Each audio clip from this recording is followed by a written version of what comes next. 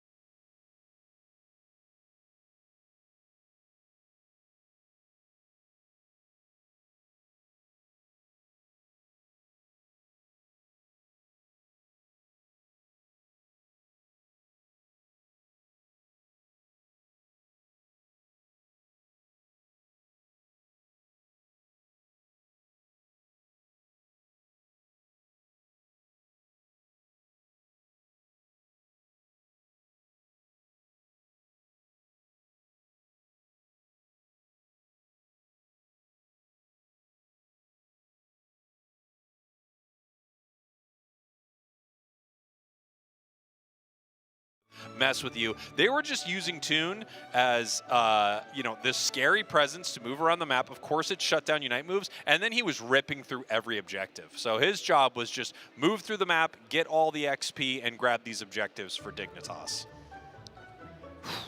Down a game, CACM, and you know, you're looking at a team that was able to secure Kyogre in the face of one of the strongest NA squads and your LAIC champions here. CACM put together a pretty decent game, and you have to think, how strong is his LATAM League if a team that is 2-4 just performed?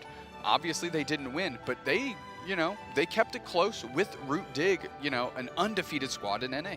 Yeah, I think, you know, NA has a few very bright lights right now, which is kind of the story of North America year in, year out. You know, they have a few teams that are extremely powerful. The story of Latin America this year, once these regions all combined, it's just an absolute free-for-all there. Everyone is amazing. You're not going to run into a bad squad. You've got the world champions that are not undefeated in this region. So, yeah, the LATAM teams, I feel like, in some ways, you're fortunate because you are constantly playing high-level squads. But, yeah, you, you also are running into some high-level squads from NA.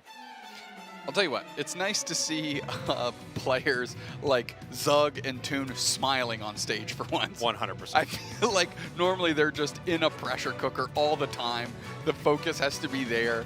You know, I'm not saying they're not focused, but it's nice to see them with a little bit of signs of life and joy amongst this experience, because I feel like those two put so much pressure on themselves in the years past to perform that they almost feel like they're at home now, and they can be themselves, which is great to see. Yeah, I think when you see a team smiling, playing loose, even when things aren't going well, it's something I've always noticed about teams that Mazo is on out of Brazil. I feel like there is an energy. You have to play with a degree of a loose, flowing energy to you. You can't be so, win, I gotta win right now. You know, you have to be able to, that's when you and I play. We gotta win.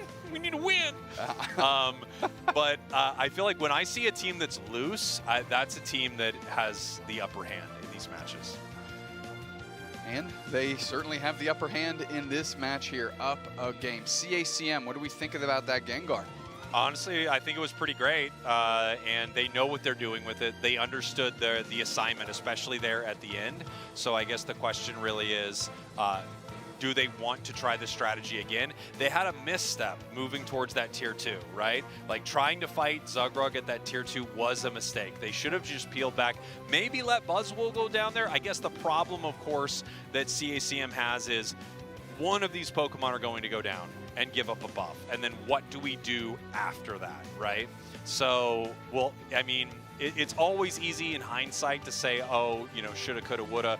One thing that I'm sure they were happy about is they did execute their strategy pretty perfectly at Kyogre and take it, even with Rude Dignitas, you know, directly in their face. Yeah. Like I said, I don't think you can punch too many holes in what CACM was doing. No. I think Donlux's Mew was definitely a bright spot in that game 1 as well. And being able to take that away from a player like Otter is, of course, you know, just a wonderful win as a team from the draft perspective. Man, Root Dig is a tough team to punch holes into. They're just so hard to beat. I mean, they're so good right now. Coming off of an IC win, you know, I think you feel great. And they're, you know, not only they're prepping to win this, they're prepping to get their world spot, they're prepping to head to ACL, and everything is just all green lights for Dignitas right now. You know, they're completely undefeated in their league. Ooh, look what that camera's doing. I like this. I like the decision here. Yeah, it's just picture and picture and picture and picture and picture and picture. Now we're watching the mechanical skill of Otter. Not surprised. Not surprised. I don't know how Zealot is wearing a hoodie right now. That feels stiflingly hot. Yeah, I don't know. You know, it's been chilly here in the EUIC arena here at the Excel Center. But things are heating up without question with these two squads. Hey, that's us. It's us on here. We can point to these people. I can point like this. I can point like this. I can point like this. I can point like this. Groudon is the map that was selected. By the way, we talked about map rotation throughout this tournament. We were just on Kyogre, and it looks like one of these teams has picked Groudon, with Root Dig being the second pick here. I'm guessing they were the ones who selected Groudon. We see the bans now. Of course, we've still got Charizard Y, we've got Vaporeon, Blastoise, Psyduck, but Gengar specifically banned. And quickly, Texas grabs Hoopa to cut off Ender. So we're seeing part of the strategies develop here, right? Yeah. I have this, so you can't play it. Don't worry about banning it. Zugrug grabbing the Crustle, and Zealot on Mega Gyarados, completely unsurprised with that pick as well. Yeah, they were just so dang good on it. But I mean, look at this here on the side of CACM. They have now taken away 2 Pokemon directly from Dignitas in this last game, which I think is, you know, extremely valuable. If they could have grabbed that Mega Gary, maybe that would have been incredible too. But Slowbro, great answer to Gyarados, right? Great answer to a lot of these Megas. Slow Beam, and of course we have Mimikyu's Unite move, Play With Me. Both of them single target shutdown situations where as soon as Gyarados Megas, you're able to hold it in place with the Slow Beam, try to get a KO, hold it in place with Mimikyu, just wear out that time that it is using its Mega. Some pretty strong counters here as Ender picks up the little cotton ball right there with the Eldegoss, something you talked about, you know, pre-tournament here. Yeah, it's an incredibly solid support Pokemon, one that'll never get banned out, so it's always on the menu for a player like Ender that has played it forever. And Toon grabbing the Decidueye, a Pokemon we've seen quite a bit out of them and EU, the region specifically.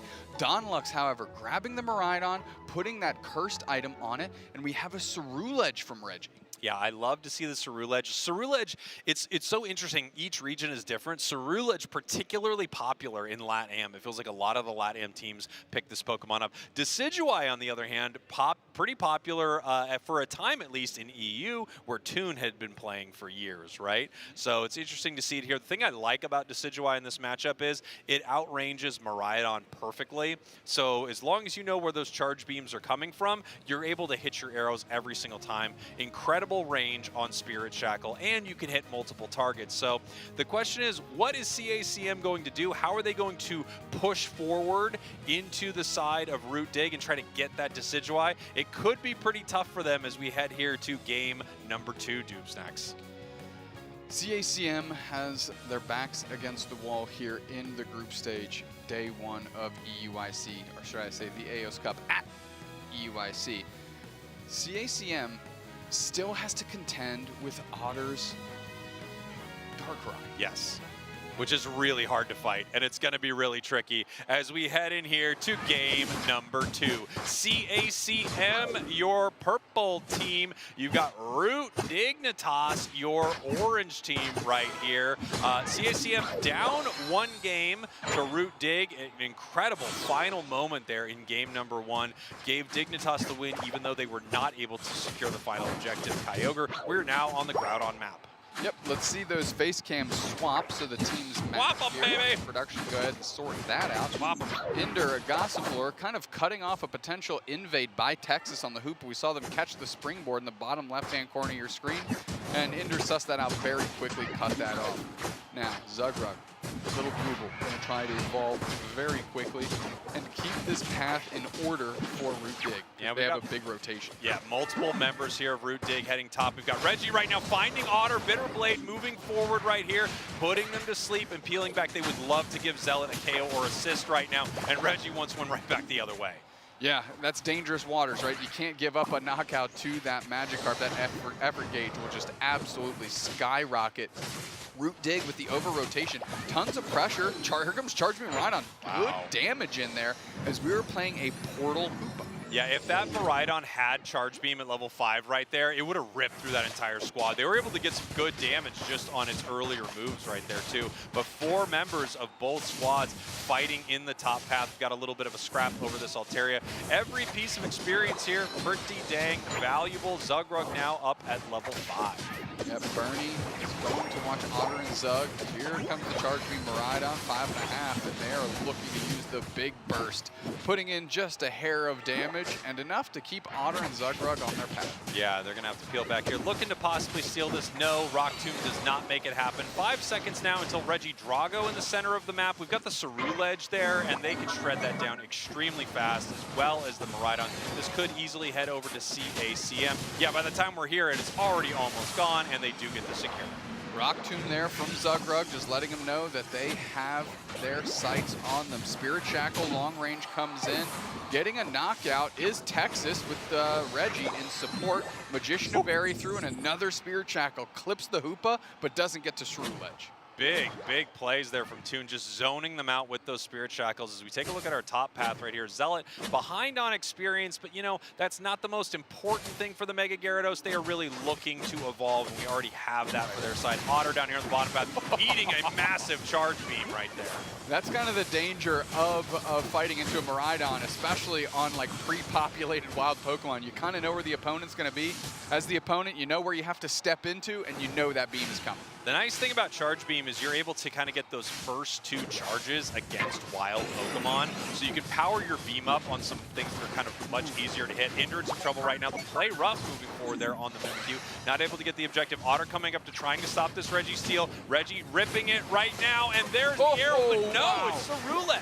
It was just barely too late. Big Shrew Ledge Unite on top of Otter. They get a big time knockout, make it 2, and now Reggie's looking for more. Straight on top of Toon. 4 players down. Nice support by Donlux, and now that goal zone is standing on just a few points as Reggie's going to be able to stack. And look at this here, Reggie in the top path, able to stack, moving down to the bottom path right here with that hyperspace highway. We've got CACM looking for another objective right now. Zugrug getting pushed out by the charge beam. Toon is here to try to stop them with the Unite move. Finally, a Decidueye uses this Unite move correctly. No surprise. Bernie barely dodging that big arrow from the last bit of that Decidueye Unite. Charge Beam is down. Regieleki's secured by Toon. That's their job. That's why they're playing Spirit Shackle. Now the Meteors are raining down. Miraidon's going to help get a knockout here as Ender was sent packing.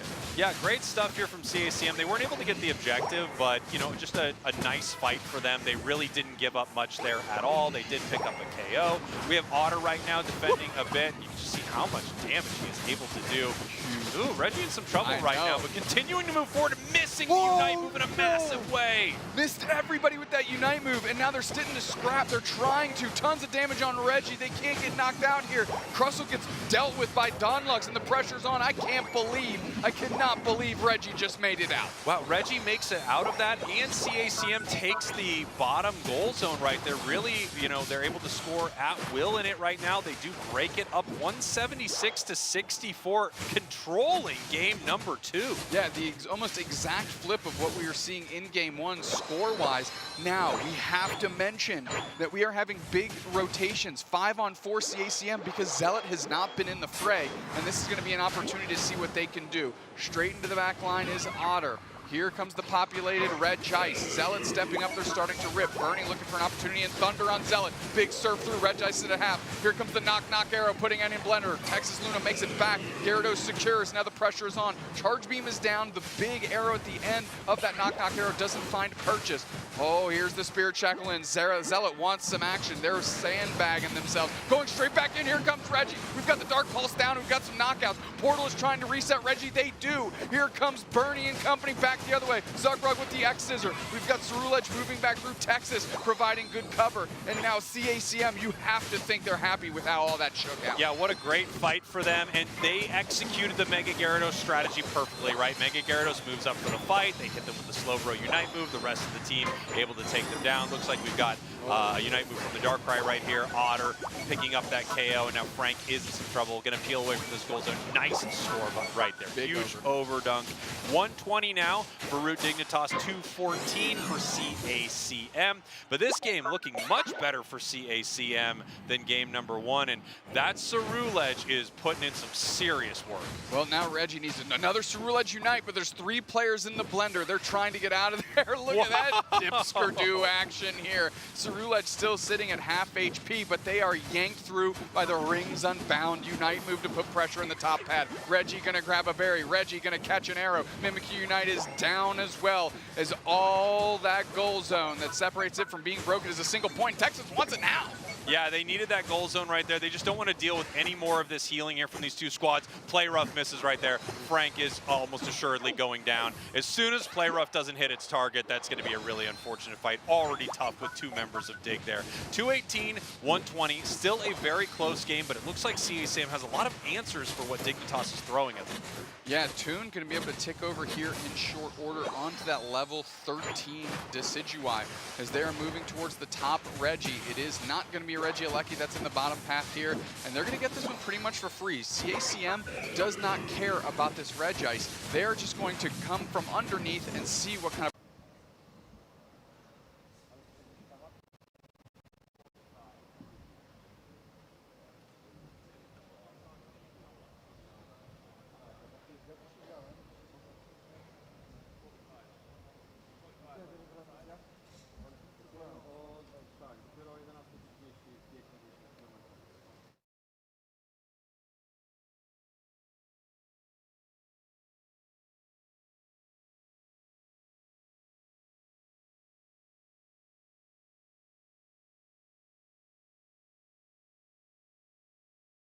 to the middle. We rubble rouse back. Hex Scissor again. Teos Trika 2 is the Zealot. Here comes another Spirit Shackle. 3 players down. The knock arrow is gonna bang through the rest of CACM as Donlux can't even make their way in. Meanwhile, Groudon is on a sliver of HP, and this thing is easy for Root Dig. What an incredible fight and call from Root Dignitas right there. They use that aggression. They move forward with the Crustal X Scissor into the Rock Tomb. Mimikyu not able to reset, and then just like dominoes, every member of CACM continues to fall. They're going to try to stop them right here, pick up one of these buffs, but look at Root just, you know, absolutely running the boards right now. Another KO, pushing them back with the X Scissor. Relentless here on this tier 2 goal zone. Bernie is trying to hold this thing down. Reggie just has to fade back, and now that the Hundo Burgers are being eaten by Root Dig, you have to think it's looking pretty darn tough for CACM to bounce back. They need to take a huge KO here. They would have to take a massive buff and then somehow use that to score even more, because they are down by over 100 points. So a single buff is not enough. They need to take a huge fight. Zealot right here, Otter, they are staying in this pocket right there, looking for some of these KOs. Reggie in trouble, but the Shadow Claw misses right there. We'll see if CACM can do much, but with only 30 seconds left, it looks like Dignitas is in full control. Yeah, I mean, it really takes Root Dig willing to play ball for CACM to get one of those buffs and be able to put the pressure back the other way. And there's another goal zone eviscerated by Root Dig. That score line is growing, and we're going to put another Hundo banger on top of it all. And there we go, Root Dignitas with a absolutely flawless looking Groudon fight. Yeah, just a perfect catch. What a start. And then they did not let up for even a moment, Dupe Snacks. I love it. You know, we talked about TTV earlier, right, in this competition. TTV would never in that moment, you know, but Root Dig, I mean, what a squad. They see their opening, they take the victory immediately. That's perfect play. That's the growth of a team right there. You know, tisk, shame on CACM. I don't know how you allow your Mimikyu to get caught like that, because they're the linchpin of your strategy in your team fight for that Mega Gyarados specifically. You called it out earlier in the match where they successfully executed their game plan, and that was one of the pieces to the puzzle that you absolutely could not have caught in that moment. And credit to Root Dig, because once they sunk their teeth in, they did not let go. And yeah, it looked terrific. Yeah, I mean, it was such a nice moment right there. They catch this Mimikyu. Mimikyu, they have a hyperspace hold down, right? So they're like, can we get this thing back to base? Yep. And then it hits the Play Rough. And for a moment, I think, wow, with the invulnerability from Play Rough, it might just last long enough. But boom, caught right at the end. Huge KO. Toon, your MVP here. I got to give it up to Zugrug a bit right there. That, you know, the start of that fight was phenomenal. But look at Toon. We talked about his damage in game one, kind of being countered pretty hard by his opponents. Look at this, 104,000 with the arrows raining in. I mean, every Spirit Shackle was really hitting a quality target. You just can't say enough about Root Dig. Toon, you know, kind of a role reversal from last time. Even though they had the secure objective, or they had the rip objective in Mimikyu, here it was the secure objective in the Decidueye, and of course the damage numbers sliding into their direction as you can really see the pressure that a Decidueye can put on with quality front lining. Yeah, and there we go. I mean, incredible damage. A number I wanted to see, I'm surprised it's not even higher, is Dawnlux on that Miraidon. I felt like Dawnlux was, you know, ripping through their opponents with a lot of those charge beams. Some huge moments for them. Reggie, I'm not as surprised to see it a bit lower, just because Cerulege, you know, by the time they're in there fighting, they kind of pick up the KOs before they're able to stack as much damage. I want to highlight Frank here. Frank on the Mimikyu, I got to say, as a bit of a play rough hater, I feel vindicated every time I see a play rough Mimikyu just not have the match I think they need it to have. That build is tough. If you get an early start, the burst from that feels so incredibly strong. But boy, if you're just behind even a little bit, I feel like Mimikyu can't do enough with play rough. As we're taking the look at the heat map here from Toon, really living in their own central area to make sure that they could hit their level thresholds and take over the game as they did. Root Dig off to a great start. Unsurprisingly, the LAIC champions are here to win at EUIC, and Otter is now officially one step closer to being a 5-time consecutive IC champion. But we've got an interview, so throw it to the stage, which is right over there. Right over there. Take it to the stage. Over there. Over there. All right, thank you so much, Spriggles and Dupes. Thanks. That's right. I am on stage with Root Dignitas Ender, who's got some incredible drip, by the way. I love that Sableye chain. Not playing the Sableye yet. I hope we get to see that in tournament. It'll be a whole lot of fun. Ender, I know a lot of people are expecting great things from your team this tournament. Obviously, your team included an LAIC win already in your back pocket, flawless in the Regional League. I'm assuming all things going according to plan, but how much prep was going into this tournament here at EUIC? Yeah, it's a big tournament for us. It's a chance for us to prove ourselves on the international stage.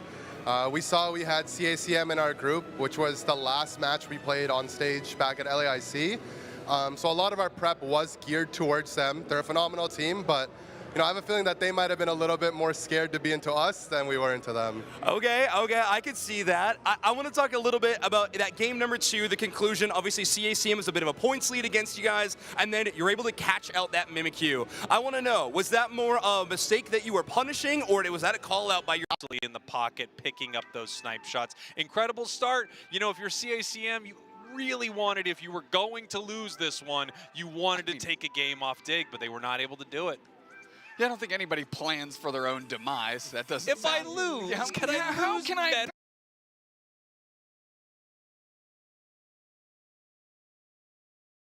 So I'm going to assume we're going to break now, and that's what we're going to do. Throw it to break.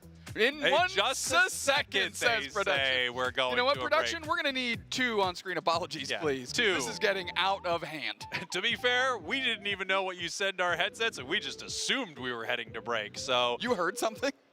yeah, I didn't hear anything. I was just going for it. Yeah, real like a fast food drive-through type microphone energy, like the teacher in Charlie Brown. guys, don't make us look for the break.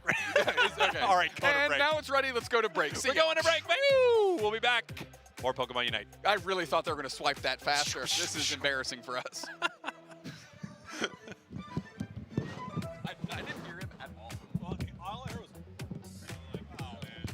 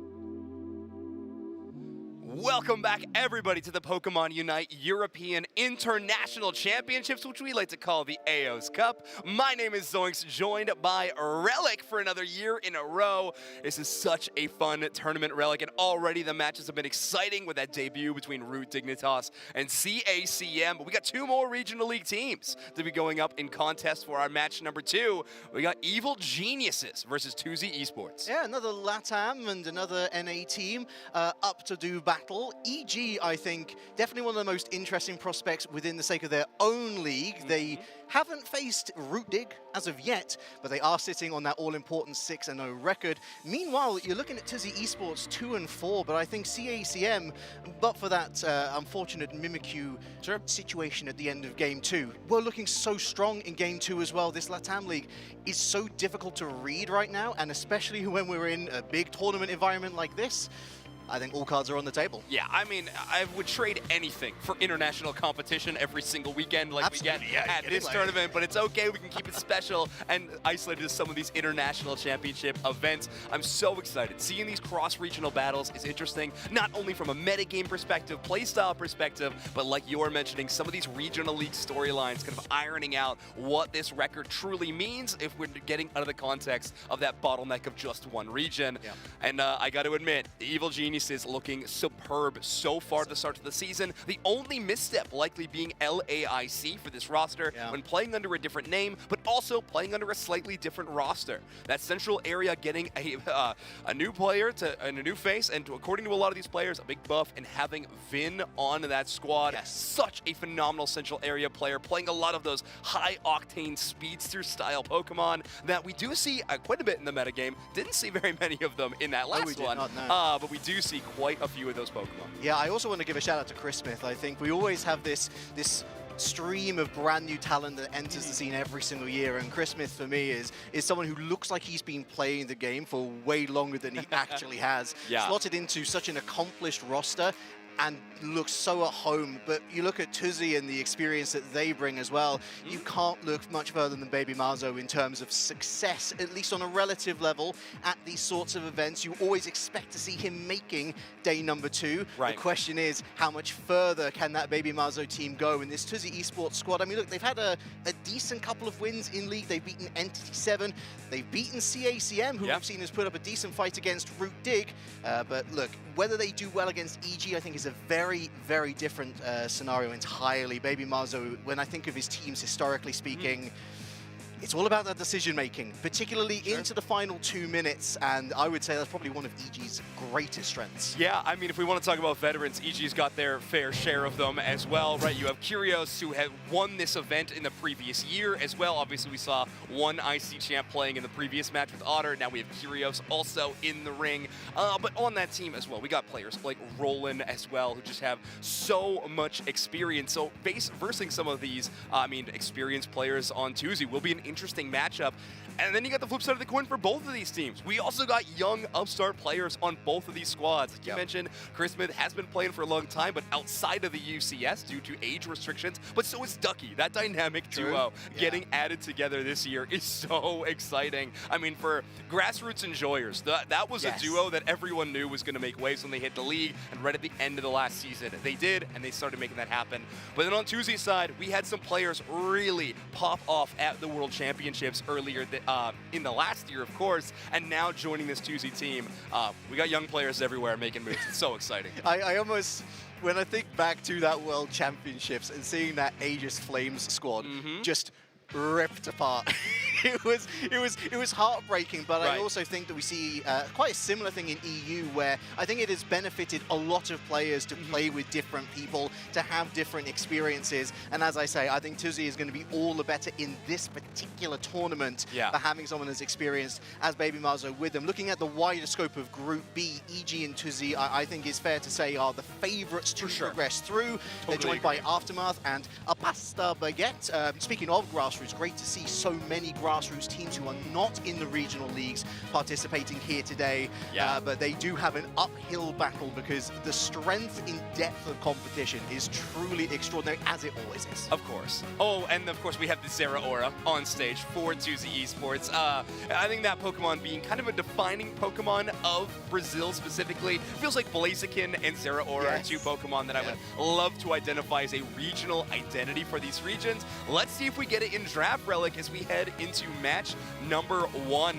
Zacian ban from Evil Genius is a bit of a surprise to me. I genuinely think that Chris Smith is the best player on that Pokemon, potentially worldwide. Seeing that band early is interesting. We'll see what Mazo decides to contend with in the top path later on. Might be a case of the friend of my friend is my enemy. They might be worried about what Twozy Esports could be bringing to the table, but what we do know from the EG side is that they are very eager to lock in that Mega Gyarados. Chris Smith can run riot with this thing. Interesting to note that the Mega Luca has been banned away from Twozy Esports. Of course, we've got that Charizard YE that is also off the table. Does open up the potential to Mewtwo YE for Evil Geniuses later on. But it looks like Twozy Esports, a bit of an antithesis to what we have come to know from Latam. They're going defense, spine first. Vaporeon and Psyduck locked in. Interesting. I think in some positions for this draft, I think a Pokemon like Blastoise could be a contender for that defender spot, or even a Pokemon like the Umbreon and Vaporeon duo. We've seen a few times. However, Umbreon yet to be selected, and with the draft so far, likely not going to be locked in for either team. But there it is. You already mentioned it. That Mewtwo Y going to be selected for Twozy Esports, and Baby Mazo is going to be bringing in the standard non-Mega Evolving Gyarados to contend with Chris Smith's Mega Gyarados availability. Yeah, well, Mega Gyarados has been banned this season in the regional leagues. It does feel like Gyarados is the go-to, but we now have a debutante here live on stream. Vin Diesel heading onto the Meowth. Fair to say, I think if you're Twozy Esports, you're happy that it is the current version Meowth as opposed to launch version Meowth. Nevertheless, very intrigued to see how it performs on the big stage. And, well, there it is, the Blaziken from Mats to round out this Twozy Esports side. Okay, so far does have a lot of attack damaging items equipped, but also has that big root. A few patches ago, Blaziken getting a lot of buff to its HP recovery on its standard moveset. That big root does a lot of work in that specific variety.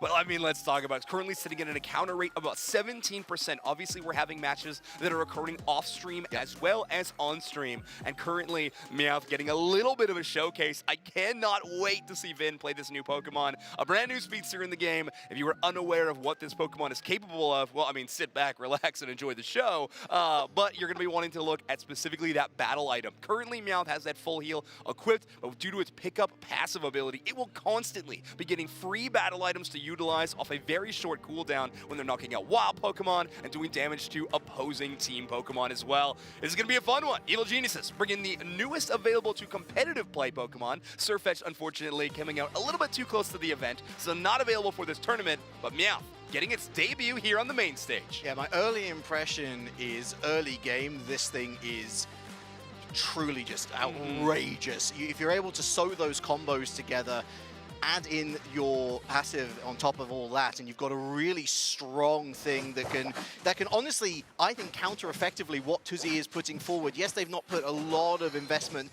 into your hyperscalers, really only the Gyarados and the Blaziken to worry about, but I think what we're worried about with Meowth Zoinks is the gold coin barrage. It is a devastating Unite move in ranked. Right. Does it translate to competitive here as we enter game number 1? Yeah, it'll be up to players like Leosin to try to shut that down, right? The Meowth Unite move is extremely powerful. Kind of one of its only shortcomings is that it can be body blocked. So kind of trading and sharing that damage is going to be a very important factor. And honestly, it might be important right at the start of the game as these Magikarps already taking a little bit of poke damage as Roland being a bit of an offensive Gossifleur. And look how clear Vin clears that central area on the Meowth. That is absurd. Currently has a slow smoke available. Yeah, Meowth, Vin Diesel.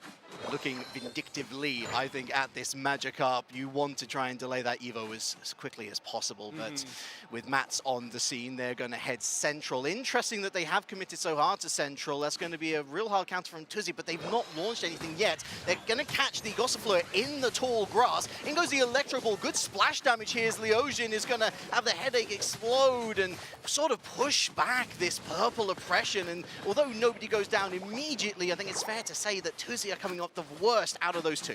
Yeah, Vin really the only one in real danger in that situation, but Meowth having the full heal still available of their actually equipped battle item is enough to get them away from the stuns that Psyduck was trying to provide. Leosin only level 3 on the Psyduck, so not having a lot of crowd control left in their kit, but there's a lot of Pokemon with crowd control abilities. Mewtwo, Y, let's talk about Hydro Pump Vaporeon from Antharos as well. That is going to be just really difficult to push into, not to mention that slow and that final push, really devastating. Thank you for showcasing that, Antharos. While I talked about it as well. I don't know if I'm going directly into their headset, but if I am, thank you so much for showcasing my point. Running those special attack specs as well does make me wonder what the second move is going to be. We've got a Gary or Gary Violence up here in the top path. Mazzo hitting Gary first, and look at that Blaze Kick completely removing this purple Gyarados off the board, allows Mazzo to head central as Regidrago has already spawned. Twozy really prioritizing this objective. Great zoning from Leosian actually at the top of the central area there. Early advantage, Twozy for me, Zoinks. Yeah, of course. I mean, Antharos doing the same thing on the bottom side of that rotation as well. Getting a little bit of vision, even getting some scores. Mazo getting a little dangerously forward, but they got the backup. Eject button from Matsy does a lot of damage there. And Leosin taking the KO. And that is the problem with Meowth, is admittedly as huge damage output as it can have, a very small health bar by comparison. Real big push here from Twozy, who are free scoring. That is 5 points left on pad. They can save that for later for a huge overdunk potential. Yeah, I mean, likely just going to get these attack weight stacks up. Might break it early, seeing as Regieleki spawning on the bottom side, though. You won't have to contend with that towards the tier 2. That will be Evil Geniuses picking that one up. And Tharos instead just trying to favor defending this goal zone and giving themselves a little bit more time. Registeel goes down, a big push here on this tier 1, Regieleki lands. Yeah, despite the Registeel being pretty well timed, honestly, for that defense. Too much investment from Evil Geniuses to really dispel the threat, and that is our first zone crack of the game, 102 to 106. Mystical Mirage into the backline, catches the Surf, and is a wonderful Surf too, and Tharos can't do much with that, but the Aqua Ring, I think, maybe puts off Vin Diesel from going full send. Vaporeon is a superhero. Like, I don't know the lore, but I think Vaporeon wearing doing that hollow, it truly is. It can walk out of any fight. It's just in a ridiculous scenario. I mean, a perfect dive set up by Kyrios. Kind of after almost a lost team fight, they do break the goal zone, but I do like that utilization. You set up Meowth, you create that area of invisibility, you get the dive, but unfortunately, the target you chose just a little too tanky to bring down. That's absolutely flying here, leading the lobby on level 10. Keep in mind as well, we're looking at those two Garys, Twozy Esports and Baby Mazo, still ahead of Chris Smith, who lands the Dragon Breath, followed up by the Electro Ball. Does kind of dissuade Twozy from sticking around for too long. They're trying to return to Pad Heliosian, but caught by the Mew. In comes the Infinite Cyburn, and that's a really well-timed one too. It means the Evil Geniuses can't really push. They've already suffered a little bit of damage, and a little bit of damage is too much in this economy. Big kicks, and down goes one, down goes two. The Eldegoss on the backline picks up that Citrus Berry. They're just looking for a score here. Mats, in comes the Gyarados Unite move from Mega, and this might be able to turn the tide here. Out goes Mazo, and they are going to fully disengage Twozy Esports. It did require one Unite move, but I think the Evil Geniuses will think a fine price to pay. Interesting counterpunches from both these teams by macro-wise. I mean, Twozy Esports relents all the way back to the goal zone. They lose Psyduck and don't use a single Unite move in response. They bait out a couple from Evil Geniuses, which gives them the runway to attack towards that tier 1. Little do they know is that Mega Gyarados actually get a Unite move basically from spawn to defend the goal zone, and amazing backup from Ducky as well. So just some big exchanges, and we keep this scoreline so close, Relic. 102 to 106. This is within just the tiniest of margins right now. Yeah, Ducky was looking for an entrance there. I mean, they do have Hydro Typhoon available should they want it, but ultimately they were more focused on finding that second Regieleki, going for a push, committing players onto this top path. They are going to unfortunately lose Ducky in all of that, but what about this push on bottom path? Well, they've kind of abandoned it. They've decided to go full send now onto the top path. It's going to be 3v4. We got Ducky on the way back as well. Vin Diesel goes in deep. Electro Ball finds the mark, and we've got this Mewtwo Y online. I think that's, yeah, going to put Evil Geniuses off the full send. Although, watch out, Leosin going down. Chris Smith unlocking their Mega, and I think they might actually be able to get more from this Zoinks. We've got the Surf, we've got the 22 in, and this should be a zone crack. Yeah, we're sitting at that 4-minute mark, which sometimes is a bit of garbage time in terms of Unite moves, to use it or lose it situation, and we see awkward fights in those scenarios sometimes. But Evil Genius was very happy with the results. I mean, just a Mega Gyarados having that press, and okay, yeah, here's another perfect example of use it or lose it style Unite move. Eldegoss going to go on a run towards that goal zone and take that last second of Regieleki hitting, kind of punishing Twozy Esports for overcommitting to the defense on the top side, since Vaporeon had to abandon the Regieleki defense to help the rest of the team. So you go down, your Unite move was just utilized though, so getting knocked out, a decent way to get your Unite move charge back for a support player. The door has been opened, it feels like, for Evil Geniuses back into the game with that level 12 Meowth. But check out Baby Mazo really starting to rise to the cream of the crop. We've got level 13 for him, level 12 for Matt. 100 roughly point deficit, that certainly is overturnable. I think this final Reggie phase though, yeah, I'm not surprised at Twozy Esports. They really want this Regieleki. Another zone crack at this late integer could be game-changing. Yeah, I mean, they would love the experience too. I feel like hitting a level 14, Blaziken and Gyarados would be huge, but no, they are going to favor that bottom side. One to get the zone crack that you're mentioning, another one just defend their own. They do not want this Regieleki walking towards this tier 2, especially with Pokemon like Meowth or even Eldegoss, like Roland's been able to showcase, who can very quickly get to some of these goal zones. They will break it before it arrives at tier 1 though, which is going to be really nice. They can threaten that tier 2, but so far the only Pokemon with a lot of points in pocket being Mats on the Blaziken is not showing any favor to pushing away from this team fight. They want to make sure they don't leave Kyogre unattended. And I love what they've done here with Mazo. They left him on the top path. He's had full vision of Evil Genius's evil plans. And so they've actually had to move back from where they were going to start the Ray fight. We've got, the Kyogre fight, my apologies.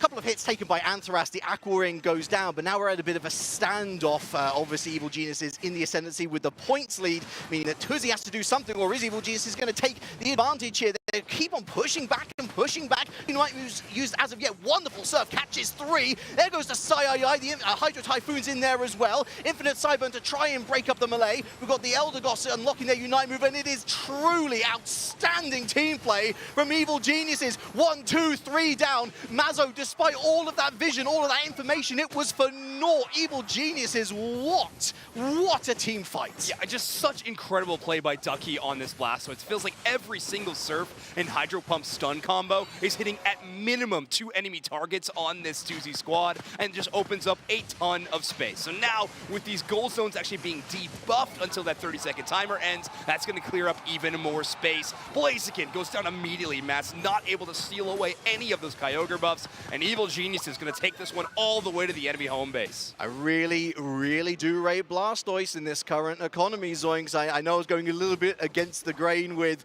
Charizard Y being the big ban favorite for you guys. For me, I think throughout this tournament, we are going to see a lot more ban emphasis on Blastoise. Whether it comes with a lovely complimentary hat or not, we will find out. But what we do know for sure is as we enter the final 30 seconds here, Evil Geniuses is here to play. And that is such a bigger statement for me, Zoinks, because of how strong and competitive Twozy were throughout this first match. Absolutely, yeah. It was a great contest. I really do think at the end game, it is tough to be outranged that much in poke damage. Mewtwo Y kind of stuck in that auto attack range at any given moment, and if they try to step up and take any of these side strike aims, you're in range to get stunned out by Blastoise or maybe taken out by this Meowth. But in the end, Kyrios was able to just kind of Solar Beam and Electro Ball to their heart's content at range, which made it really difficult for Twozy to start any of these fights. Very clean win from EG in Game 1. They got to be really, really happy with that. And I think even happier with the fact that I look at that Meowth influence, and we might get some stats later on, but it didn't feel to me like it was ridiculously impactful. Like there are some options that they can rotate to that I think that in this particular scenario might have done a little bit better, but it's all ifs, buts, and maybes. The important thing is that they've gotten this win across the line now, and the emphasis on Twozy will of course have that choice between map pick or draft priority. Which way are they going to go? For me, I think that picking up that Mega Gyarados is going to be essential. Yeah, either picking it up or banning it at this point in time. Yeah. You know, I think that Pokemon has got to go. I am curious about map selection too, Relic. This will be fun. In our first match on stage of the day, we did get to see both a Kyogre and a Groudon variant. I'm curious if that will be the situation we do into Game 2. It will likely be Evil Genius's map selection, seeing as my gut is going to tell me that Twozy Esports will be choosing what side to play on draft. It's the more popular decision. It's not the only decision available, though. No, as much as we've gone up to 6 bans for this season, in a strange way, and I guess this is a credit to the overall meta, it doesn't feel like enough sometimes. Right. Like there are so many powerful choices that being able to dictate the state of draft actually is the biggest benefit in of itself. Taking a look through the replays, we can see just how good Twozy was, especially in this early game. Matt's getting online super early with the Blaziken, finding a lot of great KOs with the Blaze Kick, but here we see Ducky really flexing, Surf into the Hydro Typhoon. You got that great shield coverage from Roland on the Eldegoss. It just felt like a tidal wave that was not going to stop. Yeah, and Chris Smith even like timing their Unite move to work with a Blastoise push as well. It's just really Evil Genius's team play, I think, is the biggest difference maker in this one. Yeah, you're right, stats-wise, we'll see how it looks. But for Kyrios, it was looking great. 75,000 damage on this Mew, only taking about 22,000 damage as well. So really impressive stuff, playing that drive lens, loving those early stacks with those knockouts and the assists they were able to put together. Yeah, Vince starved of knockouts, look at that. But at least still contributing with the 8 assists. I think the knockouts really aren't everything, as long as you're dealing enough damage so that one of your mates can take the credit at the end of the day. That's all that really matters. I think Roland on this Eldegoss, absolutely sensational. I keep, even in this day and age, Season 5 of the Unite Championship Series, supports so often get overlooked. Let's get some love in chat for the supports of the Unite world, because especially in that endgame push, I think that they're suffering with health bars maybe a little bit. We've got to remember Baby Muzzo on that Gyarados is able to deal out a lot of damage. Mats with one Blaze Kick can annihilate half the health bar of the likes of your Meowth or your Mew. You know, it's a real frightful situation if you're not prepared to go in. Yeah, no, it is difficult. And that's why we rely on that huge team play of this team. We ever saw some interesting situations where Twozy was pulling ahead in major ways, but Evil Geniuses having the bounce back ready to go at any given moment. You can tell the tale of the story there. Kyrios spending obviously most of the time in the bottom path, but doing a fantastic job on this view of laying down damage. Only getting about half a KO a minute based on that average at 5 knockouts, and waiting to get 4 minutes and 30 seconds for that first KO. The early game presence of that Twozy Esports composition was very, very strong, especially with a Vaporeon in your path that you're facing down against. That is going to be a very difficult Pokemon to get some early knockouts on. we're in a moment where I think disruption and hindrances is at an all-time high, especially when you're looking at megas which are so reliant on doing a lot within a time limit. The more of that time limit that you can waste, the better off. And to be fair, hindrances and disruptions are just great for team fights anyway. And so, especially when you're bringing a Mew to the table, what does it bring? Well, Electro Ball, yeah, okay, it's a decent move for early game, but great splash damage later on. Yeah. Speaking of splash, you got that Surf combined with a Blastoise. That's what? You unable to do anything for a solid 5-6 seconds? Yeah. That could be the difference between literally winning and losing no matter how far ahead you are in levels. Yeah, Mew players really have to do it all. It's the essential part of that kit, and the fact that you can change your moves mid-match at any point, having 6 total, obviously, to work with. But let's go. Evil Geniuses will remain on that purple side. We will be going into the Groudon map. So say goodbye to the tall grass that you enjoyed in the last one. We are now going to go to a much more open battlefield, and of course, the Groudon buff will be delivering some damage buffs towards whatever team can earn it. Very fascinating that they have stuck with the Zacian. They really don't want to see it. Twozy Esports with that Y and Mimikyu. Cereledge taken off the board, and Twozy's going to stick with the Mega Luca. I mean, Christmas on Mega Luca is just... Yeah, I mean, the kid's crazy on loads of things, but I mean, I particularly am impressed on that Mega Luca, but it does mean that Evil Geniuses will have priority with the Mega Gyarados potentially to lock in, and that is exactly what they do. Okay, let's see if Twozy... Yeah, there it is. Immediately going to be taking away the Blastoise. So we might see Evil Geniuses actually rotate onto something like the Vaporeon. Twozy Esports are going to take the Blastoise immediately. Mazo currently hovering at Delmise, but will be Leozin picking up the Eldegoss. We could look forward to a Delmise later in draft. I don't want to get people too down, but we'll see. We'll see what happens. It is... It's had better days, for sure. Well, already that's 2 disruptions. I like the look of the Psyduck. If you're going to be throwing your lot in with Surf, then, I mean, it's that. You got Slowbro. Hey, throw a Greninja in there. Actually, don't throw a Greninja in there. I wouldn't advise against, or wouldn't advise that. Kyrios, though, going to be sticking with that Mew. They're trying to keep as much of the band together as possible. Mazo, looking at a couple of these all-rounder options, I mean, it's certainly a wide-open field, a lot of interesting choices. We've got the Mewtwo Y that's going to be locked in once again, and Mazo is going to stick with the Gyarados. Not a bad move, I don't think. I think he actually had a very good game. Yeah, it looks fine. Honestly, Kanos going onto this Mewtwo Y might be the biggest concern for me. Yeah. I felt like the splash damage or the auto attack poke damage was fine, but it was a little bit short-sighted, if you will. Only having that auto attack could be kind of scary. Poke damage from Kyrios' Mew will be there.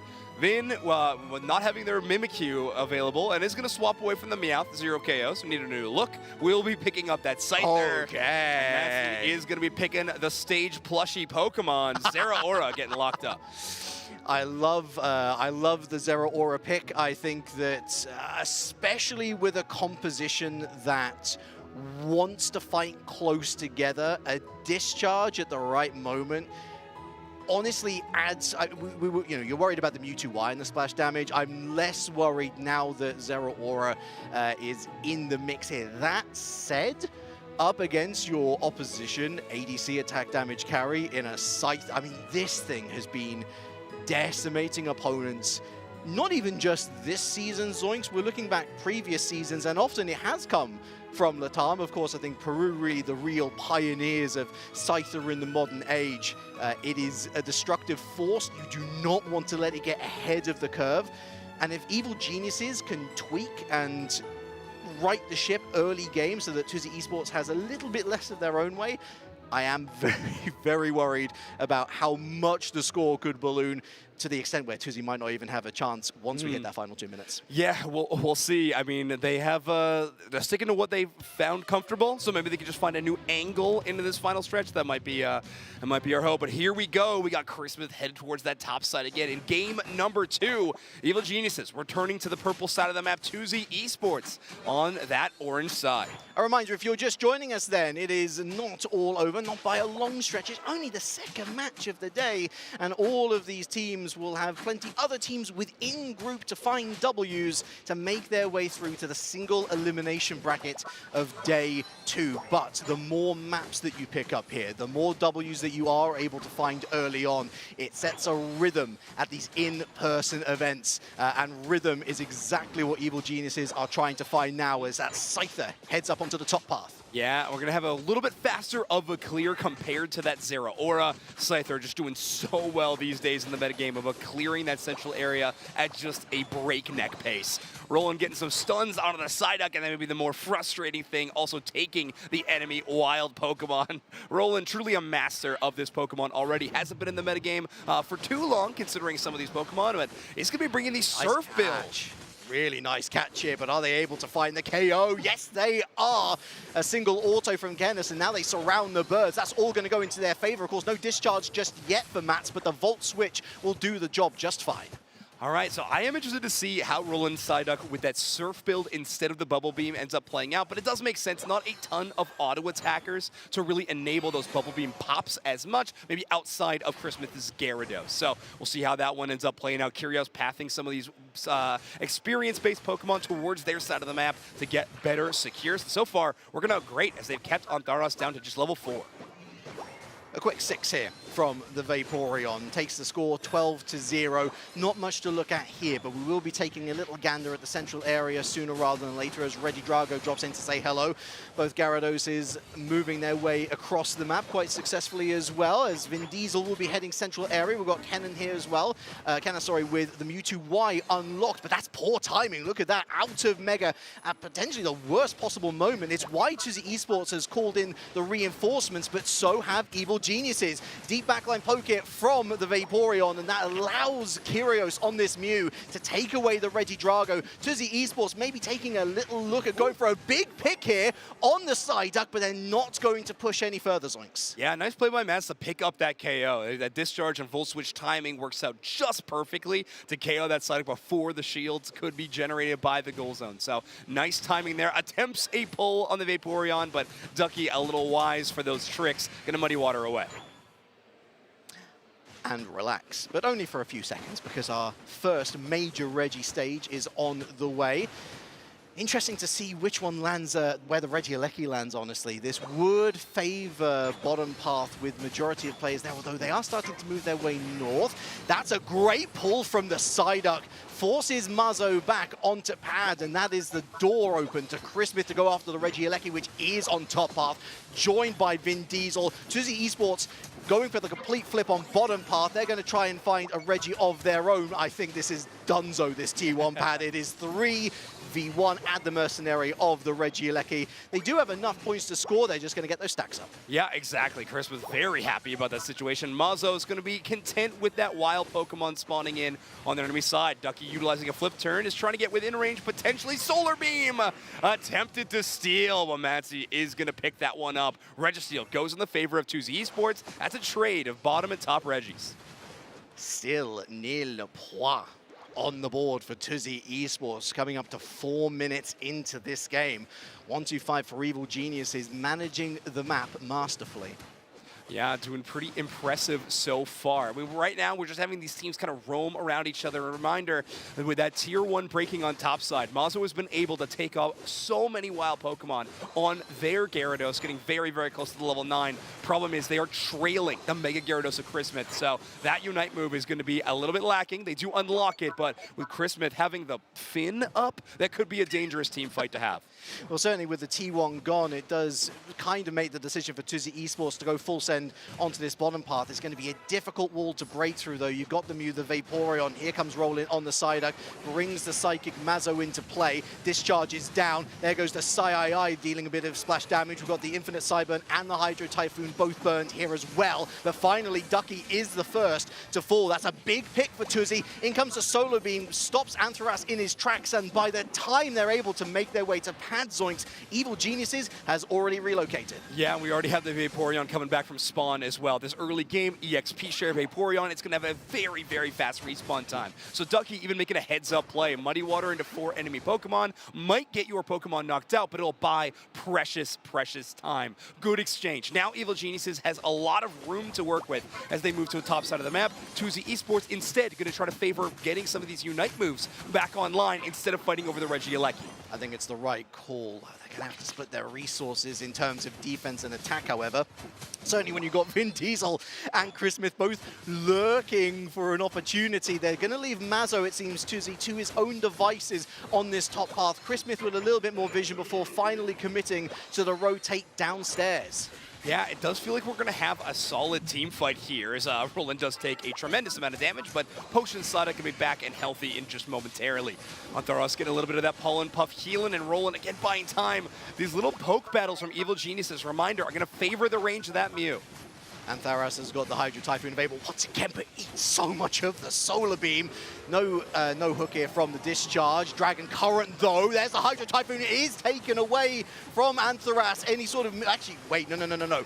Back up, because 3 have gone down for Evil Geniuses. Make that 4. I thought that this was going to be a completely different story, but the Zeraora runs riot. 3 KO streak for Matt, and the Reg Ice in pocket as well. Yeah, not to mention kind of a 4v5 in that situation, with Mazo putting in 50 points onto the top side. His Skull Zone will likely eventually go down. Solar Beam's cooldown not fast enough to stop 2 50 attempts, and that will be a huge score for Twozy Esports. Lead now in their favor, a ton of experience, and some big KOs in that last team fight. That is a ton of momentum swinging in their favor. I do love mathematics, Zoinks, and Twozy Esports have played a blinder here, but there's no rest for the wicked. Another Regieleki approaches on top path with plenty of time to take it. Yeah, so far this has been EG's room to work. Chris Smith is able to solo farm, Roland creates the disruption. It's a very simple but effective strategy that Evil Geniuses has been able to employ so far, but now things are a little bit different. Mazo, level 12,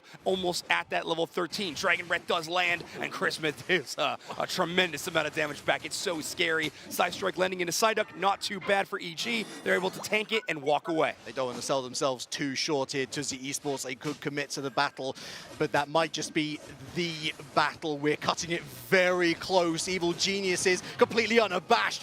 What a surf, and the Psyduck is removed from the map, but the Regieleki crucially into Evil Geniuses' hands. That Psyduck going to be coming back into play a lot sooner than I think Twozy Esports would have hoped. They're going to prioritize positioning here for the central area for the final 2 minutes. Great pull from Matt. Can they get the KO? Yes, they can. Another surf from Antharas. Yeah, Ducky's even made a Unite move, and they're able to take down that Vaporeon. So it's Tails of Immortality, maybe a little bit of a tall tail. So now Groudon is starting to get ripped down. Scyther in range on the top side.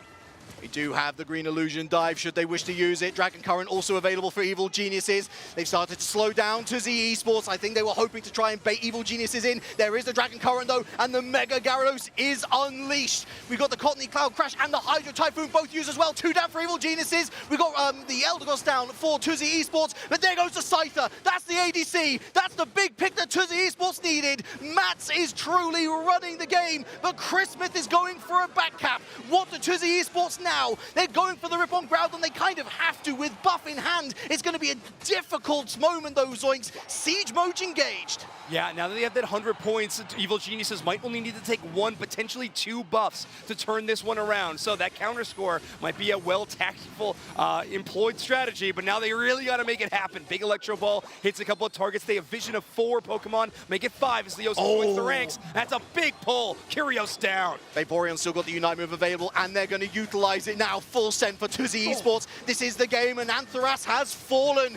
Who's going to fall next? Oh, it's the Scyther once again who's caught out. Check out Kenneth with this back line flank. 2 taken out. And it's a big price to pay for Evil Geniuses. Really great micro play from Twozy Esports. Sees them retake the lead with 30 seconds to go. 38 down. Hundo Burger down. We're heading to game 3. Wow, impressive stuff from Twozy Esports. Not only getting and securing the Groudon, but having a fantastic push thereafter. Evil Geniuses, I think, just kind of caught in some tough decision-making moments of what target do we prioritize to try to take down and steal that Groudon buff. Great interference play by Twozy Esports, and I think in the end, Matzi on this Zeraora actually able to win a 1v1 against Ducky's Vaporeon. Yeah. Just felt like a linchpin moment on top of that tier 2, and Twozy Esports racking up the score and getting 1 on the match board. Antharas with a massive second half there. So many great serve catches. As you rightly point out, Matt's there able to get a couple of hooks as well, drag out of position. That Psyduck force into the Unite move.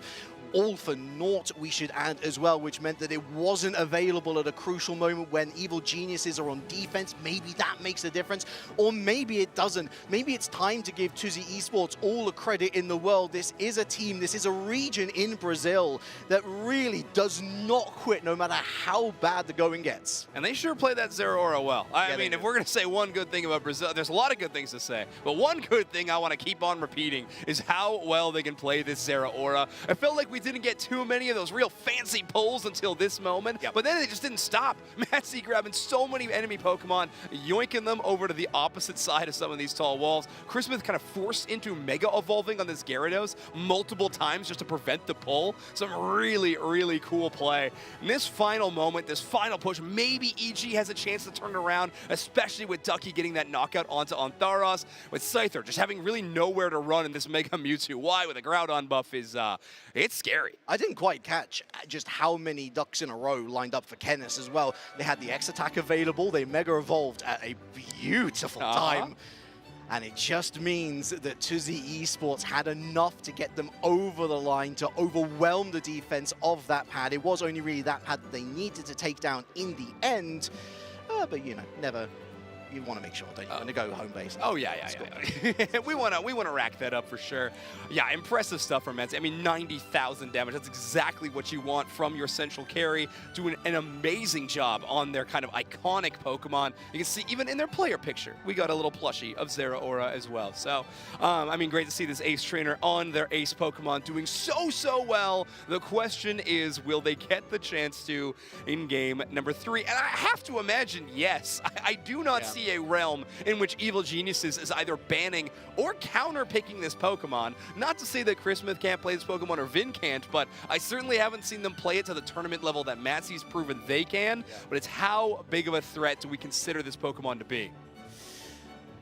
Man, I don't know how to take this draft next. I mean, Mega Gyarados has now got a 50% win rate in this particular lobby. To me, I mean, I think there was a question certainly game 1 into game 2, as you were rightly saying, do we just outright ban Mega Gyarados? Do we take it away for both parties? Now that Twozy Esports has gotten that W over a Mega Gyarados, they know how to counter it. They know that the prime picks here, looking at that Blastoise, looking at that Eldegoss, I get the feeling that EG is going to try and wrestle a couple of those picks back on side. But could we see potentially some rogue bans in that area to prevent either side from gaining the upper hand? I mean, we could. So far, EG, I would say, has been employing what you would call these rogue bans, right? I mean, Ceruledge ban is definitely very targeted towards this Twozy team, potentially even the Zacian as well. So that will be a repeat. Evil Genius is going to ban the Zacian. Twozy Esports going to return to the ban of the Mega Charizard Y. And reminder, we are going to be returning to the Groudon map again. So a little bit more vision available at any point on the map. Not to mention some really intense final battles due to that Groudon damage buff. And no way. Evil Geniuses reading the tea leaves, and that is going to be the ban of the Zeraora. And Twozy Esports, seeing that, is not even going to ban the Mega Gyarados. They are going to stick to that Mega Lucario. Yeah, whether you rotate back to the Blaziken, I think that's a bit up in the air, to be honest. It was a decent game from Mats in game 1. Is it a game winner in game 3? Yeah.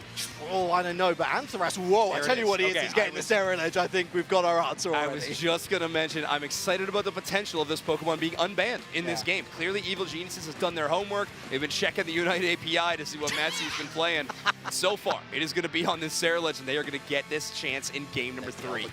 Rolling on the Eldegoss, and they have the chance to pick up the Psyduck as well. So that we will be getting Psyduck, Eldegoss. That is a lot of damage reduction availability when we get to the late game. Where'd you go support-wise? Well, they're taking away the Mew from Kyrios, so without that Pokemon for the first time, Alcremie enters the fray. Leosian, of course, you've got that Unite move, a static Unite move, but I think, again, given Evil Geniuses like to cobble together and play as a 5, not really split-pushing all that much, that could fall into the hands of Twozy Esports quite handsomely. Yeah, Twozy Esports has really enjoyed these like kind of hyper carries, and Alcremie has quickly become one of the better Pokemon at enabling that, especially on multiple melee comps. Ceruledge, Gyarados, really going to enjoy that recover moveset to be able to return to. Now, range all of a sudden has become a bit different of a contest between Twozy and Evil Geniuses, right? We have Kyrios on Machamp, which, wild. Let's see how broken Machamp is. But 2, we got Vin on the Glaceon, a Pokemon that you know, truly have a tough time with, but I'm not discounting its power level in any kind of variety. Glaceon, so phenomenal in some of these situations, is going with the Shell Bell Drive Lens style of build on this Pokemon, not the Cursed Incense. There is a chance we do see the Icy Wind build from this Pokemon for a little bit longer of range, kind of avoid that mid-range battling, instead go for some long-range secure opportunities, especially with Machamp and Mega Gyarados doing a lot of your upfront damage. But you might want some consistent damage to play around there. So we'll see. It's really a contest of range and burst versus consistent damage and enabling your all-rounders. It does feel... I agree completely. It does feel like Icy Wind with that Ceruledge straight in the sights. I mean, will one Icy Wind take out a Ceruledge? No, but in these types of brawls, in the battles that we've seen so far, over 2 games worth, by the time that the Icy Wind does come into play, it could make all the difference. And the difference maker, this is where they become legends, folks. It's Game 3 for the first time today. Yeah, and we are with EG on the purple side and Twozy on the orange side. However, Evil Genius is looking to change that pretty quickly. I think it's Ducky going for a bit of an invade on this Psyduck into the enemy central area, and just shy of getting that red buff. Metzi, again, wise to these tricks, is actually going to favor that Pokemon first and foremost to get that damage done. It is a fantastic battle. I'm glad that we are just watching the invade, just to purely marvel in this wonderful costume, looking to try and get that final hit. But great, again, they just missed out, and they're not able to get their passive away. Their headache is not going to buy them space, so the K-Opener goes to this Ceruledge, importantly already up to level 5 and heading down to bottom path. Yeah, tough turn of events in that situation. I know Ducky is a huge fan of the central area invasion strategies. However, normally when we're seeing those implied by this player, it's with something like Mammothwine or even a Phantom in some of these situations. A defender that is a bit more in the tank. Psyduck, though, certainly a lot of HP to work with, and those stunts, even in the early game, pretty phenomenal. Nice play by Matzy, though, to pick up an enemy Pokemon with that Bitter Blade and its gigantic range that it has to work with. And that War Turtle will have Hydro Pump, and that's exactly what's going to claim the Elder Goss. Sent back to the Pokemon Center. Plenty of early scores from Twozy Esports on both paths. And yet again, Zoinks, it's Mazo onto the Gyarados first as we go for an invade on the other side now. 2 KO streaks for this Muken. That's absolutely rolling in it. Really impressive stuff from Twozy Esports to kind of see this situation, right? They don't see the Glaceon enter either of the top or bottom paths, and they see the Machop have to rotate away to get a little bit of experience. They know they are in a commanding position and try to take that all the way to the bank. Now, good response by Evil Geniuses to try to defend this central area. Leo's going to be the only one to fall for it. Totally fine. Your support tanking for Matzy to get more levels and more scores is absolutely worth it. It feel like a necessary sacrifice. They decided to 180 and protect the rest of the team just to try and draw away the Evil Genius's focus. Complete 50-50 coin flip here. It's going to go over to the Evil Genius side. Chris Smith retreating immediately. Mazo being taken down by the Glaceon. Those are some low health bars, though. Evil Geniuses brush off the pressure to come away with a Regidrago in pocket. All right, so a few questions answered in that last battle. Will be Vin on the Icy Wind build of this Glaceon, so having a bit more burst damage, and already we can see his effectiveness into that enemy Ceruledge. Roland trying to keep Chris Smith up in this situation, who was able to get a quick score, does have the Regidrago buff in that last team fight you called, Relic, picking that secure up. Can be tough to tell when there's a Gyarados on either side. Same icon, whether it's Mega or not. Different colored border, I guess, is a little bit to help out which team it's on. But either way, great stuff from Chris Smith and great employment. On the top side, it looks like they might not be done fighting, though, as we have the Alcremie and the standard Gyarados teeing up against another all-rounder and supporter on the other side. Yeah, Mazo kind of forced into a reactive role here. Lovely surf once again and misses out. My goodness, Mats was so desperately close to taking out Chris Smith. They still might get the opportunity. Reverend ran into the back path, and with Regirock in hand, this is a great siege opportunity for Twozy Esports. We've got the Unite move from Glaceon coming down, does activate the slows, and it does mean that Evil Geniuses are able to fend off Twozy Esports. That was a really, again, Unite moves having to be used, but I think it's worth it since Twozy Esports already have the lead. You don't want to go to 100+ at this early stage. Oh, absolutely. Yeah, keep that lead in that situation. I mean, I got to call it out. Unfortunately, I think that Ceruledge Unite move didn't mark a single enemy target. Just a bit of a misfire, and great punish by Evil Geniuses immediately after. You see Curios's submission Machoke the moment, able to line up for a really good play. They defend that goal zone, they get the KO into the enemy central area Pokemon. Nice secure by Kennis. That Electro Ball, so phenomenal. Doesn't matter if an enemy Pokemon takes priority target, the splash damage is so good at getting the secures around these objectives. Now presumably looking to get Surf. Well, maybe not Surf as early as possible because Evil Geniuses could see which way the wind was blowing. Yeah. Rather the Regieleki take the zone than a potentially much bigger number. Exactly, yeah, that's totally fine. Plus, Chris Smith will love the experience at this moment anyways, so they're going to be clearing that as quickly as they possibly can. It looks like our next team fight, well, I was going to say it might be favored around the top side of the map, but Twozy Esports actually going to relent a little bit of space, maybe try to bait a single member of Evil Geniuses away from that goal zone into some of this limited tall grass and try to take some of these fights. But at the moment, I mean, Saralege, after going down in that team fight last time we saw them on the top side, has just had to perma-farm for what feels like 2 minutes now. Oh, poor Kyrios. I mean, they've only just hit Machamp, just shy of half-time. They are well behind the curve. Yet another decent serve here from Anthras before they retreat back to relative safety. Our next Regi phase on the way. All 10 members, you could throw a blanket over them, Zoinks. Yeah, everybody hanging out here on the top side. And yeah, you were absolutely right. Evil Genius is really struggling in that level department, but not having a lot of wild Pokemon to search down at the moment. That tier 1 still being up. Submission is able to kind of tank a lot of these surf mechanics. We see it into the blast quite a bit. Big Hydro Typhoon, though. And the Hydro Pump will finish off the Machamp. Anthras does lose 50% of their health bar. I don't think they're going to care too much about that, but they might care about this. Here goes the Dragon Current. Revenant into the back line. Forces out the Eldegoss Unite move. Almost instantaneously, the Registeel heading back to their place of spawn. Full health bar back in play. Anthras gets caught on the wall. That might be a decider, and indeed it's not for Twozy Esports, who do claim the Registeel. Can they now use this buff to their advantage? Submission. Machamp finally coming through with not one, but 2 KO or / assists. Moving now onto Pad. This is surely going to be a T1 crack, and indeed it is. They don't risk the 50. They go for the 38. It brings them back to within 18 Evil Geniuses. Yeah, Ducky going to fly back home into their home base. Their lair? I guess a superhero doesn't have a lair. I don't know what they're called. We'll ask the authorities.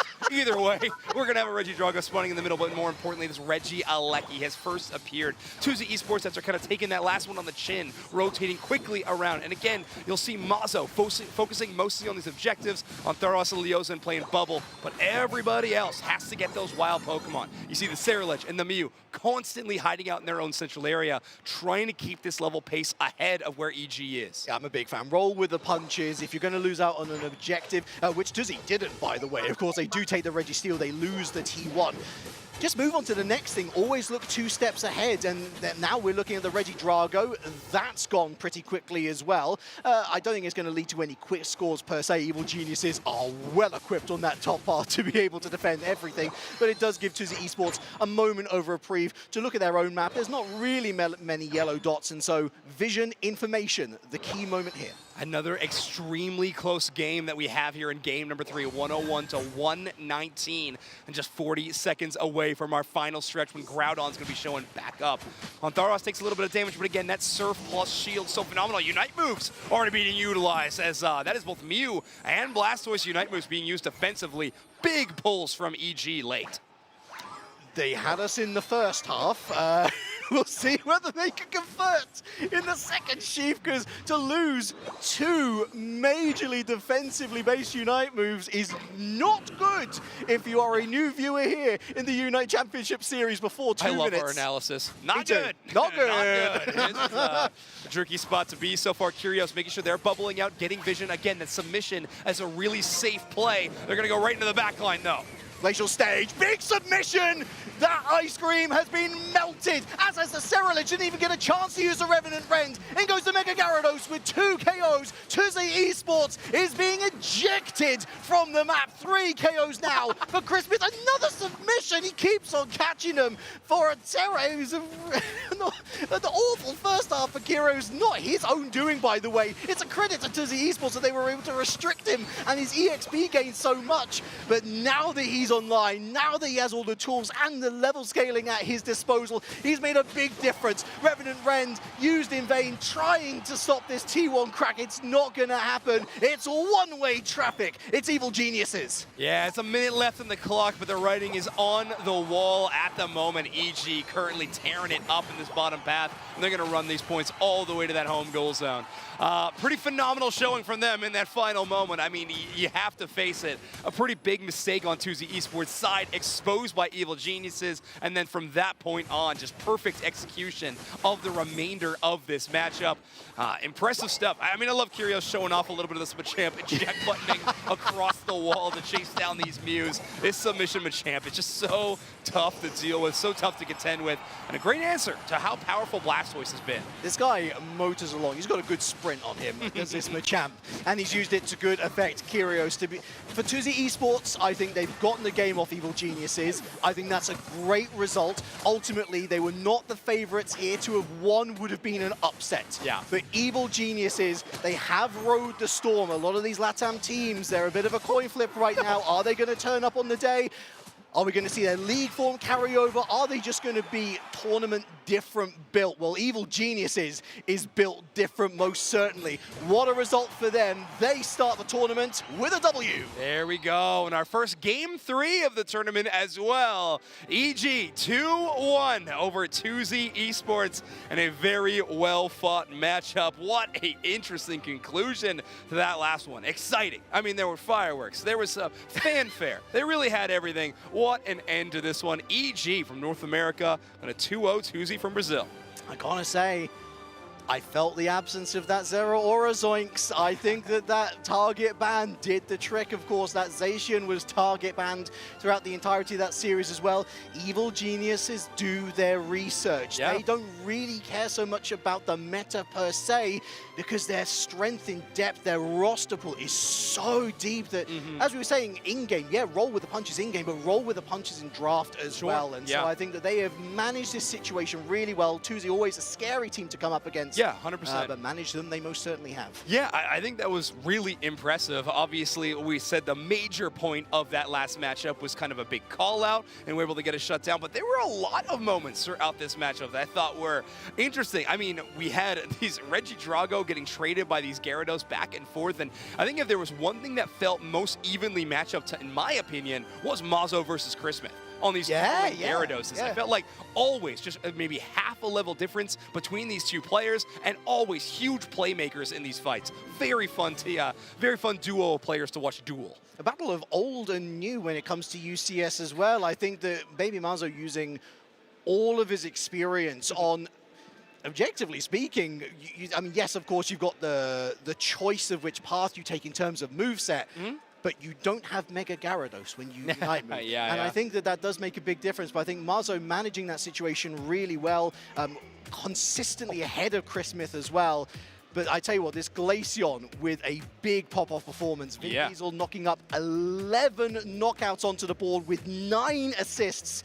That's 20 KO contributions, if my maths is correct. So similar case, though, for Ducky with the 3 and 17. Yeah, Ducky doing great on the assist department. I mean, shout out to Vin. 11 more KOs than game number 1 on Meowth, you know? Really crushing it. Only going up. On this Glaceon in game number 3. 9 assists, 11 against, and of course, 99,000 damage over tipping that over. It's almost tipping that over to the 6-digit mark.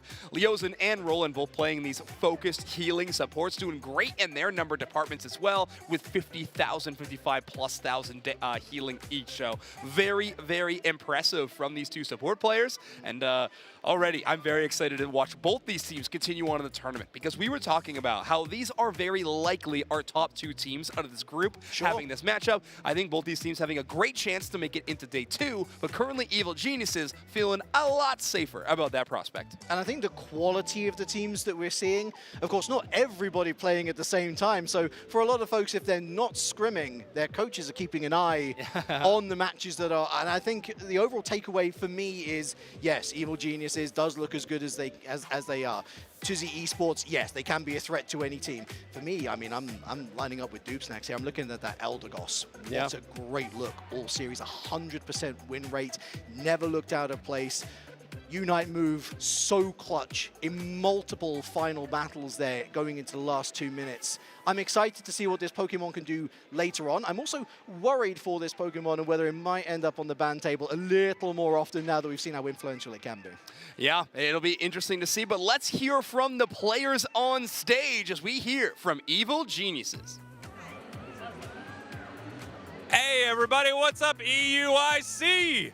I am here with our big-time winner, Chris Smith from Evil Geniuses. Congratulations, my friend. Huge victory. How are you feeling taking down maybe the toughest opponent in your group? I'm feeling great about it. You know, after LAIC, definitely have wanted to be some of those Brazil teams, and Twozy, I've always respected their players like Mazo and Mats, very good players, so I'm very happy with that win and good momentum for the rest of the tournament. Yeah, I want to ask you about LAIC. I mean, a lot of expectations on your squad. I remember watching you in a grassroots tournament right before. You guys absolutely crushed it. A tough run at LAIC. Did you prepare differently for this event? Yes, you know, like the day, once we lost at LASC, my #1 focus was just EUIC, making sure I could do everything we could for that. So we had a little roster change with Vin and just preparing for all the teams we could, and I just really want to show the world what we can do. Amazing. I got to ask you about your in-region kind of rivals at this point, mainly because of your record, right? You and Root Dignitas, both undefeated in your region. You could meet up here at EUIC. How are you feeling about that matchup?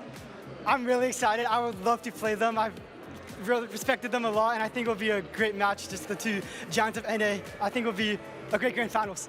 Amazing. Any shout-outs you want to give while we're up here on the big stage? My sister for taking me, my parents, my friends, everyone who supported me. It means a lot to everyone. My teammates have just been so great, and I'm just so lucky to be in this position. Yeah, amazing. I mean, what a run you've had. Like, what a start to an insane rookie season. We're going to send it back to the booth. Take it away, Chris, Evil Geniuses, with a huge victory. Thank you. Great job, brother. Thank you very much, Spraggles, the man of many flowers. And also thank you to Chris, such a lovely, lovely kid. Oh, yeah. Well deserving of his spot, as I'm sure you will all agree now, on this Evil Geniuses roster. I think the only way is up for this team. I mean, that was, I think, as Spraggles and Chris were rightly talking about, probably their toughest match when we're looking at the groups on paper. So don't get complacent. The day two looking pretty light. I mean, this tournament's full of rivals, right? They have a lot of opponents that will still be strong contenders. Speaking of rivals, we got a real fun one. We have EU versus EU coming up for our next matchup. It's going to be BH3 Esport versus Volticons Unite, which is going to be such a banger. In-region rivals, of course, and we love a battle of EU here on home turf. And BH3 with a point to prove. X-Gen 5, I think one of their biggest criticisms is pretty strong online. Can they ever translate it to offline? Right. They are 6-0 in the regional leagues. They are the team to beat in EU. I'm so excited to see what Utah and the boys can do this time around. Yeah, I mean, there are a lot of people's tournament favorites, but I don't want anybody to be counting out Volticons. Truly a strong squad in their online regional league performances as well. Not a 6-0 perfect record, but how good would it feel to take down your region's leader currently in person on stage? Yeah, exactly. I think it would feel pretty good. We're going to see what ends up happening, though, because we have more EUIC right after this break.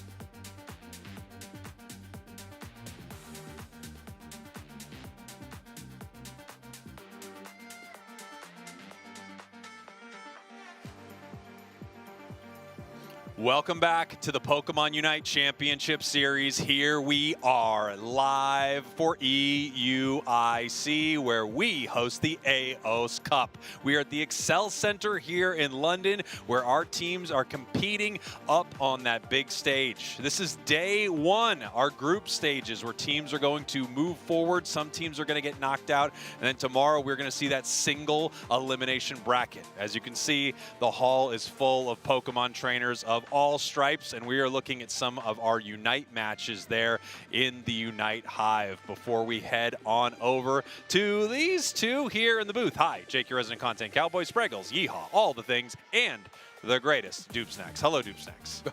Hopefully the only Doob Snacks at this rate. No, there's many, but you are the greatest. That is wild work. I'm learning that at the same time you all are.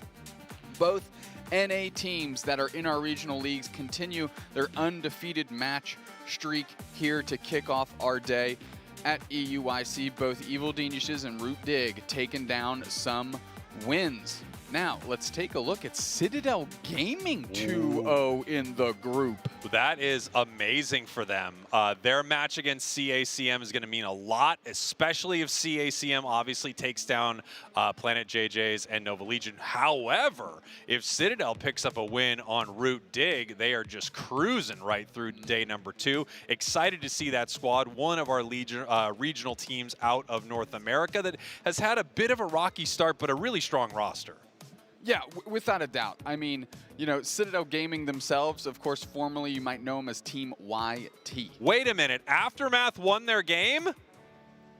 This is huge. Yeah, Pasta Baguette, unfortunately, not carrying the that bread-like torch forward. But for Aftermath Esports, a big-time win on a big-time stage and a great way to kick off their event. Taking a look at Group E here, Rush Hour up 1 game, Rework Esport Core struggling a little bit. However, in Group F, we've got Rework Esport Gear with a win. MTZ Esport unfortunately losing to both them and Los Caducados, who is also undefeated in their group. I mean, I do want to highlight Aftermath here a bit. This is a squad that started off their regional season in an extremely rocky place. They've lost every single match. They have not gotten a single win in North America. However, they are showing up here. They are getting better every time we do see them, so I'm excited for that squad. Well, let's talk about a squad who has not had that problem.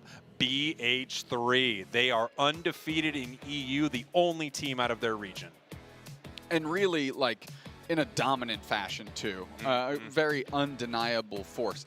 Now, BH3, great when playing at home. We're looking at Utah Megu here for BH3. And I'll tell you what, they want to start delivering in person because those two are phenomenal players in the EU region but have not found the on-stage success that they would so desperately desire. Yeah, it's true, right? I mean, they were on a couple of absolute all-star teams that just haven't been able to get it done in some of these live events, whether that be Worlds or when they were on Tally Bobo, you know? I mean, there were just a few situations like that. First pick, no, not surprised when it does not get banned out. We have Mega Char Y for BH3. So far, the encounter rate at 100% is either picked or banned every game. As it should be. Now, what's sticking out to me is we still got a duck that's floating around, and that's where I would be going if I'm BH3 right now. And Vaporeon also not a bad spot. Yeah. As now the duck can go back the other way. BH3, when they're getting Mega Charizard Y, it's unsurprising that they're winning games. Yeah, it's just, I mean, such a power pick, a really scary one to give your opponents. We still have Mega Gyarados on the table as well. However, it looks like we're going to be locking in that Slowbro, one of the hardest counters to some of these Megas out there. A very strong strategy. And, you know, it's definitely something, if Megu didn't have Vaporeon, Slowbro is an easy one for them to slot in. Without a doubt. Voltigons Unite is playing maybe a different game than maybe you and I are with these draft picks. And BH3, to the victor go the spoils here. They are winning in their region for a reason, and when you're giving them high-octane picks, they will deliver with them. However, Mega Gyarados bypassed by BH3, meaning we might have a gutter Mega Gyarados pick, something I did not think I would be saying. I know, we had a Gutter Gengar earlier. Now we've got the Gutter Gyarados here on the side of Volticons. We definitely have the more, what would be looked at as impactful Mega on the side of BH3, but Mega Gyarados extremely powerful, seen in most of our games today, especially the ones on broadcast here. As we take a look to the side of BH3, a Pokemon we don't see as much anymore, the three-headed bird. We've got Dodrio with an 11% encounter rate. This now has, really felt like a Pokemon where it's either you have a player who is unbelievably good on it or you stay far, far away. Yeah, without a doubt. And, the Dodrio is going to be a tip of the cap. Snow, who's had themselves some pretty bomb games with the Scizor Scyther, gonna be a Scyther, and can really, pun intended, snowball games early, because one, that's what Scyther does, but two, Snow specifically knows how to make a quick, violent impact with Scyther. So really, it's up to BH3 to mitigate that first engagement when the Scyther gets involved. If they can do that, the high-octane, high-powered selections they have on their team, I think is going to really help them carry through. You're looking at one of the biggest squads from Europe right now, for sure. One of the, teams people in the crowd are most hyped for in BH3 as we get set for our first game here in Group 3. BH3 Esport, your purple team. Volticons Unite, your orange team. This is still our group stage, Doob Snacks. You want to win all of these to make sure you make it to day 2. Without a doubt. Utown Megu, partners in crime, going to the bottom path. We got Sazero on the invade from the bot side, and they are not sussed out. Already, we have the Snow working through. Oh, a nice little Astonish there. Sazero is going to try and slow down Snow and really keep that impact limited early. Yeah, you want to see if you could steal this away. Not able to make it happen. They will be able to hit their level 5 if they can get to that piece of experience, but they might just head down to the bottom path here and let this Mew give them a little something. It looks like Sazero going to walk across, and no secures here for the Hoopa, but so much time wasted, so much pressure put on your opponents, and with that EXP share, you're not too stressed. Nice KOs in the top path, and we are stacking up with Dodrio. And look at this, a little bit of revenge here. We're seeing if Snow can take down the Hoopa, and they do. Yeah, I mean, Kranix getting the K opener in that top path on the Buzzwole, and shortly behind them is Reisu getting one for themselves as well. So, Snow, not the early impact, because the rest of BH3 is stepping into the role for him. And look at Volticons right here. I mean, just getting this Gyarados online. Really strong start for that, their squad. But of course, BH3 having a very powerful fight in that top path, as we talked about before.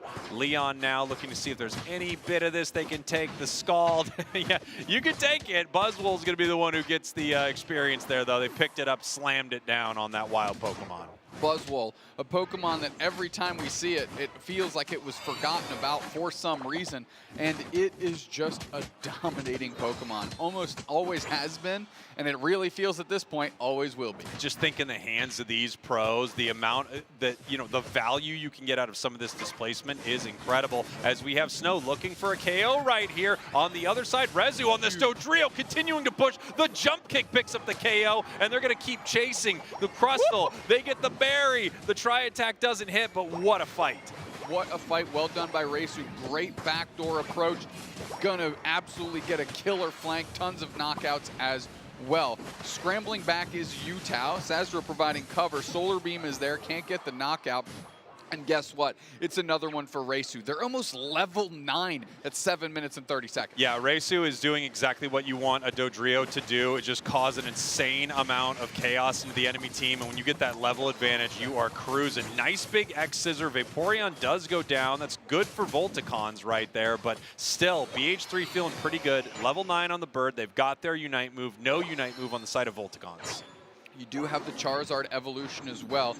Off their Unite move for now, but that is going to be coming in short order. BH3 really commanding the early stages of this game. Resu going straight for the rip. Everyone else is just biding time because they are in absolute control. Volticon's going to focus down this Regieleki. We'll see if Kranix wants to get in the mix with Buzzwole. No, they're just going to let it walk. They're going to let it go, and they're going to uppercut Slowbro out of here. And here we go. This could be a good push for them. We have the Hoopa having to peel back right here. This walks. Now we can get some pretty smart scoring for the side of Volticons, but no, that Aeos energy stolen away from the Gyarados. They're going to have to decide how or if they want to break this goal zone. Utah coming up to the top path. They are level 9. They're looking for a fight. Killer flank here again. BH3 moving incredibly tactfully across this map. Going to shrink that goal zone, keep their score lead, and now a huge rotation. We've got so many Unite moves on the side of BH3. It really feels like they're going to be in complete control here. Yeah, at any moment this fight could kick off. Snow on the other side, I mean, that's a level 10 Scythe. They're extremely powerful, but level-wise things are great for BH3, and they do have the nuclear option, the Charizard ready to go at any moment, take to the skies. They haven't used the Unite move yet. We've got another Mega, though, Mega Gyarados on the side of Volticons. Racew's going to try and find their way in. BH3 looking very good here, and really just great map presence, just period. You mentioned the level 10 Scyther. It's going to have a tough time scrapping because things are just bigger on the other side. Yeah, no question. If it gets caught even for a moment, it's in a lot of trouble. Looking for actually a sneaky score in the bottom path. A few points do go in.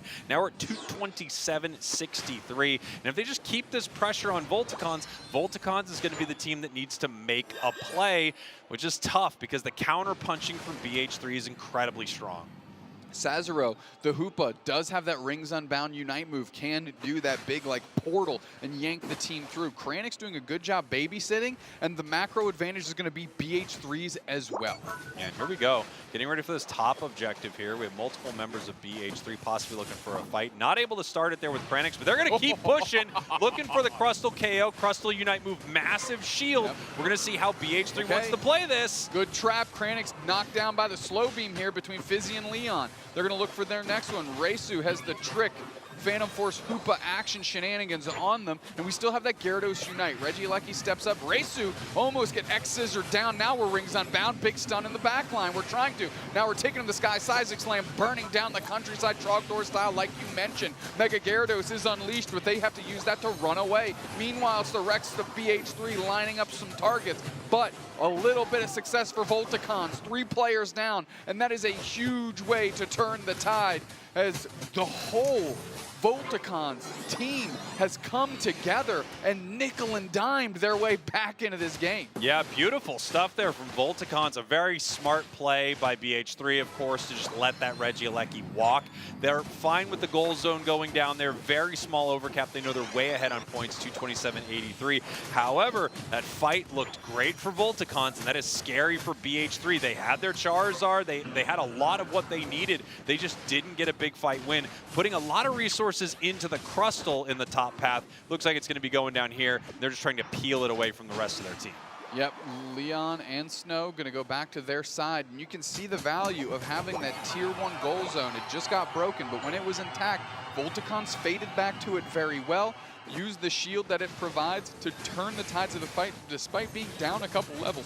Now Snow is getting this wild farm, goes straight to the backline, the Unite move, forces the Charizard Unite move back the other way, and they're going to get a huge knockout on Snow. Big win there for BH3. Still in the front line is Leon. They're trying to hang tough in the face of 3, but they finally go down. Yeah, I mean, a big play there for BH3, huge KO. At the same time, Scyther able to charge that Unite move pretty fast, especially if they're able to let it head through their central area and pick up a lot of this experience here. Tibby right now just trying to take a lot of this away from Buzzwole, and it looks like they actually did a pretty decent job. So Scyther should have its Unite move back. They're going to let Charizard get as much experience and wild Pokemon farm as they can on the side of BH3, get its Unite move back, and this fight is going to kick off once again. If we can get the slow beam for Volticons on the side of BH3, grab that Dodrio or grab that Charizard, this could be a huge win for them. It's got to be the Charizard, in my opinion, Cowboy.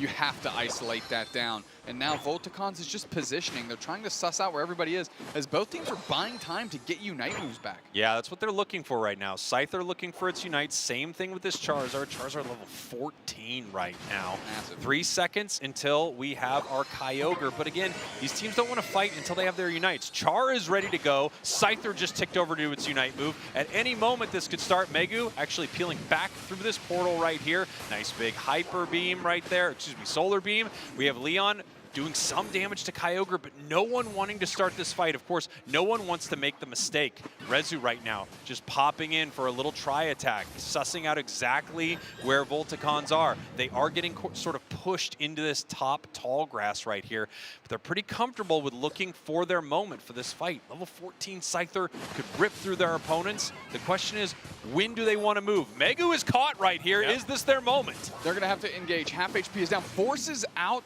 the ability of Megu to retreat right there. Charizard does come back in the mix, and we did have Reisu expose themselves for just a second previously on an attempted flank. That's a big rock tomb into the wall. We've got the slow beam on Kranix, and the solar beam follows up. Tibi uses their Unite move. They are Mega Gyarados mode, and they're going straight into the middle for the rip. Reisu has to step in. We are rings unbound, stuns into the middle. Half HP on Kyogre. Seismic slam on the backside by Charizard, and they're dealt with. They're gone. Volticons is taking control of this fight. Snow in the retreat. They're trying to get away from Reisu. Kyogre goes on so long. Taken by the Mega Gyarados. Volticons finding their way in, and they're beating the brakes off BH3. Reisu with a huge flank, couldn't take care of Snow, and we're still going for the scores here. 277, 165. We need to get more points in, says Volticons. Chari locks theirs in. 265, 277. They are still down, but they have to wrestle with the power of the Dodrio scores. They need to move very quickly right here. They do have points, but they don't need full pockets. They need something small. Mew is in a good position for this with only 30 points. They are still behind. 15 seconds left on the clock, and they have to make a play. If they can distract with Gyarados and get Mew in there, they can make something happen. Massive surf, but can they score? Dupsnecks, they're trying. The Mew goes down. Scyther in the middle. Scyther scores. A hundo burger for Scyther. They're going to lock it down. Volticons with the Giga upset on BH3. Volticons makes the magic happen. Wow, what a fight from Volticon. I mean, when Charizard gets caught early by this Crustle, by Scyther, it finally takes to the skies, but the second it lands back down in its Unite move, it is ripped off the map by Snow. What a fight, and what a final moment there. The distraction on the tier 2 to let the goal sneak into the home goal zone. Volticons up one game against the undefeated BH3. BH3 having PTSD from their stage performances of years past. Yutao and Megu given the Mega Charizard. Why? And it's still not enough. All the credit in the world to Volticons. Wow. All the credit in the world to the Crustle. All the credit in the world to the Slowbro. You want to talk about some support core action? Yeah. You just saw it in space. Look at that trap. Bang, Kranix goes down, Solar Beam. Mega Gyarados Unite goes to the middle, buys the door for Snow on the backside to put the pressure on the Charizard. Why? They're gone. Meanwhile, Kyogre's still getting worked on. Snow getting space from Reisu, goes over the wall. Reisu can't do anything. The stun attempt is in the middle, but no, it's secured, and I believe it was Dragon Breath on that for secure. And look at this, cheeky Snow going straight to the middle, gonna get the hundo burger right in the grill. Look at the celebration. That is well deserved, my friend. What a fight. And you know, there were just so many amazing moments in that fight to call out. You know, when Snow moves in and Fizzy stuns the Charizard long enough to hit that first dual wing beat, then as soon as Charizard lands, they clean it up. You see Snow on this Scyther at almost no HP. It has to back up, hit a dual wing beat onto Dodrio to recover enough HP, and then bounce over the wall into the pit to try to get this secure. What a crazy, crazy final fight. If I'm BH3, I'm banning this Scizor Scyther. Yeah, I agree. Without a doubt. That thing go into the hands of Snow, and that's been the story of Volticons' league play as well. Yeah, I mean, what a game from Volticons. We've seen some great looks, and I feel like we do talk a lot about Snow with this squad, and I think fairly so. I mean, he is such an incredible player, such a strong carry for the team. You probably are looking to shut Snow down specifically in this draft, if you can, as we're seeing some of these bans here, very targeted top path bans right now, as you're looking at Zacian, Mega Lucario. Looks like Darkrai is clearly a problem they don't want to deal with. Volticons, with their final ban right here, I mean, look at this. We've got Psyduck, Vaporeon, Mega Charizard, why Mega Gyarados, like so many power picks. How does BH3 want to start?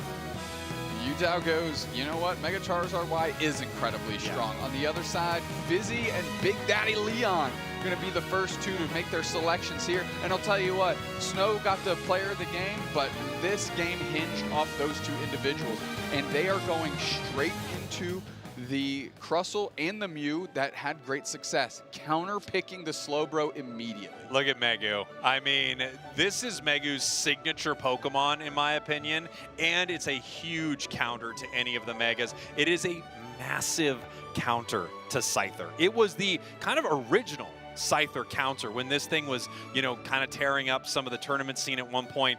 The quick answer was, if we have Slowbro, it's over, basically. Slow Beam, as soon as that thing jumps in, it's gone. It's very squishy. So we're going to have to see if that strategy works here in game number 2. Next couple of picks for BH3. They like the Lucario, and they like the Inteleon. So this is the stock Lucario. This one's just the one you find on the lot. It's not all souped up, but it means you get to play Extreme Speed if you'd like. Rounding this out is Tibby, hovering that Zarina, and I like this pick. Popular in the East, hasn't quite gotten the same type of reputation here in the West, but darn, do I think that thing can be good. I think it's great, and it, you know, single target damage into that Inteleon. If you're able to get to the back line, hit one big stomp, if that's what you're running into Inteleon, take it up into the air, you can usually combo through for a, you know, a full HP to 0 from that Unite move. And that really tips the fight in the favor of the team that, you know, has the player advantage. Yeah, I agree completely.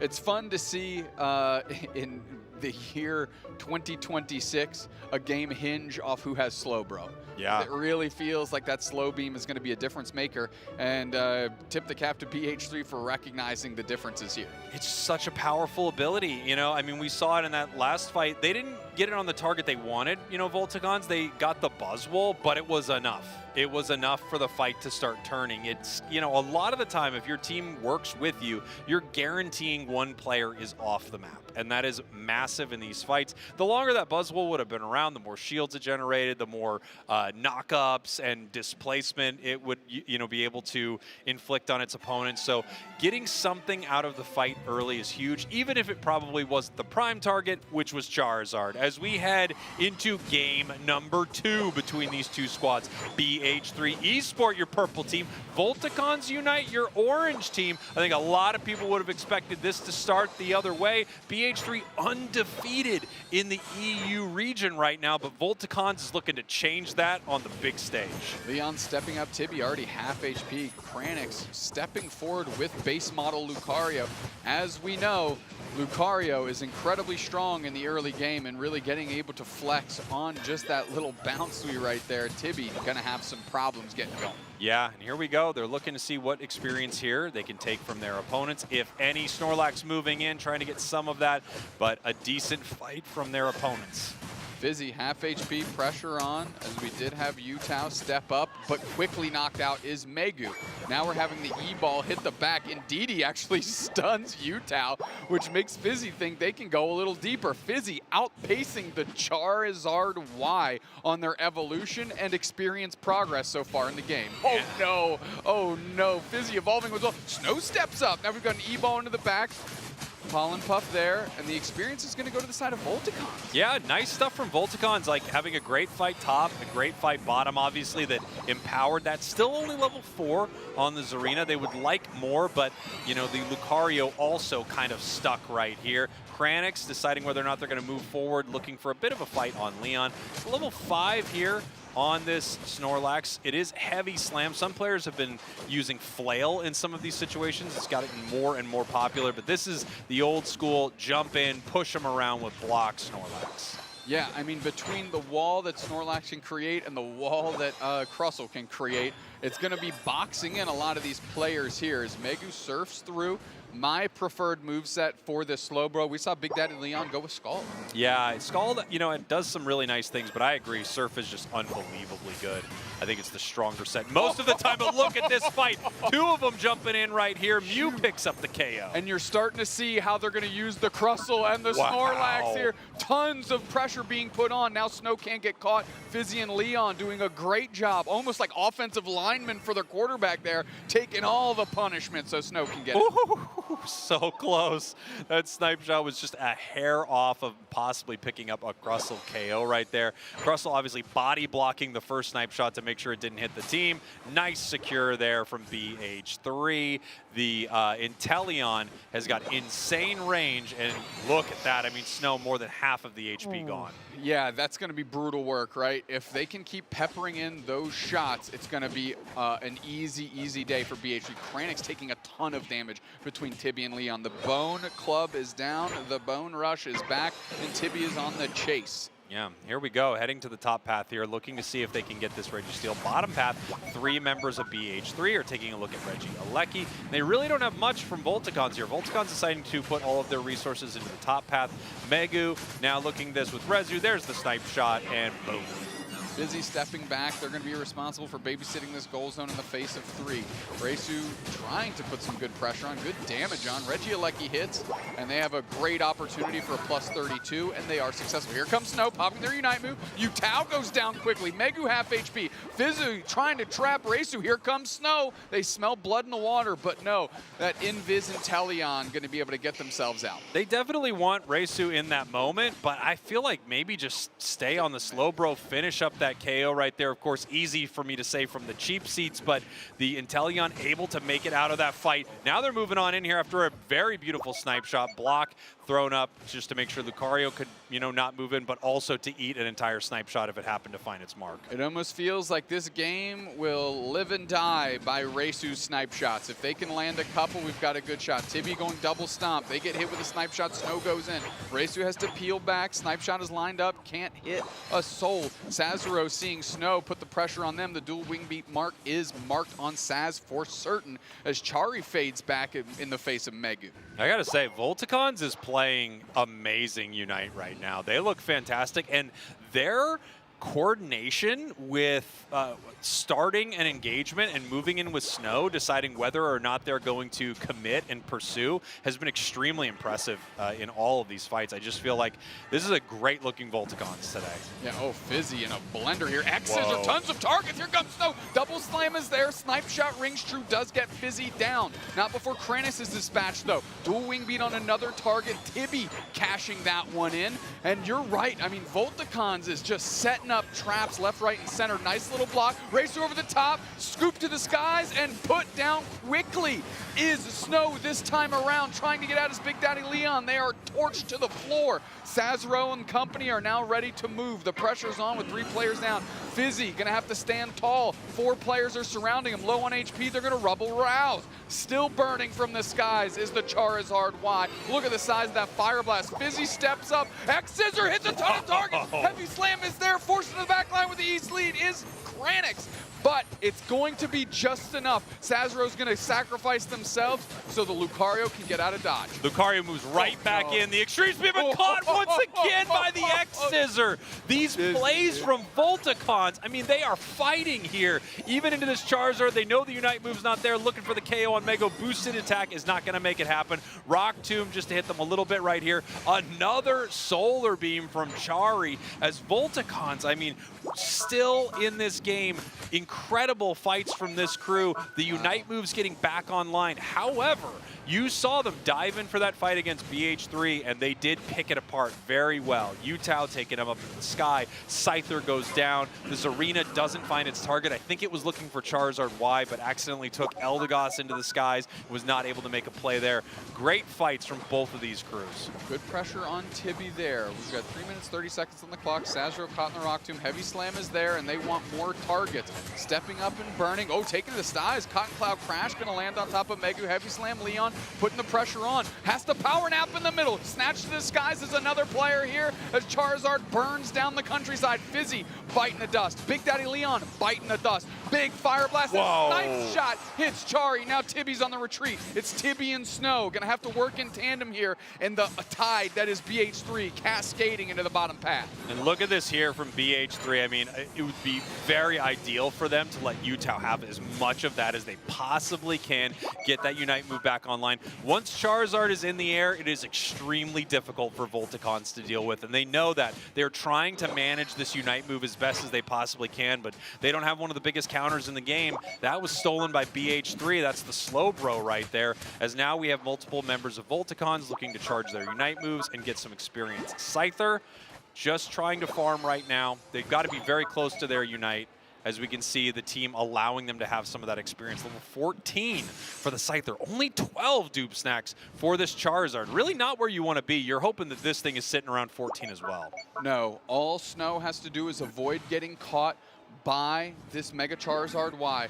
And on the side of BH3 Esports, they are crossing their fingers that Reisu has their eyes on the prize. Good shot on Tibby. Beautiful shot on Tibby. Oh, possibly looking for a fight, but no, they find the Slowbro, and that's not where they want to go. Awesome snipe shot. Yep. Forces the Crustle to reset right here. And now BH3 can decide whether or not they want to make a play. Oftentimes when you hit a snipe shot that big, the team does have to reset. Will Leon go back? That is the question. These snipe shots are so brutal that even these tanks might have to reset in some of these moments.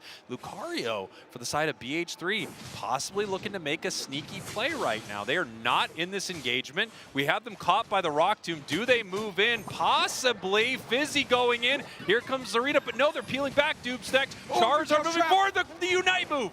Rubble Rouse takes to the skies finally, but it's on Tibby. Tibby gets burned down, but is an opportunity to counter is there. Kranix is trying to get into the mix. Things have settled down very quickly, realizing that without Tibby, they're at a disadvantage here. Kyogre is getting hit. Fizzy is in the middle of a fire blast. Leon tries to step in, but they're caught in just the waves of the surf. They have to block backwards. Snow with the backdoor action here. Tons of pressure still put on. The Inteleon Unite is down. Kyogre's at half. Fizzy's at half HP as well. Snow and Chari looking for a big flank. Going on Kranix. They need one. Popping a Unite move straight through. Oricane caught in the slow beam is Snow. And that's got to be curtains for Volticons as their best player goes down. The pressure is on. Tibby tries to close the door. Kranix takes care of Big Daddy Leon. And now Tibby is just sitting on the doorstep watching BH3 take utter control of this. Chari's the last member standing for Volticons. And they are going to have to go full Voltron here if they want to even have a chance to take down BH3. Because they're not taking the objective. They're going straight for the burgers.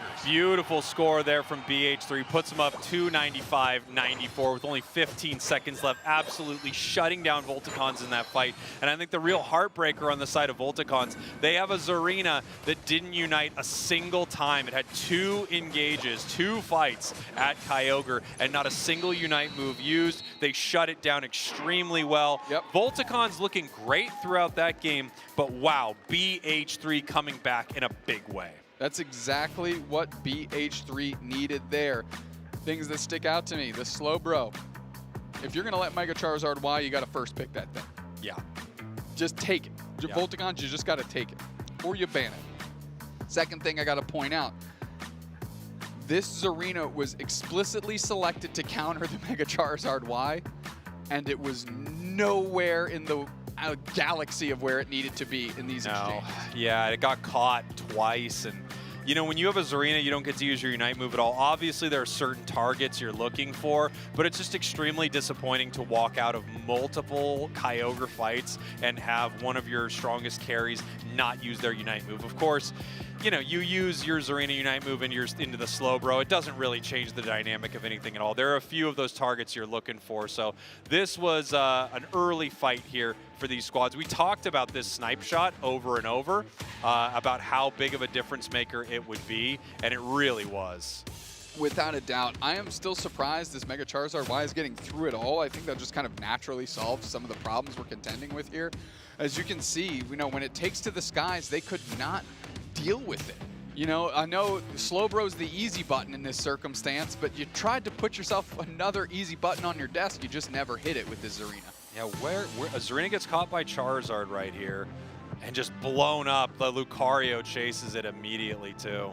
Snow moves in. Megu not having to expend their slow beam on any resource, just allowed it to be an easy catch.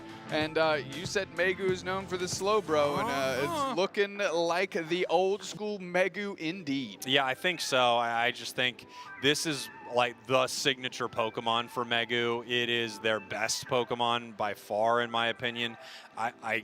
it's a scary one to ever let them have, especially when there are some single target units on the other side that they really want to lock down. If you have a Scyther, you've got the strongest counter in the game in Slowbro.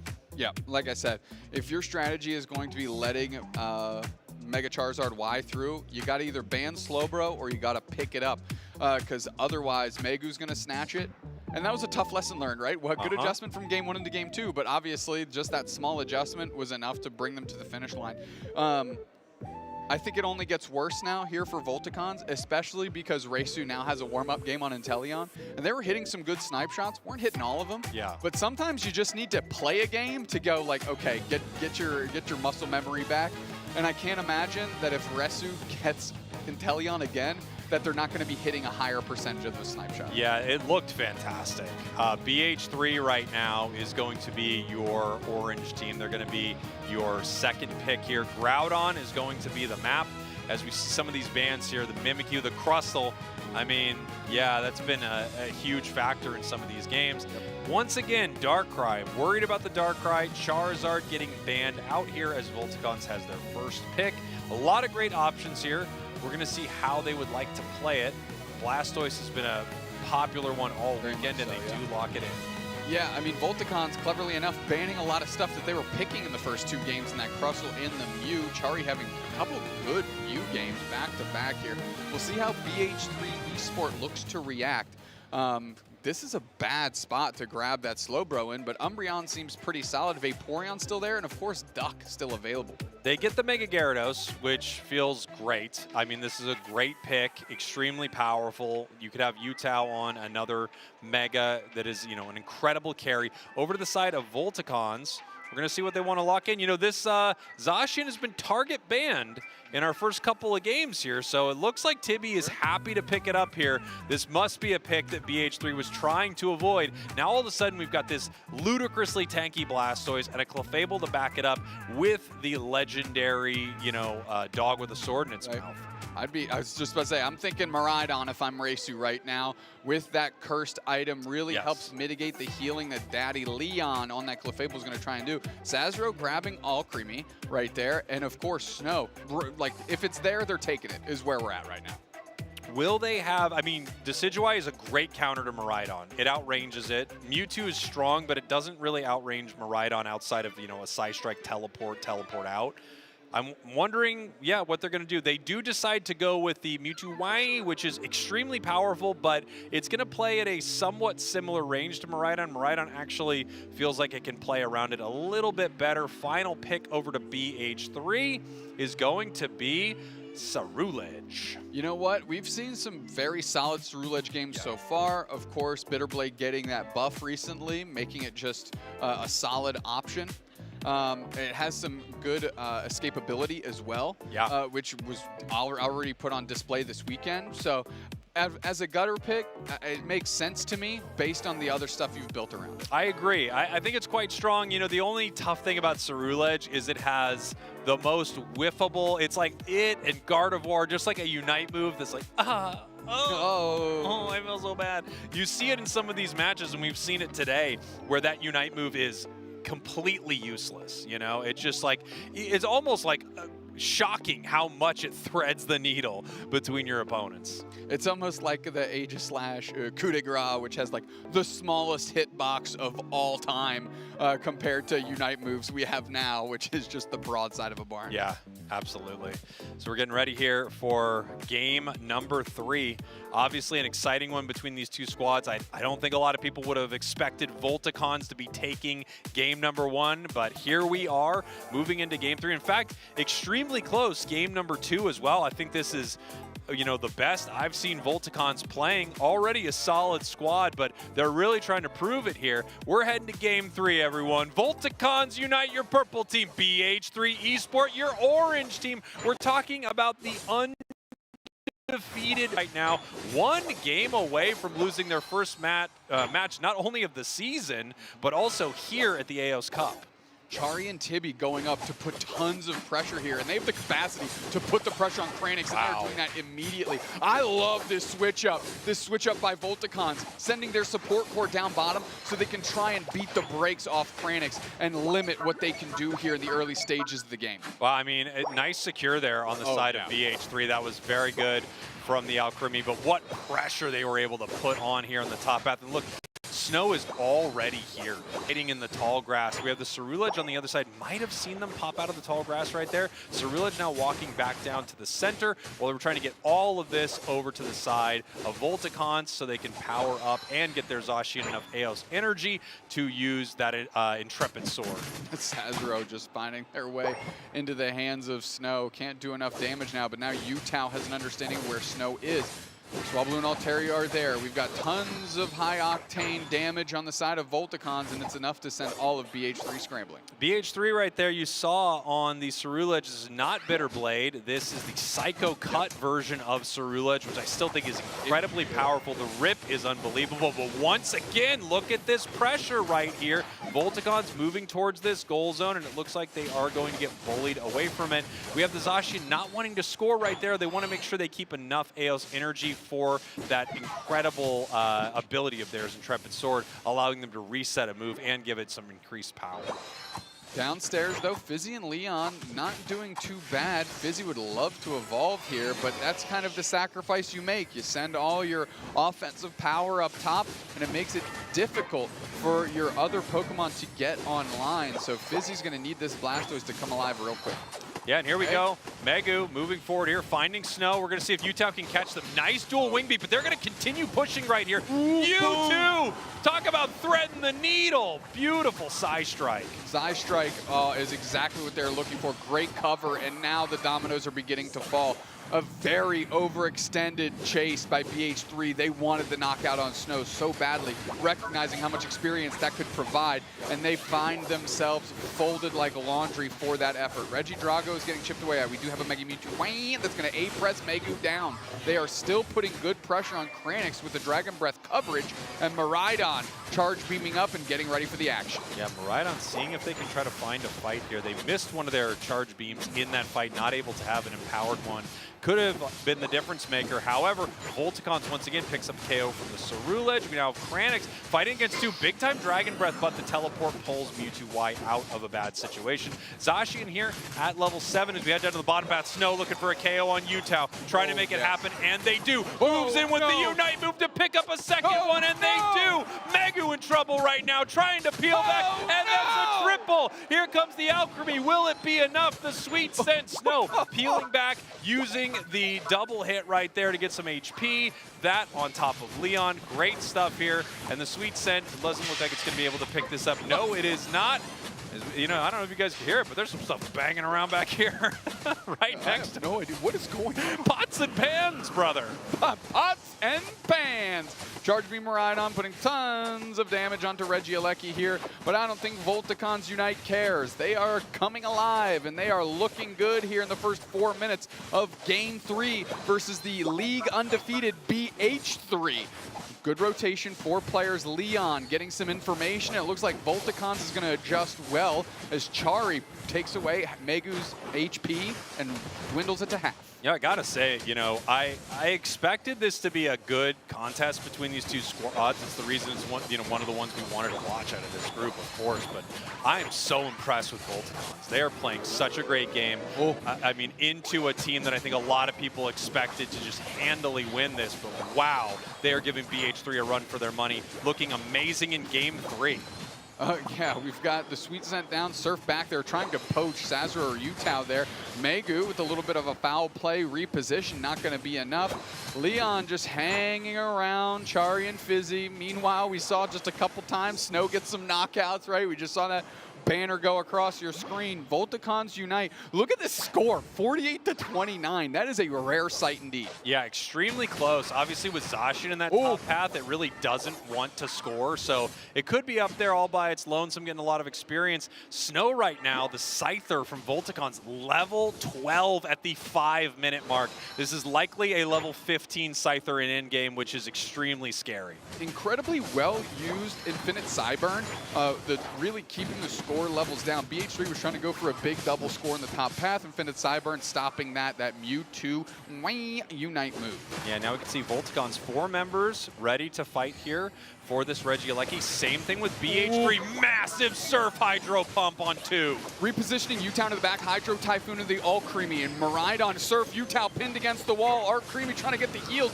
and tons of HP bought back. Regieleki gets secured. Snow uses their Unite move, and they're trying to put damage on, and that's the strength of All Creamy right there. You were in the kitchen, and the cake was built, and the cake was enough to satiate the entire team of BH3. U-Town going from no HP to full HP to back in the action to tons of knockouts, and now BH3 actually feels like they're finding some footing. Yeah, BH3 way back in this match right here, looking for the KO on the Blastoise, able to peel back towards the goal zone. We have the Clefable healing the squad. Here comes Kranix right now, pretty under-leveled, but looking for this fight.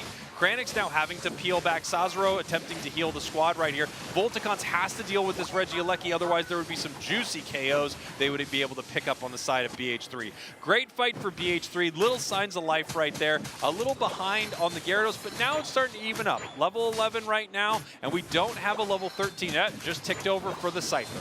Yeah, Scyther babysitting this goal zone, going to be able to cut off Sazero for going from a cheeky score. Kranix also level 12 now, which is going to be critical going to the final stages of the game at the 3-minute mark. Going straight towards them is Kranix. Dragon Breath is down. Snow with another flank here. Forces out the Gyarados. Unite move at 3 minutes. Now they're Mega. Now they want knockouts. Snow uses their Unite move as well. They're getting out of dodge. Straight into the back line is the Mega Gyarados, which means Regirock is going to be taken by BH3.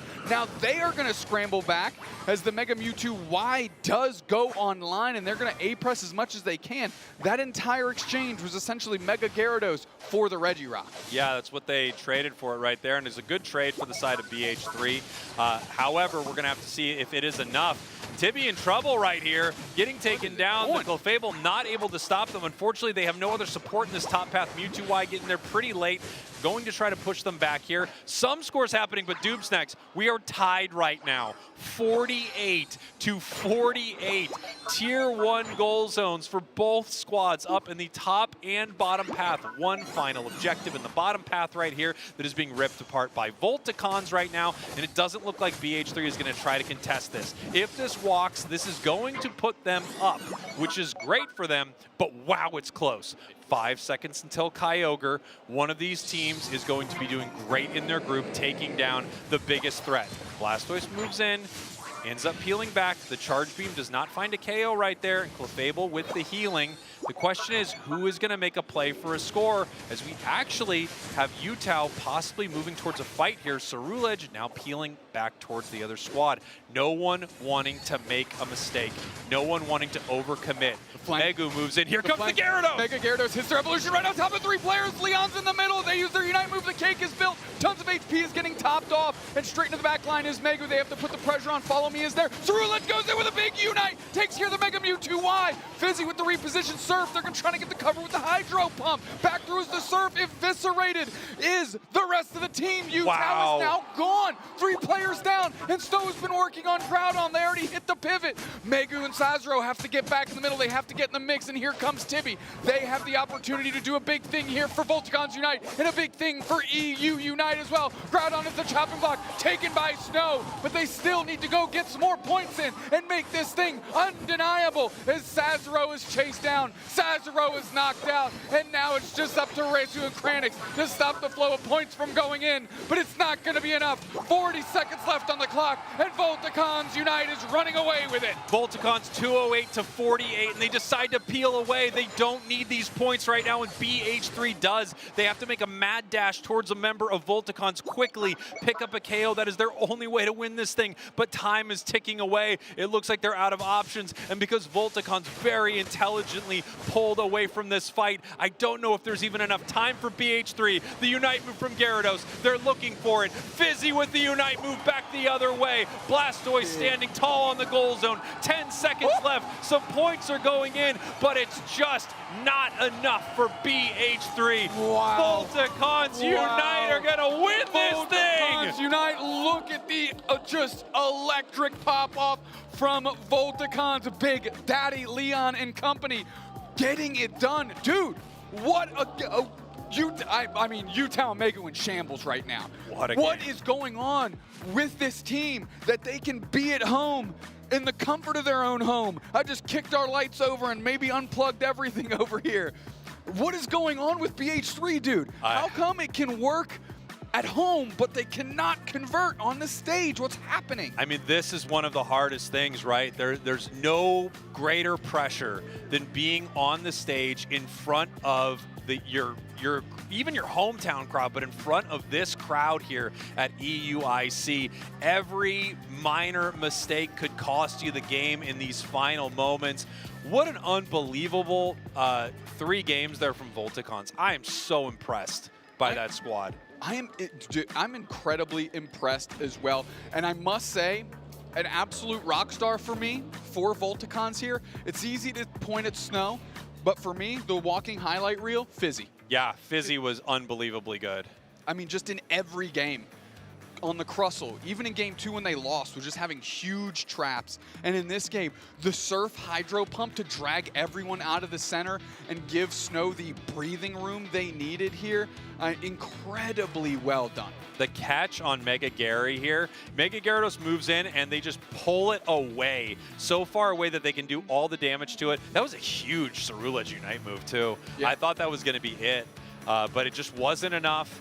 Fizzy, Blastoise stays alive in that fight, and then they go for a very, very weighted, secure flip right there, which I think was 100% the right call. Moving forward, there just isn't enough time. And I mean, what a victory. You obviously feel like these could be the 2 teams walking out of this group, but Volticons taking the match off of BH3 is amazing for them. BH3 makes Snow show you that they have another character. You know what I mean? Yeah, yeah. Like, what are we doing here? Snow was sliding everywhere. You know, honestly, you can pick apart this Volticons team and say they had a moment, they had a moment, they had a moment. Chari's Mew the first 2 games also looked incredibly solid. Mega Mewtwo Y, like you said, threading the needle, finding opportunities. Bell to bell, 108,000 damage healed, big dog. It is so good. Zoinks is on the camera right here. We're going to point at him. You can't see us pointing, but he saw us. He's walking away now, embarrassed, as he should be. Yeah, why are you so embarrassed, Zoinks? You're just looking in the camera. You can hear us. He's doing an I can't hear you mime right now. Look at this. I mean, incredible stuff from Volticons all over the map, by the way. Like, just snowfall everywhere. This just looks like if this was a weather report, it would be that BH3 is completely snowed in. It's an avalanche. But not the other team from EU. Volticons standing tall here in the LAN scenario. And we have an interview ready with Volticons Unite. So let's throw it to the stage. Take it away, stage. Take it away. Take it away, stage. Oh my goodness! Cherry King from Volticons! I've had a good 5 minutes to think of questions. Nothing much comes to mind apart from, how on earth did you do it? I mean, it was simply some payback from the league where we lost 2-0. I felt we had to come back from that. We had to show them that Volticons, we don't stay down. Even if we're 6 and they're first, we don't care about placement. We always go for the win. And so where does this win take you from here? What's the goals? Is it 1 game at a time, top of the group? I mean, it's 1 game at a time, of course, with the dream of finishing in the finish first in our group.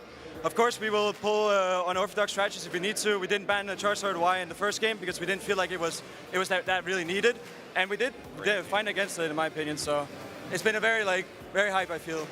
You've been part of the EU scene for so long now, so many grassroots tournaments, and you've been put in a group which is very EU-centric. Do you think that's actually played into your hands in a little bit, that you've been able to study up on a lot of these players a lot more than, say, other groups with their own individual regions?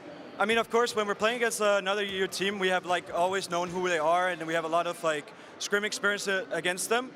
And I feel it's always a way. It's much easier to go against your own region because you know what's meta in your own region, because it always changes depending if you're in LATAM or if you're in NA. So, if you could face one team here today, maybe day 2, who knows?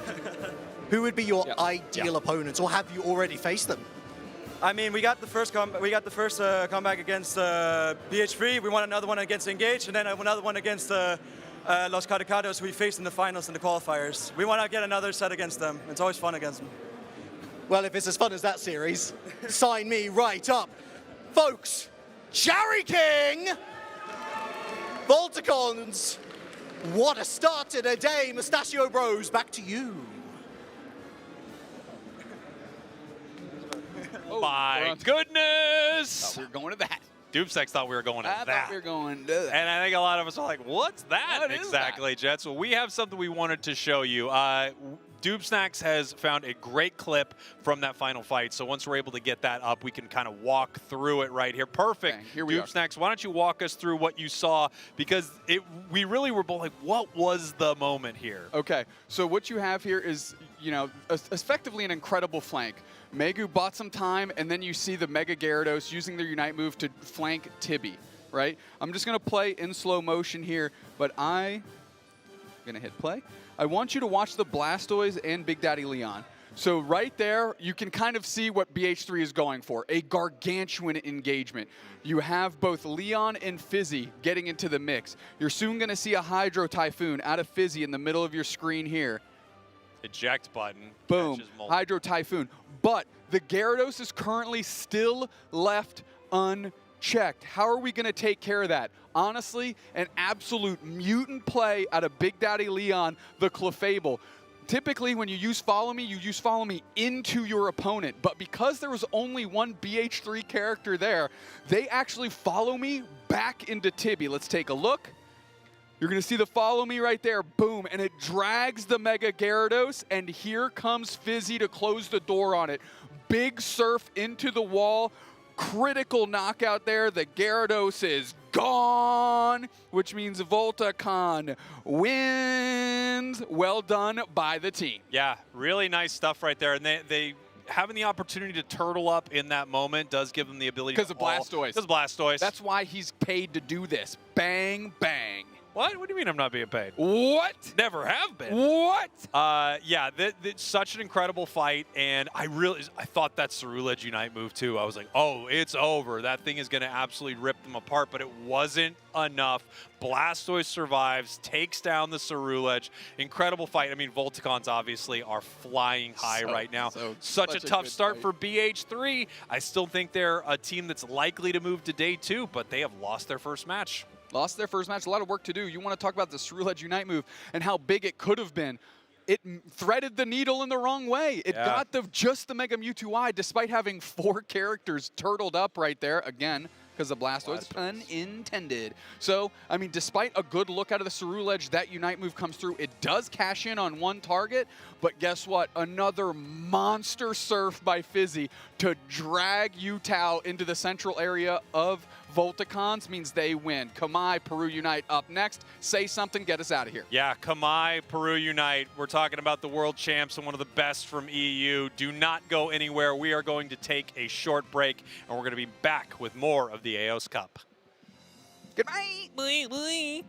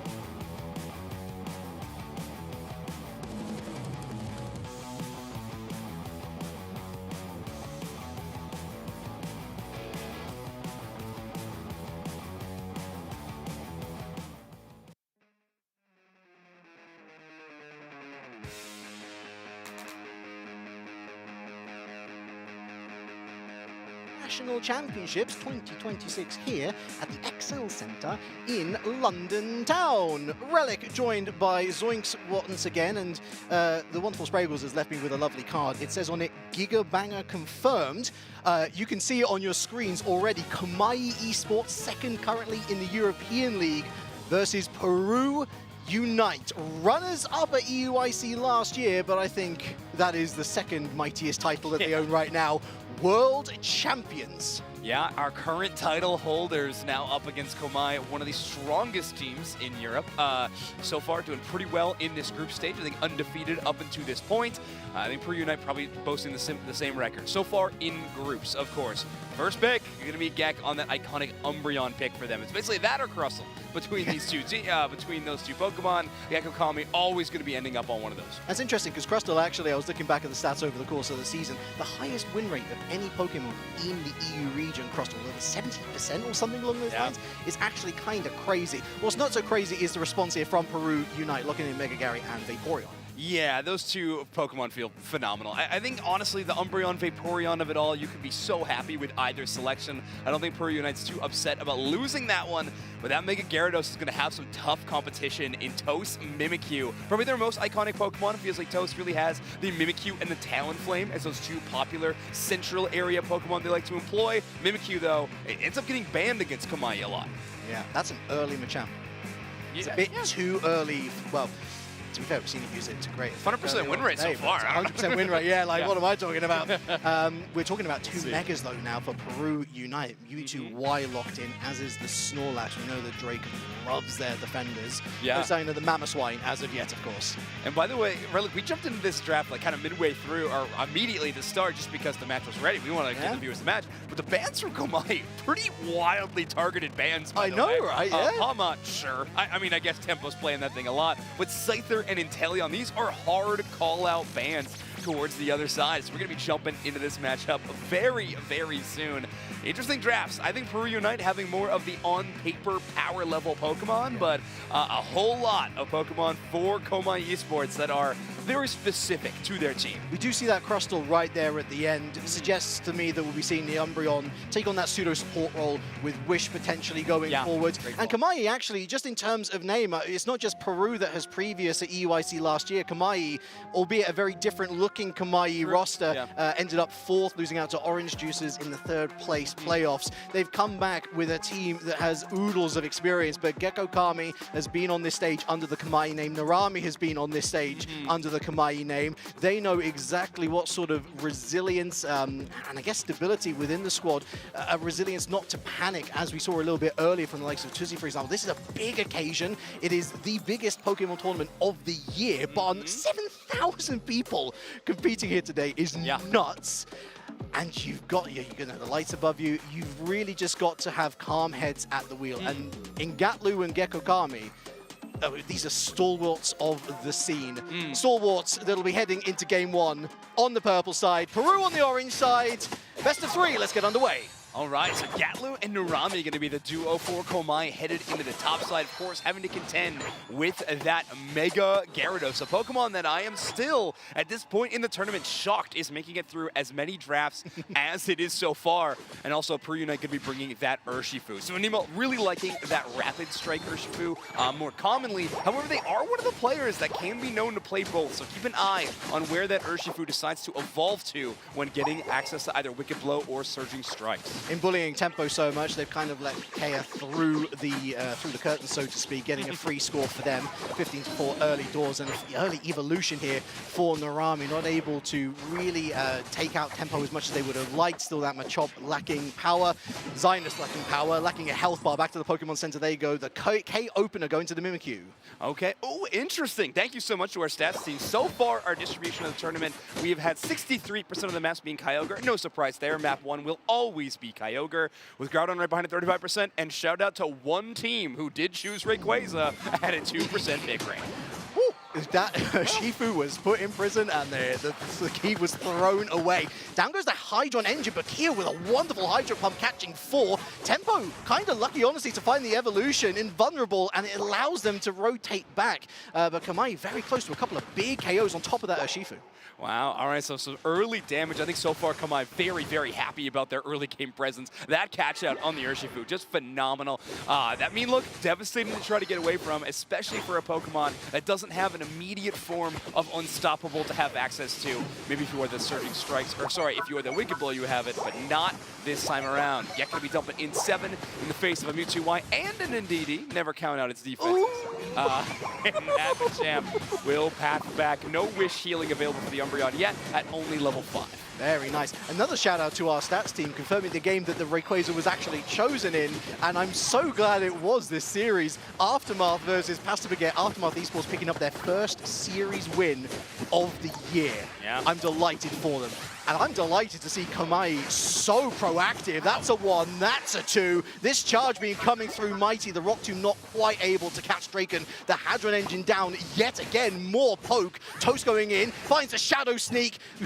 The sleep delaying the inevitable. It is one-way traffic for Kamaii Esports. Yeah, Kamaii Esports is just kind of walking. Currently, Adesu has had to have no fear on this Miraidon. They're using these charge moves from range, but the range is 2 feet. Miraidon's able to just walk up and towards these enemy targets. So far, Toast Mimikyu playing this play rough Mimikyu, actually playing really well the role of the sweeper.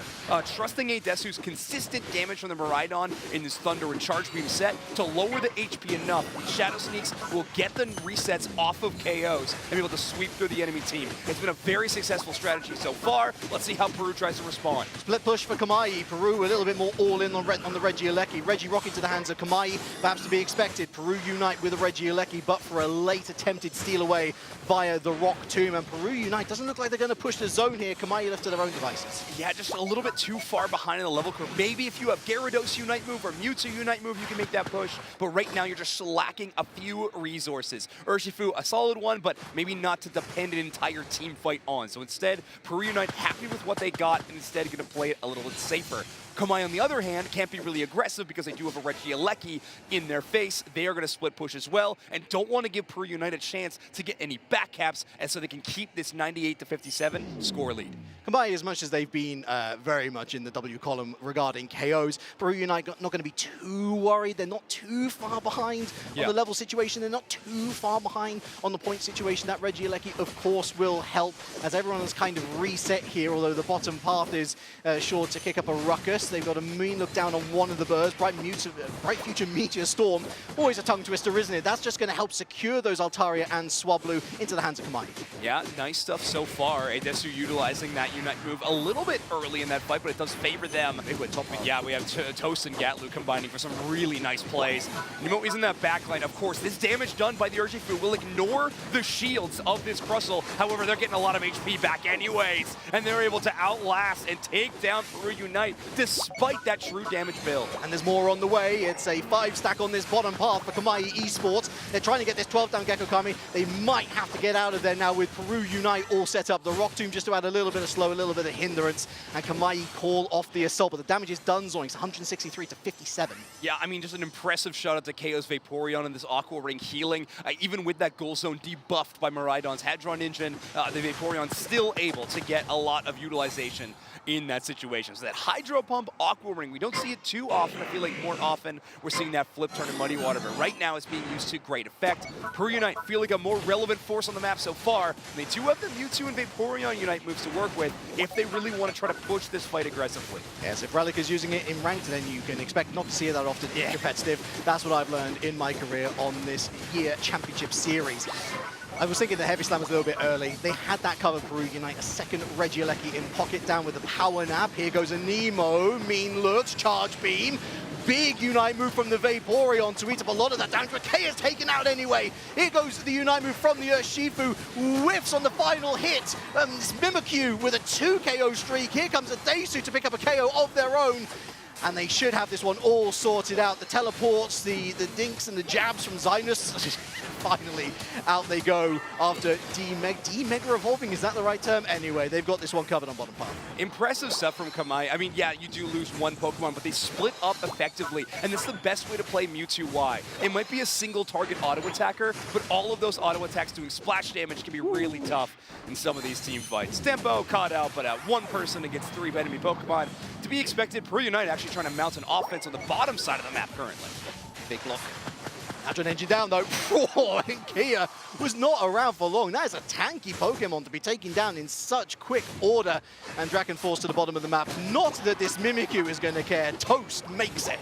It's so impressive. I mean, right now, with this play rough build, I think normally we see a bit of a damage fall off into the late game, where we kind of prefer to see the Shadow Claw, sometimes for some of these team fights where play rough's got a little bit of early game presence. That is not the case. Toast is almost level 14, and oh, still has a minute until the final stretch. Machamp with the steal on top path. That looked like Peru for all the world. Now going for a big push. It's 3v1 on Narami. That should be the 15 down, at least for Kea.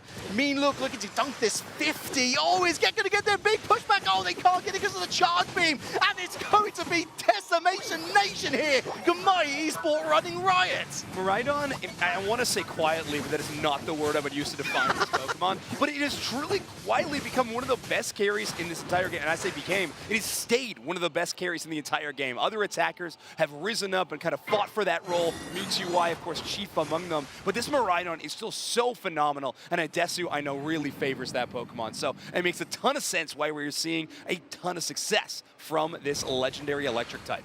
In this salsa of Game 1, Peru Unite have really lacked any rhythm, disrupted by the lockstep. Kamai Esport going after Drake. This charge beam again. They can't escape it. The hindrances, the disruptions mean that charge beam does more and more damage. And bad news, Peru, it's 2 minutes already. In goes the Toast Unite move. That's going to take out Urshifu. My apologies, the Urshifu Unite move. Mimikyu still got theirs, and they're still going, finally utilizing it. Locking down Tempo and the Mega Gyarados. 3 KO streak for Toast.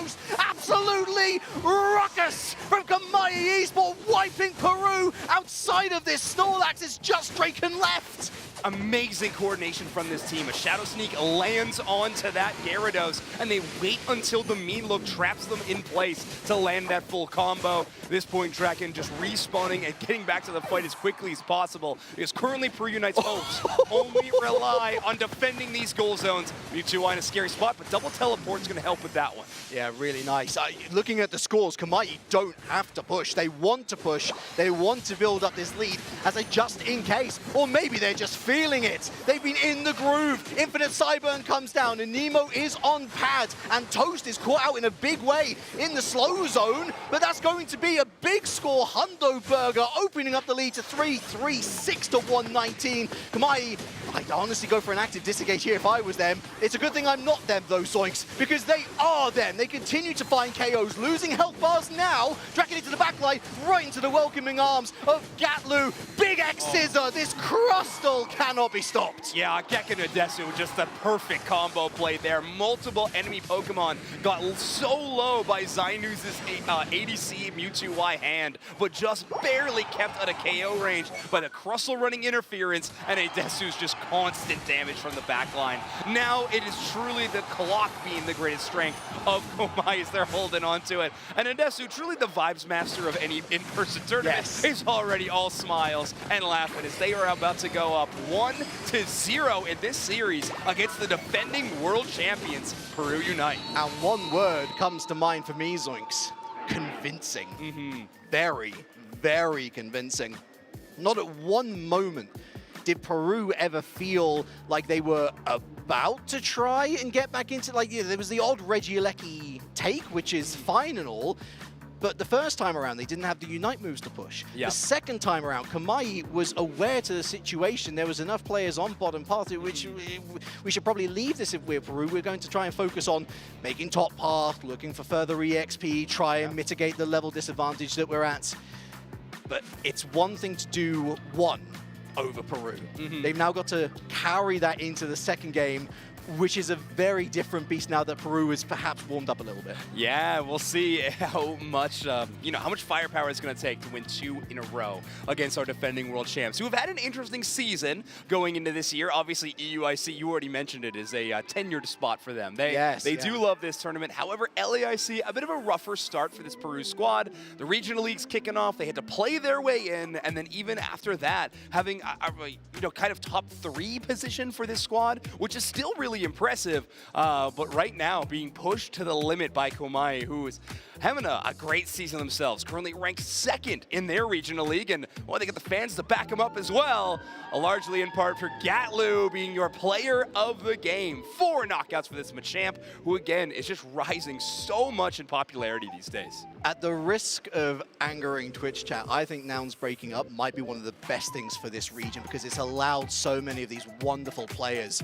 to try out with different teams. We actually saw Gatlu leaving Nouns Esports once before, and it didn't work out too badly then. I think this is a different roster entirely, where you've got that wonderful, beautiful mix of experience, youth, a little bit of explosive dynamism. You've got a Desu, the pivot of all pivots. He can play practically anything, and you know he's going to do a good job. In these sorts of situations up there on that stage, that counts bucket loads. And even against someone like Peru, you're spot on. They're currently 3-3 in their league, but when we look a year ago, Peru won the tournament to actually attend EUIC.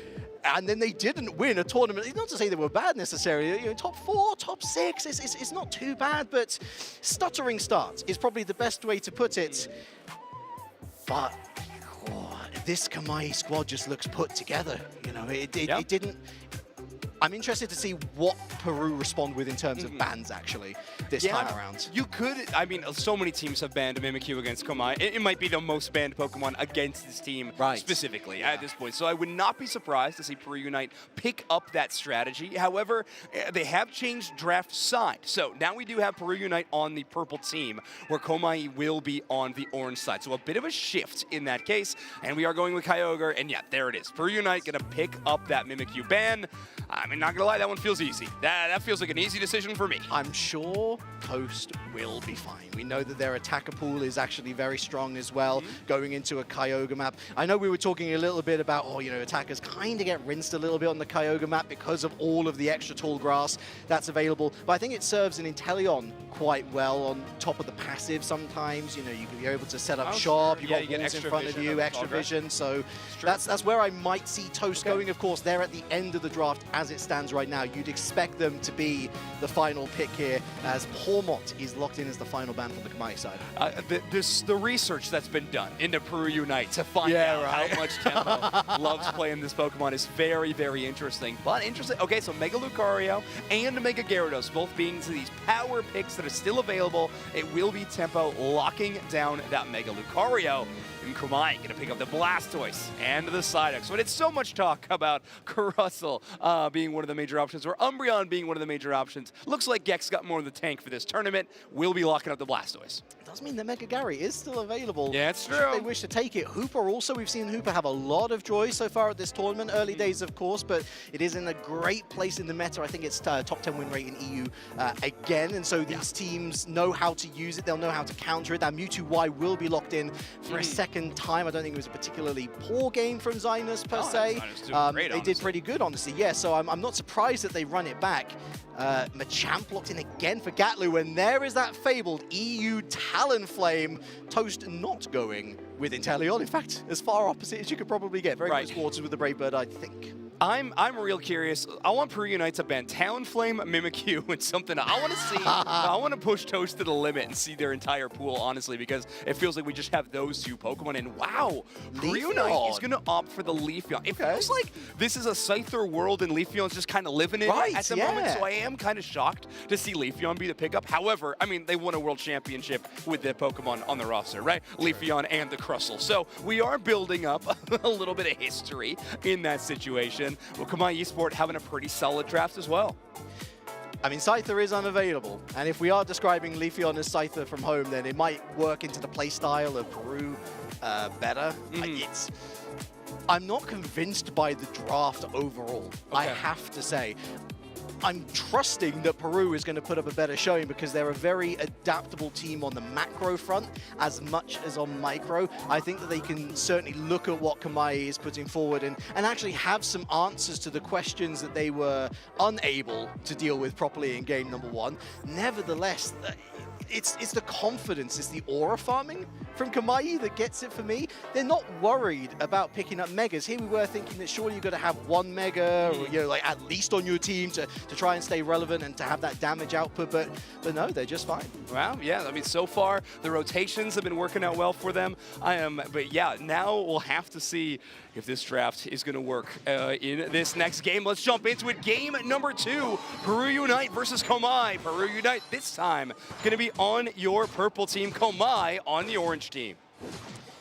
So moving up into the north part then, we got Tempo and Kia. They'll be facing off against Narami and Gatlu. Of course, Gatlu had a really strong game, I think, on this Machamp last time out, but up against this Lucario, it's a very, very different story. So enigmatic in the early game, can do all sorts of damage, and especially once they get access to that Unite move, they're so good at zone oppression. It's ridiculous. Yeah, things get out of hand real quick. Watching top-level players play Mega Lucario as well is so fun. I mean, those close combat resets with the eject button. We like to see all the shenanigans of Tempo. I mean, a chief of shenanigans around here sometimes. So excited to see that one run down. Kamae Esports, though, got a lot of new weapons in their arsenal as well. This Psyduck, such a devastating Pokemon in the metagame right now. The Unite move getting those buffs makes it ridiculously powerful in team fights, not to mention just the overall utility of Psyduck. He's honestly second to none. Toast was half in, half out there on whether to go for Tempo, and Tempo was almost taken out yet again, eating the majority of the damage output from Kamae. It's going to be Gatlu who falls first, followed by Toast. And I think Narami is going to follow in quick succession too. They're going to go round the back of this goal zone. They're going to get scores off though. There's the 19, there's the 14. I think Kia are going to be the only one who's not going to be able to score. Never mind. Shut up, Mr. Commentator. Peru got this. Yeah, Kia's going to put in 21. That's not too bad. And oh, they actually get the KO onto this Machop. So this 3-player rotation actually working out quite well for Peru Unite. And it's even staggered and still working out. You know, if you push off that Fletchender, you're going to have a little bit of time to work with, and it's actually Anemo able to fully rotate back towards their own side of the map, pick up a lot more EXP, get very close to that Evolution level 8 Unite move, and be ready to go for Regidrago. I think that's expected. Kia running Trick Hooper to further help enable that Lucario. Toast with their first KO against Zinus, who was caught in enemy territory. Draken watching over the pad just fine. Kamae should be able to take the Regidrago. Indeed, they do, with a fly as opposed to a Brave Bird. That is kind of Toast's MO. We do see, I would say, an even distribution between the two Talonflames, but it feels like when it's Toast playing it, they do seem to favor that moveset. It's got variety all the time, though. Talonflame, such a strong... I love seeing the OG make a bit of a comeback. You know, release speedster Pokemon having relevancy here in 2026. I love to see it. Well, it's the theme of this tournament in a way. 30th anniversary of Pokemon. We're seeing Lucario relevant again. We're seeing Talonflame relevant again. Crustle having a standout tournament, having a standout season. Let's be real. Kind of misplays with the Rock Tomb there, but it's just fine. They've got another one stored and loaded. Scoring for fun, 101 to 30.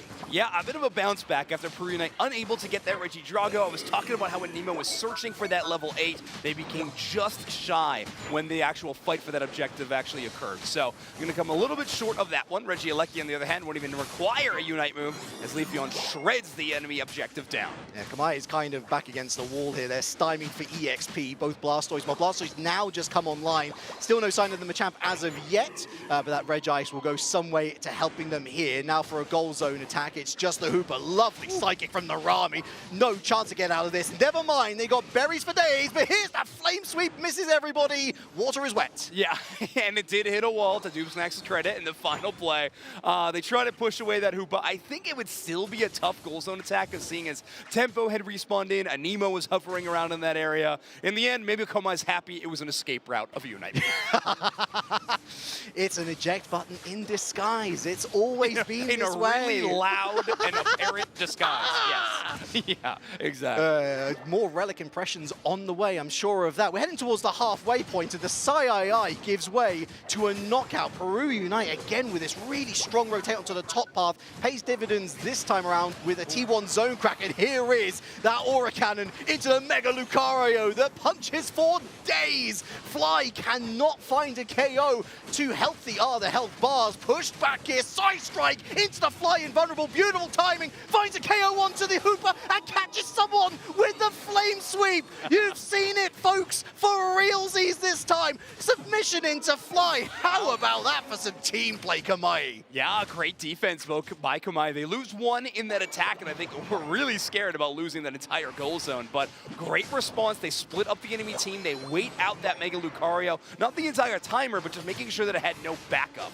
anymore before they actually get the takedown with the Machamp, the Blastoise, and the Talonflame. So nice play by Komai's topside focus. I make peace with leaning fully into the obvious pun. Toast absolutely flying, level 12, leading the lobby. That team fight has actually helped reel Kamai back over the entirety of the board level-wise. Level 11s for them, a champ, and a Desu on the dark right. Here goes the Surf. That is that's a purple player, not where a purple player should be. Yeah. And Nemo, no chance. But did they buy time? They did buy enough time for Peru to take the Regieleki. Aura Cannon through 1, 2, 3. It's Crustal taking down the Talonflame. Hydro Typhoon. They fought through it. Incredible plays. Regieleki taking down the zone before any more of Peru could score. 173 to 82. Still a close game though. Yeah, no, it is extremely close. I mean, Peru Unite winning that last team fight just with decisiveness. Extremely quick decisions, kind of put Komai into an awkward spot. They were able to isolate the Talonflame, KO them before they can use the Unite move. Same thing with the Machamp. You force Gatlu out of that fight before it feels worth it to use your Unite move back Nice. in. Narami does get the pull, but that is a sleeping Mega Lucario. We do have the power-up punch to give him some space. Gonna be a tough spot to be in now, though. Finally taken down, but it did feel like a little too long, didn't it? Missed there on from, well, not from the Fly, from the Flame Sweep. Toast is going to realign here with the rest of his squad going after Reg Ice. There goes the U2Y, and there goes the, sorry, my goodness, it's the Machamp, and the Machamp is now gone. KOs either side, one apiece, and it's going to be a Nemo on the Leafeon, snatching out the Reg Ice from underneath the beak, I guess, of Toast on the Talonflame. Yeah, it's pretty impressive stuff so far. I do like a Desu running interference a little bit on this attacker Darkrai. Shit Ninja Doll, by the way. Yeah, I mean, it's really a... I was going to say it. A nightmarish combo, unfortunately. Oh. It's a scary combo. It's all kinds of bad things. But when you're running that Dark Pulse Shadow Claw build, you already have so many moments of invulnerability. You're just adding more in that situation when you have the Shed Ninja Doll. Basically, no cooldown will have the same length. You'll have everything back up and running by the time you pop back out of the doll. In this game, all you've got to do is dream, Zoinks, and the sky is the limit.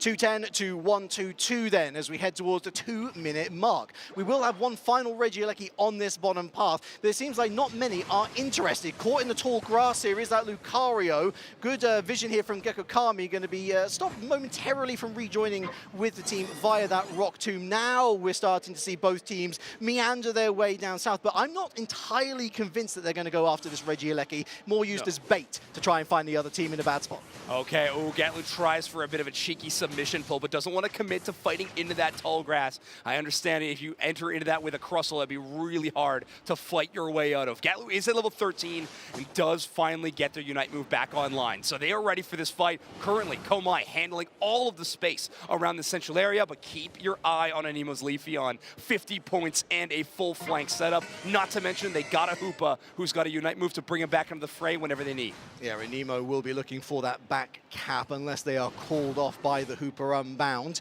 Dark Void looking for any target, doesn't find any target. Kamai sticking central, Psychic into the Surf. Are they going to unleash the Hydro Typhoon? They miss with a submission. Here comes the Fly looking to isolate Draken. Draken gets out of there. Here goes the Emerald two-step into the Flame Sweep, misses everybody. Trouble for Gatlu, who runs away with 10% of a health bar, and Nemo's the first to fall. Big pick from Adesu. Hydro Typhoon. Lucario taking down the Psyduck. 1-for-1. Kamai still with their major damage dealers, still with Toast in the fray. All the while, Kyogre's health bar slowly diminishing. There's a Rubble Rouser. Big X's are onto Toast. Toast, final hit, goes to Machamp. Gatlu returns and takes the milk with him. That is ridiculous. I had no belief in this Machamp whatsoever to get that secure. Incredible work from Gatlu, and now it's just a race off to these goal zones. Hoopa's got 50 in pocket, but just no HP to work with, and Narami's gonna take them down on the doorstep. Komai putting in points all over the place right now. What a steal. Draken had 2 of them isolated with the Crustle. Tempo was there with the Mega Lucario, but it doesn't matter. Incredible Machamp Unite move into the fray. And listen to the noise, Zoinks. Listen to the noise. Peru, Latam, it's a passionate region. It's a region that I love. But oh, how sweet it would be if, oh, should I dare say it, Zoinks? Could I dare say it? I don't know. I feel like I'm casting with an EU caster, but honestly, you may as well.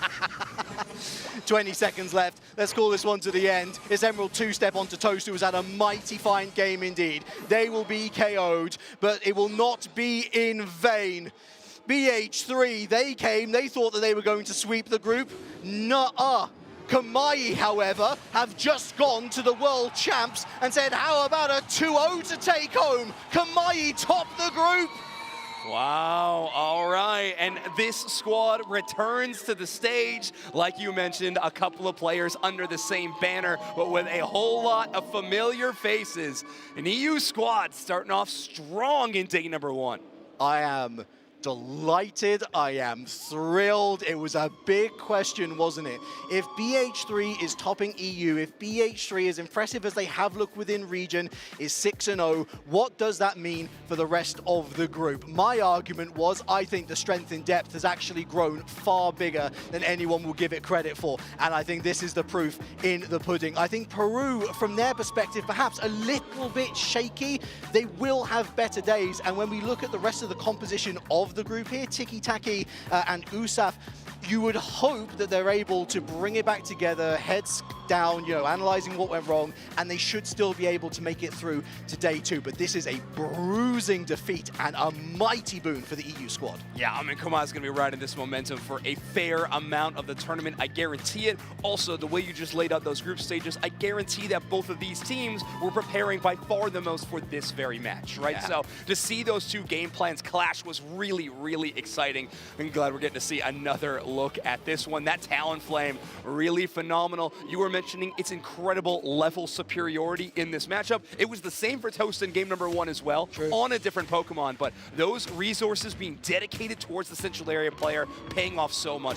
This was an insane moment, by the way, because that Leafeon Unite move was picture perfect. Yeah. There were 2 targets that were so low.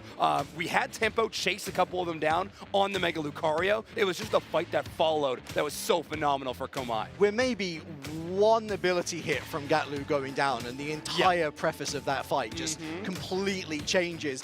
But it didn't, and it doesn't. And Kamai walk away as not just winners, but 2-0 winners. I think that's the thing that impresses me the most. When we look at these EU teams, when we look at BH3, it's always been decision-making, final 2 minutes. Yeah. Do you have the steel, the resolve, and the tactical nous to be able to adapt on the fly and make those changes? Well, speaking of flying, Toast was phenomenal, really strong output from him. 6 KOs with 3 assists, 9 KO contributions total, riding the wave. Draken not really able to get a grapple on them like they would have hoped with the Rock Tomb. A fantastic Crystal player is Draken, but yeah, it's back to the drawing board for the LATAM South team. Yeah, you got to bounce back. Like we talked about, we think these are likely the 2 strongest teams in the group, but nothing is a guarantee at this point. So where Komai is going to be feeling pretty good about where they're at so far in the tournament, Peru Unite, on the other hand, has got to start locking in. we got to start focusing on these matches ahead if you want to make it into day 2. I appreciate how efficient Toast was with only 38k damage dealt. Health bars, it's done. Yep. But something that isn't done and dusted, we've got a beautiful interview waiting for us up on stage. So let's head up there, shall we? Hello, everybody. Dubesnacks here alongside Gek from Komai with a big-time win against our current world champions. First and foremost, Gek, good to see you again. It's been a long time since we did this. Yeah, I'm glad to be here again. Always glad to share the stage with you. And of course, my teammates. And yeah, I'm excited for day 2. Excited for day 2. I love that. It's going to be a heck of a ride here, and you have a lot of unfinished business from the last time you and I spoke to today. you've got your eye on the prize, and you've got to make it a little bit further. What is part of the success that Komai is going to need to cash in on to get the big prize here and take down the Aeos Cup? I think it's going to be a very heavy emphasis on staying calm, pull through with the game plan. We're doing a lot of prep. We're doing a lot of planning. We know how we want to play. We know what we want to do. Is not get too excited, calm, slow, methodical, one step at a time. Are you the one that is staying on the comms, keeping everybody calm? So staying on the comms to keep people calm? Well, so I'm supposed to be, but the moment I get on stage, it kind of gets over me. So they were a bit messy right now, but it was a good guy, like good kind of messy, I'd say. So it's okay. All right, well, it's good to at least have that one behind you, right? You have your first match on stage. Now, if history tells us anything, it's that there's a mental hurdle that your team needs to overcome. Not as Komai, but as individuals have hit different walls. What's it gonna take for you all to get over? I know you said stay calm, that's kind of easy, but what are the conversations? What needs to happen in game to help all of you get over that mental block? So I don't want to repeat myself, but I want to reinforce the staying calm just because what we're scared of the most is ourselves. We don't fear any opponent right now. We just don't want to get over ourselves, get over our head. We just want to focus on ourselves. Whoever's on the other side, it's just another step. Just another step. One more question for you. We are in Europe. This is EUIC. You are a European team, and I'll tell you what, there's a lot of EU haters out there, and I can't say I've said all the most positive things when it comes to EU Unite scene. So why don't you bring us home here, and you tell me why maybe people should be believing in EU just a hair more. Well, I think specifically me and Leo, which are the ones that stayed on the roster, we've showed a good showing last season. Yep. Last year we were here on the same stage. We showed a very good showing. Right now we're looking in good form. I think EU has a lot to bring to the table. We've not had the greatest results over the years, but I think there's a lot of talent in our region. I think we can do a good showing, even besides our team. And I think our team has what it takes. I think we're eyes on the prize. I think only ourselves, we're the only thing that can stop us. And the special shout outs, the thing that glues us together and helps us a lot. Shout out to Junkie, our coach. He helps us a lot. And maybe that's the little boost from North America to boost EU over the top. EU with the NA spice to get over the hurdle. Gek, Doob Snacks, thank you so much. Best of luck the rest of the way. Back to the booth so we can keep this thing rolling on. Thank you very much, Doob Snacks, certified EU hater / denier. Gotta say though, I do enjoy spending time with him as well. A very handsome man. I'm so glad that Gek was sure to point out Junkie's impact on this squad as well. Junkie just such an accomplished coach. We absolutely love his impact on the scene. I think the proof is in the pudding. There was so much to enjoy about this Komai performance. More of the same, please, as a certified EU enjoyer myself. Yeah, I mean, I like whatever they've captured on stage right now. I know they're focusing on calm, but maybe there's a little bit more excitement than they expected. I kind of want them to lean into the excitement. I'm not gonna lie. Maybe I'm not their coach, and maybe I'm just trying to incite some turmoil, but I do think that crazy good kind of calm is kind of what this team is going to want to employ. So maybe we'll see more from them. We are going to see more amazing matches coming up very soon. We're going to jump to a break. More EUIC right after this.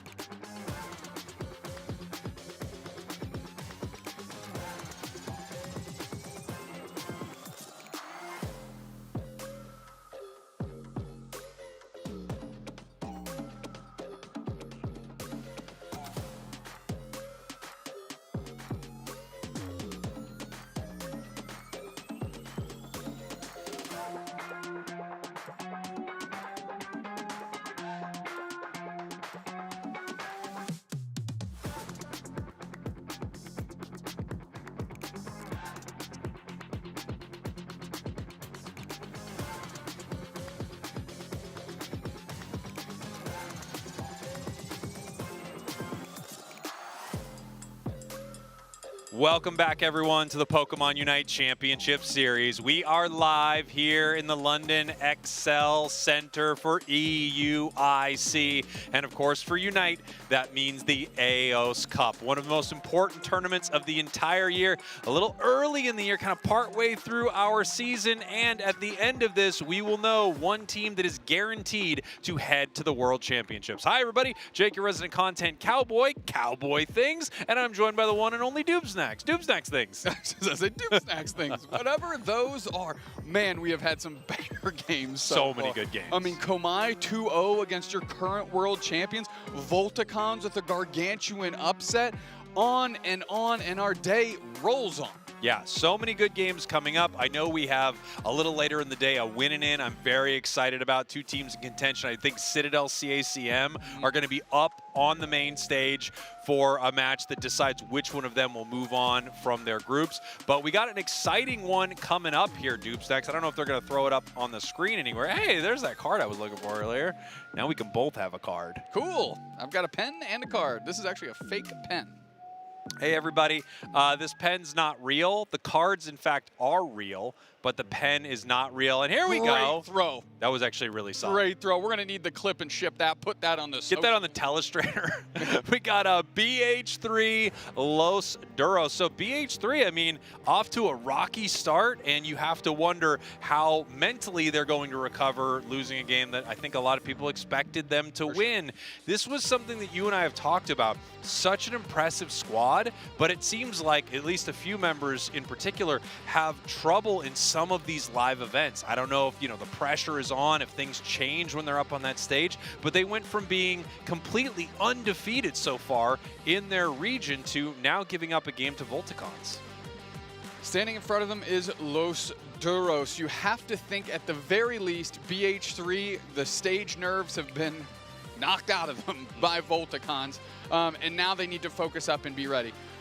I'm with you. I honestly believe, based on BH3's current league performance, they're going to run away with this group and really make it a scrap for that second spot. But now Volticons holds agency as we're jumping straight into the match you love to see. That's right. Our draft is here. We've got Mewtwo, and we have Mega Lucario banned out on the side of Los Duros. We have that Darkrai, which a lot of teams are playing very effectively lately. I understand how it's a target ban. Charizard Y, no surprise right there. We saw BH3 play it earlier, so clearly they are comfortable on that Pokemon.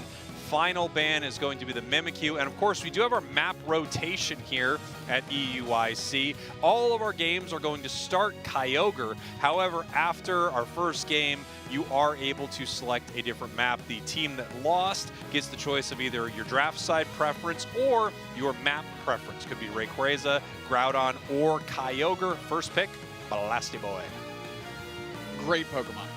And honestly, gargantuan encounter rate, more so than Mega Charizard Y, which gonna need the stats team to verify that one, because if it's true, I don't know what we're doing here in EU. Slowbro and Mew taken quickly by Los Duros. I think what we're seeing on the bans is actually only its ban rate, if I'm looking at that correctly. And then, Miraidon, this one, I think it happens a lot in these tournaments where a Pokemon gets picked up partway through the day, and all of a sudden every team goes, oh yeah, we can't not have something like this on our team. Miraidon has been such a difference maker. Over to the side of Los Duros, we just saw some interesting games out of Komai with Machamp. We're going to see if they want to lock that in, and they do. Oscatar locking that in. Along with Crustle, which Crustle has been having just a great showing in the hands of a variety of players here. Uresu is selecting Dragonite, which is a bit of a surprise to me as Kranix locks down Umbreon, and I'm sure we'll see a bit of a rotation here of these different characters as Luizine locks Talonflame to close the door on this draft. I like Dragonite a lot, and I think the really nice thing about this Pokemon is it's very viable by itself. Just hanging out, ripping through objectives, securing with Hyper Beam. It kind of reminds me of almost a Garchomp in that way, except it has way better secure, right? I don't know if we're going to be seeing an Outrage version of this. That would obviously be a different situation, a different strategy for the Dragonite, but I think most often competitively, you're going to be seeing that Dragon Dance Hyper Beam Dragonite. We're taking a look here at BH3. Nerves can't get to them now. They need to step up, and they need to deliver on what they know they can. We've said it, you and I, time and time again about this team in the EU region. And it feels like they aren't filling their own shoes, their own expectations for themselves. Los Duro, Oscatar, a very solid player here on not only just a solid player in general, but on this Machamp, going to be looking to make a difference. Yeah, we're going to see how that feels. You know, we talked about this in our league, I guess it was a couple weeks ago now at this point, where I was wondering whether or not this Machamp was the real deal or not. And in some of the top teams, you see how unbelievably impactful this thing is. Of course, using submission, making yourself unstoppable, setting up huge plays. Can they do it here to BH3? Well, we are going to find out in just a moment. We've got BH3, your purple team, Los Duros, your orange team, as we're heading in to game number 1 of this best of 3. Oscatar right there hanging out with Rops, and they're going to scrap. Kranix going to be playing a damage Blastoise here. Of course, alongside Sazero, going to put the brakes, just absolutely beat the brakes off Los Duros and limit Oscatar as best they can. Yeah, they're going to try to slow them down. A lot of the experience has gone the way of BH3. Nice secures there, however, for the side of Los Duros. Resu now coming to the top path, and you see Lucian just waiting for their moment there with the Talonflame, deciding whether or not they want to fight. And they are going to try to chase this down. Reisu exposing themselves real quick. Louisiane, if they had just Rops or even Oscatar in the mix, I think they get a knockout there, which could have been just a great start and a quick evolution into Machoke. But fortunately for Reisu, Los Duros not on the same page in that one. Yeah, Reisu obviously, needs its level 8 right here. Talon looking for a moment, but not able to find it. They're going to move forward onto Rops right here, looking for another KO. Talon not able to move in effectively yet, takes down Kranix and has to eject button to peel away.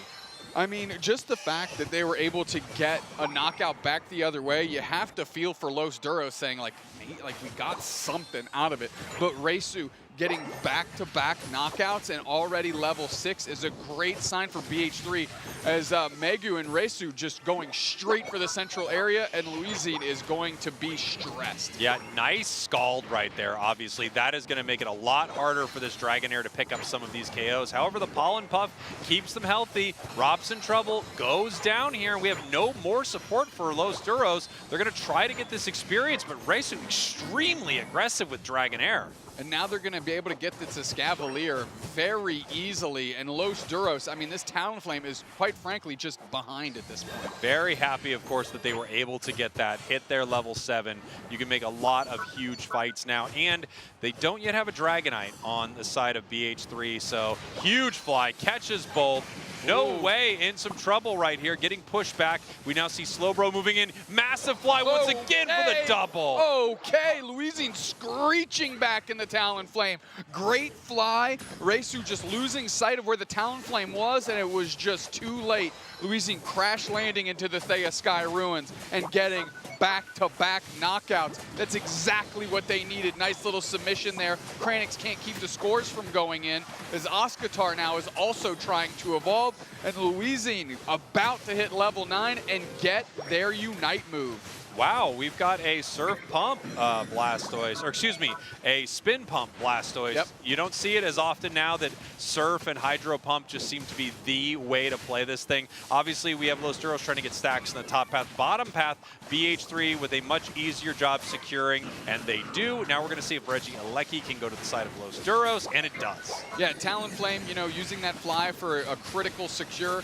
Definitely did not want Kranix leaving with that. Now, deceptively, the Spin Pump moveset, pretty decent at securing as well, so you got to watch out for that. And we're going to see if they're able to push this in. Resu making their way to the top path. It looks like they are going to be able to stop this. Talonflame for Los Duros heading back to find all of the experience they can on their side of the map. Machamp as well, only level 8. A Machoke. Level's looking pretty good for BH3. Multiple Unite moves available.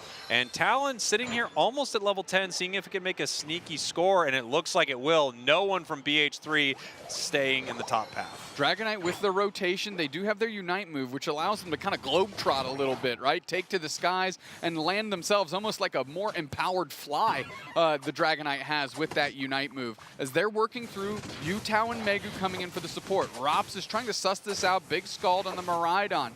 Louisiane hanging back as Machamp is online downstairs, and it's a Mew getting a quick knockout. Mew gets a knockout, nice fly, but misses right there. Big eject button from Miraidon. However, it's a huge resource that they were able to get away from that Miraidon. Next time they try to move in, it will not be so lucky if they run into it pretty soon here. In the bottom path, however, Machamp just stacking up. I mean, Los Duros, although started a little shaky, all of a sudden, Louisiane gets back-to-back knockouts, and they are scorching into this game, my guy.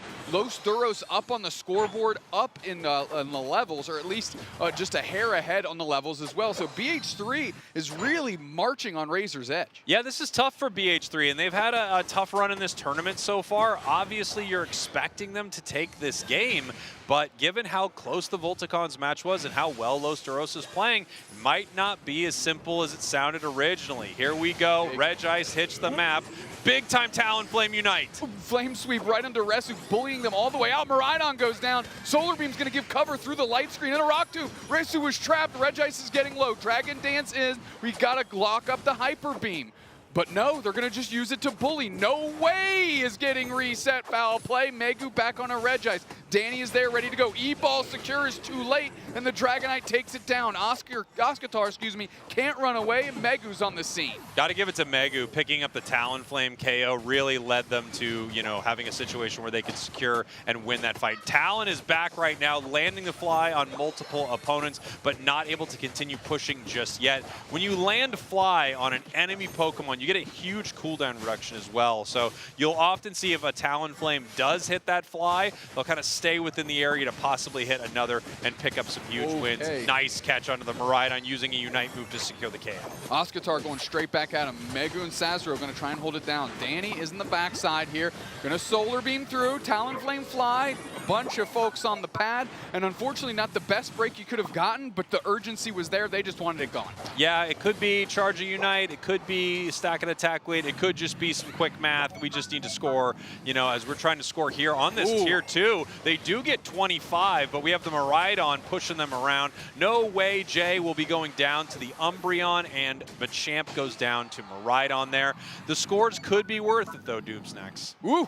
Danny just resetting there, getting back to base as Rops is going to be holding down this pad that I'm assuming we're going to get to here in a moment. Solar Beam is there. Spin Pumping is actually on the retreat, believe it or not. Resu takes some damage. Megu does as well. Rock Tomb Trap, Fly Crash lands. They do deal some damage, but they're able to get over the wall. Hydro Typhoon is going to turn this action the other way. BH3 goes for it. We're Rubble Rousing. No way Jay wants to get into it. Another fly. Half HP gone for Kranix. They're on Razor's Edge. They need to get knocked out. Miraidon getting the Crusler. Electro Ball hits Dragonite. Louisiane can't cash in the fly, and all of a sudden, BH3 is right back on that goal zone. They are back on that goal zone, but you do have to recognize this Blastoise used the Unite move pretty late. Now, Blastoise has a very low cooldown, and I didn't see the items before, and so maybe this is an amp Blastoise, which means they could get it back. But if it is not, it could be tricky. They might not have this Unite for this next huge objective that's spawning here in just 15 seconds. Los Duros now slightly behind on the scoreboard. It's 216-196. Very close game. Anyone can peel off with almost any amount of points and even this thing up or put BH3 ahead. Scald finds Megu. Do they decide to go in? Talonflame trying to take advantage of that Rock Tomb, but they're not able to make it happen. And Machamp runs out of there like a weirdo. I swear he looks like a weirdo. He's running like a weirdo, like a real weirdo. Solar Beam is there. Megu in the Rock Tomb again. Spin Pump coverage is going to slow things down. And here we go. Megu trying to find their moment, peels them back slightly, but we got a fight right here. Oscatar catches the Dragonite into an X-Scissor Unite move. Oscatar there is in the mix. We're spinning to win in the middle. E-Ball comes through. Machamp is in the back. Reposition. Crash Land. Fly gets the knockout on Murata. Flame sweep straight into the wall. Of course it is. Eldegoss gets the Machamp down. No way Jay's trying to hang in the pocket. So low is Kranix. Straight for the rip is the rest of Los Duros. Machamp is going to be back in 10 seconds. Kyogre is about at half. No way Jay, a sliver of HP. They're going to have to box out Kranix. Again, good secure there. Talonflame's going to have to take this guy and try and get the secure. The damage is there. It's secured by Mew. And Los Duros is putting the screws in on BH3, who's finding themselves in just nothing but trouble. Megu is in the slow beam, Rops is still hanging out, and we have everybody on the Duros standing right now, and they now have the lead, dude. 216, 242. Los Duros is up. They pick up a KO and start marching towards this tier 2 goal zone. They are already ahead. If they make a huge mistake and give up a buff, there is something BH3 can do, but they want these scores right now. Machamp moves in, a KO does go down, Talon goes down as well. We have a possible Dragonite they can make a play with only 30 seconds left. However, two huge scores go in. I mean, Rob's getting their points in before the burger went in from the Mew is just critical. That is devastating. What was just an absolute sliver of hope is vanished in a heartbeat. Los Duros also shocking BH3, taking a page out of Volticon's book. What's happening in EU? BH3 coming into this tournament undefeated in their region and can't seem to get it together against these squads. Los Duros taking a game win right now. I think they're thinking, do we have it? Was it enough? And they're about to find out that yes, they do. Absolute amazing excitement, and BH3 in shambles right now. Yeah. This is where you have to be a mental warrior. You have to pull yourself from the brink. BH3, we can't understate this. Undefeated in the EU leagues. Undefeated. Komai, they beat them. Komai just beat the world champions on stage. There is a difference playing from your couch than playing on that stage with no ping difference, with just absolute nerves going on and being in this environment. And it goes to show that some teams are buffed by that and some teams are flat out nerfed. Yeah, I mean, I think you're exactly right. And, you know, something you and I were just talking about the other day, Doob Snacks, is the classic movie, The Replacements. And in that movie, they talk about a phenomenon. They talk about quicksand in a situation like this. One thing goes wrong, then another, then another, then another. And that feels like where BH3 is right now, just stuck in this quicksand. They lose some winnable games earlier against Volticons, and now all of a sudden, Los Duros is taking a game off them. So this is rough for them. This is not at all what you expected out of this squad coming into this event. Let's take a look at Danny here. I mean, 104K on the Mew. Not only getting, like, obviously the critical secure, right, on the Kyogre, but Danny's solar beams were everywhere. It made Kranix could not get any purchase with that spin. I mean, it was just solar beam, E-ball, boosted auto, in and out, 104,000 damage, and honestly, a pretty quiet. And when we say a quiet amount of damage, it means like they weren't the flashiest. Sure. It wasn't all the things you're watching, you know, you're not watching the Talonflame crash land or the Machamp with a big submission. It was just always there, always doing their job, getting these Pokemon low on HP so your Talonflame can get knockouts, so your Machamp can get knockouts. And I mean, it was worth its weight in gold here for Los Duros. Yeah, incredible stuff for Los Duros. And we saw, you know, a cut to the audience there. That was actually Komai cheering on Los Duros here as BH3 is on the ropes right now. Losing this set, I might be wrong, but I believe it would put them in a position to not move on to day 2. I'm not positive. It depends on how the rest of that group is shaping up. And maybe at some point we could take a look at our updated groups. Of course, once we have the opportunity, we're going to be heading straight into our next game right here. And Los Duros must be feeling great right now. I mean, everyone seems to be taking a game off BH3. And as you talked about, Doob Snacks, here we are just facing down the possible end of your tournament. And nothing is going right for BH3. Here's the thing. You can't go quiet, right? You know, it's okay to take a moment here, but you cannot let what's happening shut you down completely. You have to keep communicating. You have to keep talking. And honestly, we've seen the best teams in the world go down a game, bounce back, and kind of have some pretty dominant wins like through game 3, right? That's what BH3 needs to do.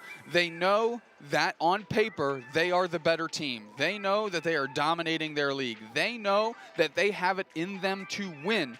What they need to do is use that confidence and build themselves back up, because if they don't do it for themselves, nobody else will. And you have to think it's going to be a big blow to the psyche if Los Duros 2-0s them.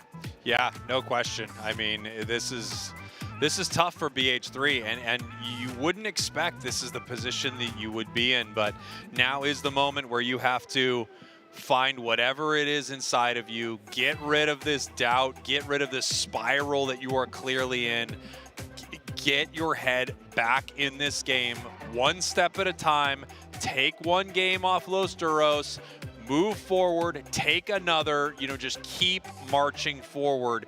They are going to need to. They look, I have to be honest, just looking at them on stage, they look defeated already. Yeah, I mean, there's something to be said, right? Teams that aren't in the league, signing up for EUIC, I don't want to, they're playing with house money, right? They're having an experience. You can see just how much more loose Los Duros is just naturally than the pressure that BH3 is not only putting on themselves because of their league record, but also because they're supposed to be winning, right? Yeah. I mean, if we were looking at these matchups, you know everybody would be putting the checkbox on BH3.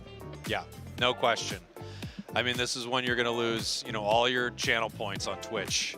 People are expecting that BH3 is going to win this thing, but Los Duros feeling good, smiles on their faces right now as we are just looking at an absolutely dejected BH3 heading into game number 2.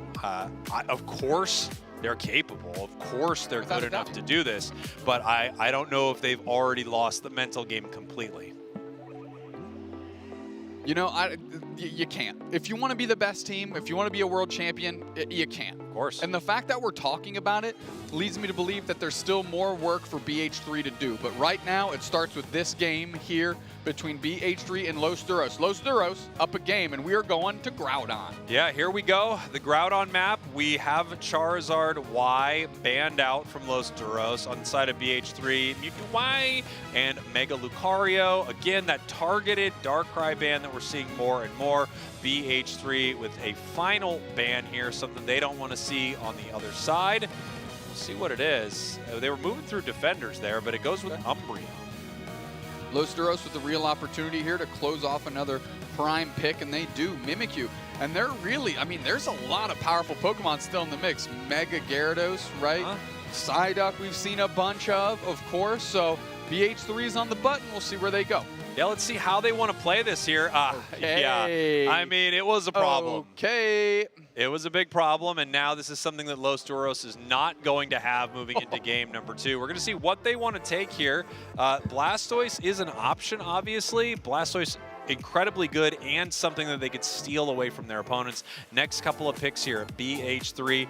Hovering this Slowbro, it's a great pick for Megu, but Megu does have a lot of incredible looks, and without knowing what exactly is going to be diving in against BH3, they might not be grabbing the Bro just yet. Instead, we go with Blissey, Kranix on Garchomp, a Pokemon who recently got some very solid buffs. Yeah, I'm a fan of not taking the Slowbro there. You can kind of figure that Los Duros is pretty much locked into where they're going to be. Totally. So, you know, just pick it later. Get yourself a little bit more of a premium option here.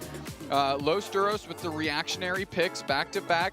Zacian and Alolan Raichu are queued up, but they haven't been locked in yet. Oscatar does take the Sword Dog. And Danny with the Alolan Raichu, a Pokemon that has also been incredibly swingy. Yeah, Utah now grabbing a Pokemon we rarely see, and you can tell that by its encounter rate. 5% here on the Urshifu. Final pick is the Mamoswine, an incredible Pokemon, and now we are going to be looking for the final pick on the side of Los Duros. They bring in Blaziken. You and I were talking about this one earlier. I love Blaziken right now. I think Alolan Raichu has its moments, and we're going to see if this team is able to capitalize on those. And then we're going to find out if BH3 made the right call with the newly buffed Garchomp, if it's, you know, competition ready. The scariest one for me, or the one that I would be most concerned with if I'm on the side of BH3 of our own picks, would be the Urshifu. I am not sold on this Pokemon currently. However, you see any of these top teams, they can make anything work. You know, we saw Cramorant win Worlds, you know? So you can make it work. I just have not seen a ton of value out of this. One thing for sure, if we are looking at Wicked Blow or Shifu, they have some great rip on their side with that Garchomp. Great rip with the Garchomp, great secure. However, Los Duros with a solid draft. I mean, they're insulating themselves as well with some great secure tools of their own right. I'm thinking that big Zacian Unite move. I'm thinking, of course, of Blaziken in the overheat. those are options. So like, hey, if Garchomp's ripping, do all the hard work, and we can come in with a big secure too. Yeah. So you're taking a look at that, and I have to give credit where credit is due. Oscatar and Los Duros have put together 2 back-to-back drafts that I am a big fan of, and they're putting themselves in a position to press the right buttons and win themselves a game. Well, let's find out if they can do it here in game number 2. We've got BH3 Esport, your purple team. Los Duros, your orange team. Los Duros up 1 game. The story of BH3 heading into this tournament was how unbelievably good they were. Undefeated in their region. They've already lost once today, and now they're down a game. Zacian up here. Great early game Pokemon as Rops is babysitting. Chansey going for a stack. As Sazero runs to the middle, the little pebbles fall on top of Chansey's head, and Oscatar wants to get the K opener. Check that box, they got it. Yeah, tough one there for BH3. I mean, you obviously are looking for these stacks, right? It's extremely important, but you're paying for it in a big way. Moving forward right here, nice secures by Kranix, though. Kranix all over this. Got a ton of experience on their side because of those secures, even with Chansey getting KO'd there. No way, in some trouble. And yes, it is the E-ball from Rezu, able to pick up that KO. Mew has been a difference maker on every squad we've seen it with today. Yeah, I'm actually a bit surprised that Chansey is going for the stacks. You don't typically see a Blissey stacking this day and age. So maybe BH3 has something up their sleeve here. As Los Duros with a heavy rotation, 3 players try to trap Kranix, but instead just get some points in, as Rops is going to get their points in as well. Yeah, nothing wrong here with just getting some points. Nice big kick right there, pulling them back. Kranix in some trouble. Can they defend on this goal zone? Ooh, the Metal Claw does not pick up the KO. Oscatar going deep here. Urshifu has been banned once, picked twice, won none. All right. Woof. It's fun when you have numbers all over the place. Numbers! All different numbers. Production stats team, could we please get our public apology on screen whenever you're ready? Yeah, whenever you're ready. Seems like you guys are doing a lot of work that has nothing to do with that. Odd to me. Utah right now looking to see what they can take away from Los Duros. It is the Wicked Blower Shifu, so it has insane secure, and it can do some real damage in these fights. Utah is going to try and make it out of dodge. Sazero is going to be there for the support. Wow. Danny hasn't evolved yet. Everybody's collapsing into the central area. Good reposition on Rops. Rops has the eject button. E-ball isn't enough. Boosted auto isn't enough, but that Blissey is. Wow, I mean, beautiful stuff there. BH3, I mean, it's crazy that they made it out of that. It felt like there was no way they could. Squirtle on the other side, still Squirtle, by the way, needs to evolve for the side of Los Duros. And now getting caught there with the Ice Fang, having to run from that engagement. We do have level 5 on our Alolan Raichu right now, so we're able to see what moveset it is. I'm not sure if it was Stored Power or Electro Ball. We're going to find out. Its items looked like Electro Ball, but we shall see. Rops, Megu over the wall, another solid Ice Fang. X-Scissor is going to buy some time, but is it going to be enough? No, it is not. Resu with another E-ball knockout. You know, this is nice for this Blissey. It really wants these stacks if you are going the soft boiled build, which it has. Massive 1-2 punch there. Here comes the Mamo. Megu not able to stop them here. Danny having to peel back with the Stored Power, able to do some damage and spread that curse item to the enemy team. Now Blaziken in some trouble. Big time overheat finally goes down. All the while, Los Duros secures the bottom objective. Resu, unsurprising why they took this Mew. They're doing a great job with some knockouts early in this one, providing some great cover with the team. Kranix is going to be able to rip that Regirock for free. Oscatar rolling up top as another level 8, and Garchomp online and level 9 before Oscatar. Bit surprising based on how the early stages of the game went. Zacian trying to get out of there. Utah's going to there for the cover, and that's a quick knockout. Yeah, nice big knockout here. Danny in some trouble heading through that opening there. We're going to have to peel back and see if we can fight them off at this goal zone. No Unite move on the Blissey just yet, but we do have the Unite move on our Shifu as well as our Garchomp. Blastoise is online, fortunately, for Los Duros, keeping the scoreline close behind on levels. Kranix sussed out with the Focus Blast. Oscatar moving forward. They're close to level 9. They'd love to hit their Evo soon. They do. Moving forward here is the rest of Los Duros. Screening out is Rops. Kranix looks for Dragon Rust, finds a bunch of targets, pops their Unite move. Blitz assistance, gets the knockout on Oscatar. Rops has popped up, and it's the Blissey that gets credit for the KO streak of 2, despite Kranich doing all the heavy lifting. Get the triple KO for Sazero. A triple KO on a Blissey. You know things are going chaotically right or wrong in some way right here, but what a fight from them. Obviously setting up sort of the, you know, homing Bliss assistance through the Garchomp Unite move. Great catch with the Dragon Claw combination right into that Unite, followed by the Blissey bowling ball. Incredible stuff there, and yes, somehow Blissey walks away with a triple KO. And level 10, the same as the Garchomp because of that Crazy. effort. We have the Mamoswine hiding out Megu. Ice Fang, reposition, bang, no way. Jay is going to surf through, pin Megu against the wall. Here comes Louisine. Neuro, we're going to rampage through him. Trapped in the multiple walls. Hydro Typhoon, eject buttons over. Utah is trying to go for a flank, sussed out. Big Solar Beam hits 4. Mew goes into the mist, and they're going to be on the chase. They're going to give it up and just go straight for Rops because that's an easy knockout. Yeah, and here we go. We just have Los Duros trying to get some of this experience here. They are behind BH3. The fights are going very well for them so far. Their strategy working pretty perfectly. Taking away the Mew seems to be a key factor in this match. We are not seeing the same level of influence from the Alolan Raichu, even slightly. Yeah, I mean, even the Garchomp big difference maker, right? Just putting the Blissey in its pocket. Megu tries to get onto the pad. They are surfed away. Solar Beam is there. Kranich goes straight into the back line, and another big Garchomp Unite on the top of a bunch of bodies. Louisine tries to square this thing up. Tons of damage is being put in, but it's Los Duros falling. Megu gets another Ice Fang move here as Garchomp knocks out the Blaziken. Rops is trying to X-Scissor. They're trying to do what they can, but the whole team is scrubbed clean. Wow, and look at this.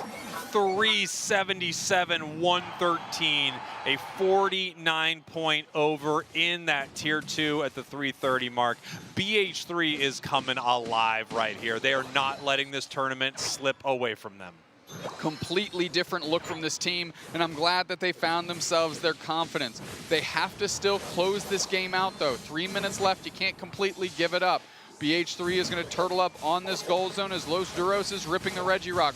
Big Dragon Rush in, pins them against the wall. Good opportunity, and it's secured by BH3 in that big wicked blow. And now surfed into the wall. No Way Jay is trying to pin down BH3, but it is just not enough. Just a phenomenally early overheat from Los Duros allows Utah to simply one-punch that thing and get the secure. Really well played by BH3, and unfortunately, you know, Los Duros just jumping the gun in a massive way as we are getting ready for this objective here at Groudon. Looks great for BH3. They are way ahead. The fights are going well. The Bliss assistance into the Garchomp is absolutely devastating. This is a really tough one for Los Duros, and they only have a couple options, which are catch one of the very high-level enemies on the other side or rip and flip. Regieleki getting worked on. 15 seconds until Groudon. Rops is getting vision. That might have been an opportunity for a trap. Regieleki is sent walking. 5 seconds till the boss monster. Yeah, the question is, how do they want to play this? They are going to have an objective walking towards their home goal zone. Don't want to let that in, but BH3 might not decide to push forward with it. The Solar Beams absolutely ripping through them here. We have the objective continuing to move. Solar Beam misses right there, and no one's really starting Groudon yet. We have Garchomp trying to find a fight, but actually having a backup. Kranich's in a little bit of trouble right here, as we have Mamoswine moving with a huge Ice Fang. Raichu is gone. No Way Jay tries to serve. Hydro Typhoon does kick up Utah for just a moment, but Megu and Utah are in the right position here. Regieleki walks all the way to home base. And I'll tell you what, I don't know if you caught it in the bottom part of your screen, but Oscatar went in and fired off their Unite move and missed Sazero. They didn't even get anywhere or anyone relevant. And you have to think this one is pretty well locked up for BH3. Yeah, this does not look good here for Los Duros. They are looking to Groudon. Massive Unite move combination. Not much you could do there. Zacian also going down. They can chip at Groudon here. They don't need it, though. They can move right towards Los Duros. And unfortunately, with this score line and with BH3 not giving them an inch, I don't see anything Los Duros can do in this moment. It looks like we're going to be heading to a Game 3. They've just absolutely put the chokehold on Los Duros. Yeah, I mean, you want to talk about the difference maker, and you called it out, Resu on this Mew. The Mew is like an X factor between these two teams, it seems like. Now, to your other point, I don't really think Utah on this bear was the difference maker at all. So if that's the case, choose something a little stronger. Well, I mean, you know, what I got to give it to them is they executed it perfectly. And all those moments where it could have been an overheat secure, they played patiently enough to let this, you know, a Wicked Blow or Shifu be the one to pick up those final hits on many objectives, many KOs. So I don't know, BH3, this looks a lot more like the team we expected to see head into this tournament. Yeah, without a doubt, and a heck of a bounce-back game for them, and one that they so desperately needed here in London. You can almost see like the wave of relief just kind of wash over the team, which I completely understand. You set expectations for yourself, and falling short of something you know you have the capacity to deliver on is just, it might be even worse than losing. It's just not meeting your own expectations. But in this one, they certainly measured up. Here we go, them crashing on this bottom goal zone. Here was the Garchomp Unite after the Dragon combo. Bliss assistance on top of it, where the Blissey is somehow picking up the triple KO. Boom with the Egg Bomb. Really great stuff. That guy liked it. Yeah, so did we, to be fair. I was doing that as well. That's what I'm doing. I mean, and it's easy to say that the game's over here because we know how it shook out, but it really felt like it. Oh, yeah. I mean, BH3 was just dominant. They were getting multiple knockouts on the other side without losing a single member. And when that's the case, it makes the rest of the game feel pretty darn easy. Yeah, I mean, great stuff from BH3. Felt like a totally different squad. And once again, player of the game, just on the other side of the corn there, Resu on the Mew. Like that callback. Don't know if anybody else caught it, but yeah, Mew is an absolute X factor, again, between these two teams. Look at that healing out of the Blissey, something we don't see really that often anymore at all, whereas before, in years past, it was the absolute, like, kingmaker was a Blissey here.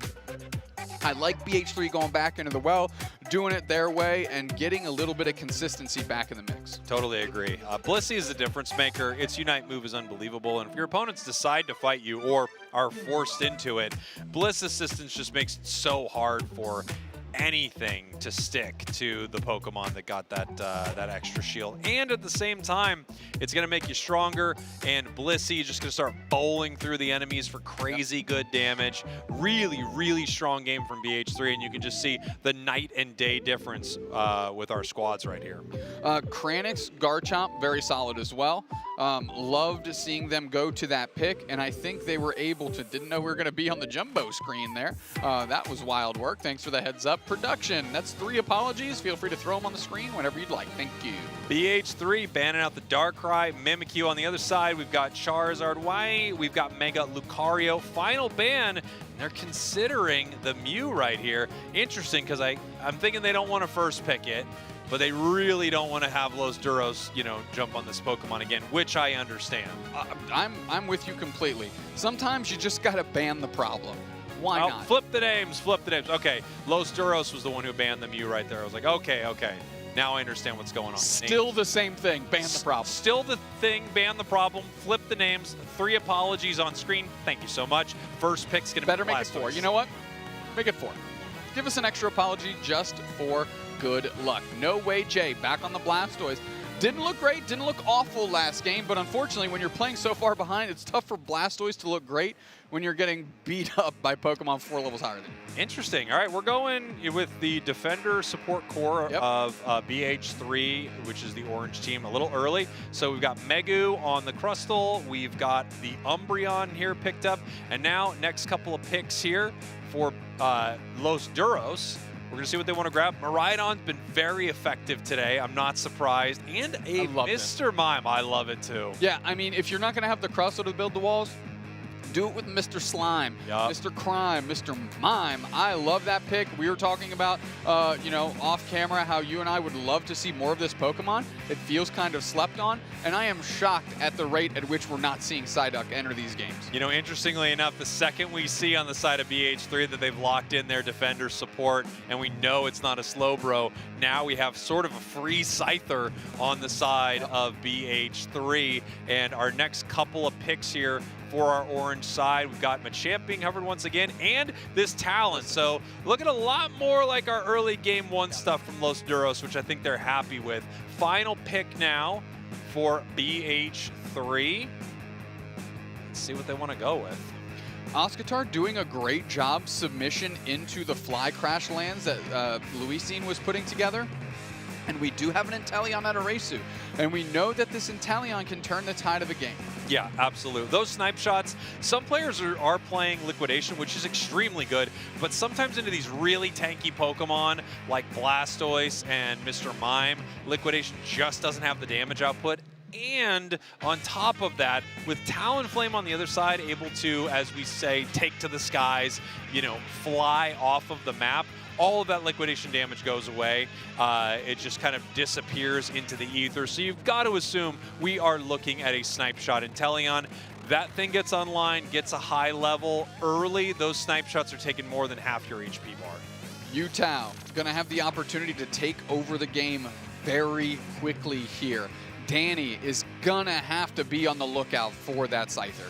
Yeah. I mean, that is just a golden matchup here for Utah. And if they can just expose the Miraidon because of being able to just engage into the backline, it's going to make things incredibly difficult for Los Duros. Because the reason the Talonflame and Machamp had so much success was Danny's Mew being able to deal tons of damage over time and let them get the knockouts. Well, if Miraidon and their Charge Beam can't find their targets, you're not getting those knockouts, say the thing.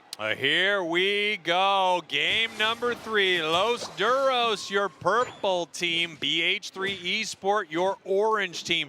BH3 showing signs of life in game number 2, coming back from a very difficult loss in game 1. The undefeated squad out of EU, well, not anymore after earlier today, had high expectations coming into our tournament, and now they're being invaded by a Mr. Crime.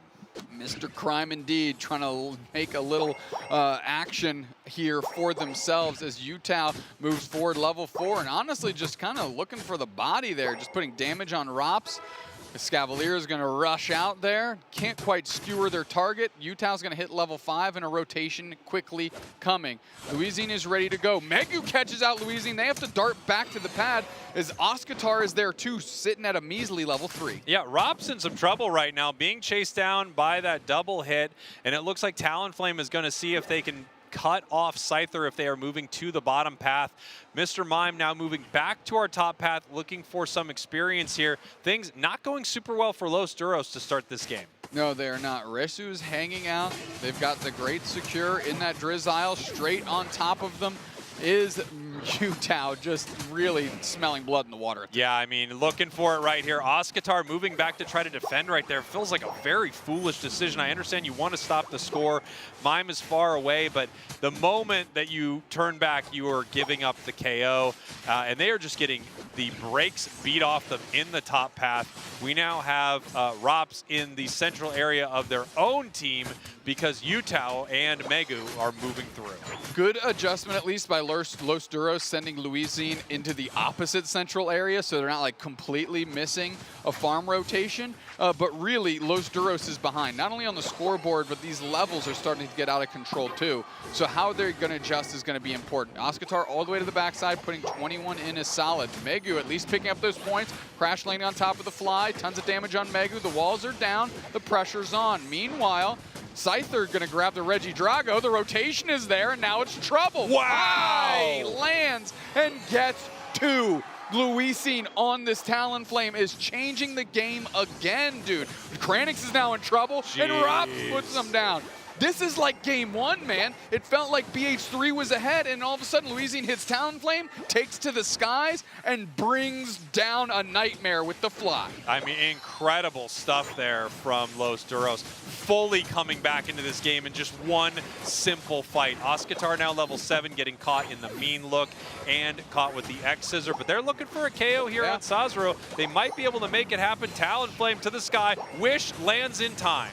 Yeah, I mean, of course, fly hits, but the Wish is going to top off that HP from Sazero. You know, playing this Umbreon more as a support, like healing support type Pokemon. Because look at Los Duros hanging out on the pad, getting some of their HP back. Good X-Scissor by Megu. Louisiane goes up. There it is. Charge Beam in the flow. Thunder in the flow. Kranix is repositioned with submission, and now they're knocked out. Utah into the back line. They get Danny. Back to the fly, they're back down again. Louisiane caught in the mean look. They used their flame sweep just to get a hair of shield. Snipe shot hits them, and now they have to retreat. Yeah, they have to peel back right now. Great fight from BH3. As soon as Utah got there, it was all over. Louisiane caught in the mean look. Registeel getting very low. Nice secure by BH3. Oh, boy! Picked them off as they landed. Oh, man, raspberry jams, but these finger guns don't. Holy smokes, dude. Perfect timing by Resu. Raspberry jams with these finger guns don't. I love that. We did it. You did it. I mean, that's incredible. I'm just pointing out how much I enjoyed it as we have this Blaziken in some trouble right here. Machamp Unite move. What an eject. They took one target and then ejected after the other was gone. Beautiful. I mean, these teams are battling right now. And I'd like to point out that that was a flame sweep with no wall still hitting a wall somehow. They all find inevitable. They all find walls. As we have Rezu looking for some KOs right here. Big time Inteleon Unite move just keeps them away from this point. They're going to be able to get this Reggie Alecki here. Some good fights from Los Duros, but without question, BH3 finding their mark. That snipe shot now being online is huge. Huge is an understatement. You're already seeing the difference that Resu is making with the snipe shots. Now we're spin pumping again. I mean, these teams about that action, boss. They want the damage. Kranix right now hiding in the tall grass right here, seeing what they can steal, and they are able to make it happen. Danny, level 9 on this Miraidon, but look at the levels on the side of BH3. 12 for the Scyther, 12 for Inteleon. Boy. Massive, massive Crustal Unite move. And here comes Utah once again looking for the KOs. Talonflame sweeps, but it's not enough. That's a double. Can Utah get another one? They're being chased out, but they could come right back in with that double hit. And the Wish, they're looking for another KO. Okay. Huge, huge Hydro Typhoon. Can the Machamp get the knockout on Kranix? Can Oscatar deliver, please? They're looking for it. No, not enough in the tank. And Blaziken still reigns supreme. Beautiful stuff there from BH3, and they are in control of this match. Having a little bit of a stumble early on, you know, after they kind of dominated the beginning, they had this early, a bit before the 5-minute mark stumble, but now ever since then, level-wise, things are getting out of control. Fight-wise, things are going incredible for BH3, and Utah on their way to level 14 at the 4-minute mark. I mean, for me, it just comes down to that amazing snipe shot by Resu. As soon as Louisiane landed from the fly, getting popped was just honestly just an absolute momentum shifter in my mind. Oscatar takes tons of damage. Charge Beam, though, right on Utah, and that's a gargantuan time, and it's showtime from Mr. Mime. Mr. Slime is trying to commit the crime here in the middle, but they're caught in the mean look. Sazero's getting separated. Flame Sweep goes straight into a wall. Can you believe it? At home, folks, I certainly can. Megu goes down, and Danny is finally starting to find their window of opportunity as another snipe shot finds Louisiane. Wow, these snipe shots just cannot miss, and Los Duros absolutely needs them to. We have a Machamp Unite move. Doesn't look like they're going to find enough value with it. Just can't take down this Blaziken. Now having to try to peel away from this. We have a quick pause on stage as one of the players might be having an issue with one of their devices. But, you know, I'll tell you it's not as Rezu. Dude, kids I mean, Rezu might be like, hey, do I have, like, hacks on? I'm 360 no-scoping a lot of what's going on here. It just unbelievable plays from BH3. They are absolutely dominating this game right now. Yep. So we're going to see what the issue was. As soon as we can get that resolved, we're going to head back into our game. But wow, I mean, this might be a nice moment if you are Los Duros to take a breath because the last few fights have not gone your way. Experience-wise, things are bad. But silver lining, they caught that Scyther in a big way in that last fight. And if they can start their final fight of the game like that, they've got a shot. I agree completely. There's a real opportunity window for Los Duros and how their team is composed. And I think what's the most important critical factor that finally feels like it got online was Danny's Charge Beam Miraidon. And when I say online, I don't mean like leveled up enough. I just mean the spacing there is where it needs to be. The damage is what it needs to be. The opportunities are being met. And this is how they won game 1. You know, think of the Mew Solar Beam doing tons of damage, and then you have Luizine Oscatar kind of cleaning up the rest of the business here. Now we've got 3 players that can do that. You have the Spin Pump, No Way Jay, right? They can do tons of damage. Luizine can do tons of damage. You know, you have all the shutdown tools that Kranix brings with these submissions. And on top of that, if you have this Charge Beam lacing in damage on repeat, you have a real opportunity here. Yeah, you absolutely do. And we're going to see what happens when we can get, hopefully, this player back into the game so we can figure out the end of this incredible best of 3. BH3 does feel like they are back in the driver's seat here. They are feeling it after that game 2. Los Duros definitely in the conversation still, but they are going to need, as I often call it, a catch. They're going to need that moment where they grab someone from the enemy team, whether it's the submission, whether it's just the combination of their damage, the Talonflame fly lands, and all of a sudden, you're up a player. You use that momentum to push towards BH3. You take out this Inteleon. Somehow, you have to get to this Inteleon. And if you can make all of that work, you've still got a chance to beat the formerly undefeated squad out of EU. I'm kind of thinking about BH3 with this Crustle, and it might actually be what brings Yutao down. And I mean that in the sense we kind of seen the way they've been staging their knockouts is a Rock Tomb. Yeah. And then Yutao engages kind of in that pit once they trap somebody. However, Los Duros can do something pretty cheeky there. Rock Tomb, build that house. Mr. Mime Walls on the other side, and then Yutao's trapped. And you can still hit that target once they're stuck in that sandwich. That might be a real opportunity. I mean, just a Mr. Mime Confused Blast into a wall is gargantuan damage with a stun on Yutao. So, again, Los Duros is on the back foot without a doubt, but they have a lot of stuff in the toolkit that they can get the job done with. Yeah, no question. And I think when we saw Scyther go down, I know Mime jumped in with its Unite move. I don't know if that was before it already had, after it had already hit with a confusion. Because Scyther they were very aggressive. They jump in, I believe, towards the, 2 rock walls there at kind of the bottom of the Kyogre pit. So if that is the case, we're actually, maybe we can scroll back right now and see between me and you on this telestrator while we're I might have gone too match. far.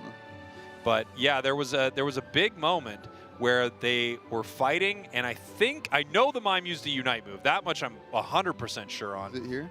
Yeah, it looks like we're taking a look at it right now. Scyther jumps in. There's the confusion, or there's the wall, the barrier, the charge beam, and submission and the Mime Unite. So big plays there from Los Duros, and they're going to need that.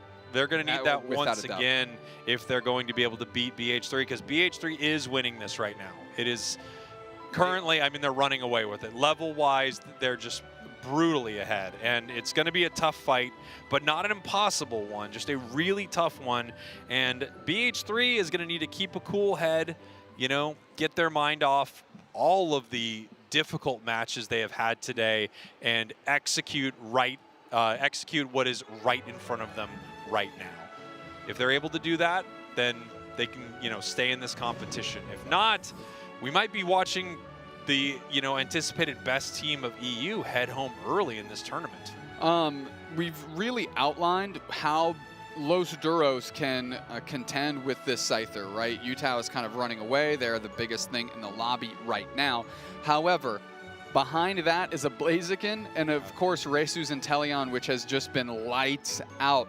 How can Los Duros transition from a Scyther catch into taking down 2 other formidable opponents on the other side. I think that's the problem, right? I mean, the big problem they have ahead of themselves, and it's what happened in that fight, too, that you and I were just looking at. As soon as you catch the Scyther, you still have to deal with the fact that there is an Inteleon that has been landing every snipe shot all game. And, like, I mean, crazy ones, too. Incredible snipe shots. And the moment you are jumping in on Scyther, you're a big target for this Inteleon that's being able to fire at you the whole time. And you're right, they have this Blaziken that's been brawling with them extremely well. I think Blaziken, it's at least 1 level up on Machamp. It might be 2 as we head back. No, we're 1 level up on Machamp right now. The Scyther, 2 levels up on the Talonflame from the other side. The Inteleon, 1 level up. Everything is at least a level higher on the side of BH3. So it is quite scary. It is quite difficult. It's going to be really hard for Los Duros, but they showed it was not impossible, but they have to get this moment. And the question is, how do you convince the team that's ahead to overextend and try to throw their tournament away? I don't know if BH3 wants to do that. I sure hope they don't want to throw their tournament. I don't think they want to do that. I don't think they want to. So this is how I think it needs to shake out for Los Duros to have a chance. You have to trap Yutao, and you have to get the knockout on Yutao between your Machamp, your Blastoise, and your Mr. Mime. While that is going down, Danny has to thunder on Inteleon to make it move so it can't just lace in snipe shots, and Luisine has to go on the chase. Yeah. After that, it's a hard one to pin down too. And it has to it has to time out that way too. Yeah. It has to be like, we trust you 3 to deal with this. Yeah. Because we have to simultaneously or subsequently attack that Inteleon, because again, Resu unchecked is going to take over. I mean, they've taken over effectively, right? 100%. And then after that, all you have left to do is deal with the other 3 characters. Yeah. I love it. It's already one of the most complex things you need to figure out, plus there are 3 other characters that are trying to stop this from happening. And if you're not able to shut down Talon shut down Inteleon or find Inteleon early enough, it will absolutely destroy you with these snipe shots. And Resu is not missing. They are not missing any of their shots today. I'm like, looks like we're still kind of in our little pause section. Still here. waiting. We have our little monitor that I can doodle on with this pen. I'm gonna write boop right on there. I'm gonna delete that so it doesn't pop up on the screen. But trust that I did just write that. He did. And what's crazy is I could have fake written. You could have fake written it, but what's really the point of you got to commit or crash out here. It's skateboarding when you're doing bits. You have to make sure you're committing to it. As we are getting ready to head back into this game, obviously, if a player is disconnected or there's a device issue or anything like that, we have to make sure that they are back. So much is on the line for these 2 squads right now, and it's always tricky. We have not had too many issues for a little while with our devices, so hopefully we can get it resolved pretty soon here. Top Pokemon by ban rate. You wouldn't be shocked at all to see Charizard. Why they're at 86% of the bans, followed by Blastoise, Mega Lucario, Umbreon, Mimikyu, and Darkrai. Darkrai catching a ton of bans this weekend. Yeah, a lot of targeted bans too. And to our predictions, amongst all of us, we picked those top 2 to be the most banned. So I think we hit the nail on the head on that one. Throw up more stats. Yeah. Get some more stats up there. More statistics. Put a stat on the screen. Put up I'm going to read statistics. You put it on the screen. All right. Production in shambles right now, owing us 5. 1, 2, 3, 4, 5 apologies. Here's what I want at the end of broadcast. I want a list. I want it to scroll up almost like the crawl from Star Wars. I want to see all the apologies. Here we go. Top Pokemon by win rate. A few of these, they're hard to count because they weren't in too many games. Zeraora, of course, this is picked up by Mats, I believe, on Twozy. Whenever Mats gets this, Mats wins. So we have a 100% win rate on Zeraora. Darkrai, no shocker, it's catching bans, 88%. The Machamp looking amazing at 80, and that's going to block part of what we're seeing here, but it's Inteleon. 6 apologies. I want The whole crawl, all right? This is episode 4, a new apology, and I just wanted to continue going on and on and on. Charizard Y, and of course, we've got the Lucario there. Top win rates, well, You guys are in good shape. You and Zoinks, I think, are in pretty darn good shape. Unfortunately, for Relic and I think I've watched Eldegoss lose a little bit here. But there's our encounter rate, which, unsurprising, Mega Charizard wide 100%, right where it should be. Yeah, and Blastoise right there as well. I mean, these two are incredible right now. The thing with Charizard Y is it just doesn't feel like you can let your opponents have it. It's too dang good still, and everyone's played Charizard, right? It's been here since the start of the game. It's simply too good. They got to figure out a way to make money on it. It's simply too good. Mega Char Y, 100% of the time it's either banned or picked in our games right here at EUIC, and of course, a lot of us expected this. Unfortunately, Zoinks going to be the individual on the outside looking in here, as they were on the other end of the axis, which actually I don't think we've seen our win rate Pokemon by win rate. We saw ban rate, we saw encounter rate. And we did see win rate. Number 1 was the Zeraora being picked up on that doesn't count. It doesn't count, like we said. That doesn't count at all. What was impressive, though, is the amount of games and the win percentage of Machamp. Yeah. Top Pokemon by pick rate. 50% of the time Vaporeon makes it, and Psyduck actually getting through a lot of our drafts here. Not surprised, surprised that it's getting through so many drafts, but it's so good. Mega Gary also making it through a lot of drafts. Mew is a tough one, right? So many power Pokemon that it doesn't get banned out a lot, but boy is it stellar right now with a 45% pick rate. I mean, you can see why. I mean, this match right here this match is a perfect indictment of why Mew is finding its way into so many matches. I mean, we were seeing Kyrios on EG playing it. We were seeing, obviously, Danny playing it. Yep. BH3 picked it up as well. Yep, and so much so that now it's banned. Yeah. It is, you know, when Mew players are playing well, it is that good. It appears that our teams are locking in here. It looks like we are close to getting back into this match. And again, so much on the line for these squads. Los Duros with a lot to prove. BH3 at this point, strangely enough, with a lot to prove. You know, you wouldn't expect it, but here we are. The snipe, you know what? You get right back in. The snipe shot's ready to go. 3 minutes on the clock. BH3 is up. They are taking this Regieleki, and it is walking towards the side of Los Duros.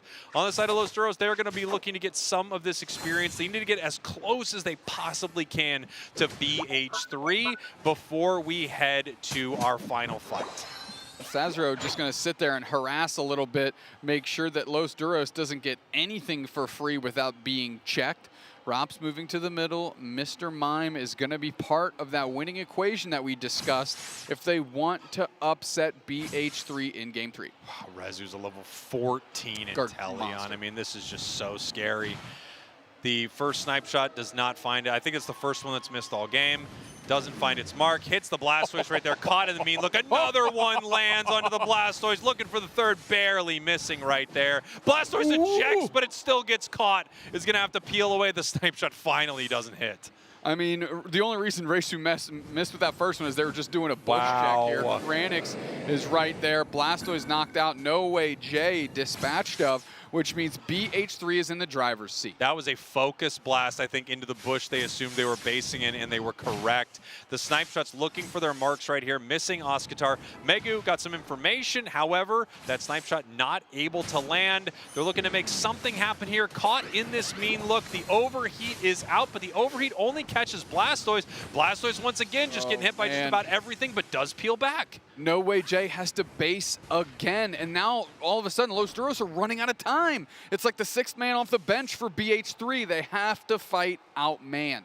Yeah, BH3 ahead right here by quite a bit. Los Duros has to find their moment, but they are just pushed back all the way towards their central area here. We have Talonflame possibly looking for a score, but it is not enough. No. It will not tie up this game. They will still be behind. However, it might force BH3 into an odd fight. They're looking for it here. Yutao peeling away. We have the Talonflame moving, getting caught slightly. Another snipe shot hits. Right on top of Mega, we have the Fly. We have the Hydro Typhoon. We have the Rubble Rouse. Tons of damage. No Way Jay Jay is there. Megu goes for the eject X scissor, can't find it. We're going to fly, but now we have to retreat. They're primed up for a mean look. Snipe shot is not going to land. It's not even going to be fired off. His Racer's just looking for their next target. The chase is on Mr. Mime. They're so low, they go straight to the showtime, forcing out the Scyther Unite. It is going to convert into a knockout here, but into the middle is where we go. To the skies again as a fly.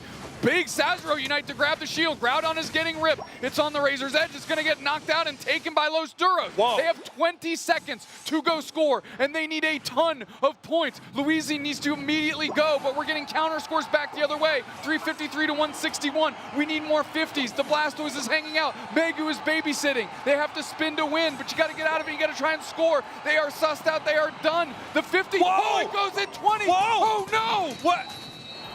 Wait, okay. Oh, no. Who's got it? Please. Whoa! Okay. Wow. BH3 eking it out, and that, my friend, I said it in the final moments, that is walking Razor's Edge. Wow, wow, what a final moment, what a final score, so close for Los Duros. I mean, when the Blastoise 100 went in, I thought, I have no idea who's ahead right now. I mean, it was 120 because Talonflame got their points in as well. Yep. I mean, phenomenal counter score. What a show by Los Duros. I mean, so impressed with Los Duros here. BH3, they needed this. They are, getting back in this tournament. But you can see they don't even feel good about this win. This was so incredibly close. They were ahead that entire time, but they let the objective get flipped on them. They still were able to counter score. They're still playing like a top team. But wow, what a nail biter.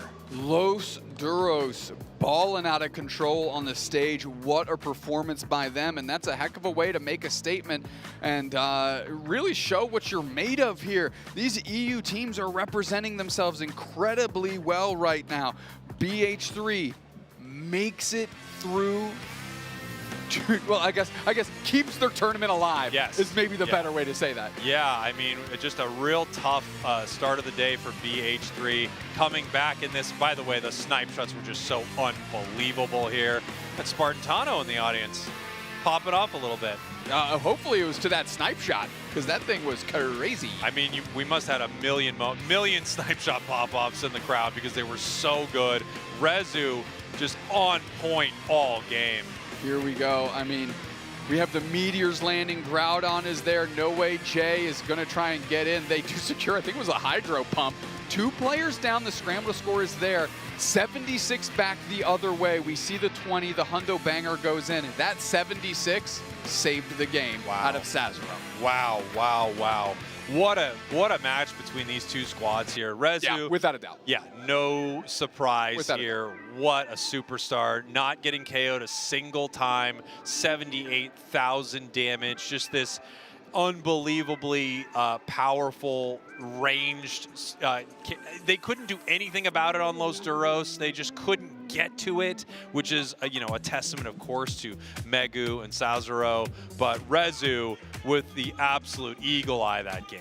Without a doubt. And I mean, like we said, Utah and Kranix just stressing this Los Duros squad. So, I mean, it's like, out of the frying pan into the fire type situation. You catch one of them and you still have 2 more powerful Pokemon to contend with. Well, we are going to send it up to the stage right now. I see Zoinks is up there ready to interview a member of a BH3. Zoinks, take it away, buddy. All right, thank you so much. That's right, I'm on stage with Utah from BH3. Utah, congratulations on a very intense one. A close call there at the end, but you pull it off. I mean, how stressful were the final moments of that last match? Yeah, I mean, it was pretty stressful for everyone. They got the Groudon, and then, we called for the score, and I mean, at the end, we managed to win, so yeah, we take it. All right, okay, we take it. I like that a lot. Obviously, those moments can be really tough, right? Like, there's a lot of team communication that has to happen. Someone's got to make the call. Sometimes teammates make different calls. Who on the team are you trusting to make the call in that moment in a match that's as close as that? Yeah, I mean, most of the time, I'm doing the calls for everyone. I mean, for example, Rezu is playing on stage for the first time. Yeah. So yeah, I think we just need some time to adapt and yeah, be comfortable on stage. Cool. Well, I mean, so far, a nice bounce back from your first match that you had so far on stage. Some incredible play from your entire team. Rezos and Teleon was looking lights out. Looks so impressive. What else do you think we can expect to see from BH3? Any specific picks? Any exciting players to watch out for? What should we be looking out for?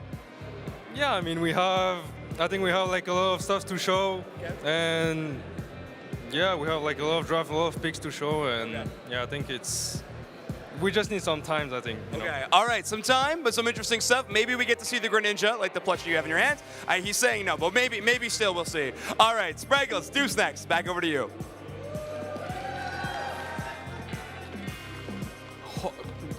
Finding out that that was Resu's first time on stage was absolutely banana land. Agreed. Because, like Zoink said, lights out play from that Inteleon. Yeah, incredible stuff. It's shocking because out of everyone on BH3, they felt the most comfortable, watching them from afar in these matches. So I am excited to see them continue to level up throughout this competition. We asked for it a little earlier. We've got some group updates right here. So as we're taking a look, Root Dig is walking out of their group so far undefeated, 3-0.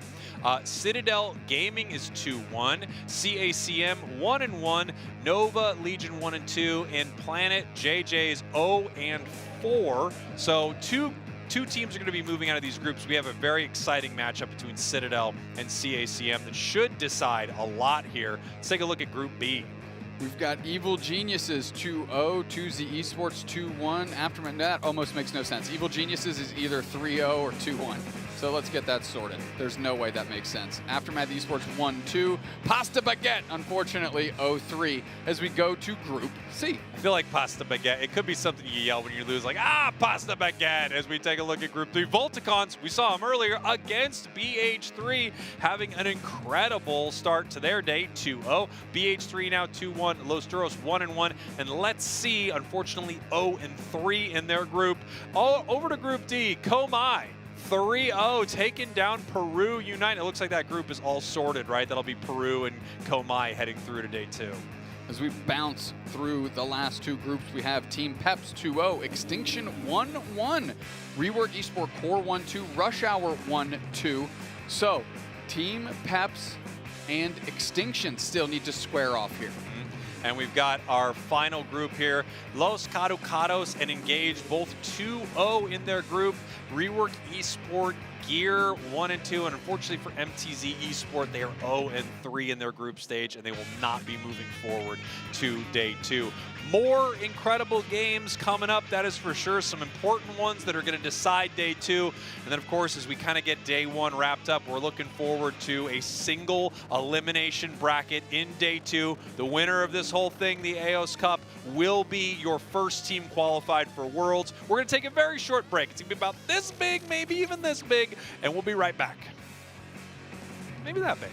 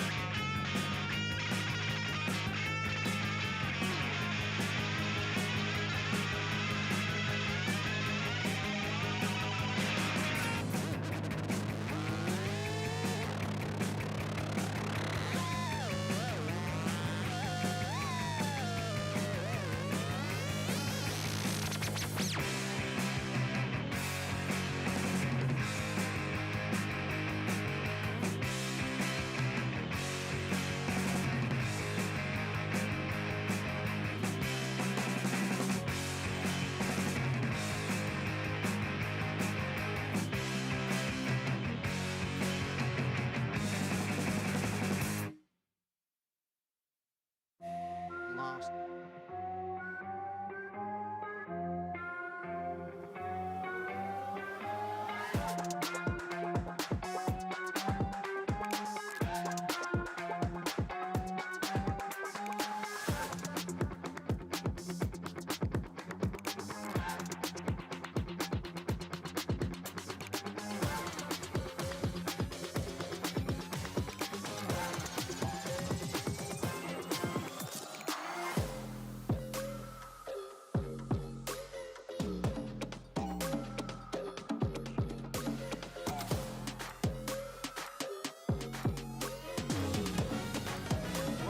Well, you find yourself watching the European International Championships for Pokemon UNITE. Well, I bet you glad you are, because we are right in the middle of the Aeos Cup in the group stage of day number 1, and we're already in draft. Let's get it. It's Kyogre map, it's Root Dig, it's Nova Legion, and we got a Blastoise and a Mega Charizard Y-Band. Are we in draft? Yes, we are. Well. We are.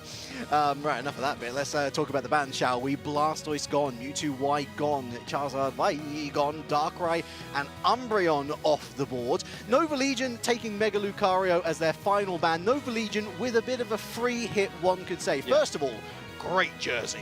They've got this like chromatic effect going on. It is fabulous. But Root Dignitas, they know that they are pretty safe as things stand. They know that they're the favorites going into this game. So for Nova Legion, have a bit of fun and try and create one of the biggest upsets of the day. Yeah, I mean, if you take down the top team in the group, there's always just question marks about what could happen when it comes down to tiebreakers. So, oh, interesting. I kind of like Nova Legion's strategy here. Picking away the Hoopa, of course, from Root Dignitas, but also picking up the Slowbro. If you're not going to grab something like the Mega Gyarados in that pick position, having kind of an answer to a likely Mega Gyarados on the other side actually feels like a solid option. I'd prefer the Mega Gyarados, but if you're not going to, I like the Slowbro here. Well, look, Megas are completely dependent on that timer, of course. They do have to refuel effectively before going Mega again. And so the more disruptions, the more pauses that you can put on that, well, not on the timer, but on the player's ability to utilize the timer, the better. And I love that Nova Legion is really leaning into that. And Froy, of course, a player that we are very well accustomed to,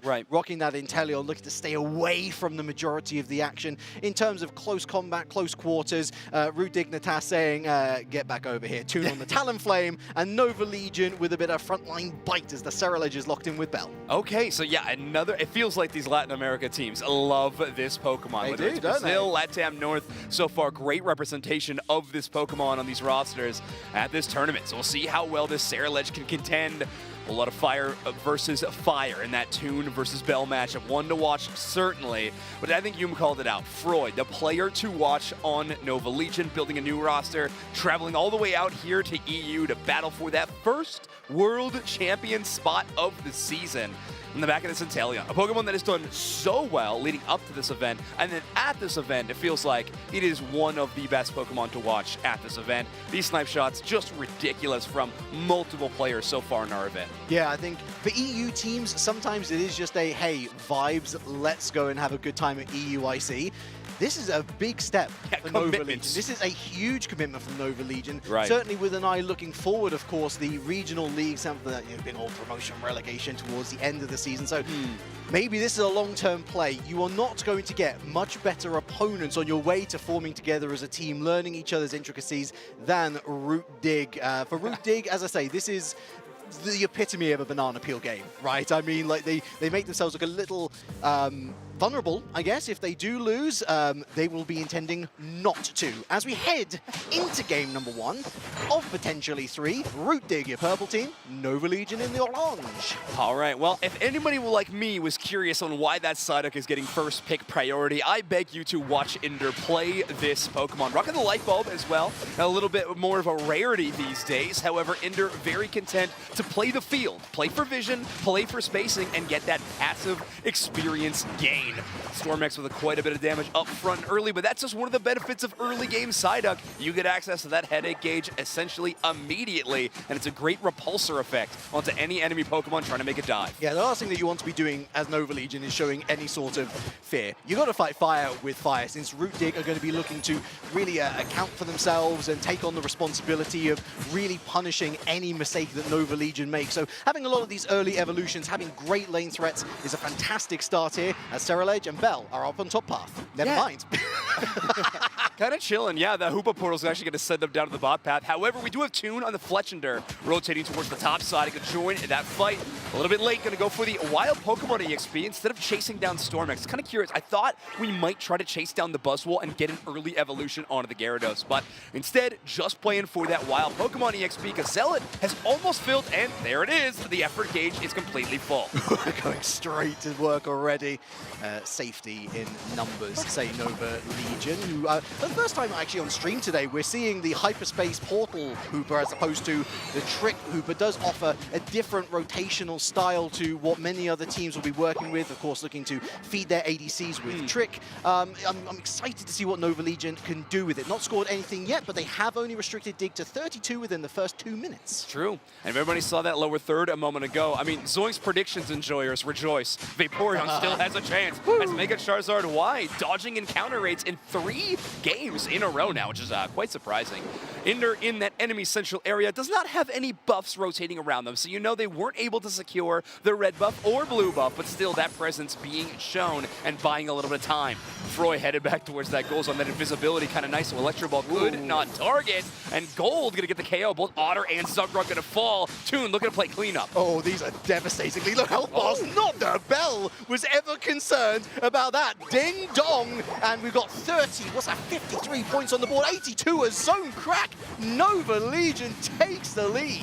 Yeah, extremely low on HP, but at this point in the game, everybody just wants to make sure they are staying up front and personal with these enemy teams. Gold, they got berries to heal off of. They're slow, bro. They'll be just fine. Drago will eventually fall, so Nova Legion not only break that bottom tier goal zone and get prepped for a Regieleki on the bottom side of the map, they also secure the Regidrago buff. A ton of favor towards their team. Root Dignitas, on the other hand, only going to supply Zugrug a chance to steal the Regieleki, with everybody else going top. Oh, it's an early telekinesis, not that Bell was ever concerned. This player having an excellent first half of the game up on top path. It will be Root Dig picking up the Registeel. We'll see whether they look to prioritize defense on this T2 pad now. A really well-timed T1 crack for Nova Legion. The Buzzwole will fall, and it is going to be Root Dig going for this T1 on top path. Waves upon waves of assault. That's a 40 dunk, and Otter TPing back to base, as is Inder. They're going to leave this pad for another day. What the headache. Listen, you gotta be easy on the Psyduck. He has a headache. You cannot be mean to that Pokemon. It will interrupt anything as scoring animation, recall animation. The timing of that Pokemon, tough to tell sometimes, but Inder will make it back in time to repel the Regieleki. This is interesting though. Bell does have a red buff taken from the enemy central area, and Stormex one from their own, ready to try to push towards this tier 1 where only Zealot's defending, but now Toon has shown up, trying to time that Phantom Force, and they nail it. There's a Revenant Rend. It takes out a decent chunk of Zealot's health pool. We've got Stormex, got the safety, of course, of the Hyperspace Highway. Fly looking to get a driveway into the Stormex health pool that is the Buzzwole. Slam it to the ground, make a tree out of you, good sir. Psychic, there's the Fly from Toon to dispel the Swole Bug away from threatening any more of their teammates. Now going after Yuri on the Hooper, who heads away via the... He goes away. That's the point. Froy's here. Everything's fine. Incredible trust in their teammates to Stormex and Froy. I mean, that situation's so tough as a Buzzwole, but they understood, hey, Froy's going to hit this snipe shot. We have a chance to exchange at least one of these KOs. So they really rely in their attacker player, and they make it happen. Problem is, Nova Legion has been losing ground in the macro just time over time. They've been losing a couple of knockouts on the top side, taking some of their own, but the back cap scoring from Otter's Mew in the bottom side has started to add up. I was questioning whether Nova Legion would feel bold enough to try and contest top path.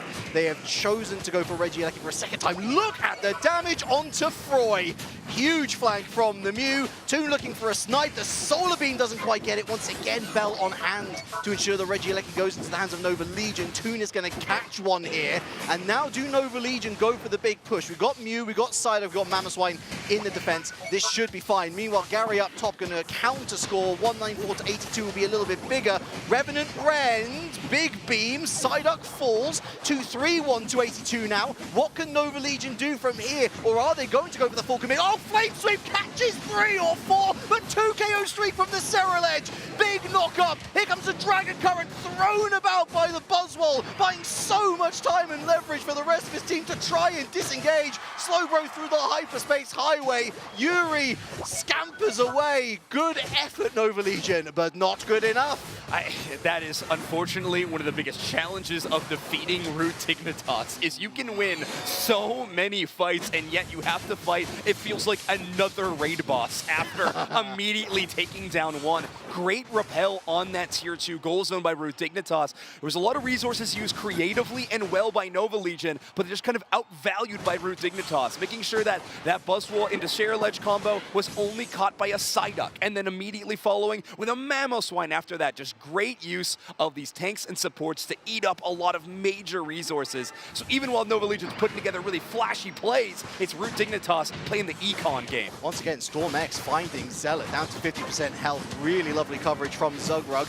We got ourselves the telekinesis. Zugrug is going to fall in all of this. It'll be Yuri picking up the KO credit. Solar Beam from the flank, though, manages to catch Storm X. Another telekinesis up for Froy. Decent health dealt, but not enough. It's going to be Mew with this 2 KO streak. And Nova Legion, they don't have a T1 to fall back on, so they've had to retreat, concede further ground, and reassess. There's still a Drago on the field. There's a Regieleki dropping in just a couple seconds or so. Yeah, and again, you're able to take down the raid boss, in which is Zugrug's Mamoswine, and then I present you Otter's Mew as your reward. And it is an unfortunate turn of events, but so far, Root Dignitas has just been doing a great job of just shutting down Nova Legion's play.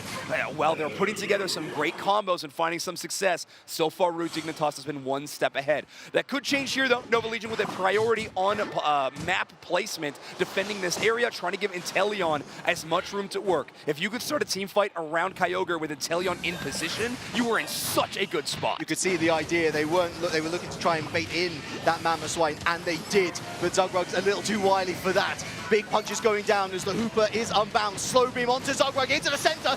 First pick does go to Root Dig as the Inteleon's gone, and Stormex on the Buzzwole too. Root Dig with so much rip potential. Nova Legion didn't know what to do with themselves. It is a big FF here. Root Dig take control of the series. That's a clean one. Yeah, well, I don't know how that'll go in total. I do think the writing was on the wall. Nova Legion going to be taken down by Root Dignitas in truly a brilliant showcase of talent in that final team fight. A few great moments, like you mentioned. They try to catch out Zugrug. Again, tough target to catch out. A lot of utility to keep themselves up and running, a lot of shields to work with, a lot of defensive Unite move mechanics to rely on, and they pull it off. Zealot on this Mega Gyarados making the first moments of the game very exciting, but all of a sudden this Storm X Froy combination was something to keep our eyes on. I really liked a lot of what I saw from Nova Legion. It felt like a student that was really up on like their hypotheticals and their theoreticals, but Root Dignitas has passed the exam 10 years ago. They've been in the science fields for a hot second now, and they've seen everything, they've dealt with everything. They've had their heartbreaks, of course, as well, as individuals, not so much as a team, though. Remember, 6-0, top of the NA League. What's it by one map? I think it is. They've got one less loss than EG, who they still haven't faced.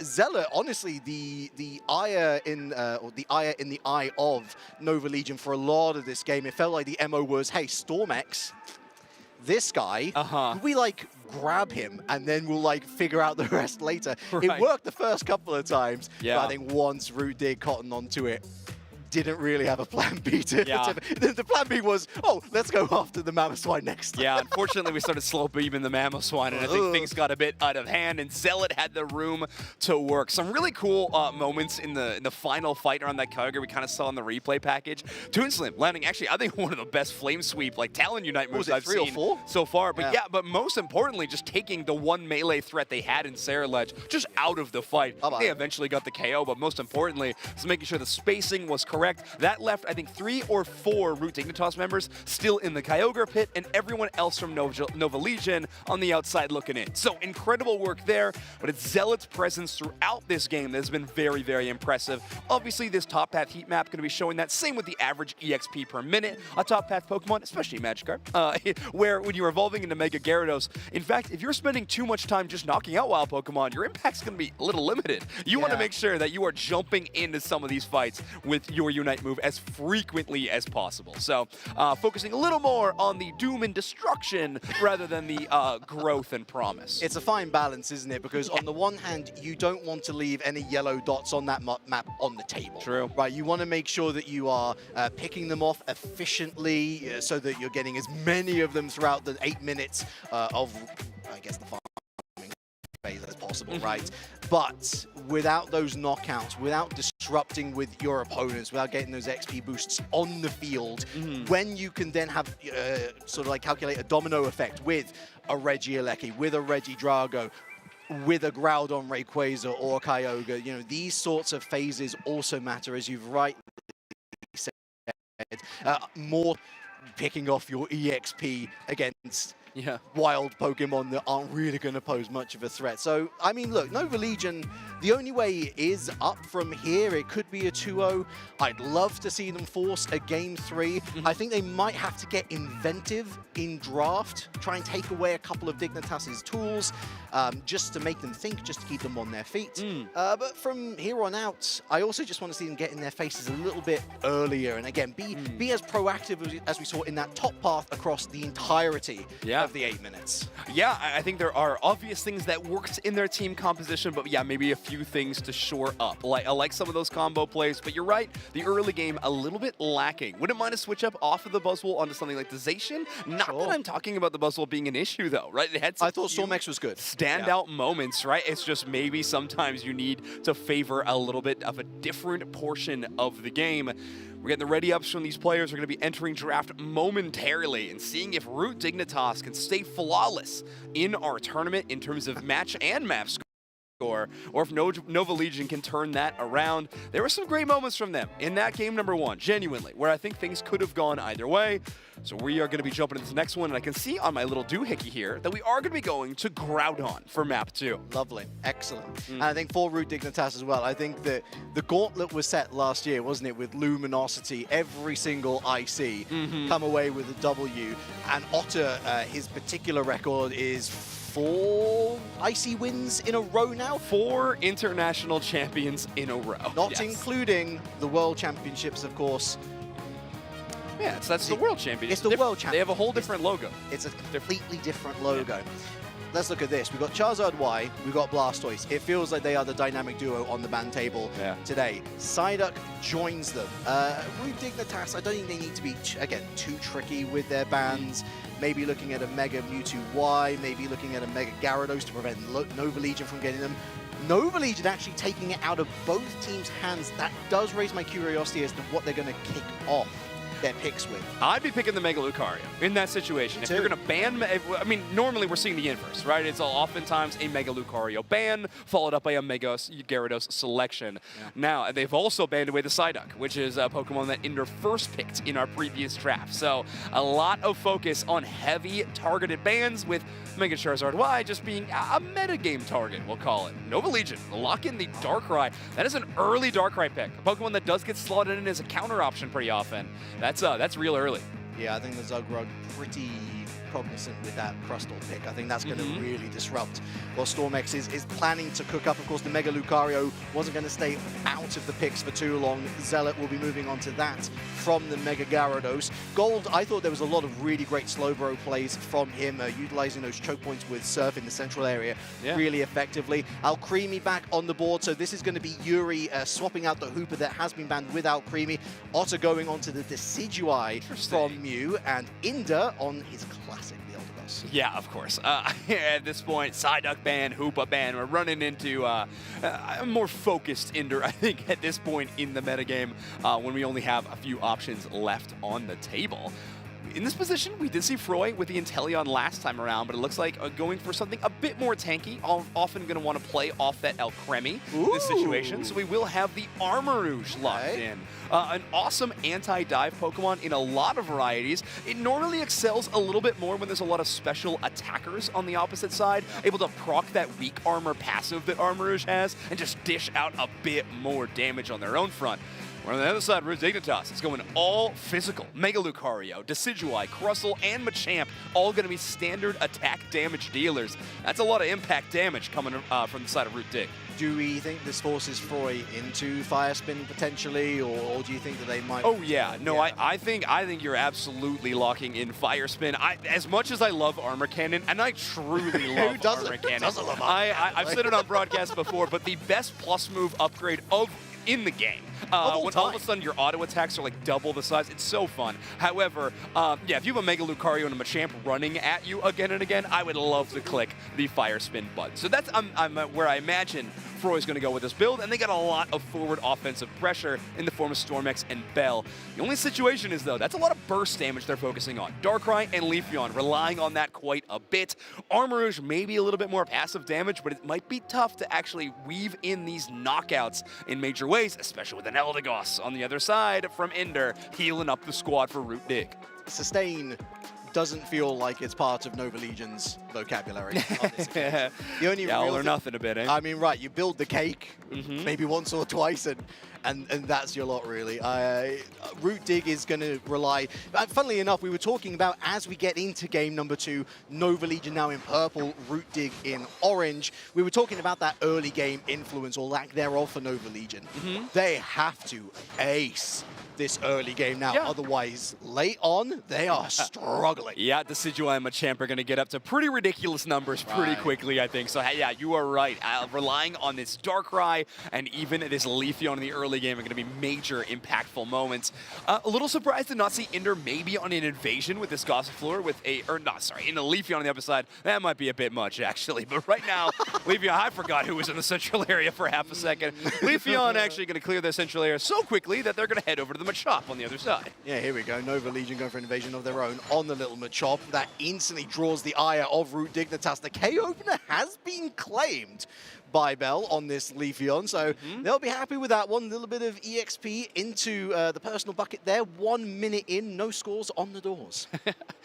It is truly so funny just to see how many roles this Machamp has filled now. It's impressive, right? I mean, we had Kyrios, the attacker player, playing it earlier. We've had a lot of top bad players, and now we have a central area Machamp. So really a Pokemon that has become a triple flex in our metagame, and that's why Submission already having a big impact. And Froy cut off by that Rock Tomb, and Root Dignitas on the board. It is such a rough look for gold. I don't think you could be closer to the Slowbro evolution if you had tried, and that would have made a world of difference, I imagine, on defense. Instead, Root Dignitas gonna pour salt into the wounds, get a couple more scores in there. Why don't you? Level 6 for Toon on Machoke. Yeah, I'm curious now. The central area Pokemon have respawned, but Toon's been pretty patient in this bottom path. I'm curious, you could give it up to Otter if you want to get to that Unite move a little bit quicker, and Toon can just kind of switch spots now and play the path. But currently, the Leafeon wise to that tricks, as well as Bell knows that those wild Pokemon have spawned in, and is going to go to take a little bit of it if they can. Let's see, Bell, can they find the KO? It's so close and yet so far!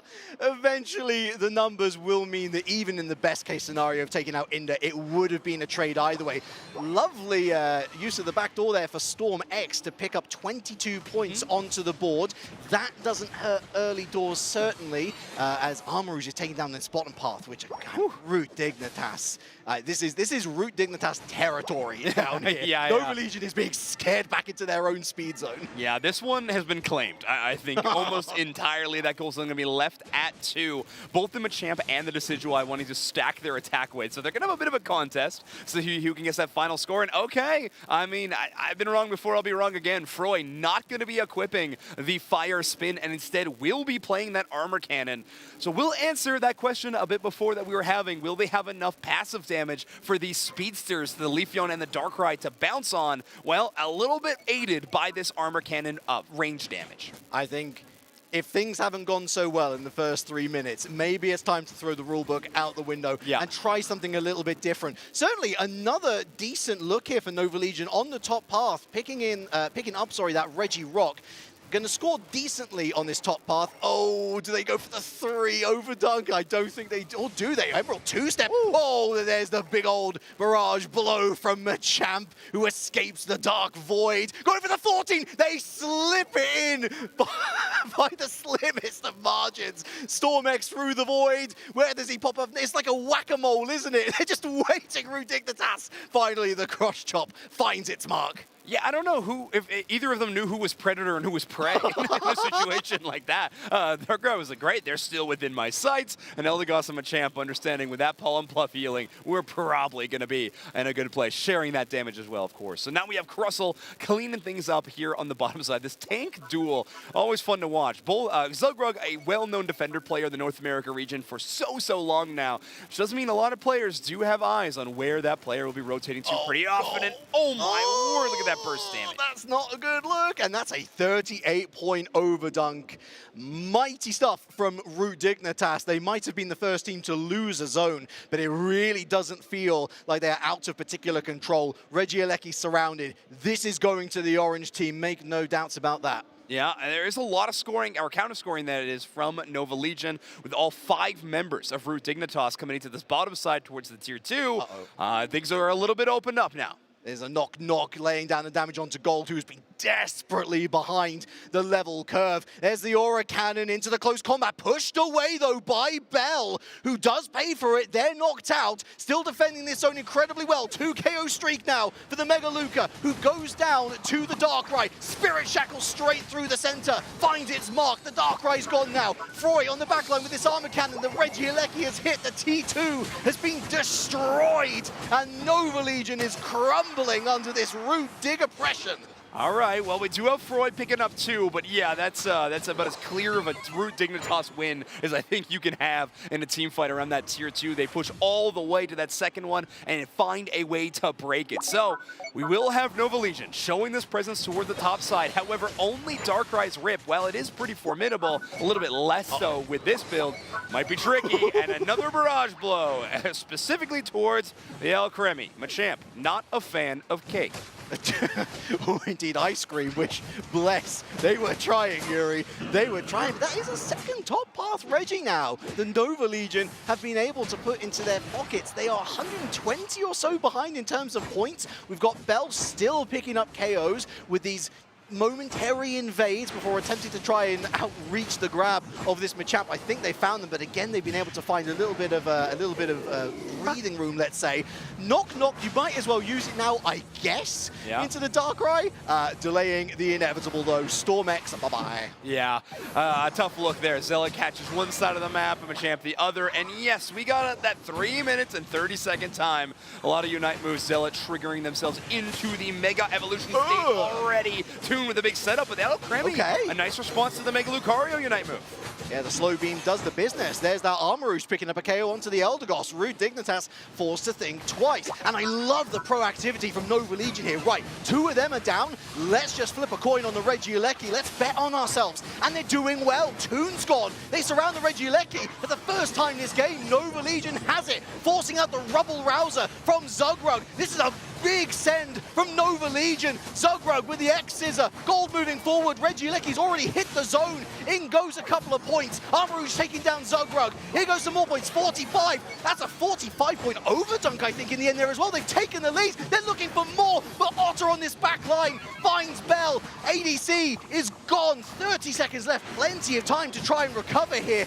Nova Legion, oh, the barrage blow is disgusting.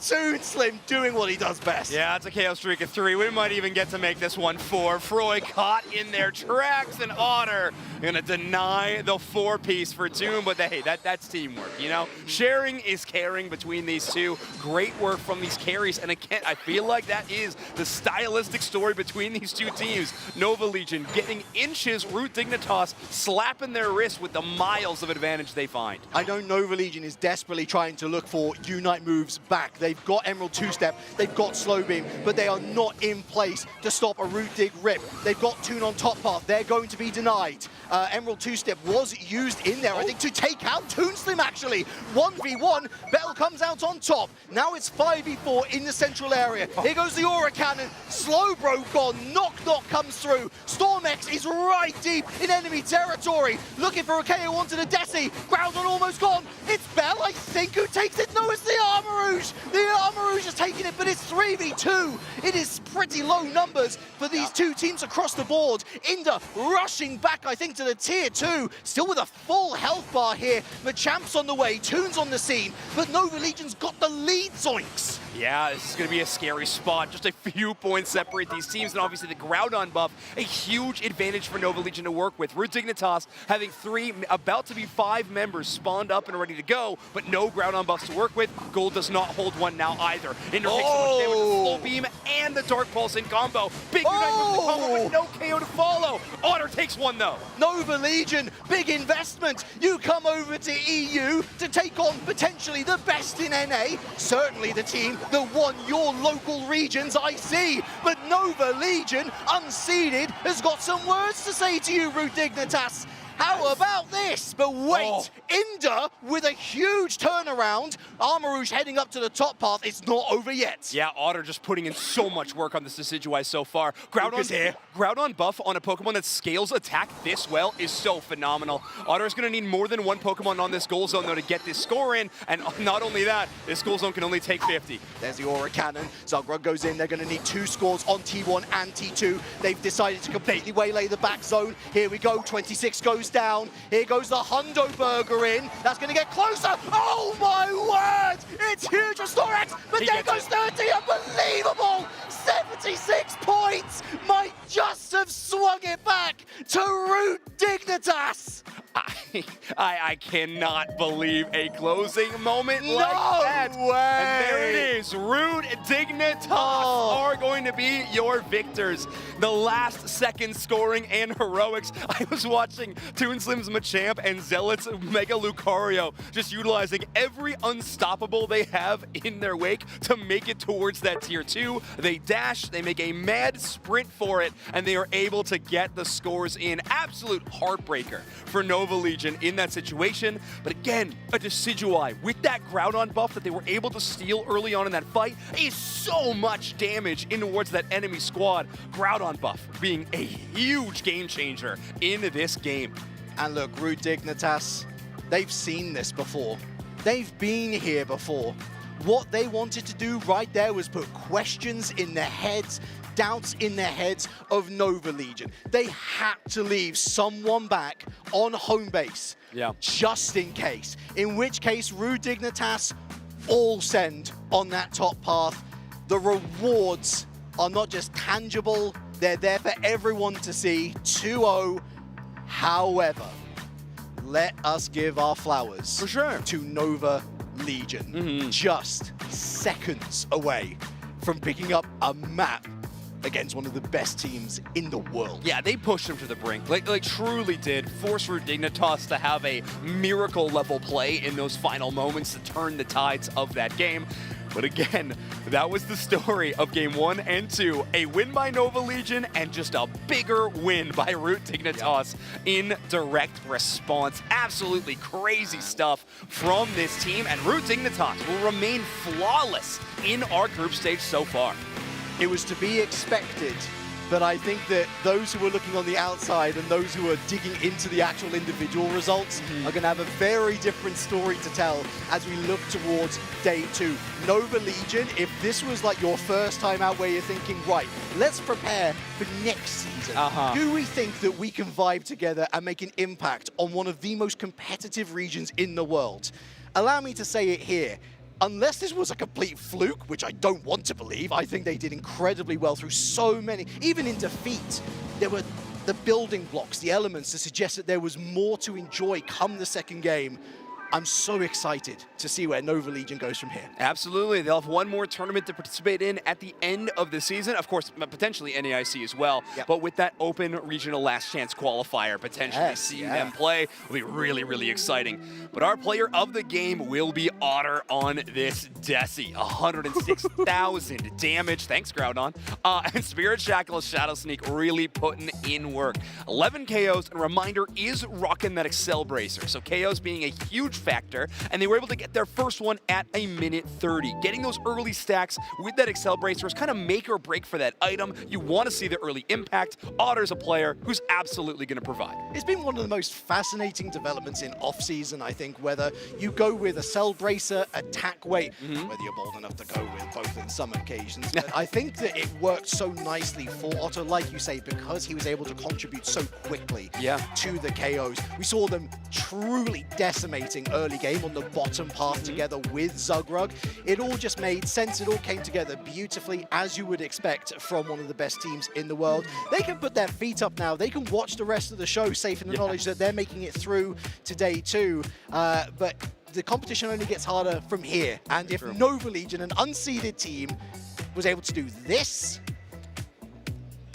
I think pretty it's spectacular. That's a pretty good thing to tune into day 2, right? But there's more on the way here, of course. Of course, yeah. We got a lot more action to be breaking down in this tournament. So many amazing matches, already seeing some cross-region play. My personal favorite thing, we got more of that, and I mean, some exciting segments coming up too. You're going to want to stay tuned. We are going to be jumping to a short break, and when we come back, we might have a cool breakdown to show you with potentially a top-level player. We'll see you on the other side of this break.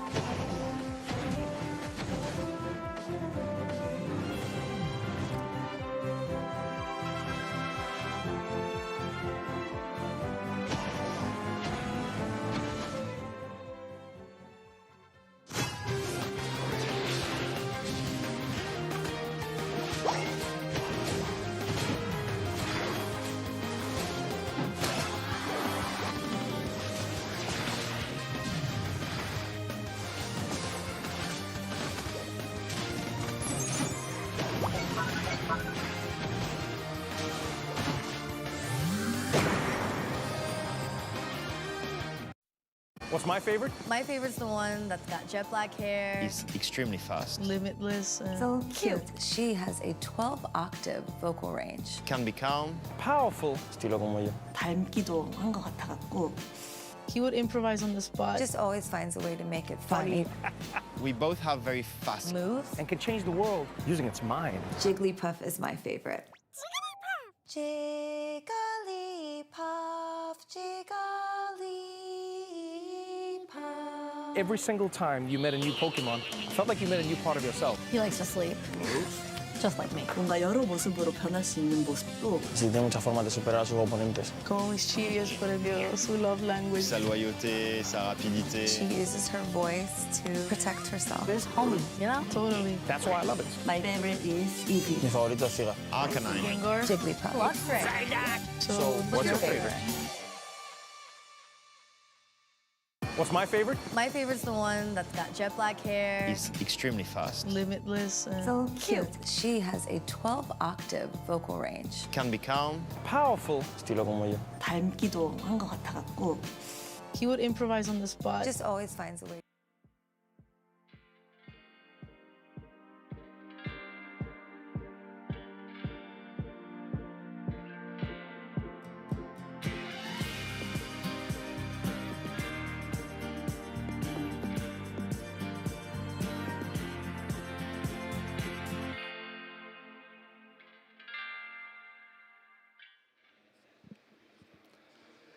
All right, welcome back, everybody. I promised you a top player's perspective, and I think I'm delivering. We got Zugrug, of course, the defender for Root Dignitas. Congratulations on that last match win, Zugrug. How does it feel after that one? Feels good. Undefeated day one. And, you know, we got to keep that going in day two. Yeah, it came a little close. But hey, perfect map score so far.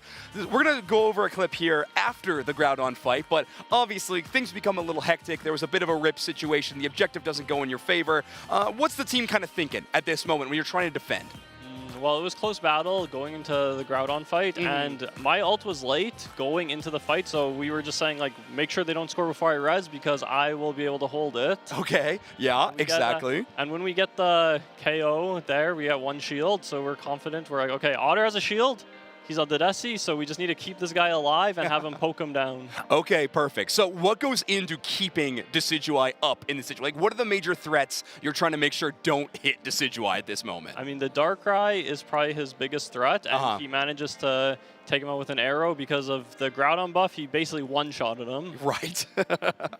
Yeah, Decidueye feels like maybe the best target on your team to pick up the Groudon buff at the moment. Yeah. I know you would have loved to have one as well, but... No, I get yelled at if I take the Groudon buff. It only goes on the damage dealers. Okay, fair enough. So Otter goes up front here. Are you making a call at all to say, hey, hold on, let me get in the fight first? Well, we knew it was close battle, and we saw they got a small score and a 100, so we knew we needed to score around like 120, 130. So Otter didn't want to score right away, but he wanted to get some damage on them. I see. Since there was only the Armarouge alive, so he wanted to get some damage in. We get the small score here, and then we make sure to get the 100, and we assume at this point we're ahead, but we're still, just for insurance, we're like, just whoever can get onto the next pad and get a goal, just get in there. Okay. And then Zealot manages to get in. Last second score, and I think we were actually down by like 2 points before this score. I think so as well. Yeah, you needed some score. It was clutch. 76 maybe a bit much, but it does the trick. Yeah, he got the shield from KOing the Armarouge, so he got the quick score. Okay. Oh, I love that. That makes a lot of sense. I was just saying, like on the broadcast, we're talking about you have Machamp and Lucario, both unstoppable Pokemon, right? You got the power up punch and just the submission run, all hands on deck. All right. Well, congratulations again on that match win. Tomorrow you're gonna be headed into the bracket stage. Undefeated so far. Any team specifically you really want to play in tomorrow's bracket?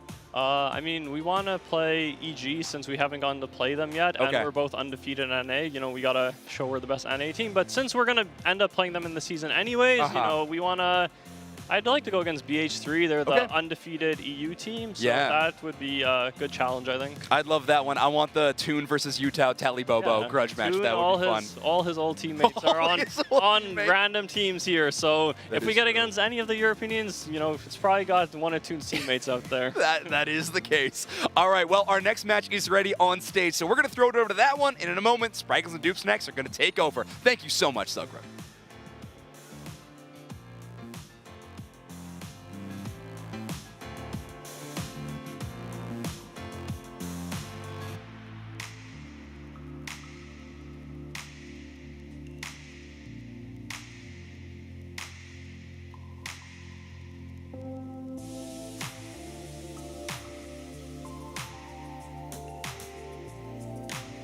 Thank you very much, Zoinks and Relic, I think that was. Engage coming up next. We have Los Caducados versus them. Obviously, we've seen some great Los Caducados throughout this tournament, so this is going to be an interesting pairing here. It is, and if you and I are correct, which is always the case, this is going to be a seeding match here for Group F. Yeah, I believe this match is for seeding. These two have faced off before in our regular season, and I think we're going to be taking a look at that here in a moment while these teams get ready to square off here. But yeah, there they are up on the big stage. Some of the games you're going to be seeing as we move through our day, we're going to find out where exactly they are in our bracket for tomorrow. And some of the teams, yeah, here we go, Los Caducados engage. And some of these are actually going to be winning in games that we'll see here soon as well. Absolutely. You know, the importance here of winning your group is, of course, where you end up in the bracket. As you mentioned, we're watching this showdown here. Los Caducados securing the boss monster as the race is on, and Engage holds fast to win in that match. Yeah, Engage winning that game right here. Nice big Miraidon moment. I remember watching these Trevenant plays quite a bit at the start of our season here, and a nice secure there by Los Caducados. They're going to move towards the side of Engage, put some points on the board, and tie this thing up 1-1. And that means we're going to, guess what, a game number 3 between these two teams. That's correct. That's how it works. After a game 1 and game 2, you would be heading to a game number 3, which is what these teams ended up doing. Los Caducados Engage obviously have quite a history between each other in our league already. These games have been pretty fierce, so I'm excited to see what they bring out today. Had a great showing for Los Caducados to start our day, that's for sure. Without a doubt here, and we see Los Caducados are scrapping here in the middle. And Engage looking to rage the points through. I kind of forgot that this game was this close, not gonna lie. It was incredibly close, trying to score in this top path. The Trevenant, doing everything they could to stop the score right there, and it was enough with the Lucario scoring in the bottom path. Los Caducados winning 2-1 against Engage. This is the revenge for Engage. Yeah, and what better place to do it than on the big stage at the Aeos Cup. Was it the Aeos Cup at EUIC? The Aeos Cup at EUIC, at the London Excel Center, at London, England, inside the world.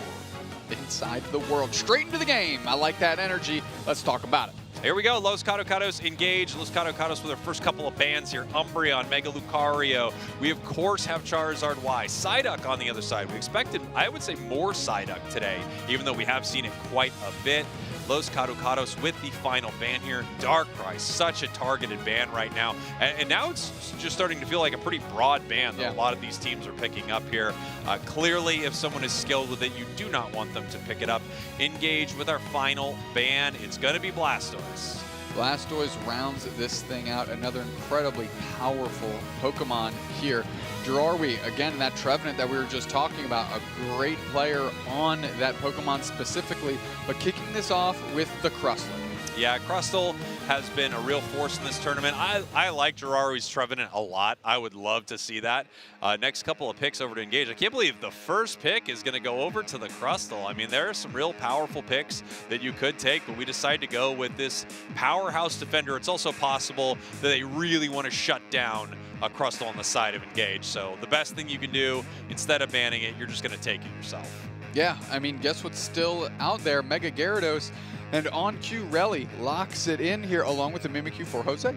There we go. Mimikyu, a Pokemon we have not seen as much as I would have expected. However, the encounter rate is extremely high at 71%. So maybe while I haven't seen it as much on broadcast, it is getting picked a ton in this tournament. Over to the side of Engage here for the next couple of picks. We're looking at a possible support pick, and we are getting the Garchomp.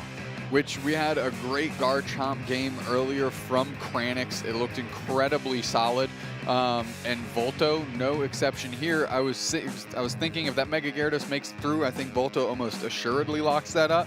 But grabbing Garchomp for themselves, back the other way, Birdie grabbing the Rapidash, rounding it out with, of course, Mamoswine. Yeah, and here we go. Final pick over to engage.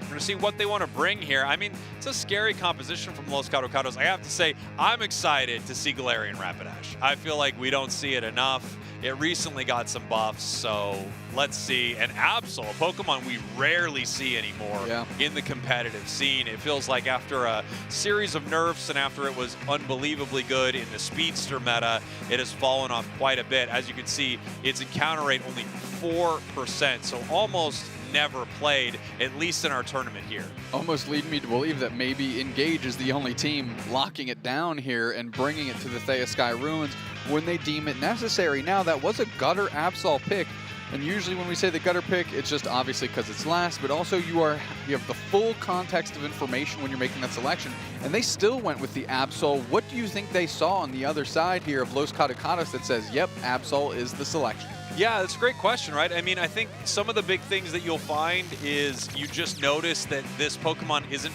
countered particularly hard. Like, we see this with things like Scyther more often. We see this with things like Leafeon more often, where you go, okay, I either want this Pokemon super early and I expect my opponents to counter it, or I want this Pokemon super late.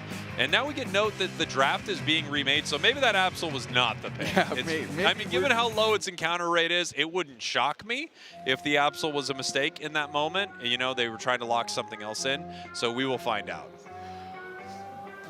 I'm taking a look here. Mega Gyarados has, of course, had a decent weekend from when you and I have watched it in our games. Yes. It is making it past that first pick, sometimes even past the first 3 picks in this instance. What might be the reason for that? As, you know, obviously each tournament textures itself over time to almost develop its own unique metagame. Well, that's what I think it is, right? I think at the start of the day, we all have an expectation as to how something like Gyarados is going to perform, Mega Gyarados specifically, or, you know, even something like Charizard Y, which has made it through to a few games. It's very possible that as the tournament goes on, as the results start coming in, you just start seeing more and more and more that this pick is not winning games, not only from your own teams, like sort of games in their perspective, but also just what you're seeing out on the floor. Not only do we have games happening here, we have that whole Unite Hive out on the floor where matches are being played, tons happening on broadcast, but tons of games because we have so many teams happening off broadcast as well. If you're starting to notice that Mega Gyarados is making it through over and over and over again, while at the same time it is not winning as much as you would expect, all of a sudden you could reasonably assume that this thing is not as meta as everyone anticipated. And I think you see reverse examples of this as well, where people start picking up a Pokemon like Miraidon had a moment where this happened, where Miraidon starts getting picked up, and then all of a sudden everyone goes, oh wait, this is actually extremely good. We didn't realize how good this Charge Beam was in this meta. Another Pokemon that had that a while back at this point was Armarouge, where Armarouge was, you know, not really on anyone's radar, and then all of a sudden it felt like it was completely broken, getting first picked every single game. Yeah, absolutely. That's what's fun about these LAN events specifically, is it kind of, you come in with all the preconceived notions, right? All of your, like, we'll say rudimentary understanding. Rudimentary. Yes. Rudimentary. You take that understanding and it begins to build and form itself and take shape into something completely different. So by the end of the tournament, you're almost, you know, miles away from when you walked in. Yeah, 100%, right? I think we see this with Pokemon, especially when different regions collide. I think we see this a lot because people start to go, oh, actually, we were maybe undervaluing Blaziken quite a bit. We need to make sure that we're on this Pokemon. Many examples of this throughout the history of Unite. We'll see if that Absol is a pick like that, or if actually what's happening right here is just that we need to redo this draft because it wasn't supposed to be Absol. It was supposed to be something way more common. I'd like to see an Absol. Me too. It's been a while. You know, let's get. You know what? Go back. Let's not redo it. Just get them in game. Guys, we're making the call here in the booth. Whether it was a mistake or not, the play stands, and you must play. I agree. I think that's in the rule book. Start it up. Is there an actual rule book for Unite? There's got to be, right? God. So. Golly, I hope so. I mean, I've heard of some people breaking some rules, breaking some hearts out there, so I've got to assume there are some rules that are being taken into account. You know, I know one is you're not allowed to surrender in the tournament games. That happens all the time. It does happen sometimes. That occurs quite a bit. If that is a rule, yes, that is a rule, we need to enforce that a little bit more. Stats team. Not that this is a stats-related question, but stats team, go ahead and let us know if there's a rule book for this. Yeah, stats team, is there a rule book? And if so, how many rules are in there, and how many rules are being followed at any given moment? Hey, that's How many rules have we broken? Well, I mean, I don't know if we break rules. I think we break norms, which is why our broadcast has so much punk rock energy. I think that's like the big thing about it. People are always like, you guys are so punk rock. Nothing says punk rock like these two dorks right here. Hi, we're punk rock. We'd like to talk to you about Psyduck. Man, we're cool. I know. Like, trust me, it's all I think about. I cannot wait for this game to get underway because it's always great to see a regional rival kind of clash once again. And that's one of the cool things that we've had with this regional league is those storylines start to develop. One that I think is not necessarily a rivalry, but it's hard to not view it that way, would be the two undefeated North America squads when you have like Root, Dig, and Evil Geniuses, both undefeated, both could run into each other later in this tournament. There are some exciting things like that, and now we've got two EU squads that have squared up once before, squaring up again. Yeah, and you know, some of these EU teams, we have two different groups that are just strictly EU squads, and not every EU team here is part of that regional league, and we're seeing some pretty decent performance from those teams that aren't necessarily in those, and it's been pretty impressive as we take a look at our groups right now. Yeah, let's take a look at our group stage right here. We've got Root Dig going 4-0 in Group A. Obviously, there is a fight for that second spot between CACM and Citadel. We will be watching that on our main stage. That is going to decide who moves forward to day 2. I was talking to Flareons beforehand. He was complaining about it nonstop. As we take a look at Group B, we have Evil Geniuses. I wish I was lying. We have Evil Geniuses 3-0 versus Twozy. They are going to be moving forward to day 2. Both of them looked phenomenal this morning, for sure. Absolutely here, as we have Volticon's BH3, of course, BH3 2-1, their group stage is complete. Volticons versus Los Duros to kind of see if Los Duros can eke their way into that second spot, and if Volticons loses, I believe then we have it as it's listed here. It's still Volticons edging out BH3 because of the head-to-head matchup. Yeah, that will be interesting. I wonder, I mean, we might have score come into account there. We're going to have to see. Komai, Peru, we have Komai going 3-0 in their group. I think people expected them to do well, but maybe not take down the world champs. However, they did. Peru is going to be 2-1 heading into day number 2. Kind of a similar situation that Peru landed themselves in at LAIC, if I remember right. You know, like they had a couple good games, but weren't flawless in their group. And now we're going to take a look at Group E. We've got Peps 2-0, Extinction 1-1. Heading into Group F, Kadokados engage. That's what we're watching right now.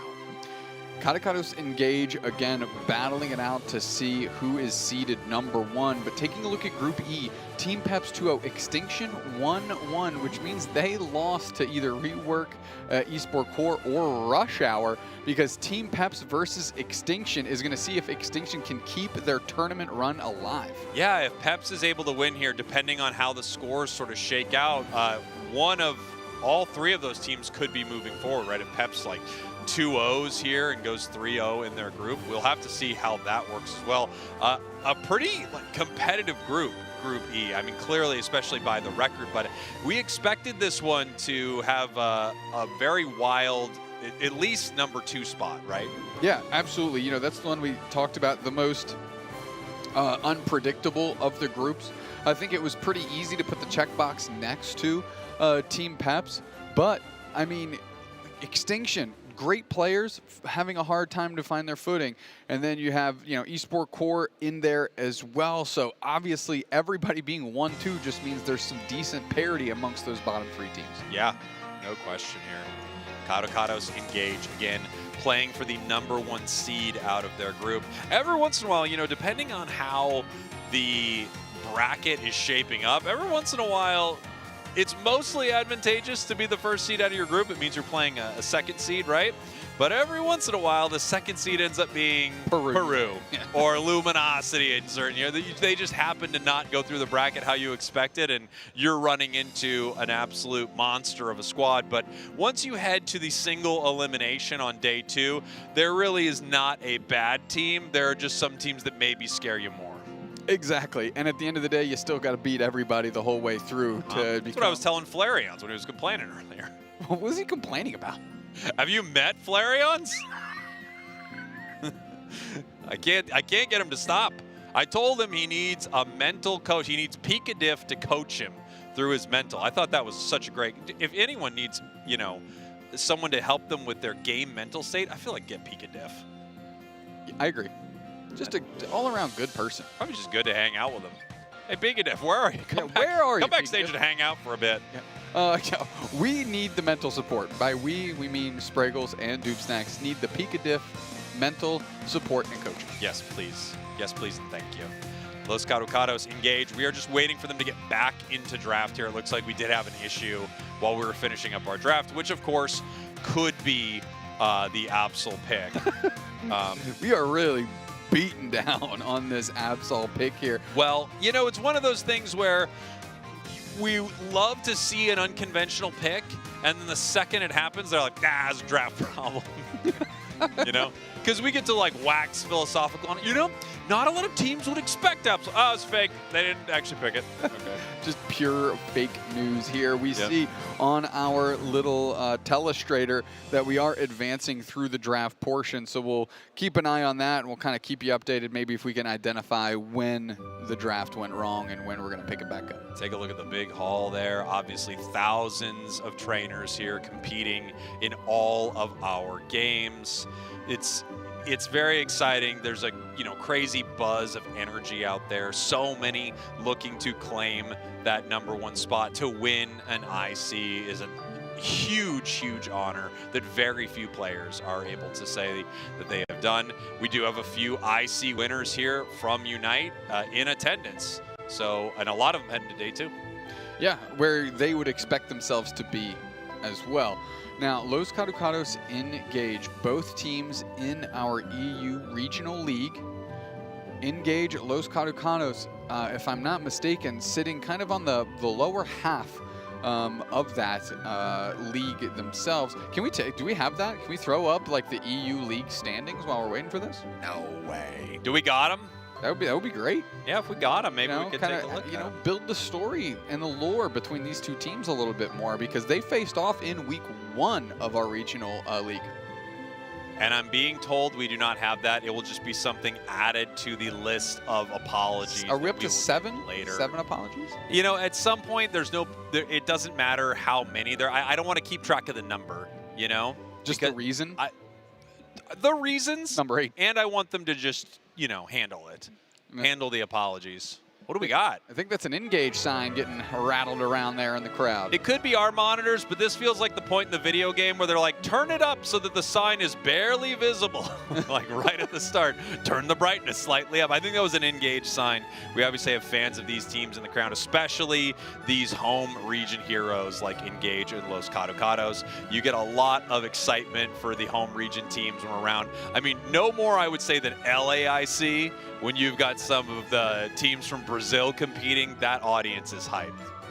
Yeah, and I would like to think that in EU, if one of these EU teams makes a deep, deep run, and you've got some teams that are looking pretty prime right now, like Komai, who already beat your world champions, that we have a crowd that gets behind the hometown heroes. Yeah, a lot of the teams you'd expect from EU to be moving forward looks like they are doing pretty good in our tournament right now.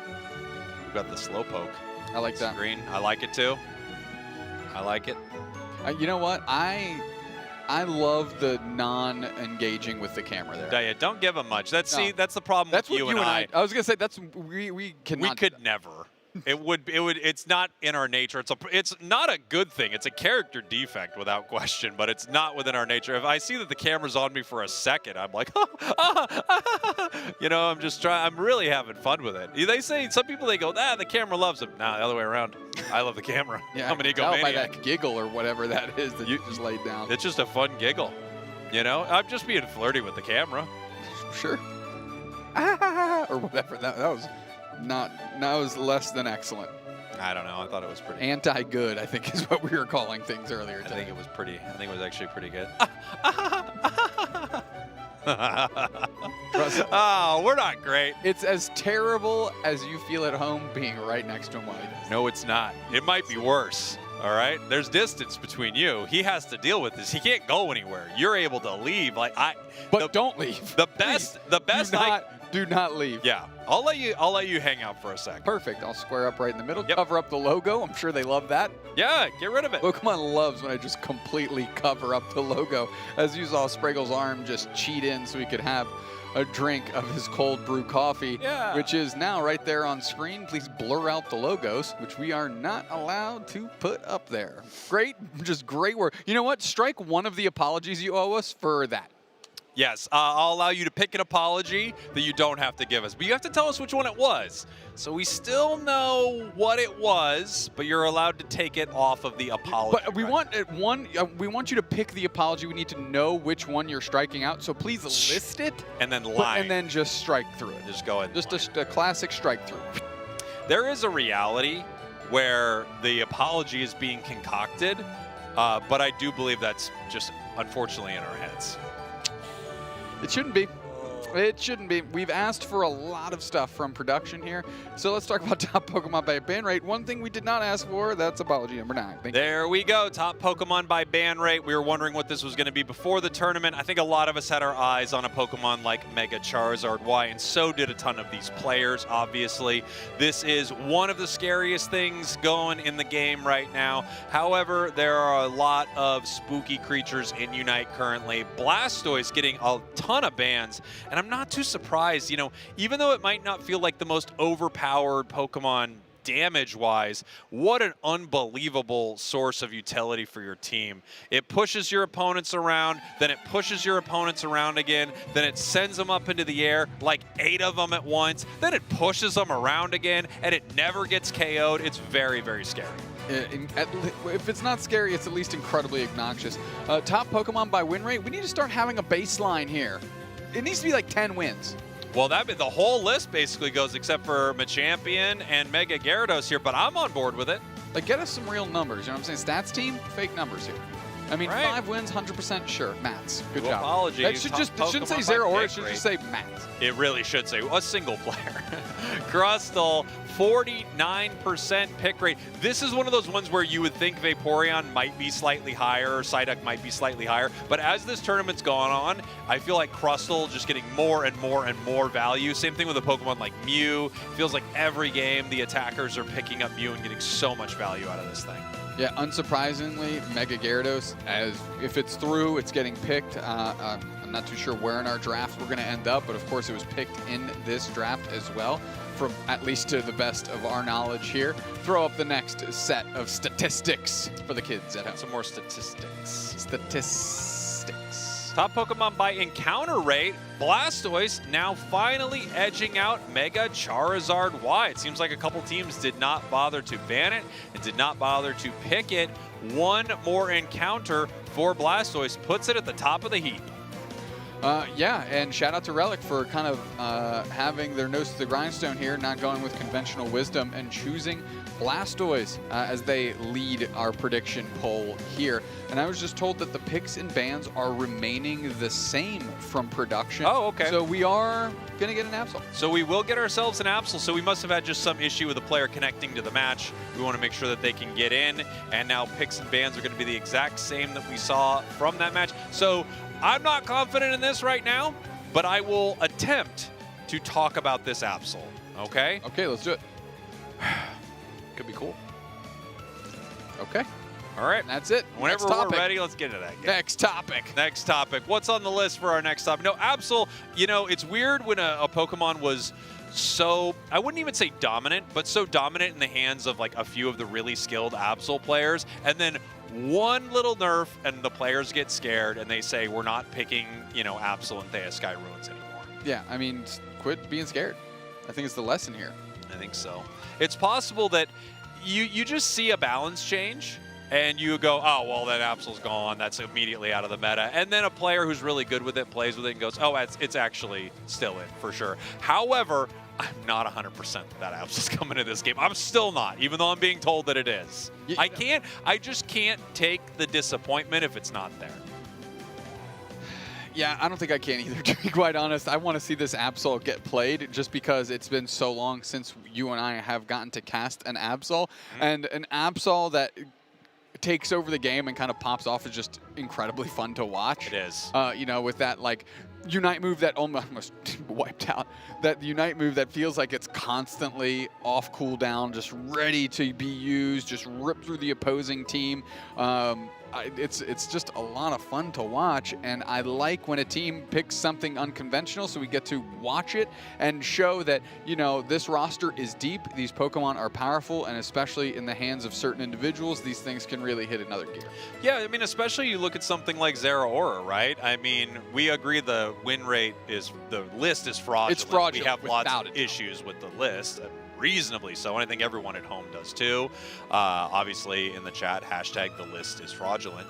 But I do think that when you see a player like Mats on Zeraora, you see a player like whoever on their sort of favorite Pokemon that they've had from day one. You know, I think back to the time when Machisel brings out Machamp when no one's playing it. You know, you have these moments where you go, well, maybe it's not the most meta thing, but when someone knows this backwards and forwards and the team knows how to play with it, you can have some huge games. Yes, absolutely.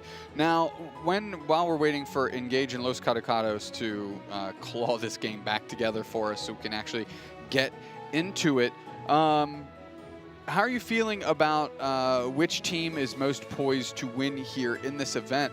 I mean, you and I have spoken quite a bit that we would love to see, you know, a LATAM team perform well here and take a world spot and add one to the pool, because LATAM feels like just an incredibly strong region that should get some, you know, some good representation. I totally, I'm right there as well. I would love for LATAM. Like, I've got my head decision, my heart decision, but then I've got my heart again. Like, there are a lot of these teams I really love, a lot of these players I really enjoy just as people, as competitors. I love watching them, I love casting them, and there are teams where I go, I think this is what we're going to run into. So if I were to go with what I think is going to happen, I think we see very deep runs from teams like Dignitas, teams like Evil Geniuses. I think the bright lights in North America are extremely bright, and I think these squads are incredible, and we could be seeing them make their way all the way to the grand finals. If I want to go with my heart, I kind of love those teams as well, I'm not going to lie,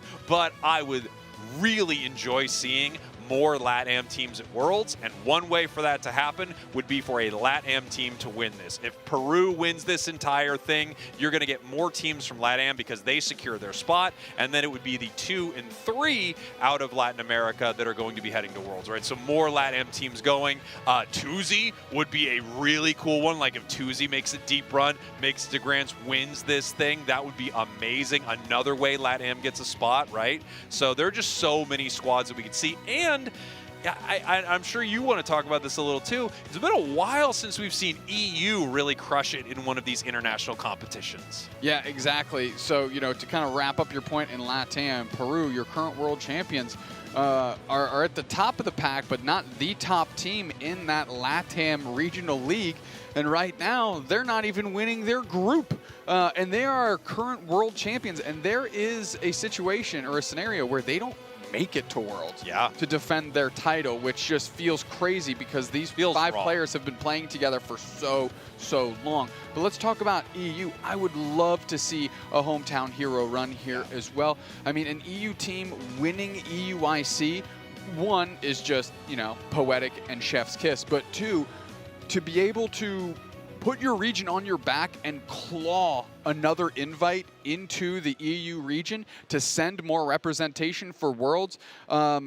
is kind of, you know, you're getting everybody patting you on the back for doing that, you know, as you go back into these regional leagues here in week 3 in a couple weeks. Yeah, yeah, 100%. I think there's so much hype behind an in-region victor.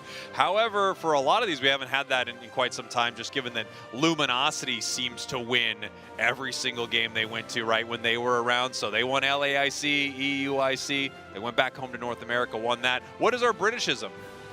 But can you eat it? Battered Wally. I want a genuine apology. What do you want us to do with that? This is insane. What do you want us to do?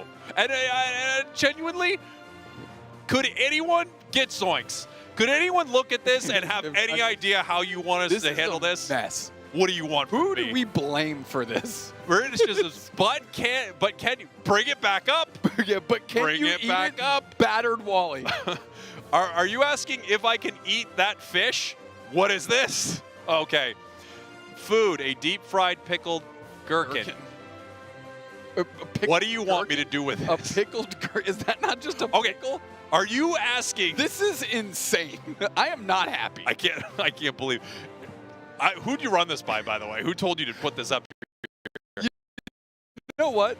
We are given for every nonsensical thing we're done, because that was preposterous.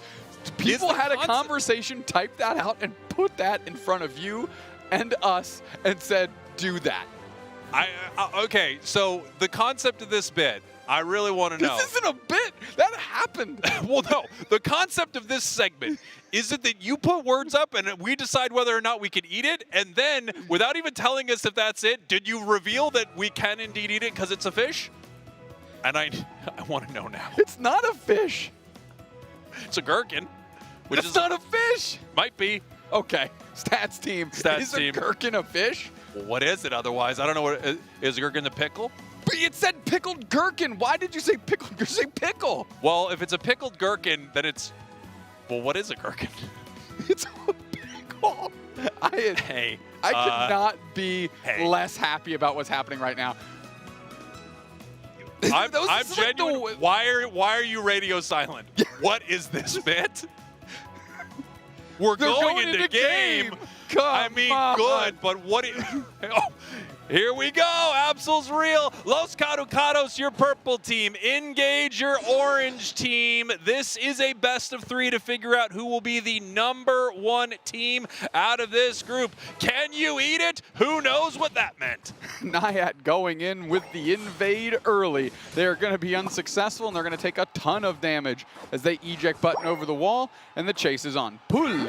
That's a chicken. Yeah, nice job from Naiad here, able to grab that berry and able to make it out. Of course, running that EXP share, right? You don't really lose much value if you're not able to get the secure. And they're right back in there. A gherkin is known as a pickle. So it's a pickled pickle. Get out of here. Everything about this walking is miserable. off this show. Get zoinks. I can't even imagine. I'm livid. The K opener goes to Mimikyu. What do I'm stunned. Here we go. Birdie Low right now. Huge score attempt in this bottom path. Mimikyu is able to score, put in 18 here. We have 2 members of Engage fighting in the top path against this lone Magikarp right now. Take a look at this. Jose, level 6 already on Mimikyu. Yeah, both of these teams 3-3 in the regional leagues currently. 3 matches won, 3 matches lost.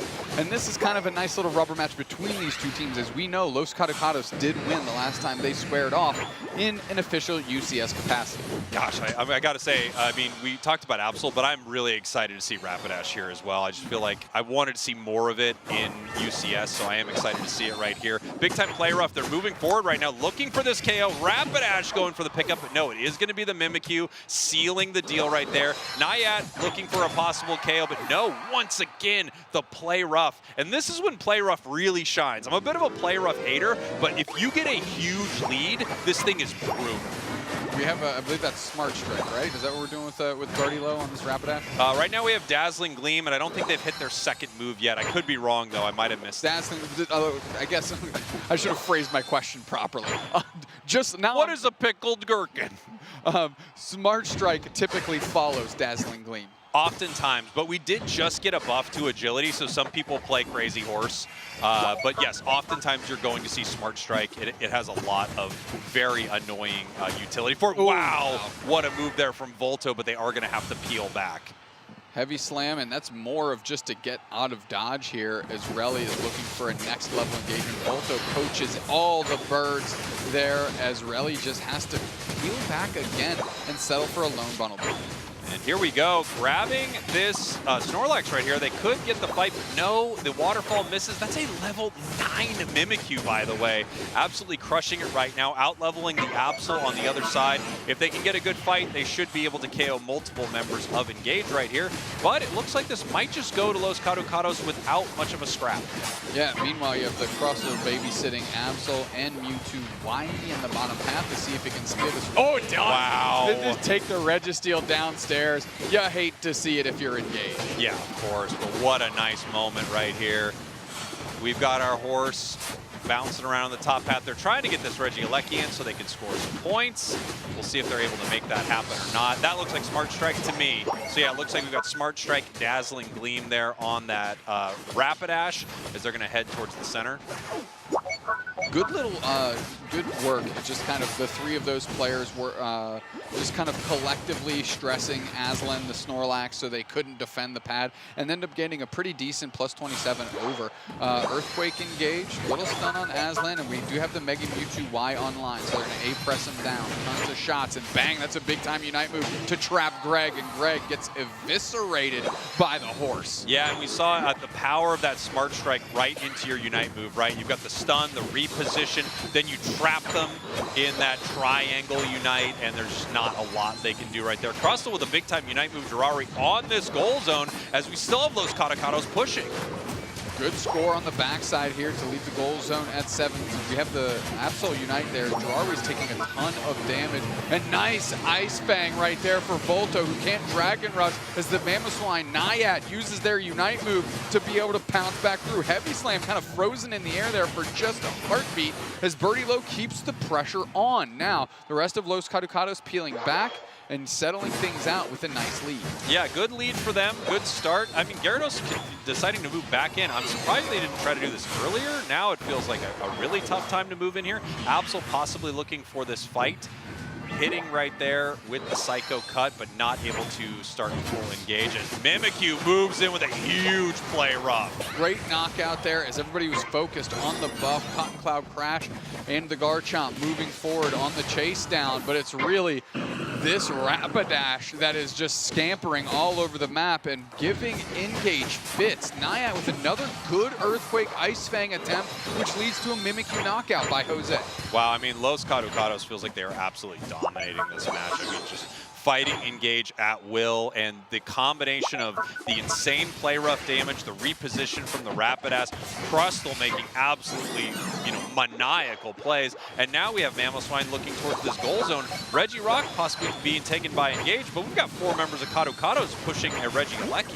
Rally stepping up. They do have their Unite move. They can pop it, and they do, to avoid the Absol Unite, and they want the Absol. They're going to spin up on Aslan really quick. The Psycho Cut does hit them. Tons of damage on the Mega Gyarados. They're able to take double berries, and now they're going to stand on this goal zone to try and defend it just a little bit longer, as the top tier 2 goal zone was closed by Los Caducados while all the attention was on this Mega Gyarados. 325-107 as Los Caducados are in complete control. A decent fight for Engage at the bottom path, but of course it was a 4 versus 1. Right now, Caducados just really gets to dictate how the rest of this match goes, unless Engage can find a huge moment for themselves. But right now, Los Caducados just spending time in Engage's central area here. Another huge Crustle Unite. Big stun, Rock Tomb is down, Jirari's on the retreat. We're popping that Rapidash Unite move as well. The Prism is down. We're fighting in the Bermuda Triangle here, and it spells nothing but danger, but it's danger for Los Caducados. Yeah, Los Caducados actually giving up some KOs right there, which is not great because they didn't get a lot of value for it, right? They tried to get some experience, not really scoring. 325, still 107. So Engage actually got, you know, the better of that fight without question. I love Los Caducados wanting to keep the pressure on, but you do start to give up huge chunks of experience to the other side that allows them to catch up in level, and all of a sudden a match that you were winning pretty soundly has gotten very close.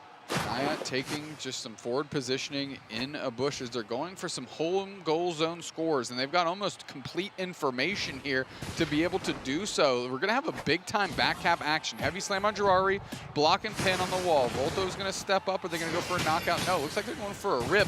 Rapidash jumps in, jumps back out. We've got 15 seconds until Boss Monster. Wow, I mean, 15 seconds right here. Yes, they'll get this Regieleki, but even if this walks and they get a full dunk, I mean, it's 4:15. 107. They're looking for a fight right now. Girari getting some good information. They know where Aslan is. They know mostly where the members of Engage are coming from right now. Relly pushing the Gyarados, or excuse me, pushing the Garchomp back. Volto actually possibly heading home, but no, they get the Pollen Puff. Now it is really up to Engage to see how they want to engage in this final fight at Kyogre. They are behind by so much. They have to be the ones to make a play. Los Caducados could sit on their thumbs for 2 minutes. It needs to be Engage who makes a fight here. Kyogre not even getting chipped here. Naya working their way to the middle. They do have good information. Heavy slam block back the other way. This is their opportunity. Relly taking a ton of damage. They do pop their Unite move with half HP. Girari gets obviously pinned down. We have the Infinite Cyburn coming out. The stun. Huge X-Scissor after the Rubble Rouse on the backside, and Birdie Low is trying to find a target. Absol's down. Girari still standing despite being engaged on by 3 people, and so is this Mega Gyarados. Greg is getting the break speed off them. They're so low as the Mega Mewtwo, as the Cotton Cloud crash from the Eldegoss. Is it good enough to get a knockout? 2 players down on either side. Engage, though, they're the ones that need this Kyogre. They're the ones that need to do something. We still have Birdie Low standing with this Rapidash. Can they rapidly get in there and stop this Kyogre from getting taken? They're going to grab a berry and they're going to suss their way in. No Unite moves on either side. Kyogre is getting worked down. It doesn't look like Los Caducados is going to go in. Heavy slams a bit early. It's taken by the Mimikyu. Working there all the way in. Hiyori low on HP. They get knocked out. Look at my horse. My horse is amazing, says Birdie Low. KO streak of 2.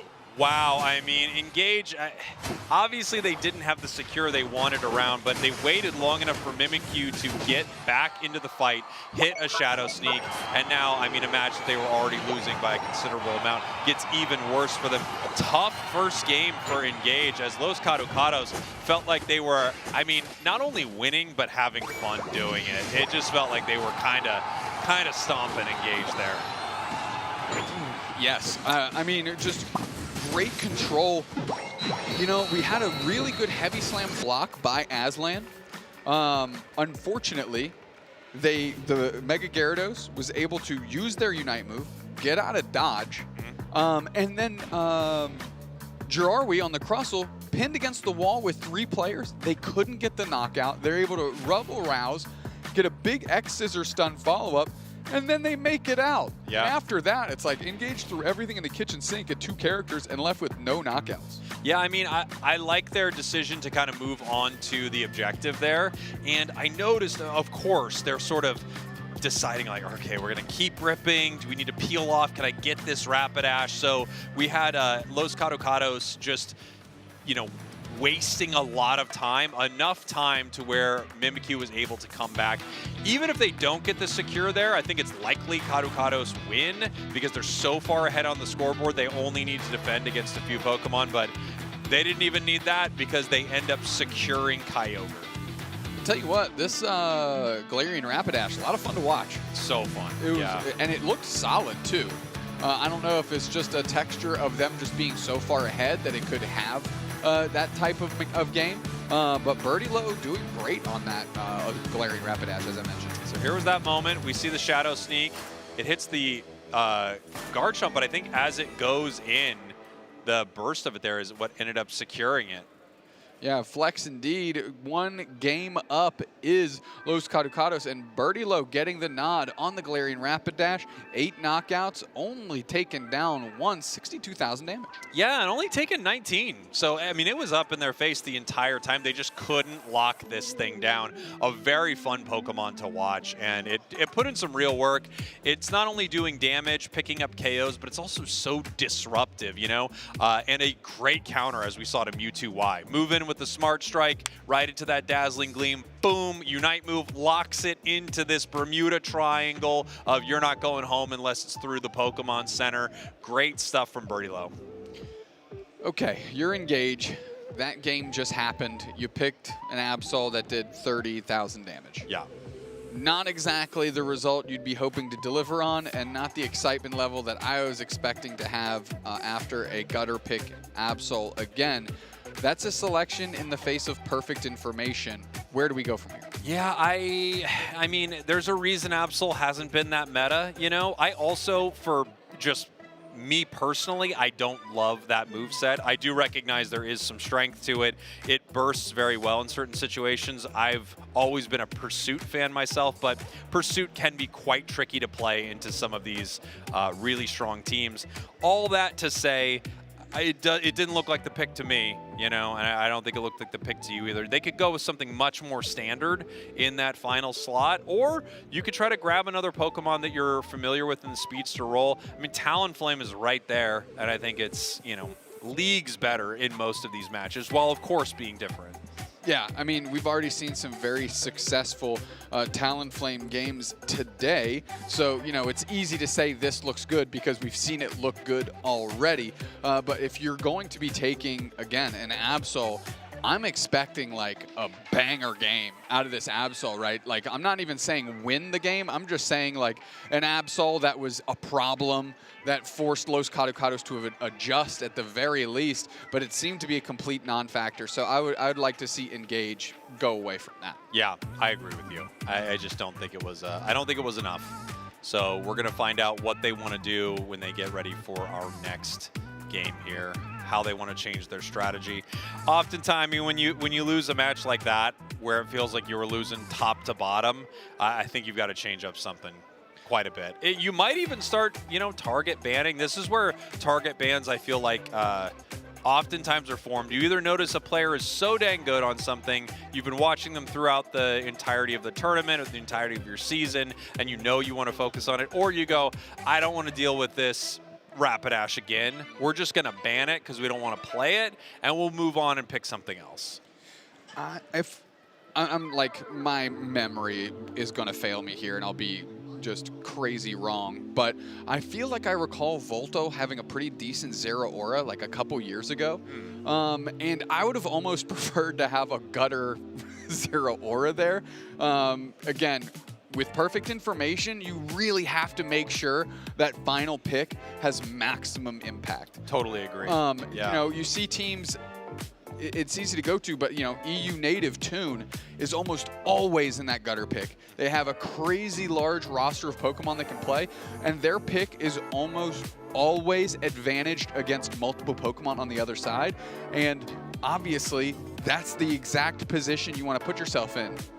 You are the last pick. You give up strength for strategy, but you have to be able to deliver.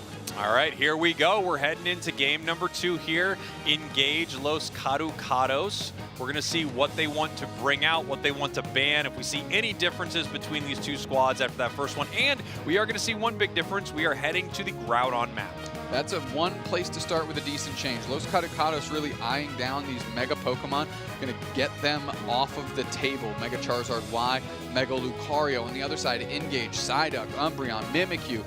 And I'm unsurprised to see Mimikyu leave because that thing was having a game. Yeah, it really was, and Engage clearly doesn't want to deal with it here moving into game number 2. We've got a first pick on the side of Engage. There are a lot of different Pokemon that we could slot into this first pick slot. We're going to see if they want to, you know, kind of start with the defender, support, sort of hide what the rest of your Pokemon are going to be, and it looks like that's what we're doing here. A big-time Pokemon like Crustle, has been extremely impactful in so many of our games. And with Umbreon banned out, it gets that big shield, and you're not going to lose too much when you use that Unite. I don't think you grab Trevenant here. I think you actually go Mega Gyarados something else. Just honestly, because I think you can get the Trevenant later. That being said, Engage is back on the button here.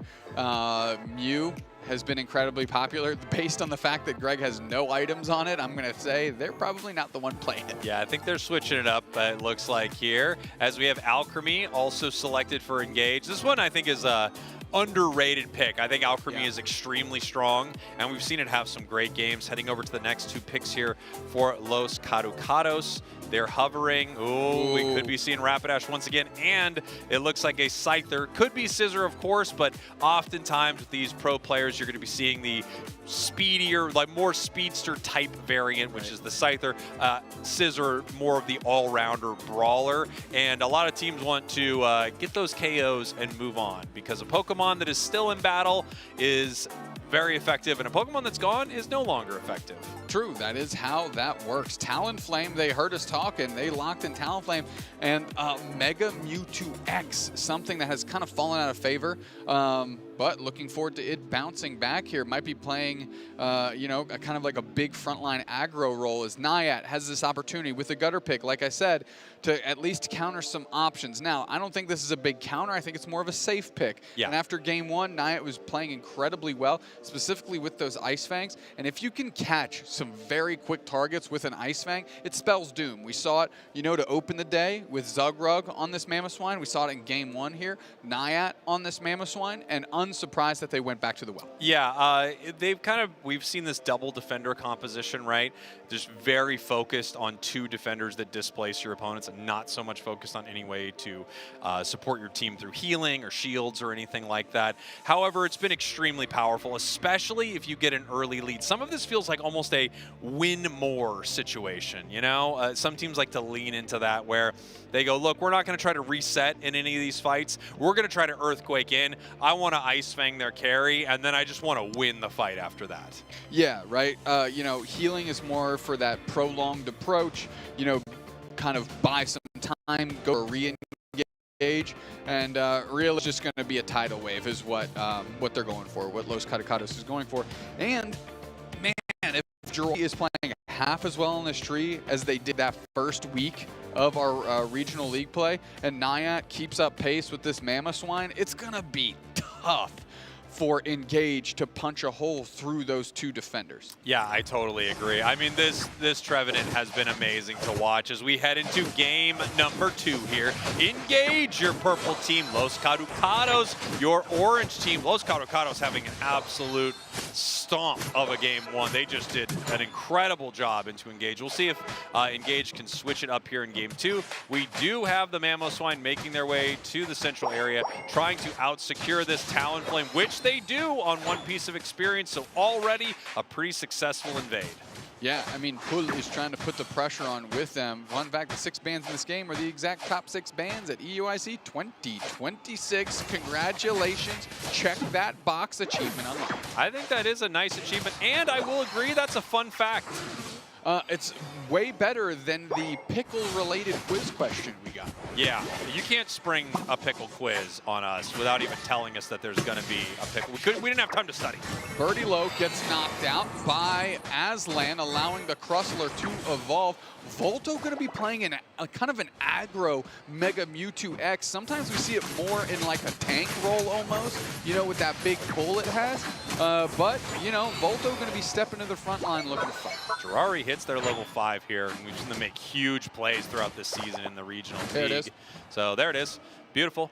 Now we know there's a waterfall over there. As we see Jose heading back to the central area here, looking to get some of this experience. Obviously, they can share this a bit. You'll get a little less experience over to your Scyther, but a little to a Pokemon that needs it just to tick over and evolve there, like that Mamoswine. Now it is a Pillow Swine currently.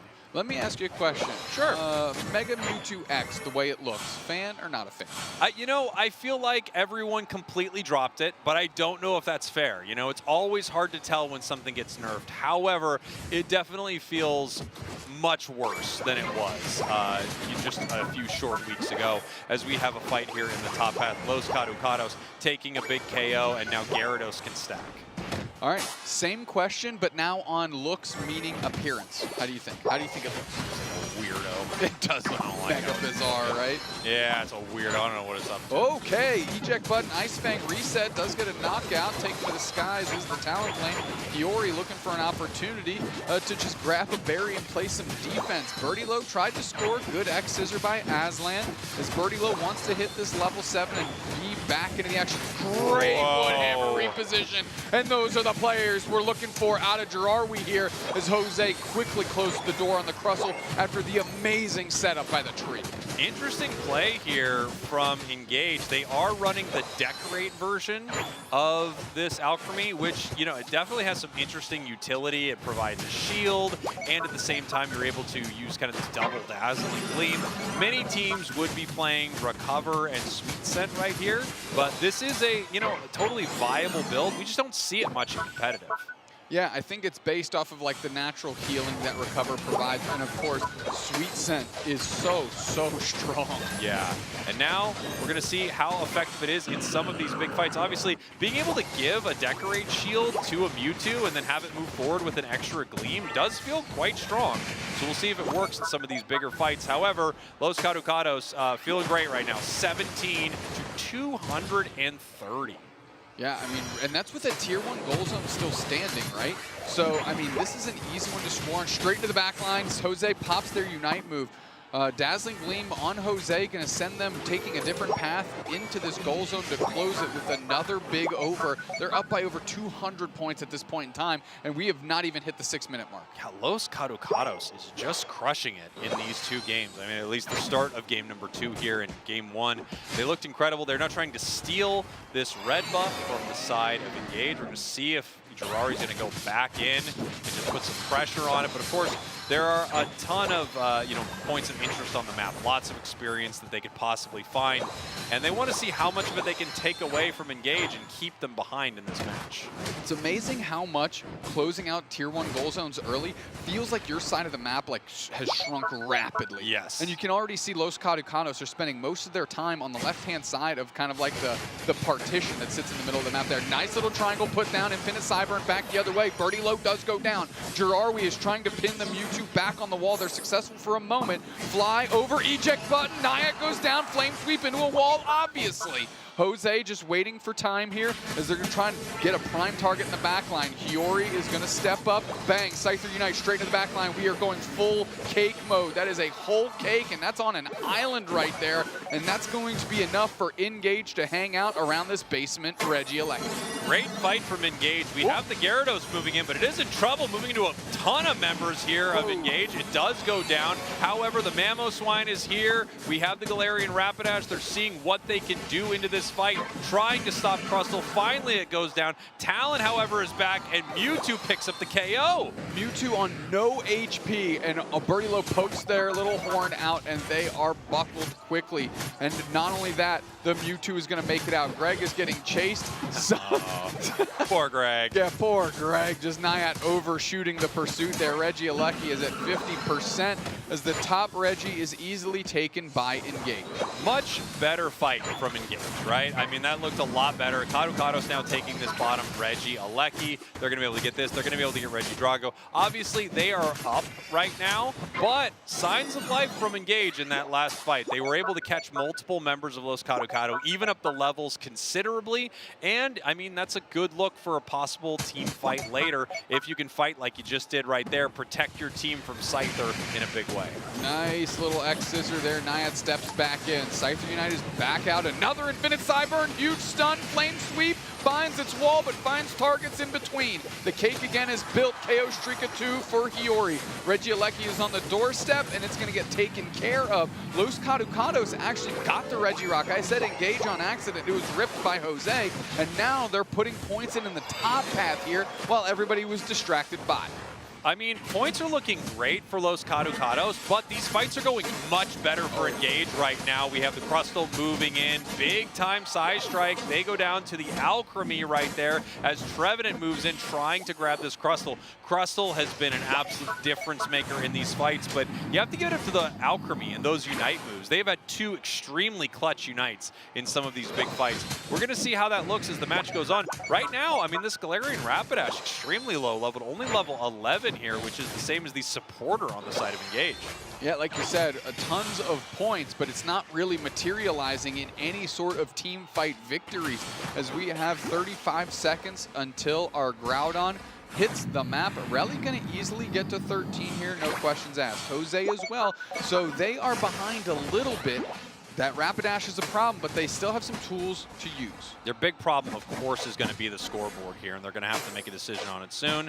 We have Trevenant looking to start a fight right here. They bring Crustle on in, massive catch right into the Ice Fang. It is gone. And who else but Jirawi to facilitate that? Now, the exchange of the defenders is what occurred there. They're both going to be back in time, but we'll see how that changes the texture of how we want to approach this fight. Of course, and I think the big issue for Engage is time is not on their side, right? Every time Los Caducados can slow down their final fight, that is better and better for Caducados and worse for Engage. As Engage is looking for a possible moment right here, they don't exactly know where everyone from Caducados is. They kind of can suss out that someone's in that tall grass as Nihat moves out, possibly looking to grab Crustle, but no, everyone just peels back in this moment. They had one good catch on Crustle, but they don't need to be the ones to fight. Engage has to make the play. No, and they have the speed to flank here, does Los Caducados, as we're trying to rock to and just trap someone. Jirawi at the backside, pushes Volta all the way to the wall, big time Engage. They are gone before they can even move. Fly to the sky, Mega Gyarados is in the back line, and look how far Alcremie has been separated from the team. They go full cake, but nobody's around. Jose collapses on top of them, and Pool is shredded like the chicken it is. The Solar Beam comes back through, tons of damage, but who else but Jirawi, and who else but Nihat to reposition Aslan, as we're getting a back half of 62 points to go in and stress this lead even further. Rally looking for their next target. They say it's Aslan. Infinite Psyburn is down. Aslan is on the razor's edge of getting knocked out, and they are gone. KO Streak of 2. Right into the middle is the rest of Los Caducados as Hiyori is trying to find their way in, but there is no value left on the map. Yeah, Engage, there's not much they can do. Hiyori almost got Jirawi, but what a beautiful play from them using an eject button and a leech life. Birdie Low goes down right here. 30 seconds left. We have once again Alchemy getting pushed towards the Groudon. It goes down, and there just really is no time on the clock for Engage. They're too far behind on the scoreboard. They cannot rip Groudon. Unfortunately, they were just completely stalled out of this fight. Even with 15 seconds, peeling to all the goal zones. We have more points from Los Caducados as they put it on an absolute clinic in these 2 games. Dominant performance from top to bottom. Listen, I'm not trying to tell anybody what to do, but every time Jirawi doesn't pick tree, not saying they're playing bad, I'm just saying this tree is awesome. Yeah, their tree is so unbelievably good.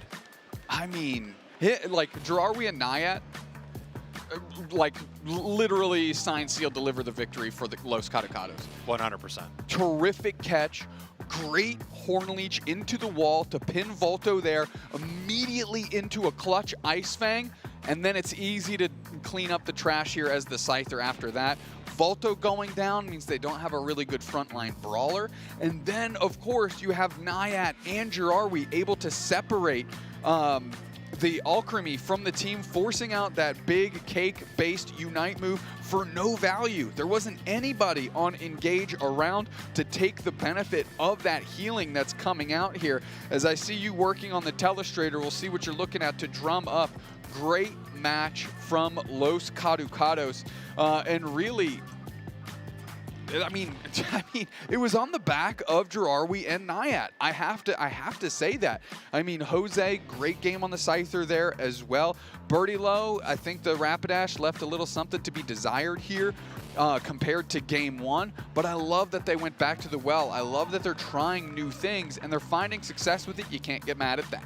Yeah, just so many great plays. I had a couple I wanted to take there was just one moment in the fight that I just thought was so fun that I wanted to take a look at here in a sec. If we can, we'll pull it up for the audience in our telestrator. But of course, we're taking a look at some of the big moments throughout that match. Just a highlight reel, most of it for Los Caducados. We had some great fights from Engage as the match went on, but both of these games, they were in so much, they were hundreds and hundreds and hundreds of points ahead. Even when Engage had great fights, they still weren't winning on the map. We can see this is where things really started to go wrong. Didn't catch the Talon there, which was really ideal, obviously, for Engage, but that Alchemy having to use Unite move to benefit almost no one, and then they go down anyway, was extremely rough.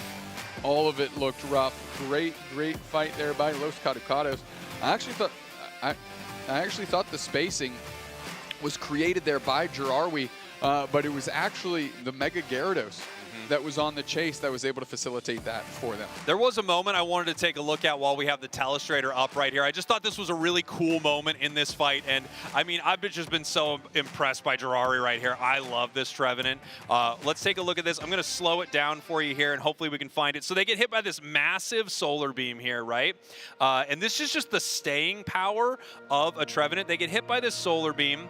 Another one absolutely devastates them. They're continuing to stay in the pocket. They do miss that wood hammer right there. Hit by the flame sweep. And I mean, if you look at this, they're on 0. There is no HP left. They have to use their Unite move. That's what this area is right there. They're using their Unite move to try to stay in the fight. They're living on a shield right now. They Horn Leech, and if you blink, you miss it. They Horn Leech and try to eject button into a Talonflame, because if they clip an enemy player, they start to get all of that HP back through Horn Leech. And throughout all of this, with this full HP Talon, with this Unite move, they survive this entire thing. They peel up here towards Groudon, and they Horn Leech it right here so they can get some healing off Groudon. It's just one of those plays that I love to see it. I love to see players understand their Pokemon at such a high level that they can make something like that happen. And Jirawi's tree, it's like, it's there with Tomato. It's there with like the legendary Trevenants that we've seen. But we've got an interview up on the big stage, so why don't you take it away? Thank you very much, Bragles. It's Naiad, everyone! Las Cados! Oh!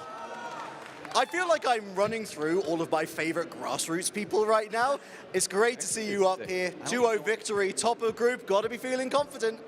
Yeah, 100%. I mean, to be honest, we saw this group and we were like, okay, we want the 6-0. We're not happy with anything else. So we got a 6-0. That's pretty good, yeah. Yeah, I mean, the clean sheet across the board, that's got to be really good going into tomorrow.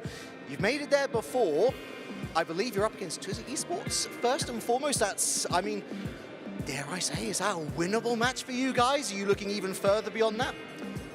We're going to prepare for every opponent through our bracket 100%, but I think Twozy is on our level. They are from Brazil or Latam in general, so I think those guys are pretty good. We're not going to underestimate them, but we want it 2-0. Talk me through the Mamoswine, because I've known you cross all sorts of roles, attackers, supporters. It seems like you found a really lovely balance within this team between you and Jirawi. What was the thinking behind that going into not just this season, but this event overall? Shout out to Marv, because he always invades Hostel with Mamoswine, and my jungler always cries, so I just copied him. That's it. That's the whole threat. Dude, it doesn't need to be any more difficult than that. So, final question, I guess. In terms of, you've played with so many teams now over the years. What are the vibes like with this one? Do you think this is perhaps the most complete team that you felt a part of? I like vibes based. This is like the best team I've had. Like, we have so much fun. It's so enjoyable. But also like the balance between like leadership and experience, and rookies like Rally is really good. And I think this is the best team I had so far. And I think this team, we can make it very fine day 2. I actually have one more question for you. Regional leagues, of course, you're middle of the pack. How much confidence do you take from an on-stage performance like this when you actually go back to the regional league? So are you looking up rather than down? I think our regional performances so far were kind of decent. We didn't really end up where we wanted to. But I think this just shows that we are like a really, really good team, and we want to go up to like top 4, 3, 2, or even to the top 1. So it's like nothing is better than this win on stage. I couldn't agree more. What a great win it was. Give this man the love and respect that he deserves. Naiad, Los Cados, le gentleman, back to you. Thank you very much, Relic. An incredible interview. You know, he's never said give the love to these two gentlemen. You notice that? Nobody says that, actually. Have you noticed that nobody says that? Very interesting. What a match. They looked fantastic, and I agree. I would be feeling great heading back to my region. And of course, looking forward to this tournament. They're on fire. Yeah, I mean, don't leave anything up to the region, right? I like that Nayat is like, I believe that, the region is one thing, but this tournament, we believe we can go far in day 2. Keep that momentum, keep it going. Why let things get into the region where you have to hit top 2? Just win this weekend. Done and whoop, there goes that pen. Done and dusted, just like me. Let's go to break. See ya. Send it. We're going to break. Pew, pew, pew, pew.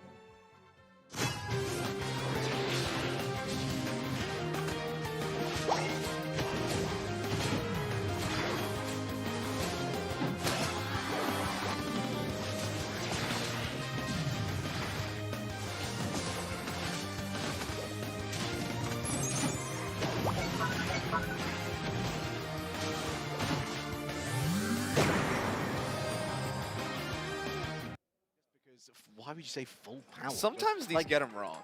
Like,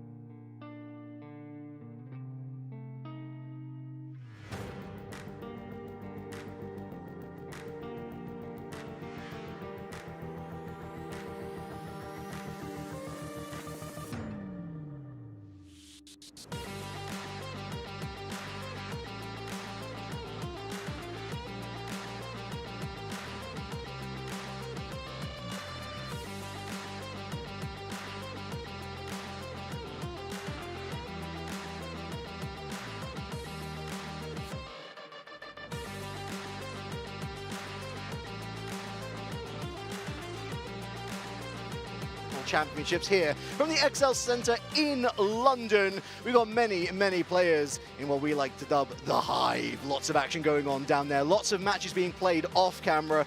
Right now, we have got a Day 2 progression decider. And it's all EU, baby. Check this out. I'm Relic, he's Zoinks. We have Los Duros, who find themselves in a position, yes, where they can progress, but they need to 2-0 this next set in order to make it so. Yeah, let's break it down here. Volticons and BH3 currently sitting at 2-0 and 2-1 respectively. Los Duros, the wild card here at 1-3. Let's see, didn't pick up a map, which means that if we go down to tie breaks, things, if they all end up 2-1 with a similar map score, that means that BH3 and Volticons are going to be the ones moving on due to our tiebreak rules. So the only path forward for Los Duros in Group C will be a 2-0 victory over Volticons Unite, who so far are the only team to not drop a match in their group. A tall task, obviously, but maybe a doable one. We saw their match against BH3 was very exciting. We'll have to see where that goes. But a bit of a recap on some of the other groups. 4-0 for Root Dignitas. Evil Geniuses also flawless. It feels like those two teams just in lockstep so far this season. And Komai also sitting at 3-0. It's been a really strong day for the EU teams in general. Speaking of Team Peps with a 2-0 currently in their group, we'll be seeing them versus Extinction for potentially top of group honors after this at the end of the show. And Group F, we got Los Caducados, of course, locking in that 3-0 over Engage, a 6-0 flawless run to face off against Twozy Esports on day 2 as their first match. So already things are moving and shaking. We're getting a clearer picture as to what day 2 is going to bring, but we have to stick here and remain in the present because, of course, there is still so much on the line for Los Duros in particular. They have to win game 1. It's as cut and dry as you can get. Yeah, and then unfortunately, if you do that, you got to win game 2. There's truly Simples, right? no other path out. Again, a flawless match score is the only thing that will get Los Duros into day 2. A pretty clear objective, but not an easy one to achieve, obviously. We have seen some amazing matches out of both Volticons and Los Duros. Let's see what these teams want to accomplish when it comes to draft. We're obviously going to be starting on the Kyogre map, our locked-in map number 1 of the tournament.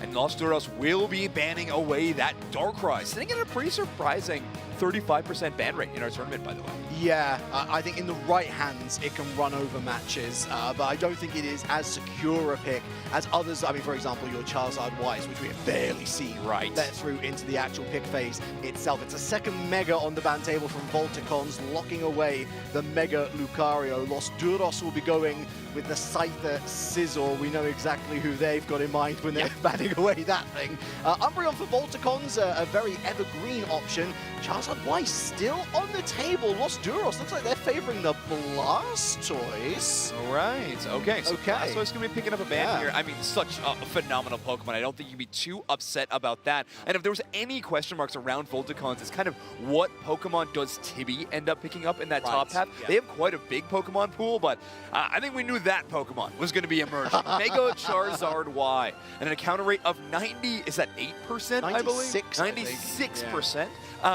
Pretty phenomenal, but not 100 any longer. Please pick Vaporeon. I really need the encounter rate stats.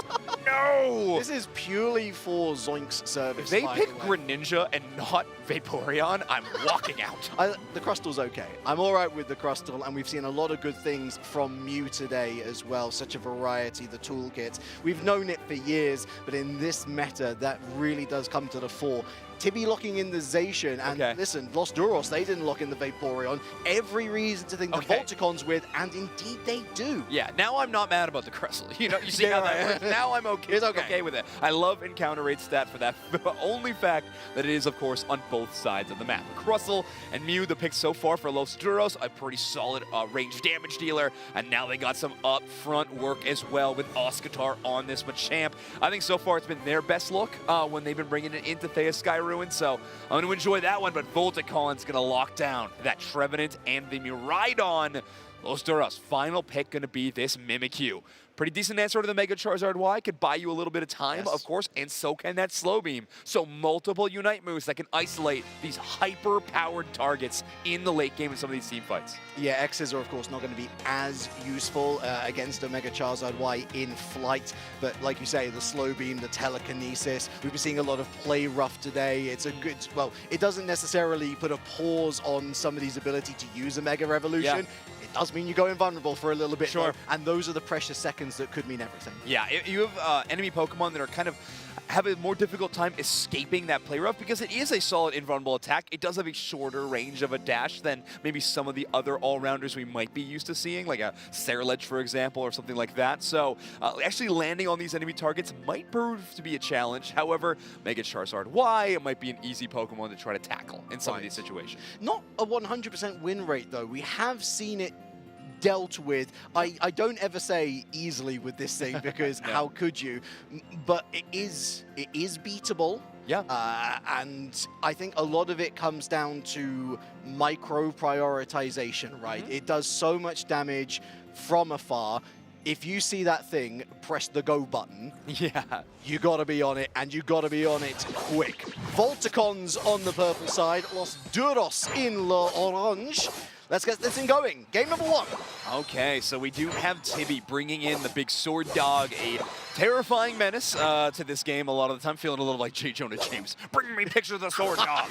Either way, Tibby so far is going to try to duel against this Machamp. Already pops the eject button from Oscatar, so a big resource gone already, and Oscatar is going to fall. First knockout of the match will go to Tibby. Yeah, the bugle is through the post box. The news is we've got the K opener. Volticon's looking really strong on this top path. Of course, Fizzy's main goal, main objective right now is to find that Trevenant nice and early, but here comes that rotation, Mimikyu top path. Yeah, and we do have Vaporeon in the enemy backline. I think we had Leon trying to get some stacks in probably and having an escape route via recall, but they're just going to keep going for their scores. Instead, Los Doros on some Mimikyu threatening a topside push, as well as that Charmeleon. Mega Charizard Y has hit that middle stage. Machop trying to see if they can sneak a KO away with Fizzy in the danger zone, but will not close the door. And they have committed to the Shadow Claw, a Shadow Claw that is currently ravaging the front and back line of Volticons. Fizzy going on a diet there, picking up 2 citrus berries. They're looking pretty healthy for now, but they are powerless to stop the scores going in. Decent work here from Los Duros, who clean up the birds. Yeah, I mean, Los Duros got to be happy at the very least of getting Oscatar evolved in that situation. Machop, a decent amount of burst damage in the early game, so doesn't usually have a challenge getting those levels. But again, against the Zacian in the early game, anything is a challenge to get some of these last hits. So with that Mimikyu investment, you have a chance to take a little bit of momentum in the early game, and it pays off, if even slightly. I do, Leon, I don't think that KO escaped me, Leon. I saw that you were eventually taken out by Los Duros. Back now and on Vaporeon, that is crucial. And Tibby's done pretty well to defend the zone otherwise, of course, powered up by that passive Hydron engine. Really strong at both sieging and defending goal zones. There's no way Jay and Danny... back this to the Vaporeon bush. is just like just drawn to something on that back line. Yeah. Regidrago going into the hands of Lee Sin on that Mimikyu. Yeah, someone check. I think Leon's got a clubhouse set up in that enemy like tall a grass. GPS or something. Yeah, I mean, yeah, they're Please turn geocaching. left. They're geocaching in the back line. It happens.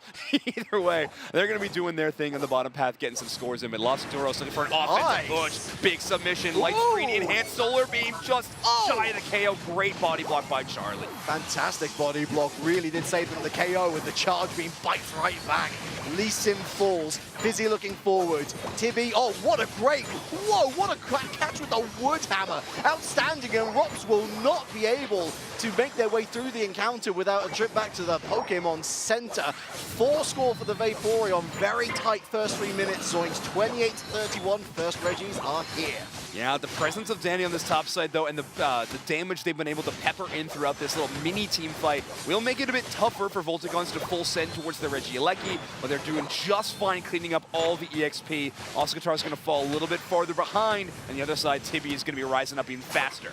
Los Duros, though, do spend their time, and they get that Regirock. A defense buff could go a long way, especially if they want to exchange objectives. And that was really nice vision provided from No Way Jay, especially. We've got Robs there too. Nice catch with the Leech Horn. Oh, Robs, I don't think you're getting out of this one, mate. No, you are not. And here we go. Seismic Slam, Mega Evolution, the Fire Blast, completely covering that that cold zone almost. Here we go with another Fire Blast, and all the way back to the T2. Somehow, Robs is still online. No Way Jay back in the fray. Now goes the Miraidon. Tibby now adding reinforcements to the Volticon Assault. Submission, never mind, because the tree's got it covered with 1% health. Los Duros did pay the price slightly, couple of scores down, but overall a success, I think, here, Zoinks. Yeah, especially at a Unite move disadvantage, right? You didn't have Slow Beam to work with yet, and Mimikyu had just hit that level 9. So despite having a really tough turn of events, they rely on the one they do have in Oscatar's Barrage Blow, and they're able to exchange some really nasty stuff. Obviously, this Scald Slowbro, I think, paying off in a couple of major ways. That attack damage reduction in the AoE around the Steam Cloud working out really well on that enemy push onto that goal zone. So nice play. Let's see if Oscatar can set it up again. Yeah, this is the advantage, of course, of Volticon's going so heavily into that bottom T1. They had to look away from the Regieleki momentarily. Means that Los Duros can contest.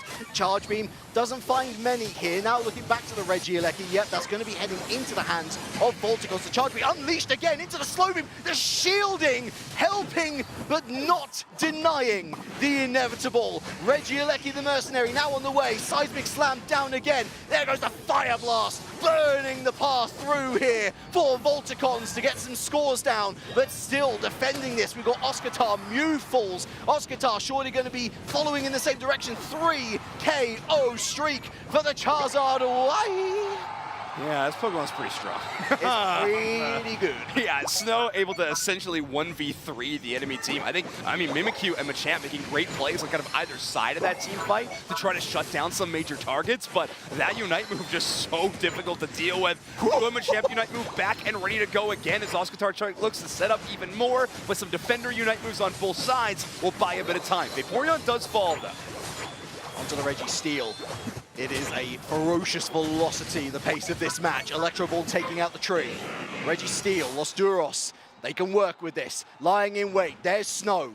Behind, No Way Jay's got them though. They knew the tricks. Seismic Slam down again. Mega Revolution in again. That's going to prevent any scoring. Come play with me though. This is one of those tricks to burn down that Mega Gauge ever so slightly. Charge Beam again dispels the Lee Sin threat. No Way Jay caught behind enemy lines. They're going to be dealt with, not after a X-Scissor, but eventually so. 2 KO streak then for the Miraidon. No matter what Los Duros put together, Zoinks, Volticons have an answer. Yeah, really tough turn of events for Los Duros. I mean, that was your chance to get back on the scoreboard. You do it in a tiny way, but finally you're going to break those points with a Machamp score on the top side. However, Oscatar might go down and pay the price for that push. Rock Tomb going to kind of push them out, but I don't think they were making it back to goal zone either way. Machamp goes down, and Los Duros going to have to try to rally back here a little bit, but likely in the face of a Regieleki.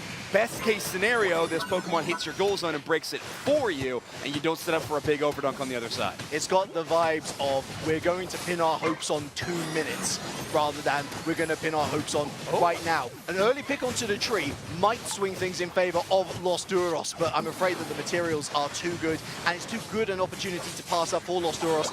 Let the Regieleki hit, minimize that overdunk potential. 172 to 125. It's still a close game. Yeah, I know, extremely close. Los Duros is not out of this one. They are going to fall behind in score after that Regieleki landing and some more scoring on the bottom side, but they still have a solid chance. Again, this Slowbro and Mimikyu Unite move are so extremely powerful and can be an answer to the Mega Charizard Y. So far, we haven't really seen the tandem be able to be pulled off, just too many high priority targets on the other side, but some early damage could go a long way. Scald plus Solar Beam really softening up the enemy defenders. A timely reminder then as we head towards 2 minutes. Los Duros lose this. That is their tournament over. BH3 already through from this group. For Volticons, they are looking at top spot. They don't want to be knocked out by their team across the way from them. Solar Beams, misses. Volticons with pokes onto Kyogre. Rob's caught in a tough place. And Slice by Tibby. The Sword Doggo claims the first KO. Big X Scissor into the Rubble Rouser. The Meteor Storm falls down. It's a second KO onto Los Duros. There's the third. Volticons, efficient, maniacal, and looking to put this group to bed. Yeah, it's just such a clean one, taking down so many of these targets before they get Unite moves. This will be the Mew buying some time. Danny doing a good job of utilizing that Unite just to buy space. Going right around the Mega Charizard Y. Even Slowbro, not defensive enough to handle 5 members of Volticon's Unite throwing in the damage. Mew will throw an Electro Ball and they take it! Danny will secure the Kyogre. A level 2 Mew, they pick up the Citrus Berry and surf to buy some time. They do fall. 1 Kyogre buff will fall in the hands of Volticon's Unite. A minute left, Oscatar has the Kyogre buff and 30 points to score. And a Mimikyu Unite move. If that Charizard Y is able to do so, oh, bottom path, well defended by the returning Slowbro. Yeah. What a save on bottom path. Vaporeon is on that T1 bottom. Here comes the Mimikyu and the Machamp. They've already got the score in. They were too slow to react. Here they go onto the Vaporeon now. Less than 20 points. They commit to the play, come play with me, and Vaporeon is down. So is No Way J, on that top path. Here comes Fizzy. There goes a 12 in. 5 points. Oh my goodness! Have they done it? They have indeed. Machamp with another big score. The top path, other side of the map. 3v1, 188, 221. Can they get another 8? 5 points of difference. They need 5 points. No, they need 6, sorry, because they scored it first, Los Duros. They scored it first. They take it to game 2. Los Duros are alive. I don't know, Danny doesn't believe it. I see them shaking their head and taking a look at the rest of the team. Watch this one count out, and there it is. Volticons Unite. Volticons Unite picking it up. Impressive stuff. And they ice in their veins, handle the end of that matchup. What was the score? I think they were scoring on both sides of that one while we were watching that final. No, yeah. Oh my, well, this is like caster lock-in, where I'm so invested in one story.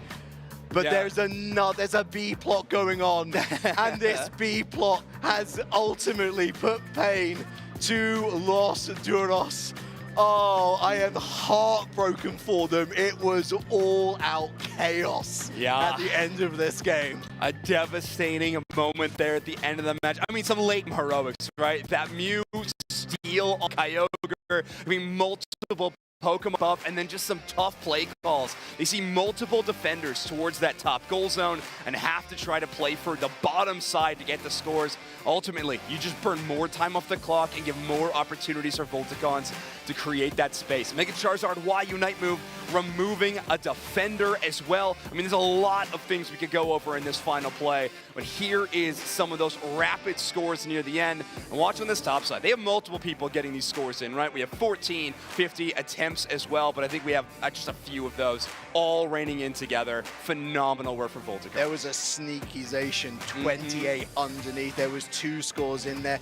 Not much that I think that Los Duros could have done, even with Lee Sin coming back and Oscatar coming back.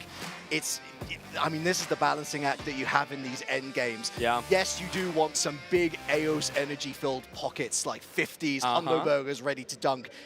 It's not a bad thing to come prepared with maybe a few bits of pocket money to throw in the well. That is what has made the difference for Volticons. Another thing that Zacian's pretty incredible at. One of the few Pokemon in the game that can actually get rid of their Aeos energy in favor of getting smaller scores is utilizing their Intrepid Sword passive. So really impressive stuff. Snow will be your player of the game, and I have to agree. I think this Mega Charizard Y, being that first pick, was so phenomenal. There were multiple fights where they were just clearly winning by themselves. The power level of this Pokemon's amazing. The power level of this player is tremendous. 9 KOs, 85,000 damage, and not to mention, I don't think that final push works if that Mega Charizard Y can't pick up an enemy defender and bring them out of the battle even momentarily. And that enhanced Fire Blast is just such a game. It's pretty. It's such a game. It's very pretty, but it's such a game changer. Los Duros, look, they can still win this series. Yeah. And they have shown so much guile that honestly, it would be difficult to see them not putting up a huge fight going forward now. They know that they're out of the tournament. They want to put pains to Volticons,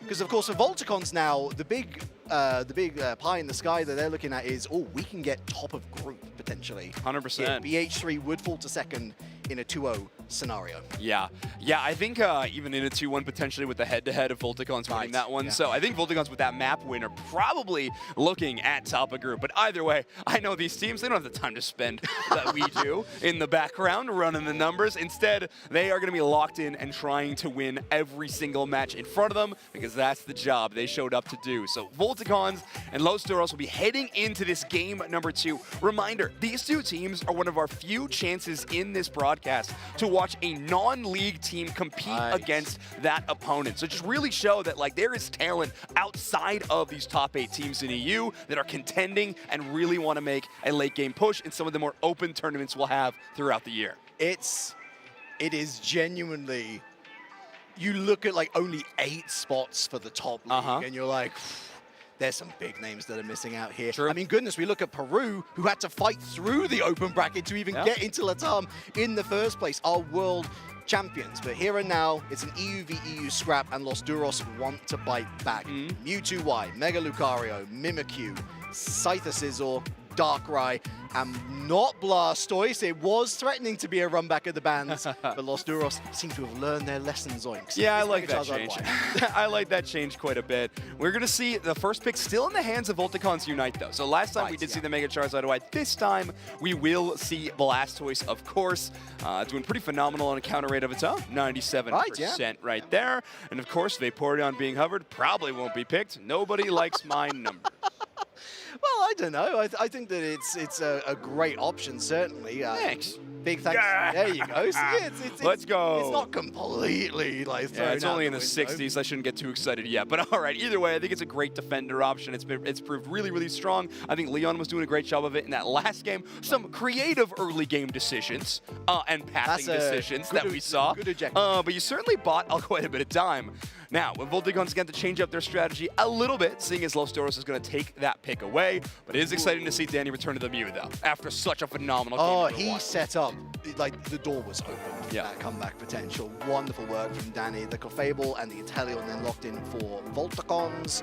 Los Duros, we'll see whether they run back the double defender potentially. Rops is hovering the mime. I think that'd be a real funny pick. Yeah. At this point in the tournament, why not? Oscar do so, and he is going to lock it in as well. Oscar on the Machamp again. I'm so excited to see Mr. Mime. It's a phenomenal Pokemon. It's I mean, it's seeing so much play, especially I think in the North America region, but also Japan really does love playing this Pokemon right now. I think it's being a little bit underrated in the region that we're currently commentating in. So I'm excited to see a bit more of this pick. Voltigon's going to be flexing their central area players pool a little bit more. Snow from Mega Charizard Y to Scyther Heroics is now going to go to the Urshifu. One of the first picks I actually really started noticing this player on, by the way. When Blue Shifu was all the rage, Snow was one of the best players at that Pokemon. So going to be something fun to watch. A little nostalgic for Volticons Unite. Last pick for Los Duros might be this Blaziken. Pokemon we haven't seen a ton of in today's tournament, but will be being locked in that 16% encounter rate. Got to be confident running into the Clefable, certainly. We've seen that Umbreon picked up as well with Foul Play. Could be a bit of discombobulation on the horizon. A lot of crowd Urshifu, I mean, Urshifu, I think, is one of the most interesting reads from this tournament because we've seen a real mixture of both single strike and flowing strike, the Blue Shifu, the Dark Strike Urshifu. We've seen more success with one than the other, and I think that single strike Urshifu is the one that is sort of tipping the scales right now. Big burst, solos out opponents. Blue Shifu, I think, I think it's in a similar predicament as a lot of attackers right now, where the damage per second is better in bursts than the little, you know. Right. Yeah, it is tough. I mean, the decisions you'd pick one over the other become a little interesting, right? Like you want secure, you're probably going with Urshifu, especially if you want damage reduction. There's like a lot of attackers on the other side. You want to have a little bit repellent there. The Wicked Blow damage reduction is nice. And then you're going more of the rapid strikes if you have a lot of shields on the other side. Yeah. You want to be able to ignore the defenses of the enemy. Blue Shifu is going to do a little bit better in that regard. So sometimes it becomes almost an anti-tank in some of that variety. But let's jump into game number 2. Volticons Unite on your purple side, Los Duros on the orange side, playing for the pride of the non-league EU teams. Volticons top of group awaits should they complete the sweep. But if game 1 was anything to go by, they know that that road is most certainly bumpy indeed. Sourcing out the Squirtle, looking for a steal. Oscar's eaten half the health bar here as Rops locks down Leon, looking for an early score that they will get. Wow, that was a close run thing for Oscar, my goodness. Yeah, I think pretty happy that the enemy central is an exceptionally quick clear. Oh, nice will be Leon taking a little bit of that berry, but will eventually fall. So Mom going to take that knockout, and yeah, we're starting to see even the early game light screen have some impact on the match. The Jester is in the court. Here comes Snow. No AJ lockdown here on this bottom path, but we're looking at Snow, who is going blue Shifu here. Watch out, Lee Sin, of course, with that Combustion, looking to get in and around the birds with the Blaze Cake, draw everything back towards their zone. But here comes Fizzy with that beam. Look, locks down. Oh, they missed the Combustion. They have taken the Altaria. Can all of them get back to the zone? Snow going in deep. Can't quite fight anything, but there is a little entrance there for Leon to find a score, for Tibby to find a score, for Snow to dunk two. Volticons game, they scored. Yeah, great early game start. You're right, though. I think that mean look definitely intended for the Combustion, but a weird consolation prize, but I think it counts with that Altaria. You have Snow and Fizzy looking to push this advantage. That's one blue buff steal. I mean, Combustion, there's not a lot of positive things I can say about it, and certainly won't start with its central area clear, taking a little bit too long, and Snow going to take full advantage. That is a blue and a red buff going to the hands of Volticons Unite from not their own central. Oh, the confusion pushes Tibby out the way. He was actually mid-skull bash, a very weird interaction. Oscar runs through everyone, not going to escape the fists of the Shifu, scoring another 14. Leon continuing to boost those stacks. No way, Jay in a precarious situation, finds their way back to the safety of the base. But Fetsy Volticons with a really strong early game so far, 68-27, but the level's already ballooning. You can see on the minimap just the defensive play that Los Duros has been forced into now. Anytime the central area is getting cleared, it's going to take multiple Pokemon. Just the threat of the invade is always available. So you're kind of seeing the Mr. Mime place a backpack to either the Machamp or the Blaziken in any situation, neither of which have hit those evolutions. As Louison is still sitting at the Combustion and Machoke only at level 5 at the 7:20-minute mark. Even with Blaziken, though, it's still a hot second before they're able to switch up the styles, of course, really get into the groove of what makes this Pokemon so exciting. Cherry King's going to fall. Down to Oscar on the Machoke. No AJ looking for a quick score on the 5. That they have got. Lee Sin looking already at this bottom Reggie. Doesn't matter what it's going to be, they're going to do their darnest to get it. And it's Regieleki. This will be a really useful tool going forward. They rip it, and it's a clean rip at that. There is no one to even try and counter what they're doing. It's Fizzy versus 4 and Regieleki caught by the submission. This zone is donezo. Yeah, Fizzy playing a little far out. I mean, maybe unsuspecting there, trying to get all of their central or their own path Pokemon if they could beforehand. But with that Umbreon being gone, that's going to give them enough space to push all the way to the tier 2. Oh, Blaze King. Oh, they do get it. They do get the blue Shifu. In comes a Solar Beam. Really good punishment here of Volticons being caught slightly out of kilter. Los Duros now taking the lead by almost 100 points. No way Jay will be the sacrifice, or will they? Because this Aqua Ring is kind of crazy. Caught by the Snarl. Follow me. Surrounded.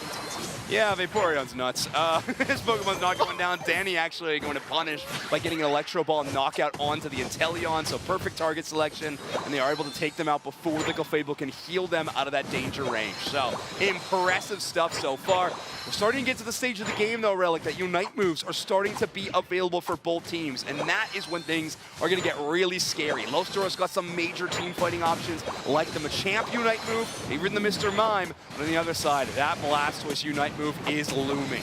Blaze King. Oh, nice wall again to stop that surf right in its tracks. Just for the radio listeners or background listeners out there, Volticons did pick up a Reg Ice on the top part, so a little bit of assistance in the HB recovery column. And we already have our next Reggie phase just 25 seconds away, but Los Duros is all hands on deck for this T1 defense on top path. Yeah, so far pretty impressive. Los Duros having a nice lead, a big push in here, but Champ gets the first KO. Moving on to the pad, Mystical Mirage. Forced back, Tibby looking for a big surf, stunned into submission, quite literally. A miss from Chari on Oscatar. Hydro Typhoon finds the mark, finds 4, and forces a full retreat from Los Duros. No Way J again just putting themselves in harm's way to allow for the disengage of his teammates. I mean, again, they can just soak up so much damage. They can buy half a match worth of space. So Los Duros is safely able to get back to their own goal zone. Rob's caught in a tough spot, though. That serve putting them away from the goal zone. The mean look, ensuring that there was no retreat either. Impressive stuff, but there still is a lot of Los Duros members here to defend the goal zone. A Fizzy trying to remove said goal zone, leaving it now at 1. Big Blastoise surf, the mean look combo, ever deadly, but not gonna break the goal. It's going to be a lot more painful than it was. They have had to concede the T1 zone on bottom path. As Snow was able to put a little bit too much pressure onto Oscatar, seeing that Regieleki hit the pad, dunking 40, but still not able to wrestle back the points lead from Los Duros, who have been ever present in the scoring column. Now a second Reg Ice, surf through the ice, spray Hydro Pump, water onto a fire type. It's not a good combination. Surf onto the Vaporeon now, who's stuck on pad. Rob's looking for an entrance. There is none. This is wonderful crowd and map control from Volticons, who find a second Reggie. Yeah, I mean, and Charlie's doing such a good job of playing this Inteleon with this double defender setup. It's not easy to line up these snipe shots all the time with Surf's always pushing and pulling all these enemy targets. Nice play by Oscatar, but it does feel like maybe they're just going to be buying time at the moment. Already a losing team fight, and to be able to just tank this Mew boosted auto at this point in time, that is an extremely high-level Blastoise. To be on par with their own central area player in the Urshifus from Snow. So just a great early game path on the top side for the Blastoise is paying off huge for Volticons. There's a really interesting conundrum, though, that wasn't there. The Clefable with 40 points in pocket. Ultimately, the team call is, let's just get rid of this zone. Yeah. Let's take away a huge buff for them in terms of these speed zones, in terms of setting up.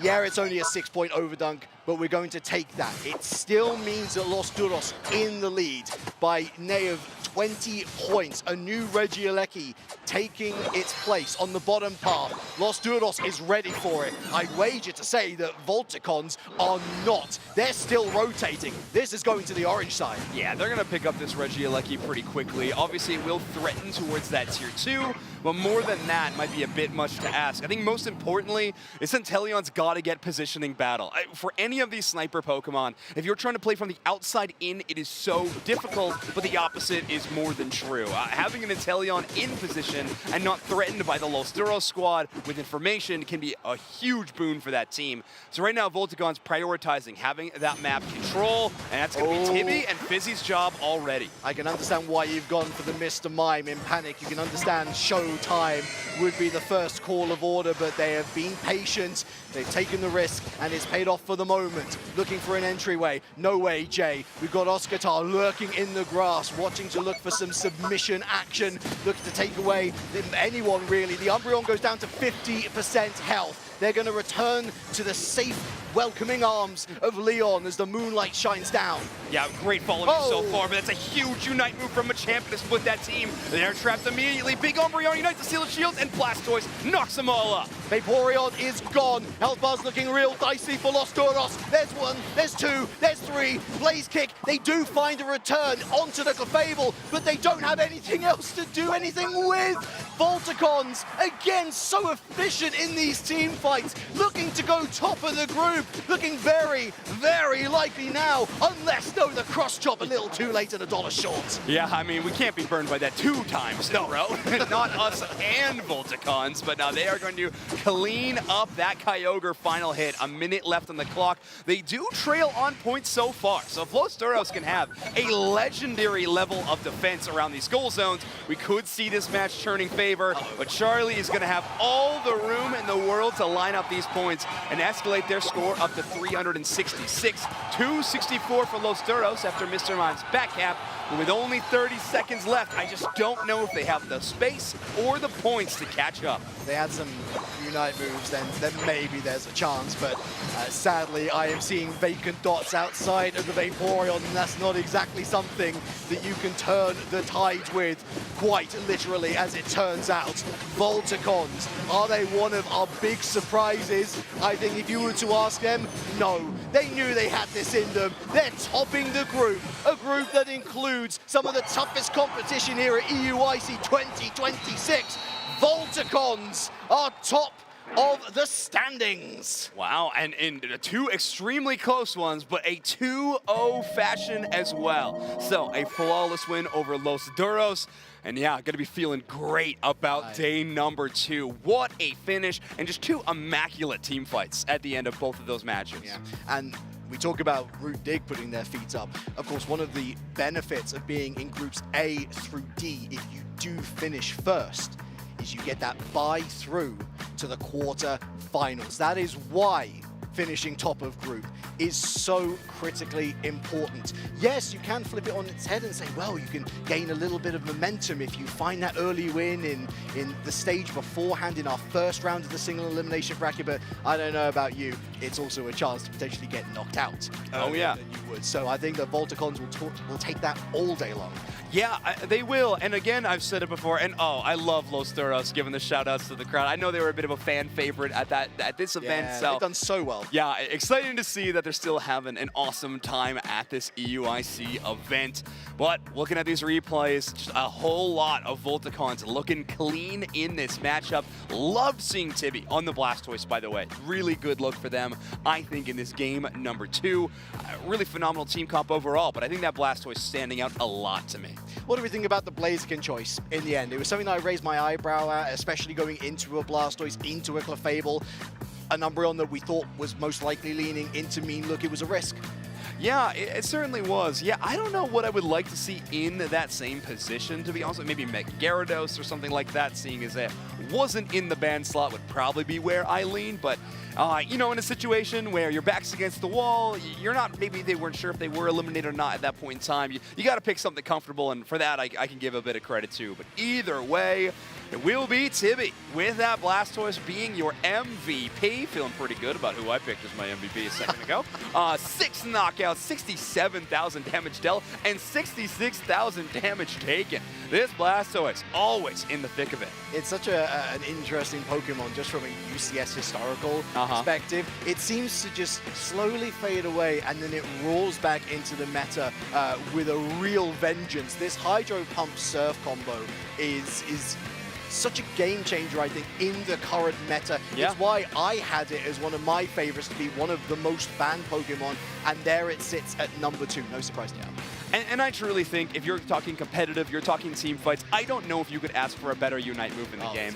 Hydro Typhoon is just, it really has no equal in some of these cases, outside of maybe some of these Megas. But either way, fantastic work from Tibby. Sitting at 1408 experience per minute too. I know I never stop talking about that stat. I don't know.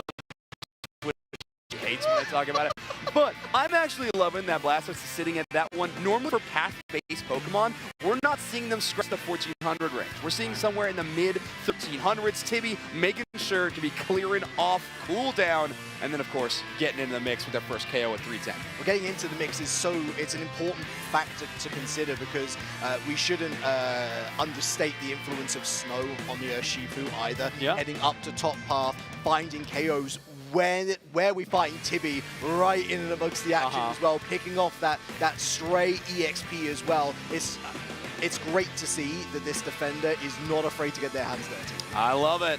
And I'm sure Volticons does too. And we have an interview with Volticons Unite on stage right now. Hello, everybody. Duke Snacks here alongside Big Daddy Leon. My friend, how does it feel to be going into day 2 right now?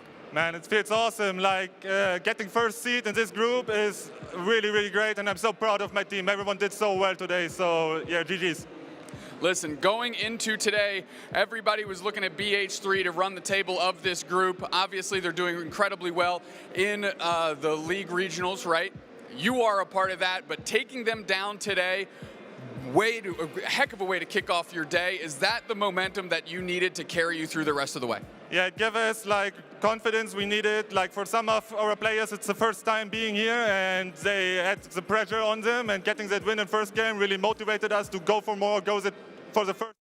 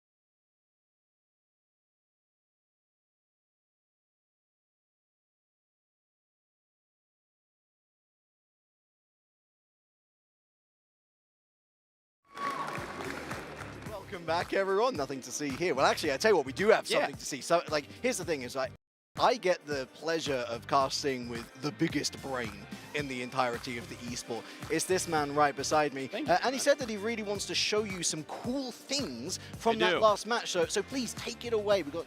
All right, sounds good. Yeah, I just kind of want to go over that last team fight, to be honest with you, because I think it was a really interesting one. I was talking so much about how Volticons was playing off their Unite moves so excellently in some of these major moments, and I just want to talk about it. So let's head into the final moments of this matchup. First, let's pause and set the stage. Really good point presence for all of Los Duros, right? They're isolating a lot of the map. However, right now, we do have Fizzy inside on this Umbreon a little bit. So great work from Fizzy to get just a little bit of forward presence, and then Umbreon is going to kind of act like bait in a lot of these moments. You know, you want to try to bait out some crowd control, and there is Oscatar, but watch the backup from Blastoise right here. As soon as the Umbreon is taken away, I want you all to watch how Blastoise plays around it. You can see them immediately roll back to the rest of their team and always cutting off any enemy targets from hitting that back line. Big Machamp Unite move bobbles everybody away, but then of course we have my favorite thing in the whole wide world, a Blastoise Unite move hitting, I think, like, what, 1, 2, maybe even 3 targets up here with that incredible Unite. So impressive. And from that point on, it's just curtains for the rest of Los Duros. And Teleon able to get a big pickup here on the top side of the map a moment ago and really just clean up the rest of that one. So impressive stuff. Defenders really getting the job done there. I like some of these double defender compositions, even if they are not as popular these days. But with the Umbreon and Blastoise, it gives you a lot of forward pressure and kind of forces your enemy to make tough calls like Oscatar had to do on the Machamp. Penny, for your thoughts. You've noted there the 1, 2, 3 Hydro Typhoon.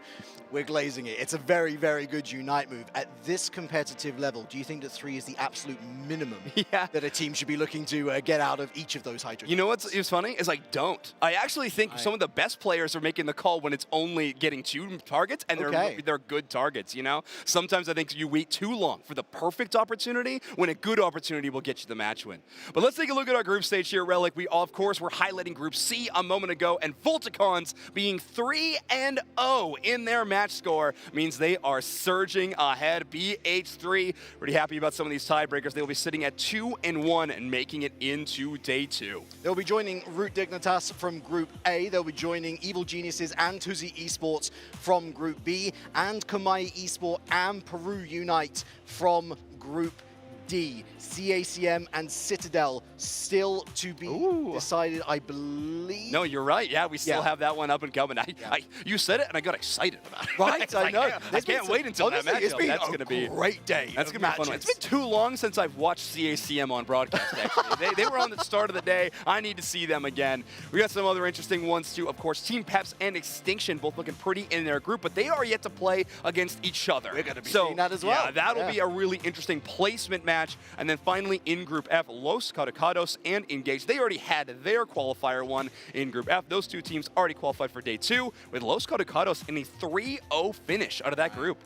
Aeos Cup 2026 at EUIC has been pretty great, right? It's been great. But there are more matches ahead. 2 more sets on stream. You don't want to miss them.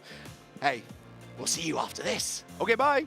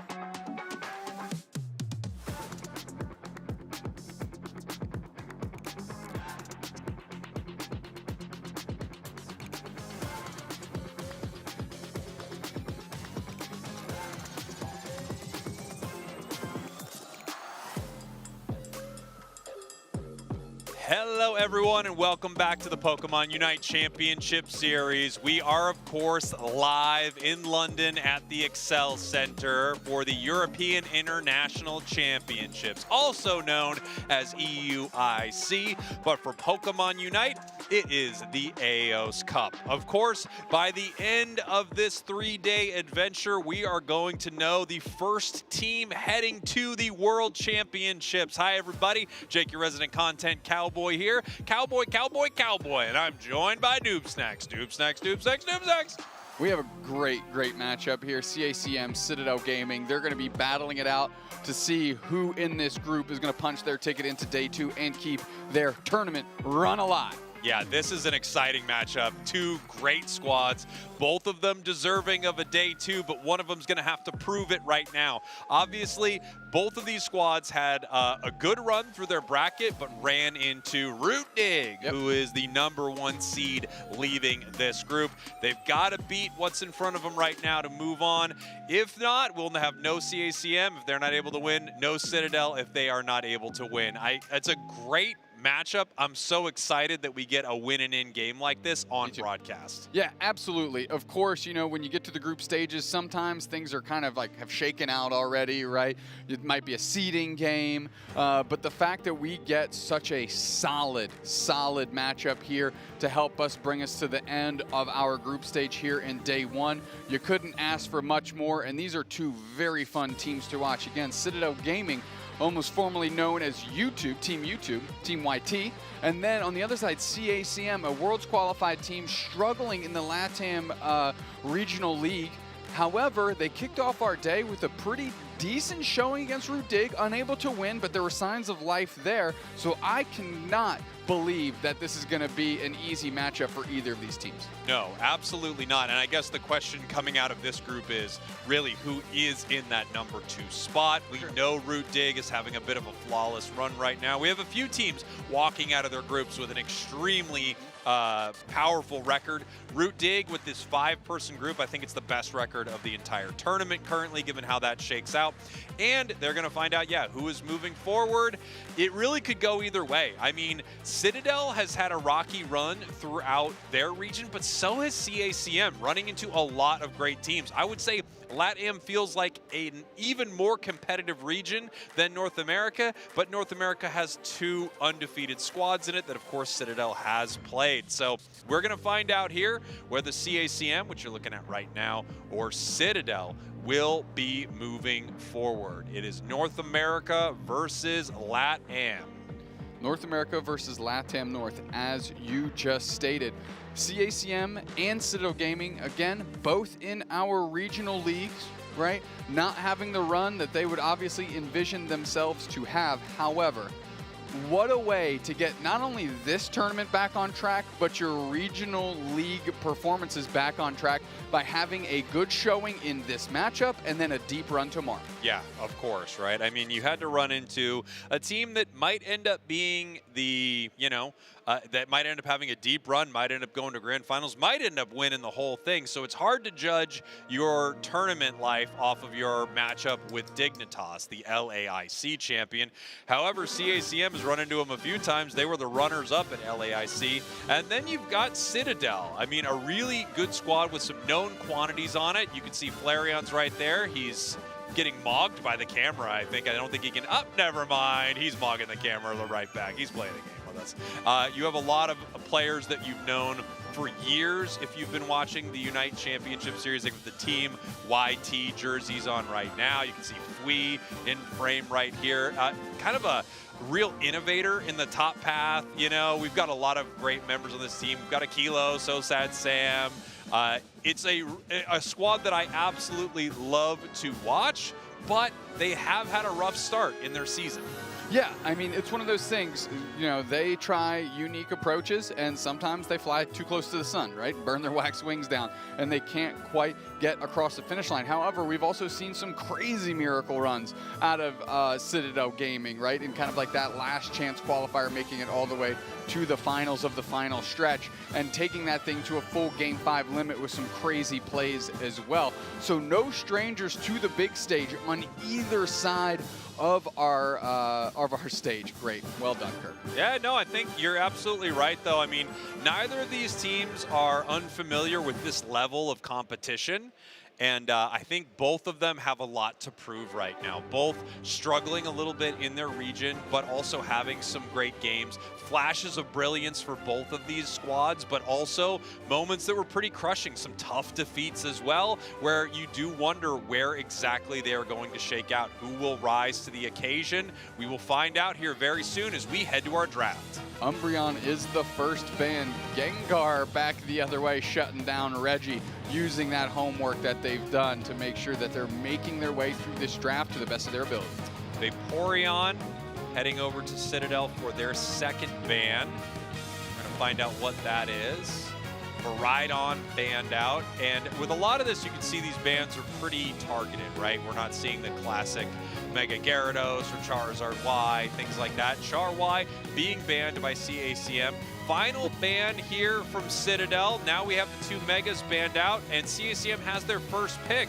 A lot of powerful options right here. We'll see what they care most about. Yeah, two amazing Mew players on both sides in Flareons and Donlux, respectively. And Texas finally following suit on what you and I opened the day talking about, and that's the strength of the Duck. I like this here. Really strong picks from Citadel. We've got Mega Lucario. We have Mew. You mentioned it. I mean, there are a few Pokemon that Flareons is known for. Mew, definitely one of them. Inteleon, another big one. Fui has been playing Top Path so long, he has to have a good Lucario. It's impossible not to. On the other side, we've got that Slowbro. Great for shutting down a Mega that wants to dive in. Lucario is no exception. And we've got a Pokemon that I feel like has been having a stellar day. Inteleon, once again, just you hit these snipe shots and it puts your opponent in such a bad place. We're going to see how Citadel responds. I like the idea of a Blissey if they go with this. You know, a soft-boiled Blissey, you basically can heal out an entire snipe shot with your soft-boiled, you know? So even if they chip at you, you're able to keep your team topped off, plus you have Bliss Assistance, which in that moment, next couple of picks, Blaziken and No, looks like we're moving to Mimikyu. Hey. Two single target shutdown Unite moves. Yeah, I mean, they're really isolating themselves. They're protecting themselves from this gutter pick. Also, Fui, you know, you have to think on that Mega Lucario going to be a prime target for a Bliss Assistance as well, as So Sad Sam is hovering the dinosaur here. Quick pivot and going with a different grass type, Decidueye. Yes, this has been something that Sam has been picking up more and more, and even a play that you don't see many teams make. Sam will play this with Razor Leaf as well, so we'll see if that's what they want to bring into this match. If it stays on So Sad Sam, the Muscle Band, the Rapid Fire Scarf, and a Scope Lens, that is a Razor Leaf Decidueye build. We could be seeing, instead of the top-off healing with Blissey, we could be seeing Helping Hand Safeguard from this Pokemon. We're going to have to see if they can keep this Decidueye healthy enough to rip through the enemies in a fight. The longer Razor Leaf is around, the more of a problem it is, especially into multiple enemies. So if they can keep them topped off, we can see a huge, huge team fight for the side of Citadel. However, if they can get disrupted, if Frank gets in there, if Reggie gets in there and just picks up a couple of KOs early, I think these are going to be really tough fights for Citadel. Yeah, it's really going to be up to Immortals and Aquilo. Like, all the pressure is on them. They're the only thing that is going to separate, honestly, the entire team, CACM, has the really like solid ability to collapse on top of Razor Leaf Decidueye. Don't forget, Razor Leaf Decidueye has to play in kind of that short range. Like, it is ranged, but it is really has to close that gap. We're not talking Spirit Shackle here. Yeah, exactly. It's much more of a medium range Pokemon compared to that extreme long range that you're getting out of Snipe Shot or Spirit Shackle. As we head into our first game of this best of three, CACM Esports, your purple team, Citadel Gaming, your orange team. The winner of this will be moving on to day 2 of our tournament. We going to be holding down as we are going Aquilo crosstown shootout. Going to start stacking themselves, getting some more weights, and good secure with that big hamburger helper mitt. Going to allow them to get 2 quick stacks in. of course, Aquilo is getting bullied out, scrambling away, and gonna be able to, oh, dual wing beat, susses him out in the bush. K opener straight to the Scyther there. Reggie got to feel good about that, as Citadel Gaming is gonna hold it down. So Sad Sam with a quick rotation, gonna get up there, but now it's 3 players in the face of 2. Dual wing beat on top of Sam. And Reggie's going to let him off the hook. Yeah, Reggie's going to move forward right now. Huge score right here of 16 as we have Lucario actually moving towards the bottom path. This is going to be all 5 members of Citadel making it a very aggressive rotation towards this bottom path. We're going to see what they're able to do with it as they move forward. Fui looking for a possible KO. Donlux goes down immediately. Extremely aggressive rotation from Citadel Gaming. They're trying to score. Massive surf the other way. And here comes Reggie.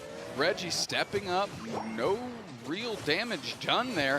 Finally, we've got Aquilo evolving. Everybody else is scrambling back. Now, silently, the Mimikyu getting huge in the top path. Left completely uncontested as we've got 20 seconds until Reggie Drago. Yeah, Reggie Drago's going to hit the map here in just 1 second. Lucario heading top. Flareon's trying to get as much experience they can. In the bottom path here, they are level 5, as well as Donlux and Bernie on the other side. Nice secure there for Citadel. Bernie playing the surf slow bro, a lot of slow bro play, today. Yeah. Which I like to see, especially when we have huge single target Whoa. Good secure there, and now we're gonna have to keep moving back through. I mean, you'd love to see that if you're Citadel, right? You commit very little resources to this moment, but Flareon still with the eagle eye, solar beam from far away. We have Reggie possibly moving top. It looks like they're gonna try to slow him down, but look at this here. Frank in some trouble right now. So Sad Sam using that Razor Leaf to kind of bubble them off of their pad. That misses now, and now they're gonna look for this fight here. Fui still pretty under level. They are only level 6 currently. I'd like to say, you mentioned it, Helping Hand. We saw that come out right there on their retreat. Regional League records, CACM 2-4, Citadel Gaming 2-4. Yeah, I mean, these teams are in a very similar spot in their leagues. They've had some great games, and they've had some tough ones against top squads. I would say CACM has probably had the harder run in their league, but there are great teams in both North America and Latin. Absolutely. Citadel Gaming with the advantage here on Regieleki. Immortals trying to buy as much time as possible. Fui is getting low, secured again by Flareon's on this Muse. Scyther Unite is used, 2 players down in a heartbeat. Bernie is still hanging out. Eject button over the wall. Knock Knock arrow is out. It is shelling in some damage, but it's not catching the target you'd want, which is Donlux, snipe shot, Immortals on a sliver of HP. Yeah, Immortals having to peel back here, and it looks like Sam is just going to head back and get some experience. They were able to get that Regieleki thanks to a great secure once again from Flareon's on the Muse. Seems to be really on point with his secure tools today, sitting at level 8 right now. Level-wise, however, things are going better for CACM. The Mimikyu has just been hanging out in the top path all alone, getting as much experience as they want. They are now level 10. Immortals in trouble here, and they do go down. Flareon's trying to put pressure onto Reggie, has to go into the mist here and cover themselves with the fog, and still sussed out by Donlux, able to get just a sliver of damage on top of Flareon's. I'm wondering how bad Citadel Gaming would be doing right now if Flareon's didn't clutch up on 2 different objectives. Yeah, I mean, you would wonder, right? Because the fights have not been going particularly well for them. Nice block there from Immortals. They were able to eat that snipe shot as they might move forward here, but we do have Reggie moving through the tall grass. Frank, however, crushing it in the top path. Going to be level 11 right now. Fui only level 9, their top path counterpart on the side of Citadel. It's a big 30 over there after the knockout on Fui. Frank, again, just left all by their lonesome in the top path and finding a lot of value. Yeah, tons of value. The positive for Citadel right now is they've lost that first goal zone, and that positive being there's a lot of safe experience for the side of Citadel Gaming that could go to Fui, and they are going to need it because they're behind in the top path. Mimikyu is just going to stay there. Frank is staying top. They have an opportunity to possibly get another objective as CACM and Citadel square up at this bottom Regieleki. 5 seconds left. Immortal stepping forward, eject button, tries to exit into their wall. They get caught and eviscerated by Reggie. Now we have the Bliss Assistance into the middle, and So Sad Sam is still getting shredded. Snipe shot just bangs through Aquilo. So Sad Sam is the next to fall. That Inteleon Unite move allows them to move forward and really just lay down the fire. Yeah, and here we go. We have the Regieleki walking right now. We have the Rock Tomb that could slow them down slightly, but it's not going to work. They are now scoring in this bottom path. We've got a 5th 50-point Mimikyu hanging out in this bottom path. Reggie now going to bring this goal zone to 5, and it looks like Frank is going to take this down as soon as we get it as low as we possibly can, which is a great play for CACM. It puts them in a position to get all the experience between this moment here and stack up, get their Unite move back. Incredible. 237 to 27, CACM in control. In control feels like an understatement, dude. I mean, Don Lux level 11, Bernie level 11, surfing through, keeping that goal zone standing, another big pot shot, and you've got a level 13 Mimikyu. And put the level 12 Scyther goes down to Flareon's with a nice little play in the middle. Yeah, it looks like Flareon's moving forward here, picking up a double KO, and you got to give it to Flareon's. It feels like they are, you know, keeping Citadel right in this game. However, Citadel has, you know, a long-term game plan, which is get this Razor Leaf Decidueye as high level as possible, and then just to have it absolutely dominate in a big fight. It's tricky, but if done right, they could take out multiple members of CACM all at once. It's a lot. It's the protect the president on Decidueye right here, and it's a tough president to protect. Oh, without a doubt, especially, again, as you mentioned, the range at which Razor Leaf Decidueye has to play.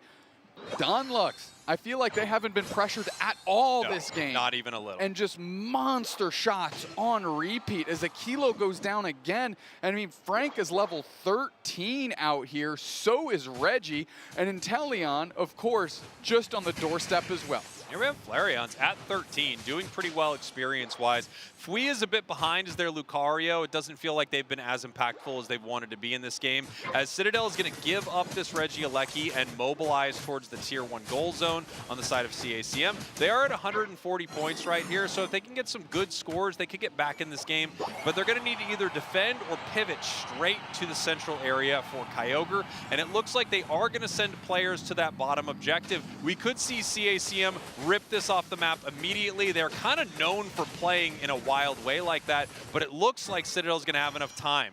However, we caught with a snipe shot, a brutal way to start. They might have to reset, and they are. Shadow Sneak on Aquilo sends them reeling. You never know when the engagement by that Mimikyu is going to happen. You just know that you've been hit by it. Sitting in the middle here, there's a little trap set there for Bernie. Yeah, and it looks like, I mean, we have the Shadow Sneak, but they decide not to move in right there. The snipe shot hits Flareon's. We do have the Unite move from Fui. They are moving in for this fight, but I'm not sure where they're going to be able to find their moment. I mean, Fui pops the Unite move with the Aura Cannon, but this steps up, and now they're caught in that slow bro. Unite, the slow beam is there. Kyogre's getting ripped. The Bliss Assistance is on the Decidueye. They're laying in some damage, but it's not even getting any knockouts. 4 players down. So sad. Sam is going to get surfed into the wall and drowned very quickly. 10. Jack, Queen, King. That's an easy ace for CACM. Yeah, really tough fight for Citadel right there. They had it set up the way they wanted for the most part. You know, they had the Lucario eat the slow beam, which allowed them to Bliss Assistance the Decidueye, but they just weren't in a position to put enough damage onto their opponents here. Trying to get a KO right now, but it is not going to happen. CACM moving back in for this fight and continuing to score, putting up a very impressive game number 1.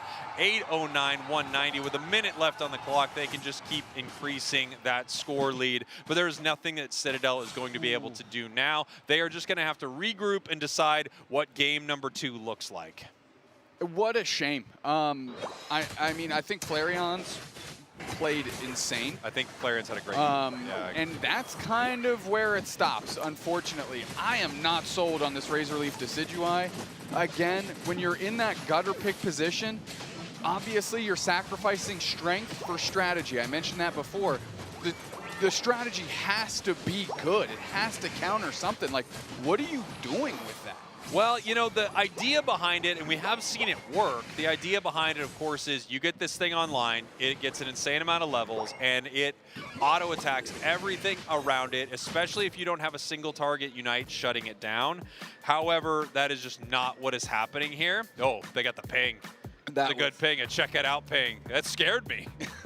Just a way to give anybody at home PTSD here. You know what? Maybe this is just my my heart yearning for some nostalgia here. Man, what I would give for a So Sad Sam God of War game. Yeah, I mean, I do love that. Flareon's doing an impression of the saddest boy in the world. Golly. I love him. I hope he does well. He's having a tough time right now. Citadel behind a game. And, you know, I think that they're going to need to reformulate what they're doing. I don't think, and again, it's always so fair in the booth without, you know, putting everything on the line. I just don't think this is the winning strategy for them. Like you were mentioning, the Razor Leaf Decidueye. I hope we see a different look from Citadel. They've had many different looks in the past. They've had some really strong strategies. They've had times where people were banning Gardevoir against them because it was so dang powerful. But we'll see what we can do here in game number 2. Their tournament life is on the line. I'm just kind of mulling over some potential options. I actually think you could run back the exact same thing with just the Decidueye change, because then your single target Bliss Assistance goes straight to Fui, right? You and I would have liked to see, when we saw the Aura Cannon rip across the screen, I thought for sure it was Fui going to be going mega deep with the Bliss Assistance, and then it just opens up the gates for So Sad Sam to come through. But look, Sam is so split up from everybody right here. You have the Bliss Assistance in the back, but the distraction is done. The work has been complete by that point. Yeah, and CACM is extremely good at capitalizing on a moment like that and taking an objective. They're kind of known for it, honestly. Reggie, the MVP, 6 knockouts, only going down 2 times, 12 assists, which just means this squad was rolling together and ripping through their opponents. You take a look at the other side here, some numbers of note. You know, you got a couple knockouts on Sam, couple knockouts on Flareons. Unfortunately, not much on Fui. Fui held down to only 20,000 damage for their top path Pokemon. And you look at something like the Mimikyu on the other side, you know, Frank doing 43,000, even though it felt like he was on a, you know, a solo mission most of the game. Right. I mean, Dunluck's definitely worth highlighting as well. For sure. And again, I mean, there was good signs of life in Citadel Gaming. This is a quality squad here. Yeah. And they're seeing something in this Razor Leaf Decidueye that, you know, if they were to win this match, maybe we can ask them in the interview what that is, so we can get a little bit of insight here, because we've seen them go to this well a couple times, and they have to be finding success with it somewhere, and unfortunately, it just happens to be when they're finding success when you and I happen to not be watching. Yeah, it is what it seems like, right? I think without question, this is a strategy that works for them. You know, they're running scrims. They're not going to play something where they go, to be fair, we always lose for this one. That's not what they're going to bring into this tournament. And they already have a couple wins in their bracket. So these are things that they've been running. But it does feel like when they run into a strong team, at least when we get to see them run into a strong team, they do struggle with this plan. I think the person you need to target on the other side of the stage from you, if I'm Citadel Gaming, I'm shutting down Dunlux. Yeah. I don't think you can give them Mew. I don't think you can give them Inteleon. Yeah. I think you need to force them onto like something that's a little bit more or less skill expressive, right? Like a Mewtwo Y, where it's like it has more predictability almost. Because these snipe shots and the quality of Mew player that they are is just, it's becoming difficult for any of these teams to overcome at this point. We're still taking a look at some of these targeted bans here. Miraidon, Gengar on the other side. They've got the Charizard Y, Vaporeon, and the final ban. I wouldn't even mind banning Mew, if I'm being honest, but they're going with the Umbreon. That is a strategy that Citadel loves, a mean look Umbreon and then just raining damage onto that. Final ban here for Citadel. We are looking at Mega Gyarados, and they lock that in. CACM is going to have our first pick. Which means Citadel Gaming, in my opinion, has selected the second pick slot, which means CACM has selected the Groudon map here. Ooh. Slow beam, slow bro, off rip, no questions asked. Yeah, I mean, it was so powerful for them in game number 1. I'm not too shocked to see it. Couple of picks over here to Citadel. We have the opportunity to grab a duck, which is incredibly powerful. Psyduck could set up some big wins for the squad. We go with Crustle, and the final selection here for Citadel. We are going Psyduck. 2 really strong defender support tanks for the side of Citadel. Next couple of picks, we have Hoopa, and yeah, I mean, you don't want to give it to Citadel. To be fair, the Mew was good enough, but I don't think you want Flareons on that Inteleon. No. there's a world where you could see them grab both, to be honest. But Fui gonna have Mimikyu here. Flareon's grabbing Latias. Yeah, low encounter rate for such a good Pokemon in my mind. I agree. I like both of these picks. I like taking the Mimikyu away from CACM. I think that's a good strategy. And I think Latias plays, you know, it's a support, but it plays a lot like an attacker. We've seen some of the great attacker players, especially in North America, like Otter, run this Pokemon and do extremely well with it. I think I've seen Toon run this as well and have a lot of great success. Final couple of picks over to CACM. They are going to be the Machamp, and once again, we have Scyther. Final selection for Citadel, and they're going to bring out the Mew, so we could see some of this switch around. We obviously could throw that Mew over to Flareon's, but we could bounce this around a few different ways. His Mew looked incredible in game one. I give him Mew. So Sad Sam Latias makes sense to me. Yeah. You know, Fui taking Mimikyu into the top path, you know, shades of Frank literally from game one. Yeah. I don't see a world where Flareon's does not have this Mew in their hands. I don't know what would cause that to happen.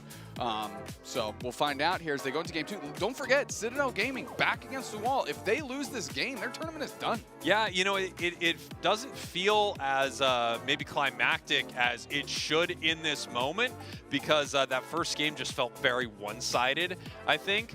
But it's true, you know, Citadel is going to need to wake up.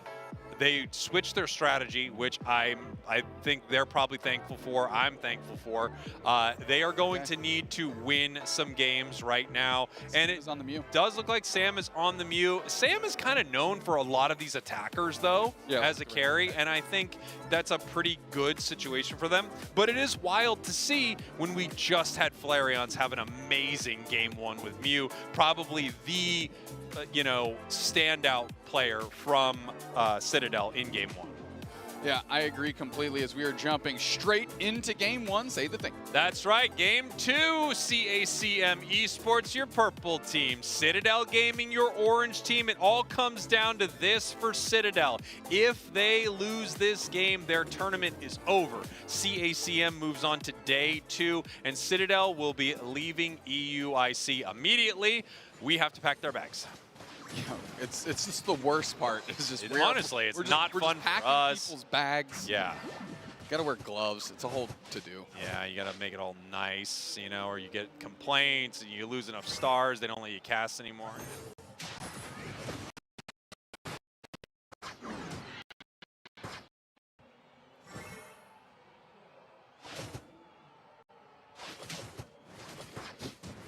Flareon, a literally battle-tested Mew player, you gotta make some magic happen here. So Sad Sammy using coaching to get to Fui as Immortals moves to the middle, trying to get some of these Natu here, and are, for all intents and purposes, fairly successful. Yeah, pretty good job for Citadel. They're going to commit 4 to this top path and leave Latios in the bottom path by themselves. Moving forward for some of these KOs, the boosted attack doesn't get it right there, and Immortals is going to peel away from this. Nice coaching from Sam right there, able to help them peel back. We have Fui trying to move in, and they do pick up a KO. Nice. This is what you're looking for here. I mean, this Duck is a difference maker. A Kilo, I believe they're playing Bubble Beam on the Duck as well. You're going to start using those Bubble Beams, press them down to pop the bubbles and do a little bit of stun extra damage. Donluck's in some trouble right here, being chased down by a Kilo. Here comes Reggie possibly to stop this, but they have to eat a huge Electro Ball. Machamp now takes the KO. Frank pushing them back, but overall, I think Citadel had a pretty strong push right there, putting a lot of pressure on CACM, and Fui is back. Yeah, Fui trying to get into the action here. The quick little reset, gonna get a knockout on at least one of those targets. Machoke gonna roll back through as Fui gonna get some points in, and if there's an opportunity to stack, you'd love to see him take it. Yeah, this is looking great for Citadel. A really strong start, and boy, Fui night and day on this Lucario and Mimikyu right now. Their Mimikyu is absolutely popping off. We didn't get to see Fui have a great Lucario game, that is for sure. Yeah, I mean, meanwhile, Latias completely unchecked here. Flareon's rolling up to join the crew. Looks like they're going to make a Reggie Drago play. Good little flank by Reggie. Can't find Immortals. Akilo steps up. Bubble Beam on Texas. Moving back here, we've got a little headache pop there. The portal is there. Reggie pushed out of it, and a knockout. That's gargantuan. Now with 2 players down, Citadel Gaming in control, and they're notching another Pokemon on their resume here for knockouts in game 2. I mean, signs of life here from Citadel. They are back in this game. They are in this match right now. They do not want to go home. This is a completely different look than we saw in game number 1. They are locked in and they are cooking right now. 22 to 102, easy objective for Citadel. They may continue this push. They've got a Unite move on the Mimikyu. Yeah, no, and of course, Donlux, Immortal's going to stress them. Nice little shadow sneak. Psychic is down. Tons of pressure. Goes straight in. The portal is set up. Mimikyu Unite traps them. Doesn't allow the Slowbro to reset, and they're knocked out. Wow. We continue. Flareon steps up, getting a KO on Reggie. Big Solar Beam. Regieleki on the step. Magician the berry through. Picks it up by Frank. We doing tons of damage, and the Regieleki hits. Where was this Citadel Gaming game 1? I have no idea, and I think CACM is wondering the same thing. Like, who did we just run into in this game? We absolutely dumpstered them in game 1, and now we're down 22 to 250. They broke our tier 2 at the 6-minute mark. Who is this squad? Exactly, brother, please. I mean, you left that Latias unchecked and step in, made a big time difference. Now Donlux needs to hit these snipe shots if they're gonna have a chance here. Yeah, we can see Fui already level 10 right now, out-leveling the side of CACM. They may be able to get this Reggie Steal for free, and they do. CACM just has to retreat, leave it. We could see Citadel break here. They may decide not to because they don't want to give experience over to the other side, but when your lead is already so strong, you might just want to keep it going, and they are 37-305. Listen, because of that, and because they're over-leveled right now, they can cut off CACM from a big part of the map. Before, the macro option of the Hoopa was going to give them a lot of opportunities to try and get back into this. But Citadel Gaming, rolling as a gang right now. Immortals just babysitting everything, getting good vision, and Citadel Gaming in complete control. You know, Citadel has a Unite move on every single Pokemon. They also have an opportunity to fight in the top path, but they don't need to put a lot of resources towards it. They could just let Mimikyu take care of this and try to defend here in the bottom path. CACM is going to go for a full assault onto this goal zone if they can make it happen. Here we have Flareon's trying to stop it right here, and look at that damage onto Reggie. I mean, forcing out the Scyther Unite move, they step right back in and they get eviscerated. Big Machamp Unite by Frank to displace Immortals. Nice submission there as well. 2 players down, and this is where it begins for CACM. Immortals X's are on Frank. Bernie still stepping up. We're going to have to try and create some separation here. The portal is down. They're trapped in the wall. They're not going to get out of dodge. They're going to get knocked out, sent to the Pokemon Center the hard way. Beautiful defense from Citadel. They get an objective. Now they're running towards the tier 2 of CACM. I mean, they're in complete control of this match. The question is, do they want to push right here, or do they think they're going to give up some KOs? It looks like they're actually going to peel away from this fight, possibly go for Regidrago, possibly the bottom objective. Either way, they are in control of game 2. They also, Doobsnack, secured that Regieleki early enough so that we will see another Regieleki in the top path that could end up walking towards the home goal zone of CACM near the Groudon fight. Citadel, I mean, I'm convinced that they were all asleep in the first match. Had to have been. CACM, though, doing a great job keeping pace with the levels. The score lead is egregious, but the levels are hanging tough. Knocked out is the Machamp. Reggie has to scramble, and Donlux stepping up, getting a knockout on a prime target in Fui. Yeah, really nice stuff there. Almost got Texas. They knew they were going to head back through that portal. Not able to stop the fight right there. Drago getting low with that snipe shot. This is going to be hard to out-secure, but actually it looks like these teams are still fighting here, so there is time. Beautiful snipe shot. Machamp Unite ends up using the eject button to connect, but doesn't do enough damage. Machamp still looking for the KO right here, but Frank is the one that goes down. Oh, quick attempt at a reset is Hoopa. They're going to make it back through, and I don't know why they repopulated right there, because they could not get anything done. Snipe shot falls just shy of hitting 2 prime targets as Citadel Gaming, again, still in control. Somehow, Reggie is the biggest thing in the lobby, which is crazy. CACM doing a great job at least matching on level. Yeah, CACM is staying in this game, and when you lose both your top and bottom tier 1, you have access to a lot of experience, and CACM has been using that very effectively. We do have a Reggie here, Regieleki in the top path, but it doesn't look like Citadel is going to be able to capitalize on this. Nice secure here from CACM. Now, that's not going to put them ahead,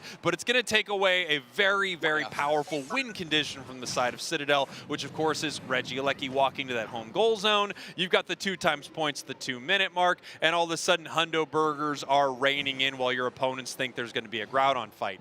Now, CACM has a shot. But they need to beat a team that's been beating the brakes off them at every single fight in this match, is up by hundreds and hundreds of points. Citadel in complete control right here. Let's see if they can keep it.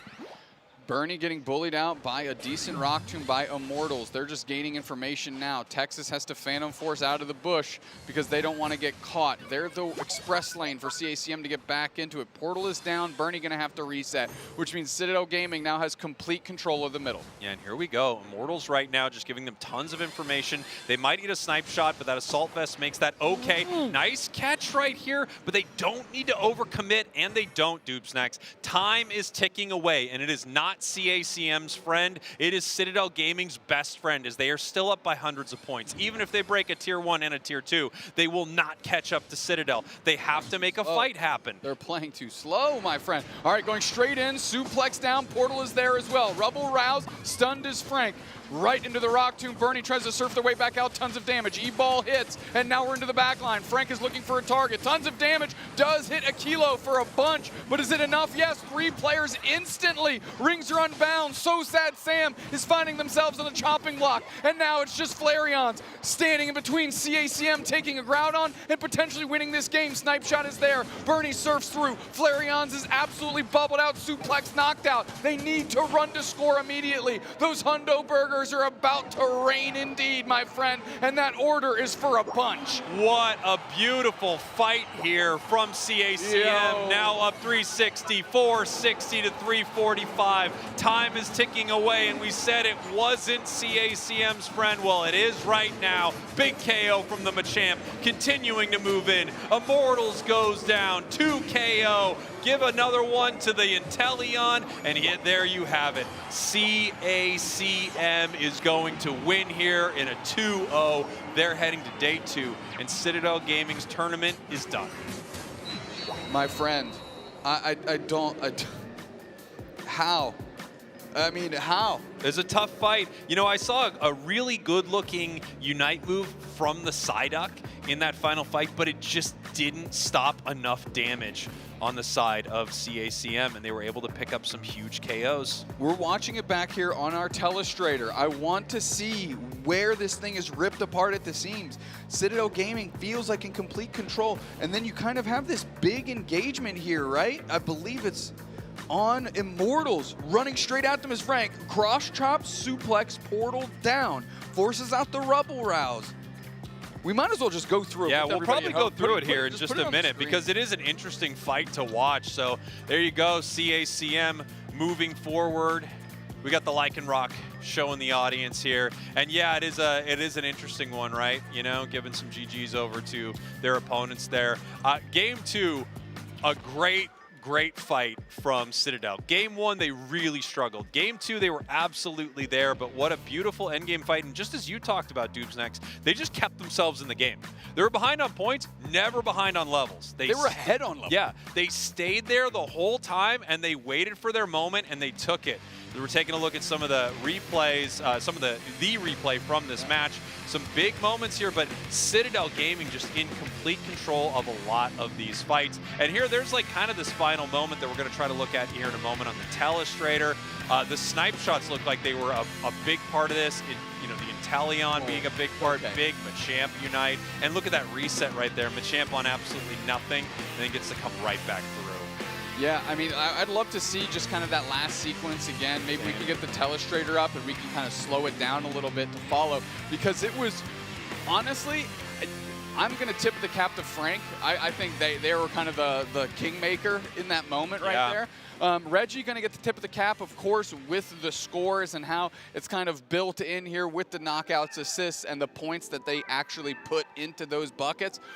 But CACM keeping themselves in the game and it's tough to find a better team that capitalizes on small opportunities than CACM. We saw them do it at LAIC, and we just saw a prime example here.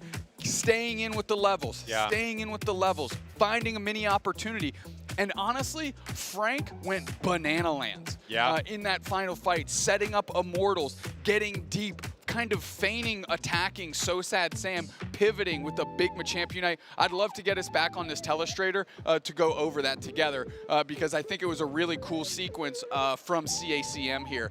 Reggie, of course, a player that cannot be denied. I mean, you saw the score graph right there. I mean, Citadel absolutely crushing that game, but they weren't able to close it out. And when you are crushing it score-wise, if you're breaking that tier 1 top and bottom, you're giving your opponents access to a ton of experience, which is what they had. Let's take a look, Dupes. Next, you want to walk us through this fight a little bit here? Make sure I have it in slow-mo here. Immortals in the bush right here.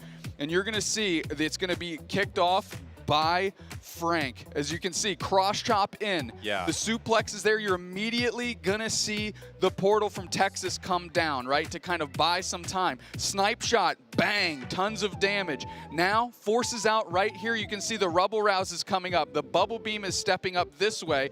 And now the collapse is beginning. Our ranged Pokemon are starting to step in because they think they're getting afforded an opportunity here. We keep crawling forward.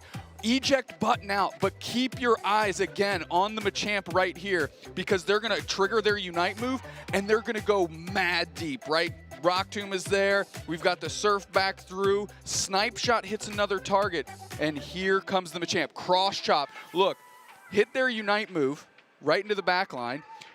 They move towards the ranged attackers, Of course, yeah. but it's an absolute bait. Look at the call that they make here. Hit it on a 180, bang. They actually throw their Unite move the other way. Don Luck senses it, pops their Unite move, and immediately 2 players down. Your support core, Immortals and Aquilo are eviscerated. And Fui, guess who else was caught up in that mix here? Well, yeah, Fui moves in for a Unite move right here, and they end up uniting the Inteleon, but then it looks like it's instantly broken and slow. Oh, no, not even broken. They Unite move the Inteleon, slow beam counter immediately. I was wondering who got hit by the slow beam. It's Fui immediately. And then all of a sudden, it's 5 on the 2 squishiest Pokemon on the other side, and the range is in your favor because you have the Snipe Shot Inteleon. I mean, picture perfect. But like I said, facilitated bell to bell by Frank on this Machamp. Yes. Cross chop in, suplex. Let's get to an interview. I could talk about this fight forever. Zoinks, take it away. Take it away, Zoinks. All right, thanks so much. Yeah, great timing for a telestrator. Love that. Great breakdown. I'm sure it was awesome. I got it all in my ear. I'm here with the winner of that last match, Reggie, and now qualified for day 2. How good does it feel, Reggie, to be qualified for day number 2 of EUIC? Te pregunto que cómo te sientes por haberte clasificado a un Day 2 del EUIC. No, pues obviamente emocionado y feliz por poder seguir participando en el torneo, pero pues la verdad era algo que habíamos previsto, así que ninguna sorpresa. He said that he's pretty happy to be qualified for a Day 2, but it's something that they previewed before they arrived to EUIC, so they were pretty comfortable to make in Day 2. Okay. All right, lots of prep. You knew this was coming. I don't know if you knew if that was coming. In crazy end of that matchup, a huge comeback. In that moment on your team, who's keeping everybody calm? Who's making the decisions to make the right decisions in that final team fight? Que tras este comeback, ¿quién de ustedes era el que mantenía el equipo unido, el que daba esas comunicaciones y el que conseguía que se mantuviesen focus en el game? Pues entre todos estábamos focus porque sabíamos que teníamos mejor composición en late game y como nos abrieron las bases temprano, pues teníamos más farm. Entonces solo teníamos que farmear y esperar a minuto 2 y ganar la teamfight como así lo hicimos. He's saying like they were pretty focused on it because they opened the bases too early. For them, they can farm a little bit more and they just need to wait until the last fight, win that fight, and then everything is done. Okay. All right, so big macro endgame brain. I like that. Now, my final question for you, Reggie. It's been banned a few times. Do you think in day 2 that you will get to play Gengar at all? ¿Piensas que en algún momento durante día 2 vas a jugar a Gengar? Pues ojalá que sí. He says he hopes that yes. I bet you do, Reggie. I bet you do. All right, well, Reggie, to you and CACM, good luck in tomorrow's competition. We'll see you there. We got one more match, so back over to Spraggles and Doof Snacks. That's right, one more match before we know what tomorrow is going to look like with our single elimination bracket. I'm sure some things need to be figured out with seeding and all that, but we're going to know what teams are moving forward, what position they are moving forward in, and we are so close to having, you know, the table set for day 2, which is very exciting. We got one more good game coming up that you're not going to want to miss. It's Extinction Peps. Yes, and Extinction, Peps is pretty much already through. Extinction is playing for their tournament life as well. So there is a lot on the line here for Extinction as we are going to go to that match to close out our day. And a big anti-shout out to Zoinks for some reason dumpstering our pretty cool Telestrator conversation. Once again, anti-shout out to Zoinks as always. Before we head to break, make sure you anti-shout out Zoinks whenever you have the opportunity. We will be right back with the final match of the day. Don't go anywhere. It's going to be Zoinks casting it. And Relic! And Relic, which is good, but bad Zoinks.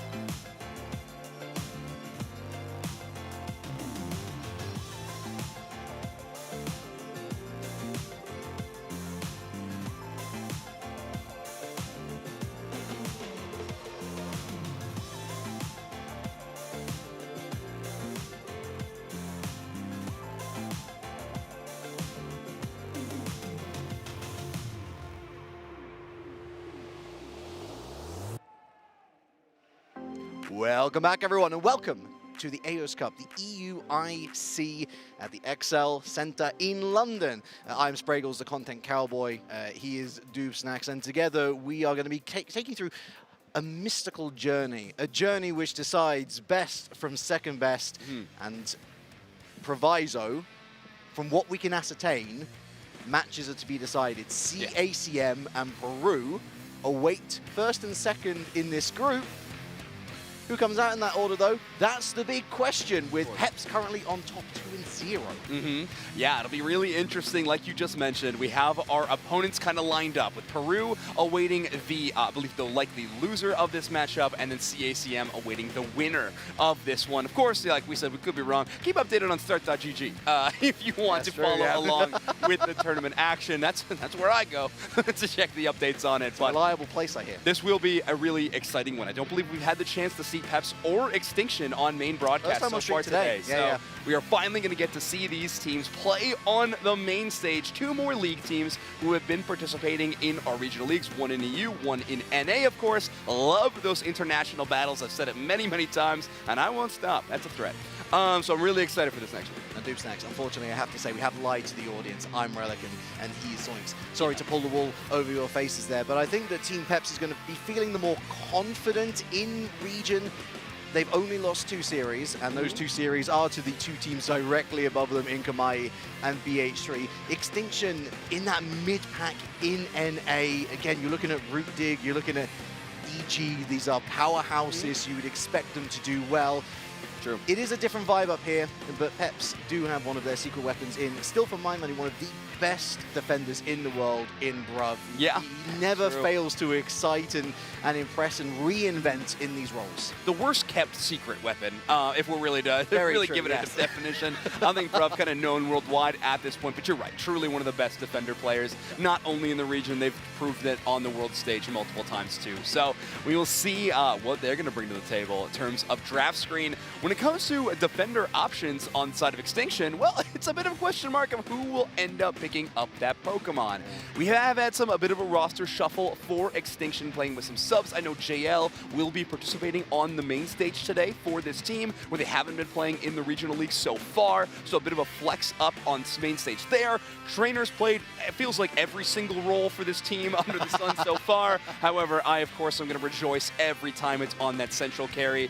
I mean, just a player who is a part of that LG squad who won here last year. We've now had, 3 different champions from last year play on 3 different teams on this main stage just today.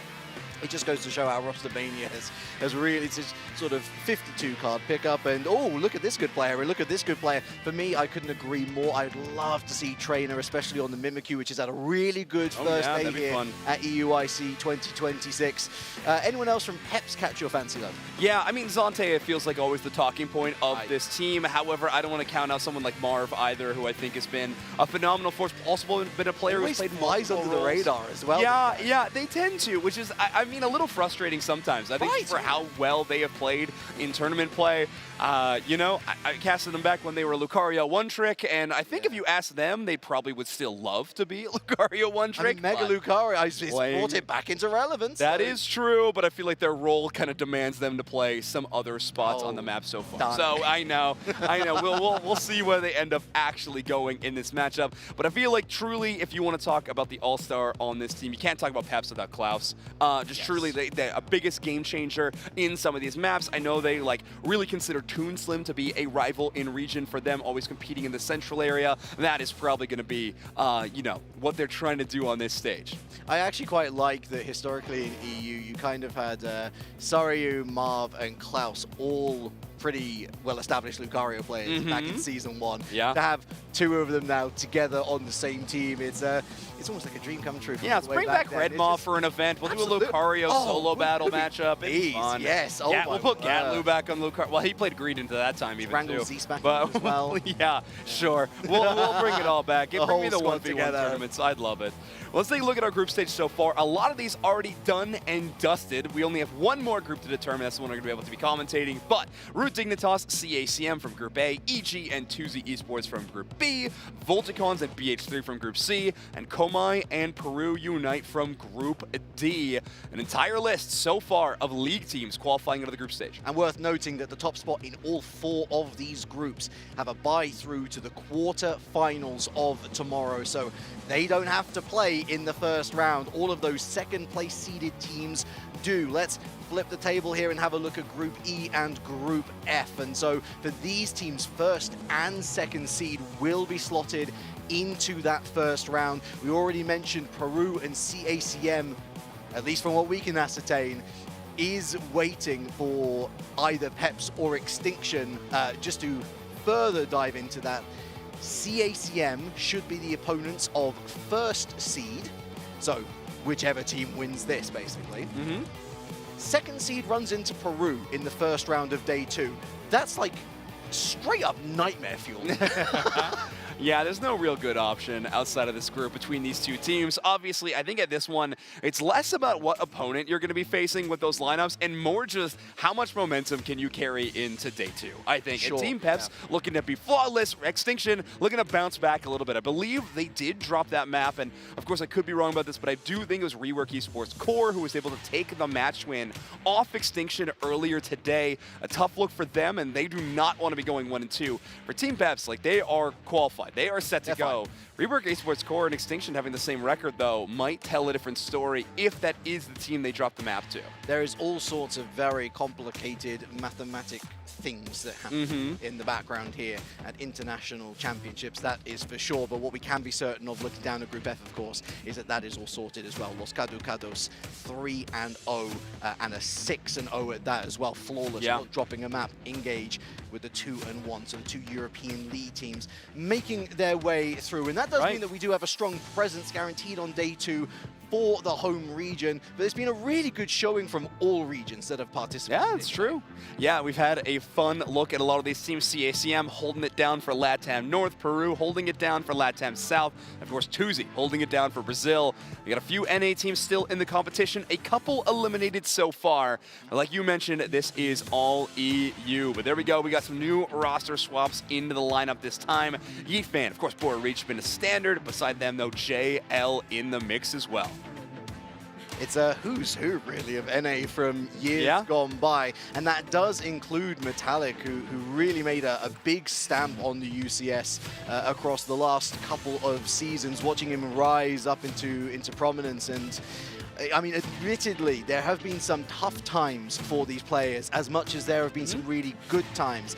They are going to look to keep the good times rolling. It would be a massive W to find a win over what is an incredibly stable Pep side. Yeah, I kind of consider Extinction to be in the same position as a team like Los Caricados, who going into this weekend was having a tougher performance. Hey, Potato, wake up, you got to mash up. I know, right?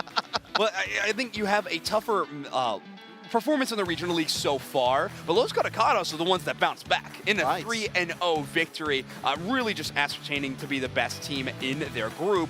In this matchup, though, Extinction already being at 1-1, also having a slow start, looking to really change things up here at the end of day 1.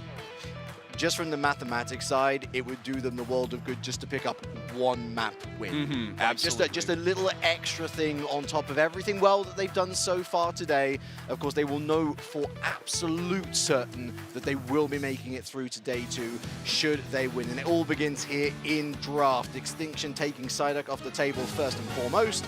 Peps will be banning away Charizard Hawaii, and it's a Mega for a Mega on the ban table. Mega Gyarados from the NA squad. Well, unfortunately, to rain on your parade relic, there will be no Mimikyu available for Trainer LGC this time around. Kind of curious on what Pokemon they end up picking. Urshifu's been a popular one for them. A Pokemon like Scyther is still a mainstay threat. But right now, we're going to be locking up our support core at the start of this draft. JL picking up the Umbreon. Looking over to Peps, we've got the Vaporeon still available, Slowbro, Trevenant, Mamoswine. They've all had good days here in the XL Center. I'm thinking that the Mewtwo Y might be picked up at some point during the draft, but not so early on. It'll be Potato locking in the Zacian, and it looks like Marv will be sticking to that Vaporeon. Another W in the Zoinks column. Yeah, finally. It took these teams some time to start locking it in. Oh, does Metallic pick... Suicune, a Pokemon that has been remarkably absent so far. Yeah, I even wore the pin today, by the way. See, I won't win on the encounter chart, and I won't win in the pin selection game either. Unfortunately, I might just be doomed in this selection. But Bora Reach going to pick up the Clefable. Interesting. That Umbreon and Clefable duo is going to be a lot of crowd control on the other side. And Team Peps bringing out this Lapras. It's funny to see. I mean, Bruv and Marv both love this Pokemon. Zante going to pick up the Empoleon. We were literally saying off air earlier today, man, where's Empoleon been this entire time? And that is actually even more crazy to think. Where has Suicune been? Where has Pawmot been? For the first time on stream today, Pawmot takes to the stage, Metallic locking in Buzzwole and Desi, who's been getting more and more looks in here. Okay. We saw a Razor Leaf Desi.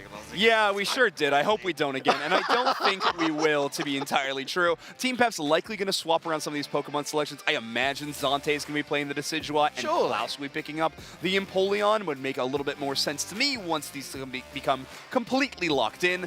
On the other side, I think we could see some swaps too. It could see Metallic and LGC swap. I know Metallic loves playing the Pawmot, but Buzzwole is much more of that path contender Pokemon. Metallic probably going to remain down there in that situation.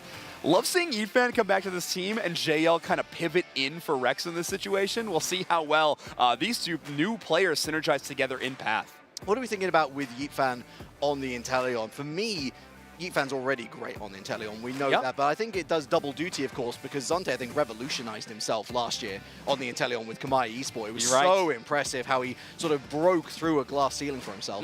Yeah, no, I am excited to see it actually in action as well, this time with the Decidueye, a sniper in its own right. That is if they don't swap Pokemon selection. I don't know at the end of our draft screen if they did or not, but in this situation, we'll see when we actually start spawning in. But yeah, I think this could be a really interesting matchup between our two snipers. We don't get a duel of the snipers very often, Relic. We are going to get it in game number 1 as Extinction on your purple team from NA. Team Peps representing EU on the orange side. Heading central then, we've got the Pawmi and the Rowlet. Perhaps to the surprise of no one, we've got JL Metallic heading top part here. It's going to be an interesting scrap going up against what is a Soul Zacian as Team Peps looks for the early invade. Yeah, Metallic does have some early firepower. That Fell Stinger empowered by the full muscle gauge is a lot of extra damage. And take a look at this. Marv making Trainer LGC's life just a little bit harder. And that's a red buff taken away. Trainer not quick enough with the Pawmi. No one rotating in to help. Trainer says, yo, I've got this, but it's a tricky one here, Marv, as they do scare them away quite successfully. Are they going to pay for it on the top path, though? Potato pretty low health. Metallic, though, has to rotate back, and it's a good thing he did when he did, because Klaus with the rotate, that could have been major trouble. Yeah, Metallic playing that one a little bit safe. We're going to jump back to watch this invade, because Marv is real low. Trainer will eventually take that buff back, but reminder, the timing of this situation, the most devastating part. Palmo has found the evolution with for Trainer. They'll be pathing down towards the bottom end of the map. And okay, I was talking a whole lot about how I thought those Pokemon would swap. They did not. Klaus will remain on the Decidueye. It looks like the Empoleon a bit more comfortable in Zante's hands. 24-11, your early scores on the doors. We've got a K-opener on the Piplup here on bottom path. Yifan onto the Drizzile. Grub, what a beautiful follower this is. By the way, able to scare away the 3. Trainer going to retreat back into the central area. So long did he spend there that we now have yellow dots already heading back onto the map. So somewhat advantageous to him. In a sense, Marv kind of helped him out with the rotation. Sure. Yeah. I think we can view it as that. That's totally fine. Marv this time actually repelling an enemy invade as JL is trying to look to steal that red buff away from Clouds. Will not do so, as we do have the Decidueye evolution right before the Regidrago is going to be spawning, and now it hits the map. Spirit Shackle available. JL shot in place. Has to pop the X speed, finds a Citrus Berry, should be all right. We do have Grove pushing up here as well. Klaus, of course, going to town on the Regidrago with that auto. Looking for the Spirit Shackle secured, doesn't get it. Yifan snipes it out from underneath his nose, but here comes the Prinplup. Zante from the top ropes finds the KO. JL falls. Metallic has joined a little bit late, going to try and synergize with Trainer, and does so beautifully. Here comes the Sword Doggo, decides that's not a great idea, picks up the Citrus Berry, rotates back north. Yeah, Metallic does join that fight late, but for good reason. They have a 2-level lead over Potato right now, by the way, which is just a landslide of a victory on the top side. Looking at Fleetwood Mac up there. Trainer LSC then. My favorite Fleetwood Mac song. Yeah. Landslide, if anybody was curious. I couldn't tell, and I wish I had the intelligence to answer Kind of a back sad with another song, but it's an enjoyable one. Yeah. Anyway, Empoleon's Go about to hit listen to it. Reggie's Steel, some early damage so far. As Bruv isolating out. This Lapper is a pretty common pick into the Inteleon on the other side. That Shell Armor passive reducing the big burst damage means that Bruv jumps right in front of that snipe shot. Get down, Mr. President, if Mr. President was Reggie's Steel. 4v2. Into the back line, Heatfan goes, but they are not going to be able to find through damage. That is a solid 35 dunk. In fact, this T1 could go down should they wish to. Another small score goes in before the 30s dropped. Team Peps, though, doesn't take the lead from that. Extinction has done well to crack the T1 on top path, meaning that they lead by 12 points, and they've taken the Regieleki, whilst all eyes for Team Peps are on bottom path. Yeah, so far, so good. Extinction, keeping this one close, obviously have the slight advantage, especially in levels. Again, that Metallic and Potato level differential has closed a bit. Trainer LGC powering up that Supercell slam. Might decide to dive in, and they jump right on top of the Decidueye. Take a few of those attacks and deal out the damage out of their way, but at least start from Klaus is just too much to handle. Oh my goodness, they go and dash in, and they do find their mark eventually. 3v1 now on pad against this Metal Clawzation, but from the back line, Sovereign Slide Empoleon takes out the bug. It's a swatter, but the Sword Doggo's fallen too. It is a complete and utter mess here in the enemy central from an Extinction point of view. Kind of ends in nothing, really. A couple of level gains for Extinction, however, and it means that overall it's placed them pretty nicely as we head towards half. Yeah, I think it could have been much more catastrophic if JL wasn't playing such a fantastic Umbreon, honestly. Right. I think them and Bora playing around that Clefable and Umbreon duo extremely well. Bora keeps everybody up for way longer than they have any right to be, with some Moonlight, but some clever follow-me's as well to pull away enemy aggro, and then at the end, JL's Moonlight Prance on the Air Unite move does buy a lot of space, a lot of time. Extinction able to rally with those couple of KOs to kind of feel good about that last team fight. Split push for Peps. They will find that T1 on top path completely vacated. Extinction are going all in on this bottom path. Lovely Vaporeon Unite move into the knock-knock. We've got the Sword Doggo slashing through too.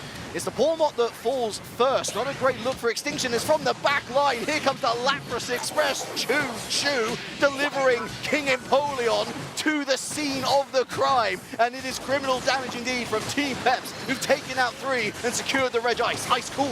Yeah, I love that flank. That's so perfect. Lapras, Empoleon, the combo from the Ocean Deep. Such a nice play. And now they're able to just push even farther. Pawmot in a 1v3 situation, looking pretty good. But I think Reg Ice buff and some of that damage reduction from Lapras doing just fine. Yeah, Lante, a little close call, but thanks Reg Ice buff for that healing. It's going to make them a little bit safer on the recall back home. Zacian going to secure in the face of 2 as Potato and Marv 2v2 and get that win over the Regieleki. Tell you what, that early game for Zante has really made the difference. If Extinction fully leave the pad to its demise, Regieleki with a 3-point overdunk for Team Peps, 109 to 204.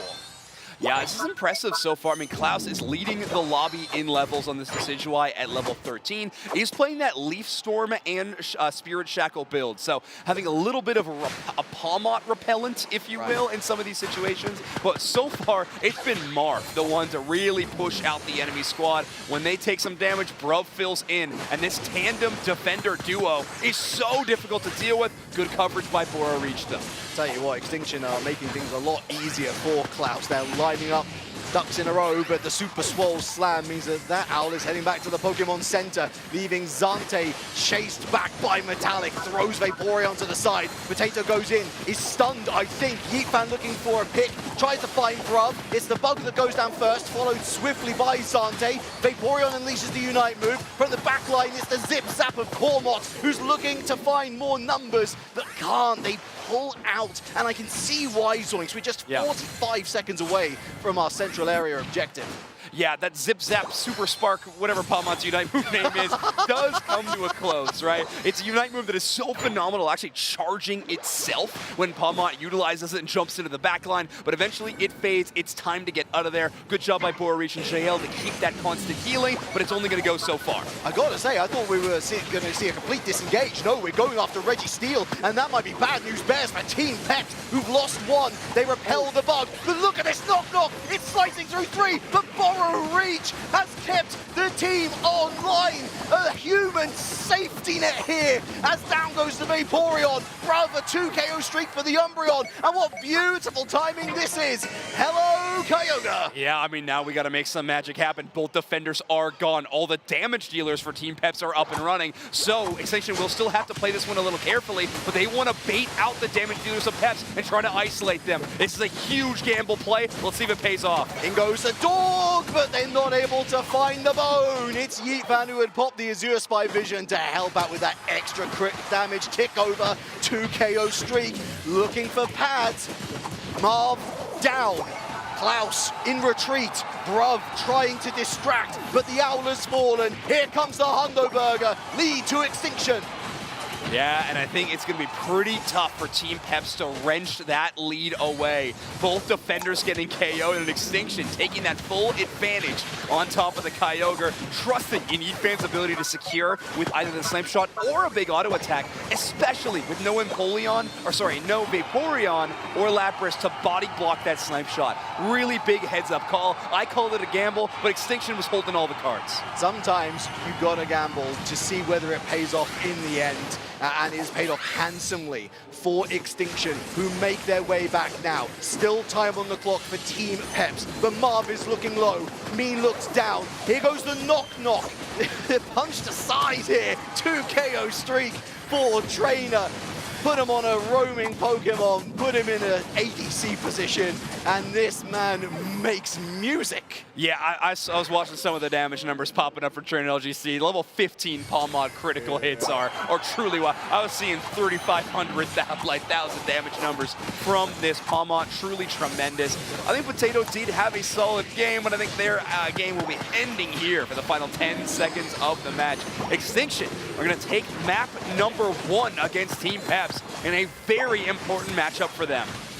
It's an interesting look from the Team Peps perspective. A little shake of the head from Bruv. I think they know that they let that one get away from them a little bit in engaging so heavily. Again, this sort of like throw of the dice, as you say, from Extinction to go and engage and throw a full commitment into going for the Reggie Steele. It's not just about that. How many picks can you find as a domino effect? It all leads so beautifully into them taking full control of the final 2 minutes. And from an Extinction perspective, a couple of stages, certainly to this series. Stage 1, complete. They have found that game win. Yeah, totally. And speaking of stage 1, I want to just talk about Extinction's early game again, because I don't want it to get lost. I thought Metallic's dominance in the top path over a player, one like Potato, and playing a Pokemon like Zacian was just so phenomenal. Like, you do not have huge level advantages like that this often in competitive play. So Extinction just really off to the races already.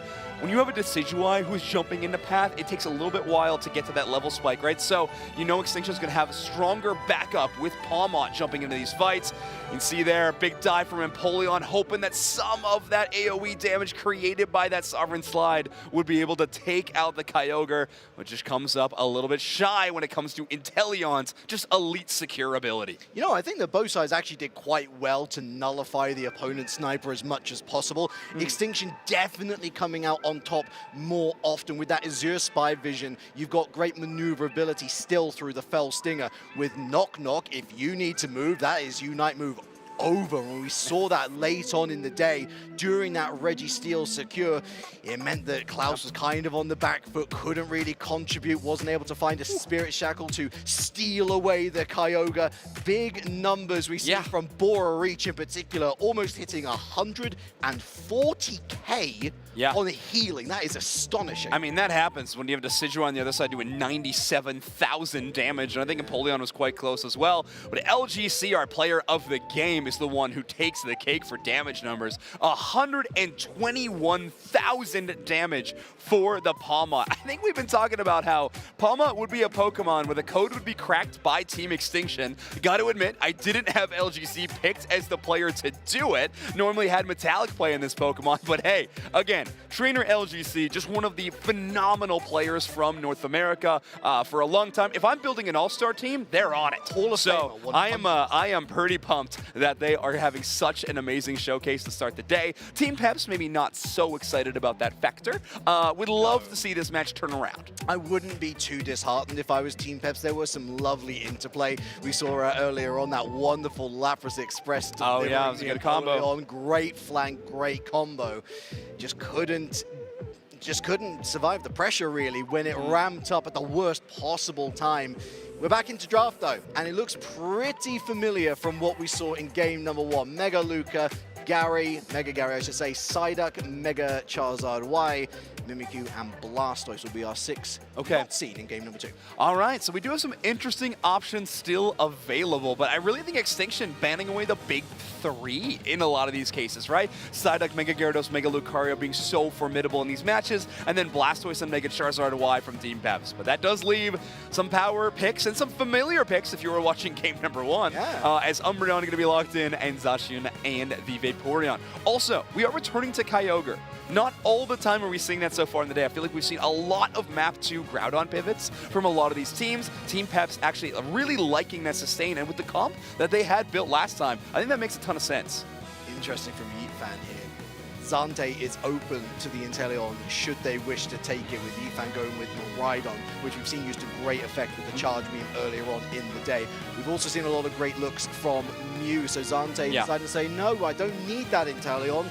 Let me rock something that's been doing really well. Crustle as well, a classic for Bruv. Metallic locking in the Buzzwole again, and Trainer running the Pawmot back. So a very, very similar composition, obviously. The one exception being that Miraidon. I'm curious why Yeetfan makes that switch. It could be because that early game with the Lapras was just enough to make it, you know, it is worth choosing a different option. That counterplay was just too strong, and that does give Bruv the opportunity to flex up their attacker pick and go for a Crustle, which I think by the community is considered to be one of the best answers to some of these attacker Pokemon, specifically does really well into Miraidon. Yeah, I think it's great proactivity in draft from Extinction, knowing that if you do pick Inteleon that early again, you've got 1, 2, 3 Peps team slots effectively that you can try and figure out, right, what are we going to counter this with. Interesting to see that Klaus is sticking with that Desi. Great damage numbers. Yeah, I was going to say, by the numbers it's hard to argue in that situation, right? But yeah, we'll see. It was just that early game with Potato not having as much backup that really felt to be the crucial point for me to slow them down in the early game. Maybe Klaus has a different pathing plan, or they're going to focus on where LGC was rotating. Reminder, the invade into LGC earlier on did work and forced Trainer to actually go down towards the bottom side of the map, which is a bit slower of a path to getting your carries really leveled up highly. So potentially already seeing a bit of rhythm, but Peps is going to be running it back. Maybe not something we thought we'd be saying after how that game 1 ended. I certainly think, keeping in mind that we're going up against a Buzzwole and a Pawmot again as we head into game 2, Extinction staying on the purple side, Team Peps staying on the orange side. I like the Crustle as a front block to that Desi, far better than the Lapras. You can have fun with a Lapras, you can rotate for fun with a Lapras, but at the end of the day, that X-Scissor is going to keep the Pawmot. Right. One of my favorite things that Pokemon like Crustle does exceedingly well, it might not engage team fights as well as something like a Mamoswine or a Snorlax, but it does have the ability to peel as well. You can start team fights, but you can also defend your backline so extremely well with things like that X-Scissor. And here we go, game 2, going to be the same style for Marv in trying to make sure Trainer LGC doesn't feel lonely. They're just a caring friend. They want to make sure that Palmy's got buddies in the central area. Trainer going to, intelligently bring the Escavalier into the tall grass, but it will only work for a short amount of time until it retreats back to its spawn point. Big help from JL, there we go. Yep. Trainer is online with the Pawmo. Marv is sent home with nothing but broken hopes and bruised Dreams. Now this crosswalk is worth mentioning as well, going into the Umbreon with Rubble Rouser, timing essential given the Midnight Prance can rip all of that shield away. Great instincts by Klaus there to utilize the eject button. They somehow read that Metallic was going to eject button, try to pull them. There, that was really, it was like eject button trade, and we just saw them bop over towards the side. So great call great survival instincts by Klaus. The fight or flight for the Dartrix so far looking great. Fingers are on the triggers, and they're going to be ready to snipe later once Desi comes online. 17-8 then, very low scores here in these opening 2 minutes. No surprise, as Extinction knows that they are going to be heading through to day 2 guaranteed should they win this game. Yeah. Zip, zap, full charge spark. Yeah. Thank you very much, production. Yeah, thank you, production. I know you owe the other casting pair apologies. I guess I owe you thanks. It's a bit of an exchange of rates, but all things equal as they should be, I suppose. I was very sassy to production last year, and I sure felt it later on, let me tell you. Yeah, production can be challenging that way. Uh-oh, Klaus caught in that mean look. This is scary. JL trying to lock them down, but they all of a sudden enter a 1v4. Yeet fan making sure that opportunity does not get squandered, gets the chase down, is actually looking for Zante. That might be where the greed overlays a little bit. Marv Potato making sure that is dealt with. How does the old saying go?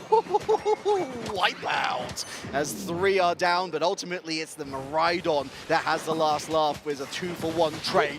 Big slam from Metallic. The Owl doesn't know what hit them. Concussion central as the dog goes in for some slashes. Rub returns. Solar Beam takes away the majority of the birds. Trainer's caught in a rock tomb, and they're not going to see the light of day now. Metallic might be heading a similar way. 2 KO streak for the Mew. Pretty slow rotation from Extinction, right? This Umbreon and the Clefable are the ones rotating towards the top, but we do have a lot of presence from Team Peps on the bottom side. So Miraidon is stuck down there. Yifen has to defend this tier 1, so Team Peps just a really good attacking timing call to take that fight when they knew they had a big advantage of a 4v2. Seems like they've knocked the wind out of Extinction right now as it's all hands on deck going south. Reggie Drago into the hands of that Zacian. Knock goes down, focusing on Metallic. Metallic out of range. The health bar does the business. Charge Beam just hoping for a last minute secure, but it's going to be the Desi with that Spirit Shackle, the game changer. But into the back line, here's the zip zap from the poor Mott.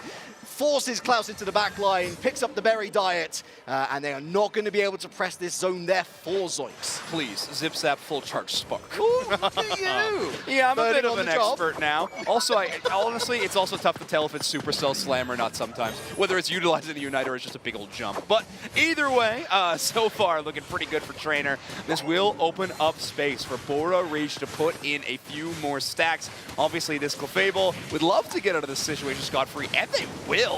Moonlight Follow Me Shield's going to do them a ton of favors as Trainer LGC starts putting on the punch.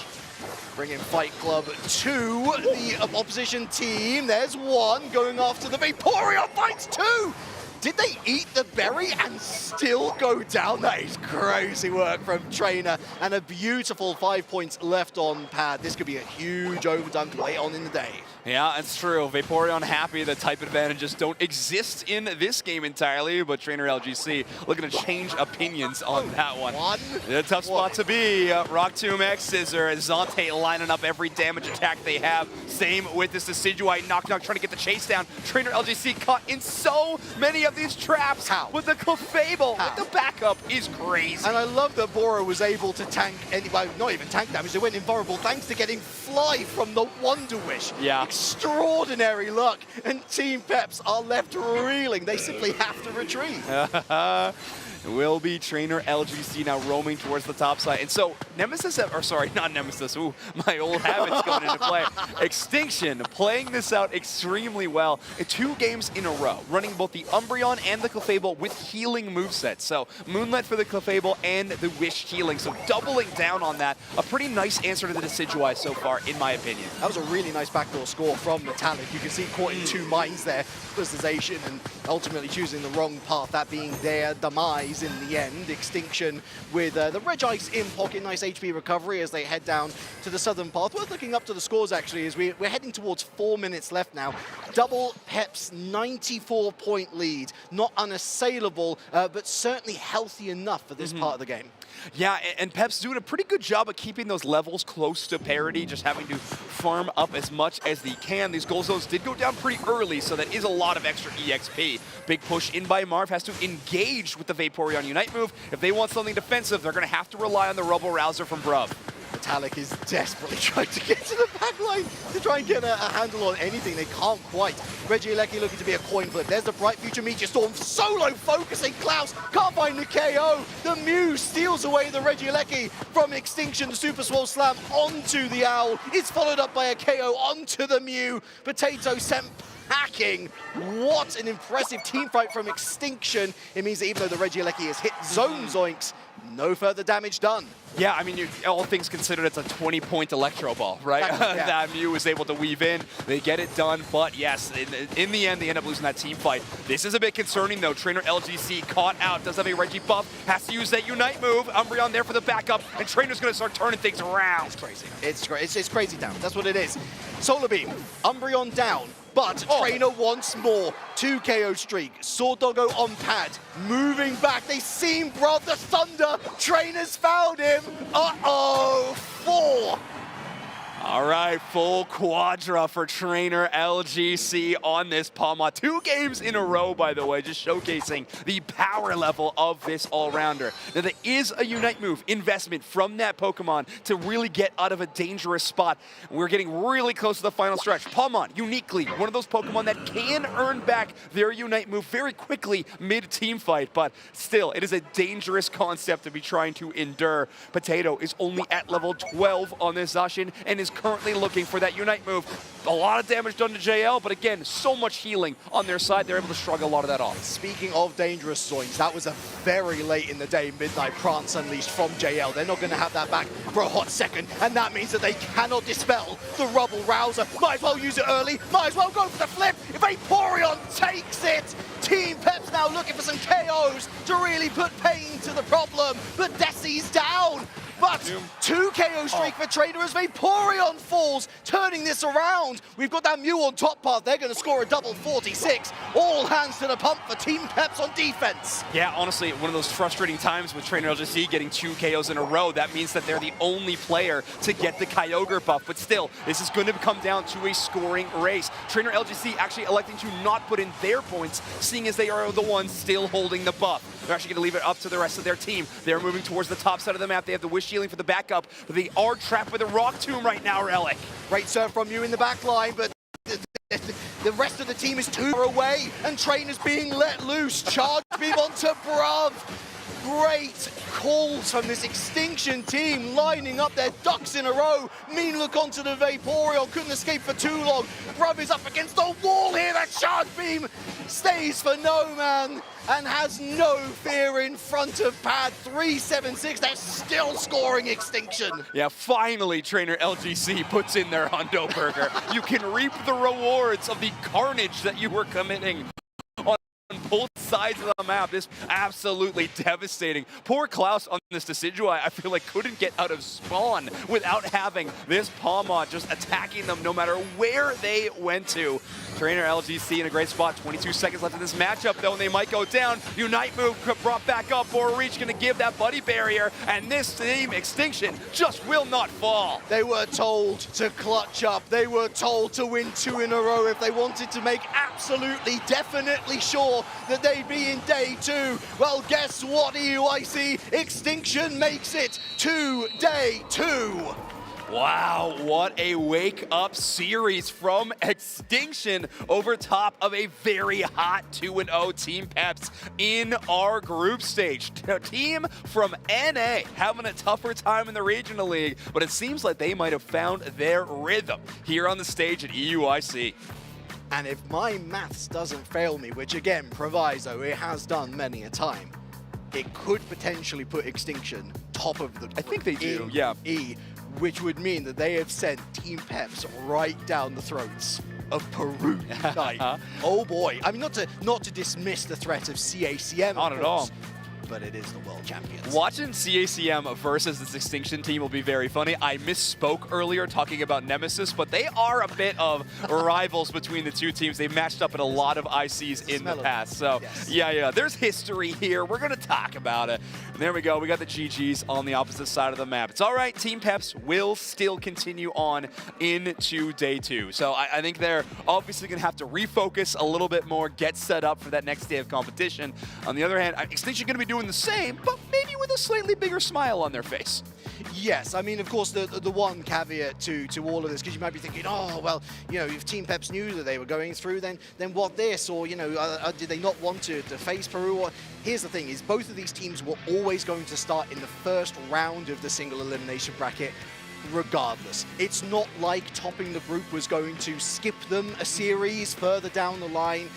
They knew that they would have to start from square one on day 2. And so really, at that point, I guess you could sort of have the glass half full perspective of every single team that you're facing from now on is absolutely goated. They are a super team. And so it doesn't really matter who you face. You have to be on your S tier game. This genuinely might be one of the scariest day 2 single elimination brackets we've had so far. At least in the last couple of years. I don't know. This EUIC, we've had so many talented teams showing up at this event. Not to mention, just the iron sharpens iron effect of these regional leagues has leveled up teams across the board. Speaking of which, shout out to LGC. 120,000 damage in this game number 2. Not to mention 15 knockouts. Hachi-machi. Look at that Porma. It just wants a hug, and it also wants I'm not hugging that thing. I'm not hugging a 15 knockout, 120,000 damage marsupial. No, thank you. I'm a big fan of the build as well. Attack weights, of course, putting a lot of faith in making sure that you can find your way to zone to at least get 4 stacks in by the halfway mark. But that weakness policy, Razor Claw, it's the sort of thing that back in my days, I would have loved to have put on my Aegis Slash. But nowadays, it's all about the zip zap. It's all about the clap back from an NA perspective. They weren't fancied here, Extinction against Peps, but never mind that. They've shown up when it matters, and a 2-0 as well is so impressive. That's clean. LGC looking amazing, and Extinction looking fantastic as well. So why don't we hear from them? We got an interview with Extinction on stage right now. Yeah, that is right. I am here with Bora from Extinction. Congratulations. What an amazing way to end day 1. You're locked in for day 2. I think the first out of your group, which is incredible. I have so many questions. First, I want to know, what's it like? You've been switching a lot of roles on this squad. You personally, we've had Trainer bouncing around. Tell me that story a little. Gosh, I mean, everyone's really, really talented, so luckily we have the flexibility to move around, try things out. But I think, you know, getting Trainer back on that jungle role, which is, you know, his bread and butter, really excited and just still trying to figure out all the possibilities we can with that, so. Yeah, I'm curious. I heard the Trainer didn't want to carry this season. And then was the conversation just you're one of the best to ever do it? I mean, what happened? Yeah, I mean, when you have Trainer, you know, always looming there, it's kind of hard to not have that conversation. You know, what if, you know, maybe get you back there. You know, our league, NA League, we started off to a slow start, and I think we really had that fire where we didn't want to fall any farther behind, so we wanted to kick it up a notch.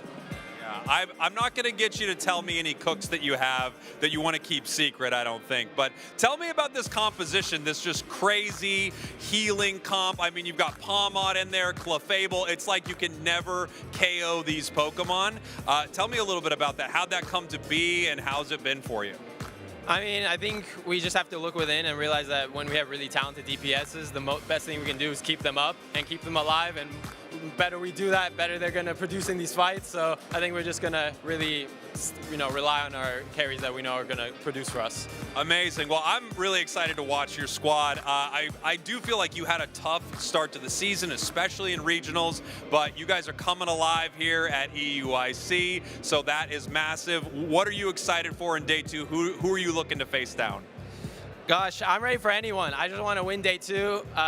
We're getting Rex back tomorrow, our captain, so we held it down today for him. Tomorrow he's going to come in the cut, and hopefully we'll catch some dubs. Amazing. Well, awesome. Bora from Extinction, congrats again. And we'll send it back to the booth. You will see them tomorrow.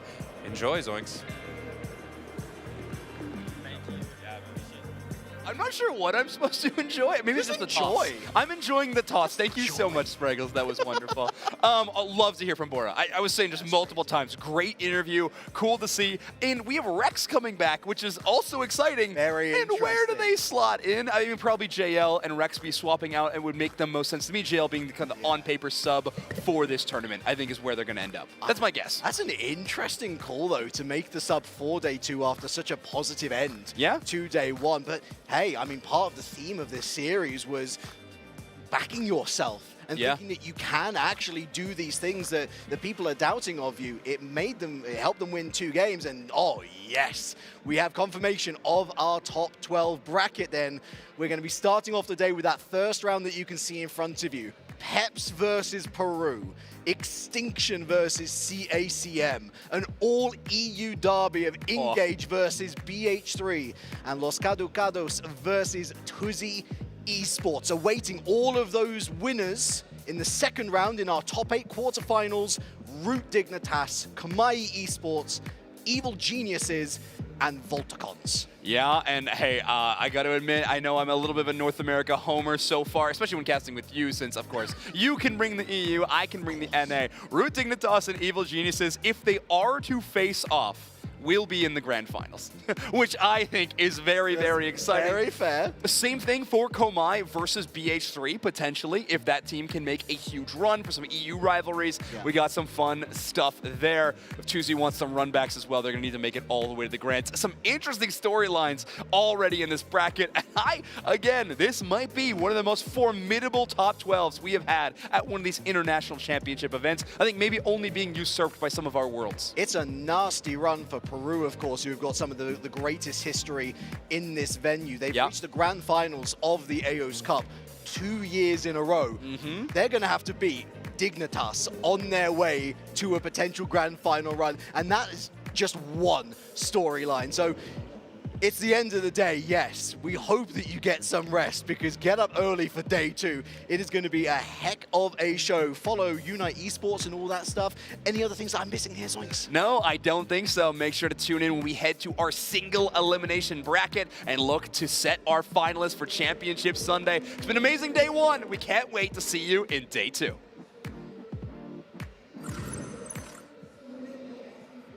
Very nice. Well done.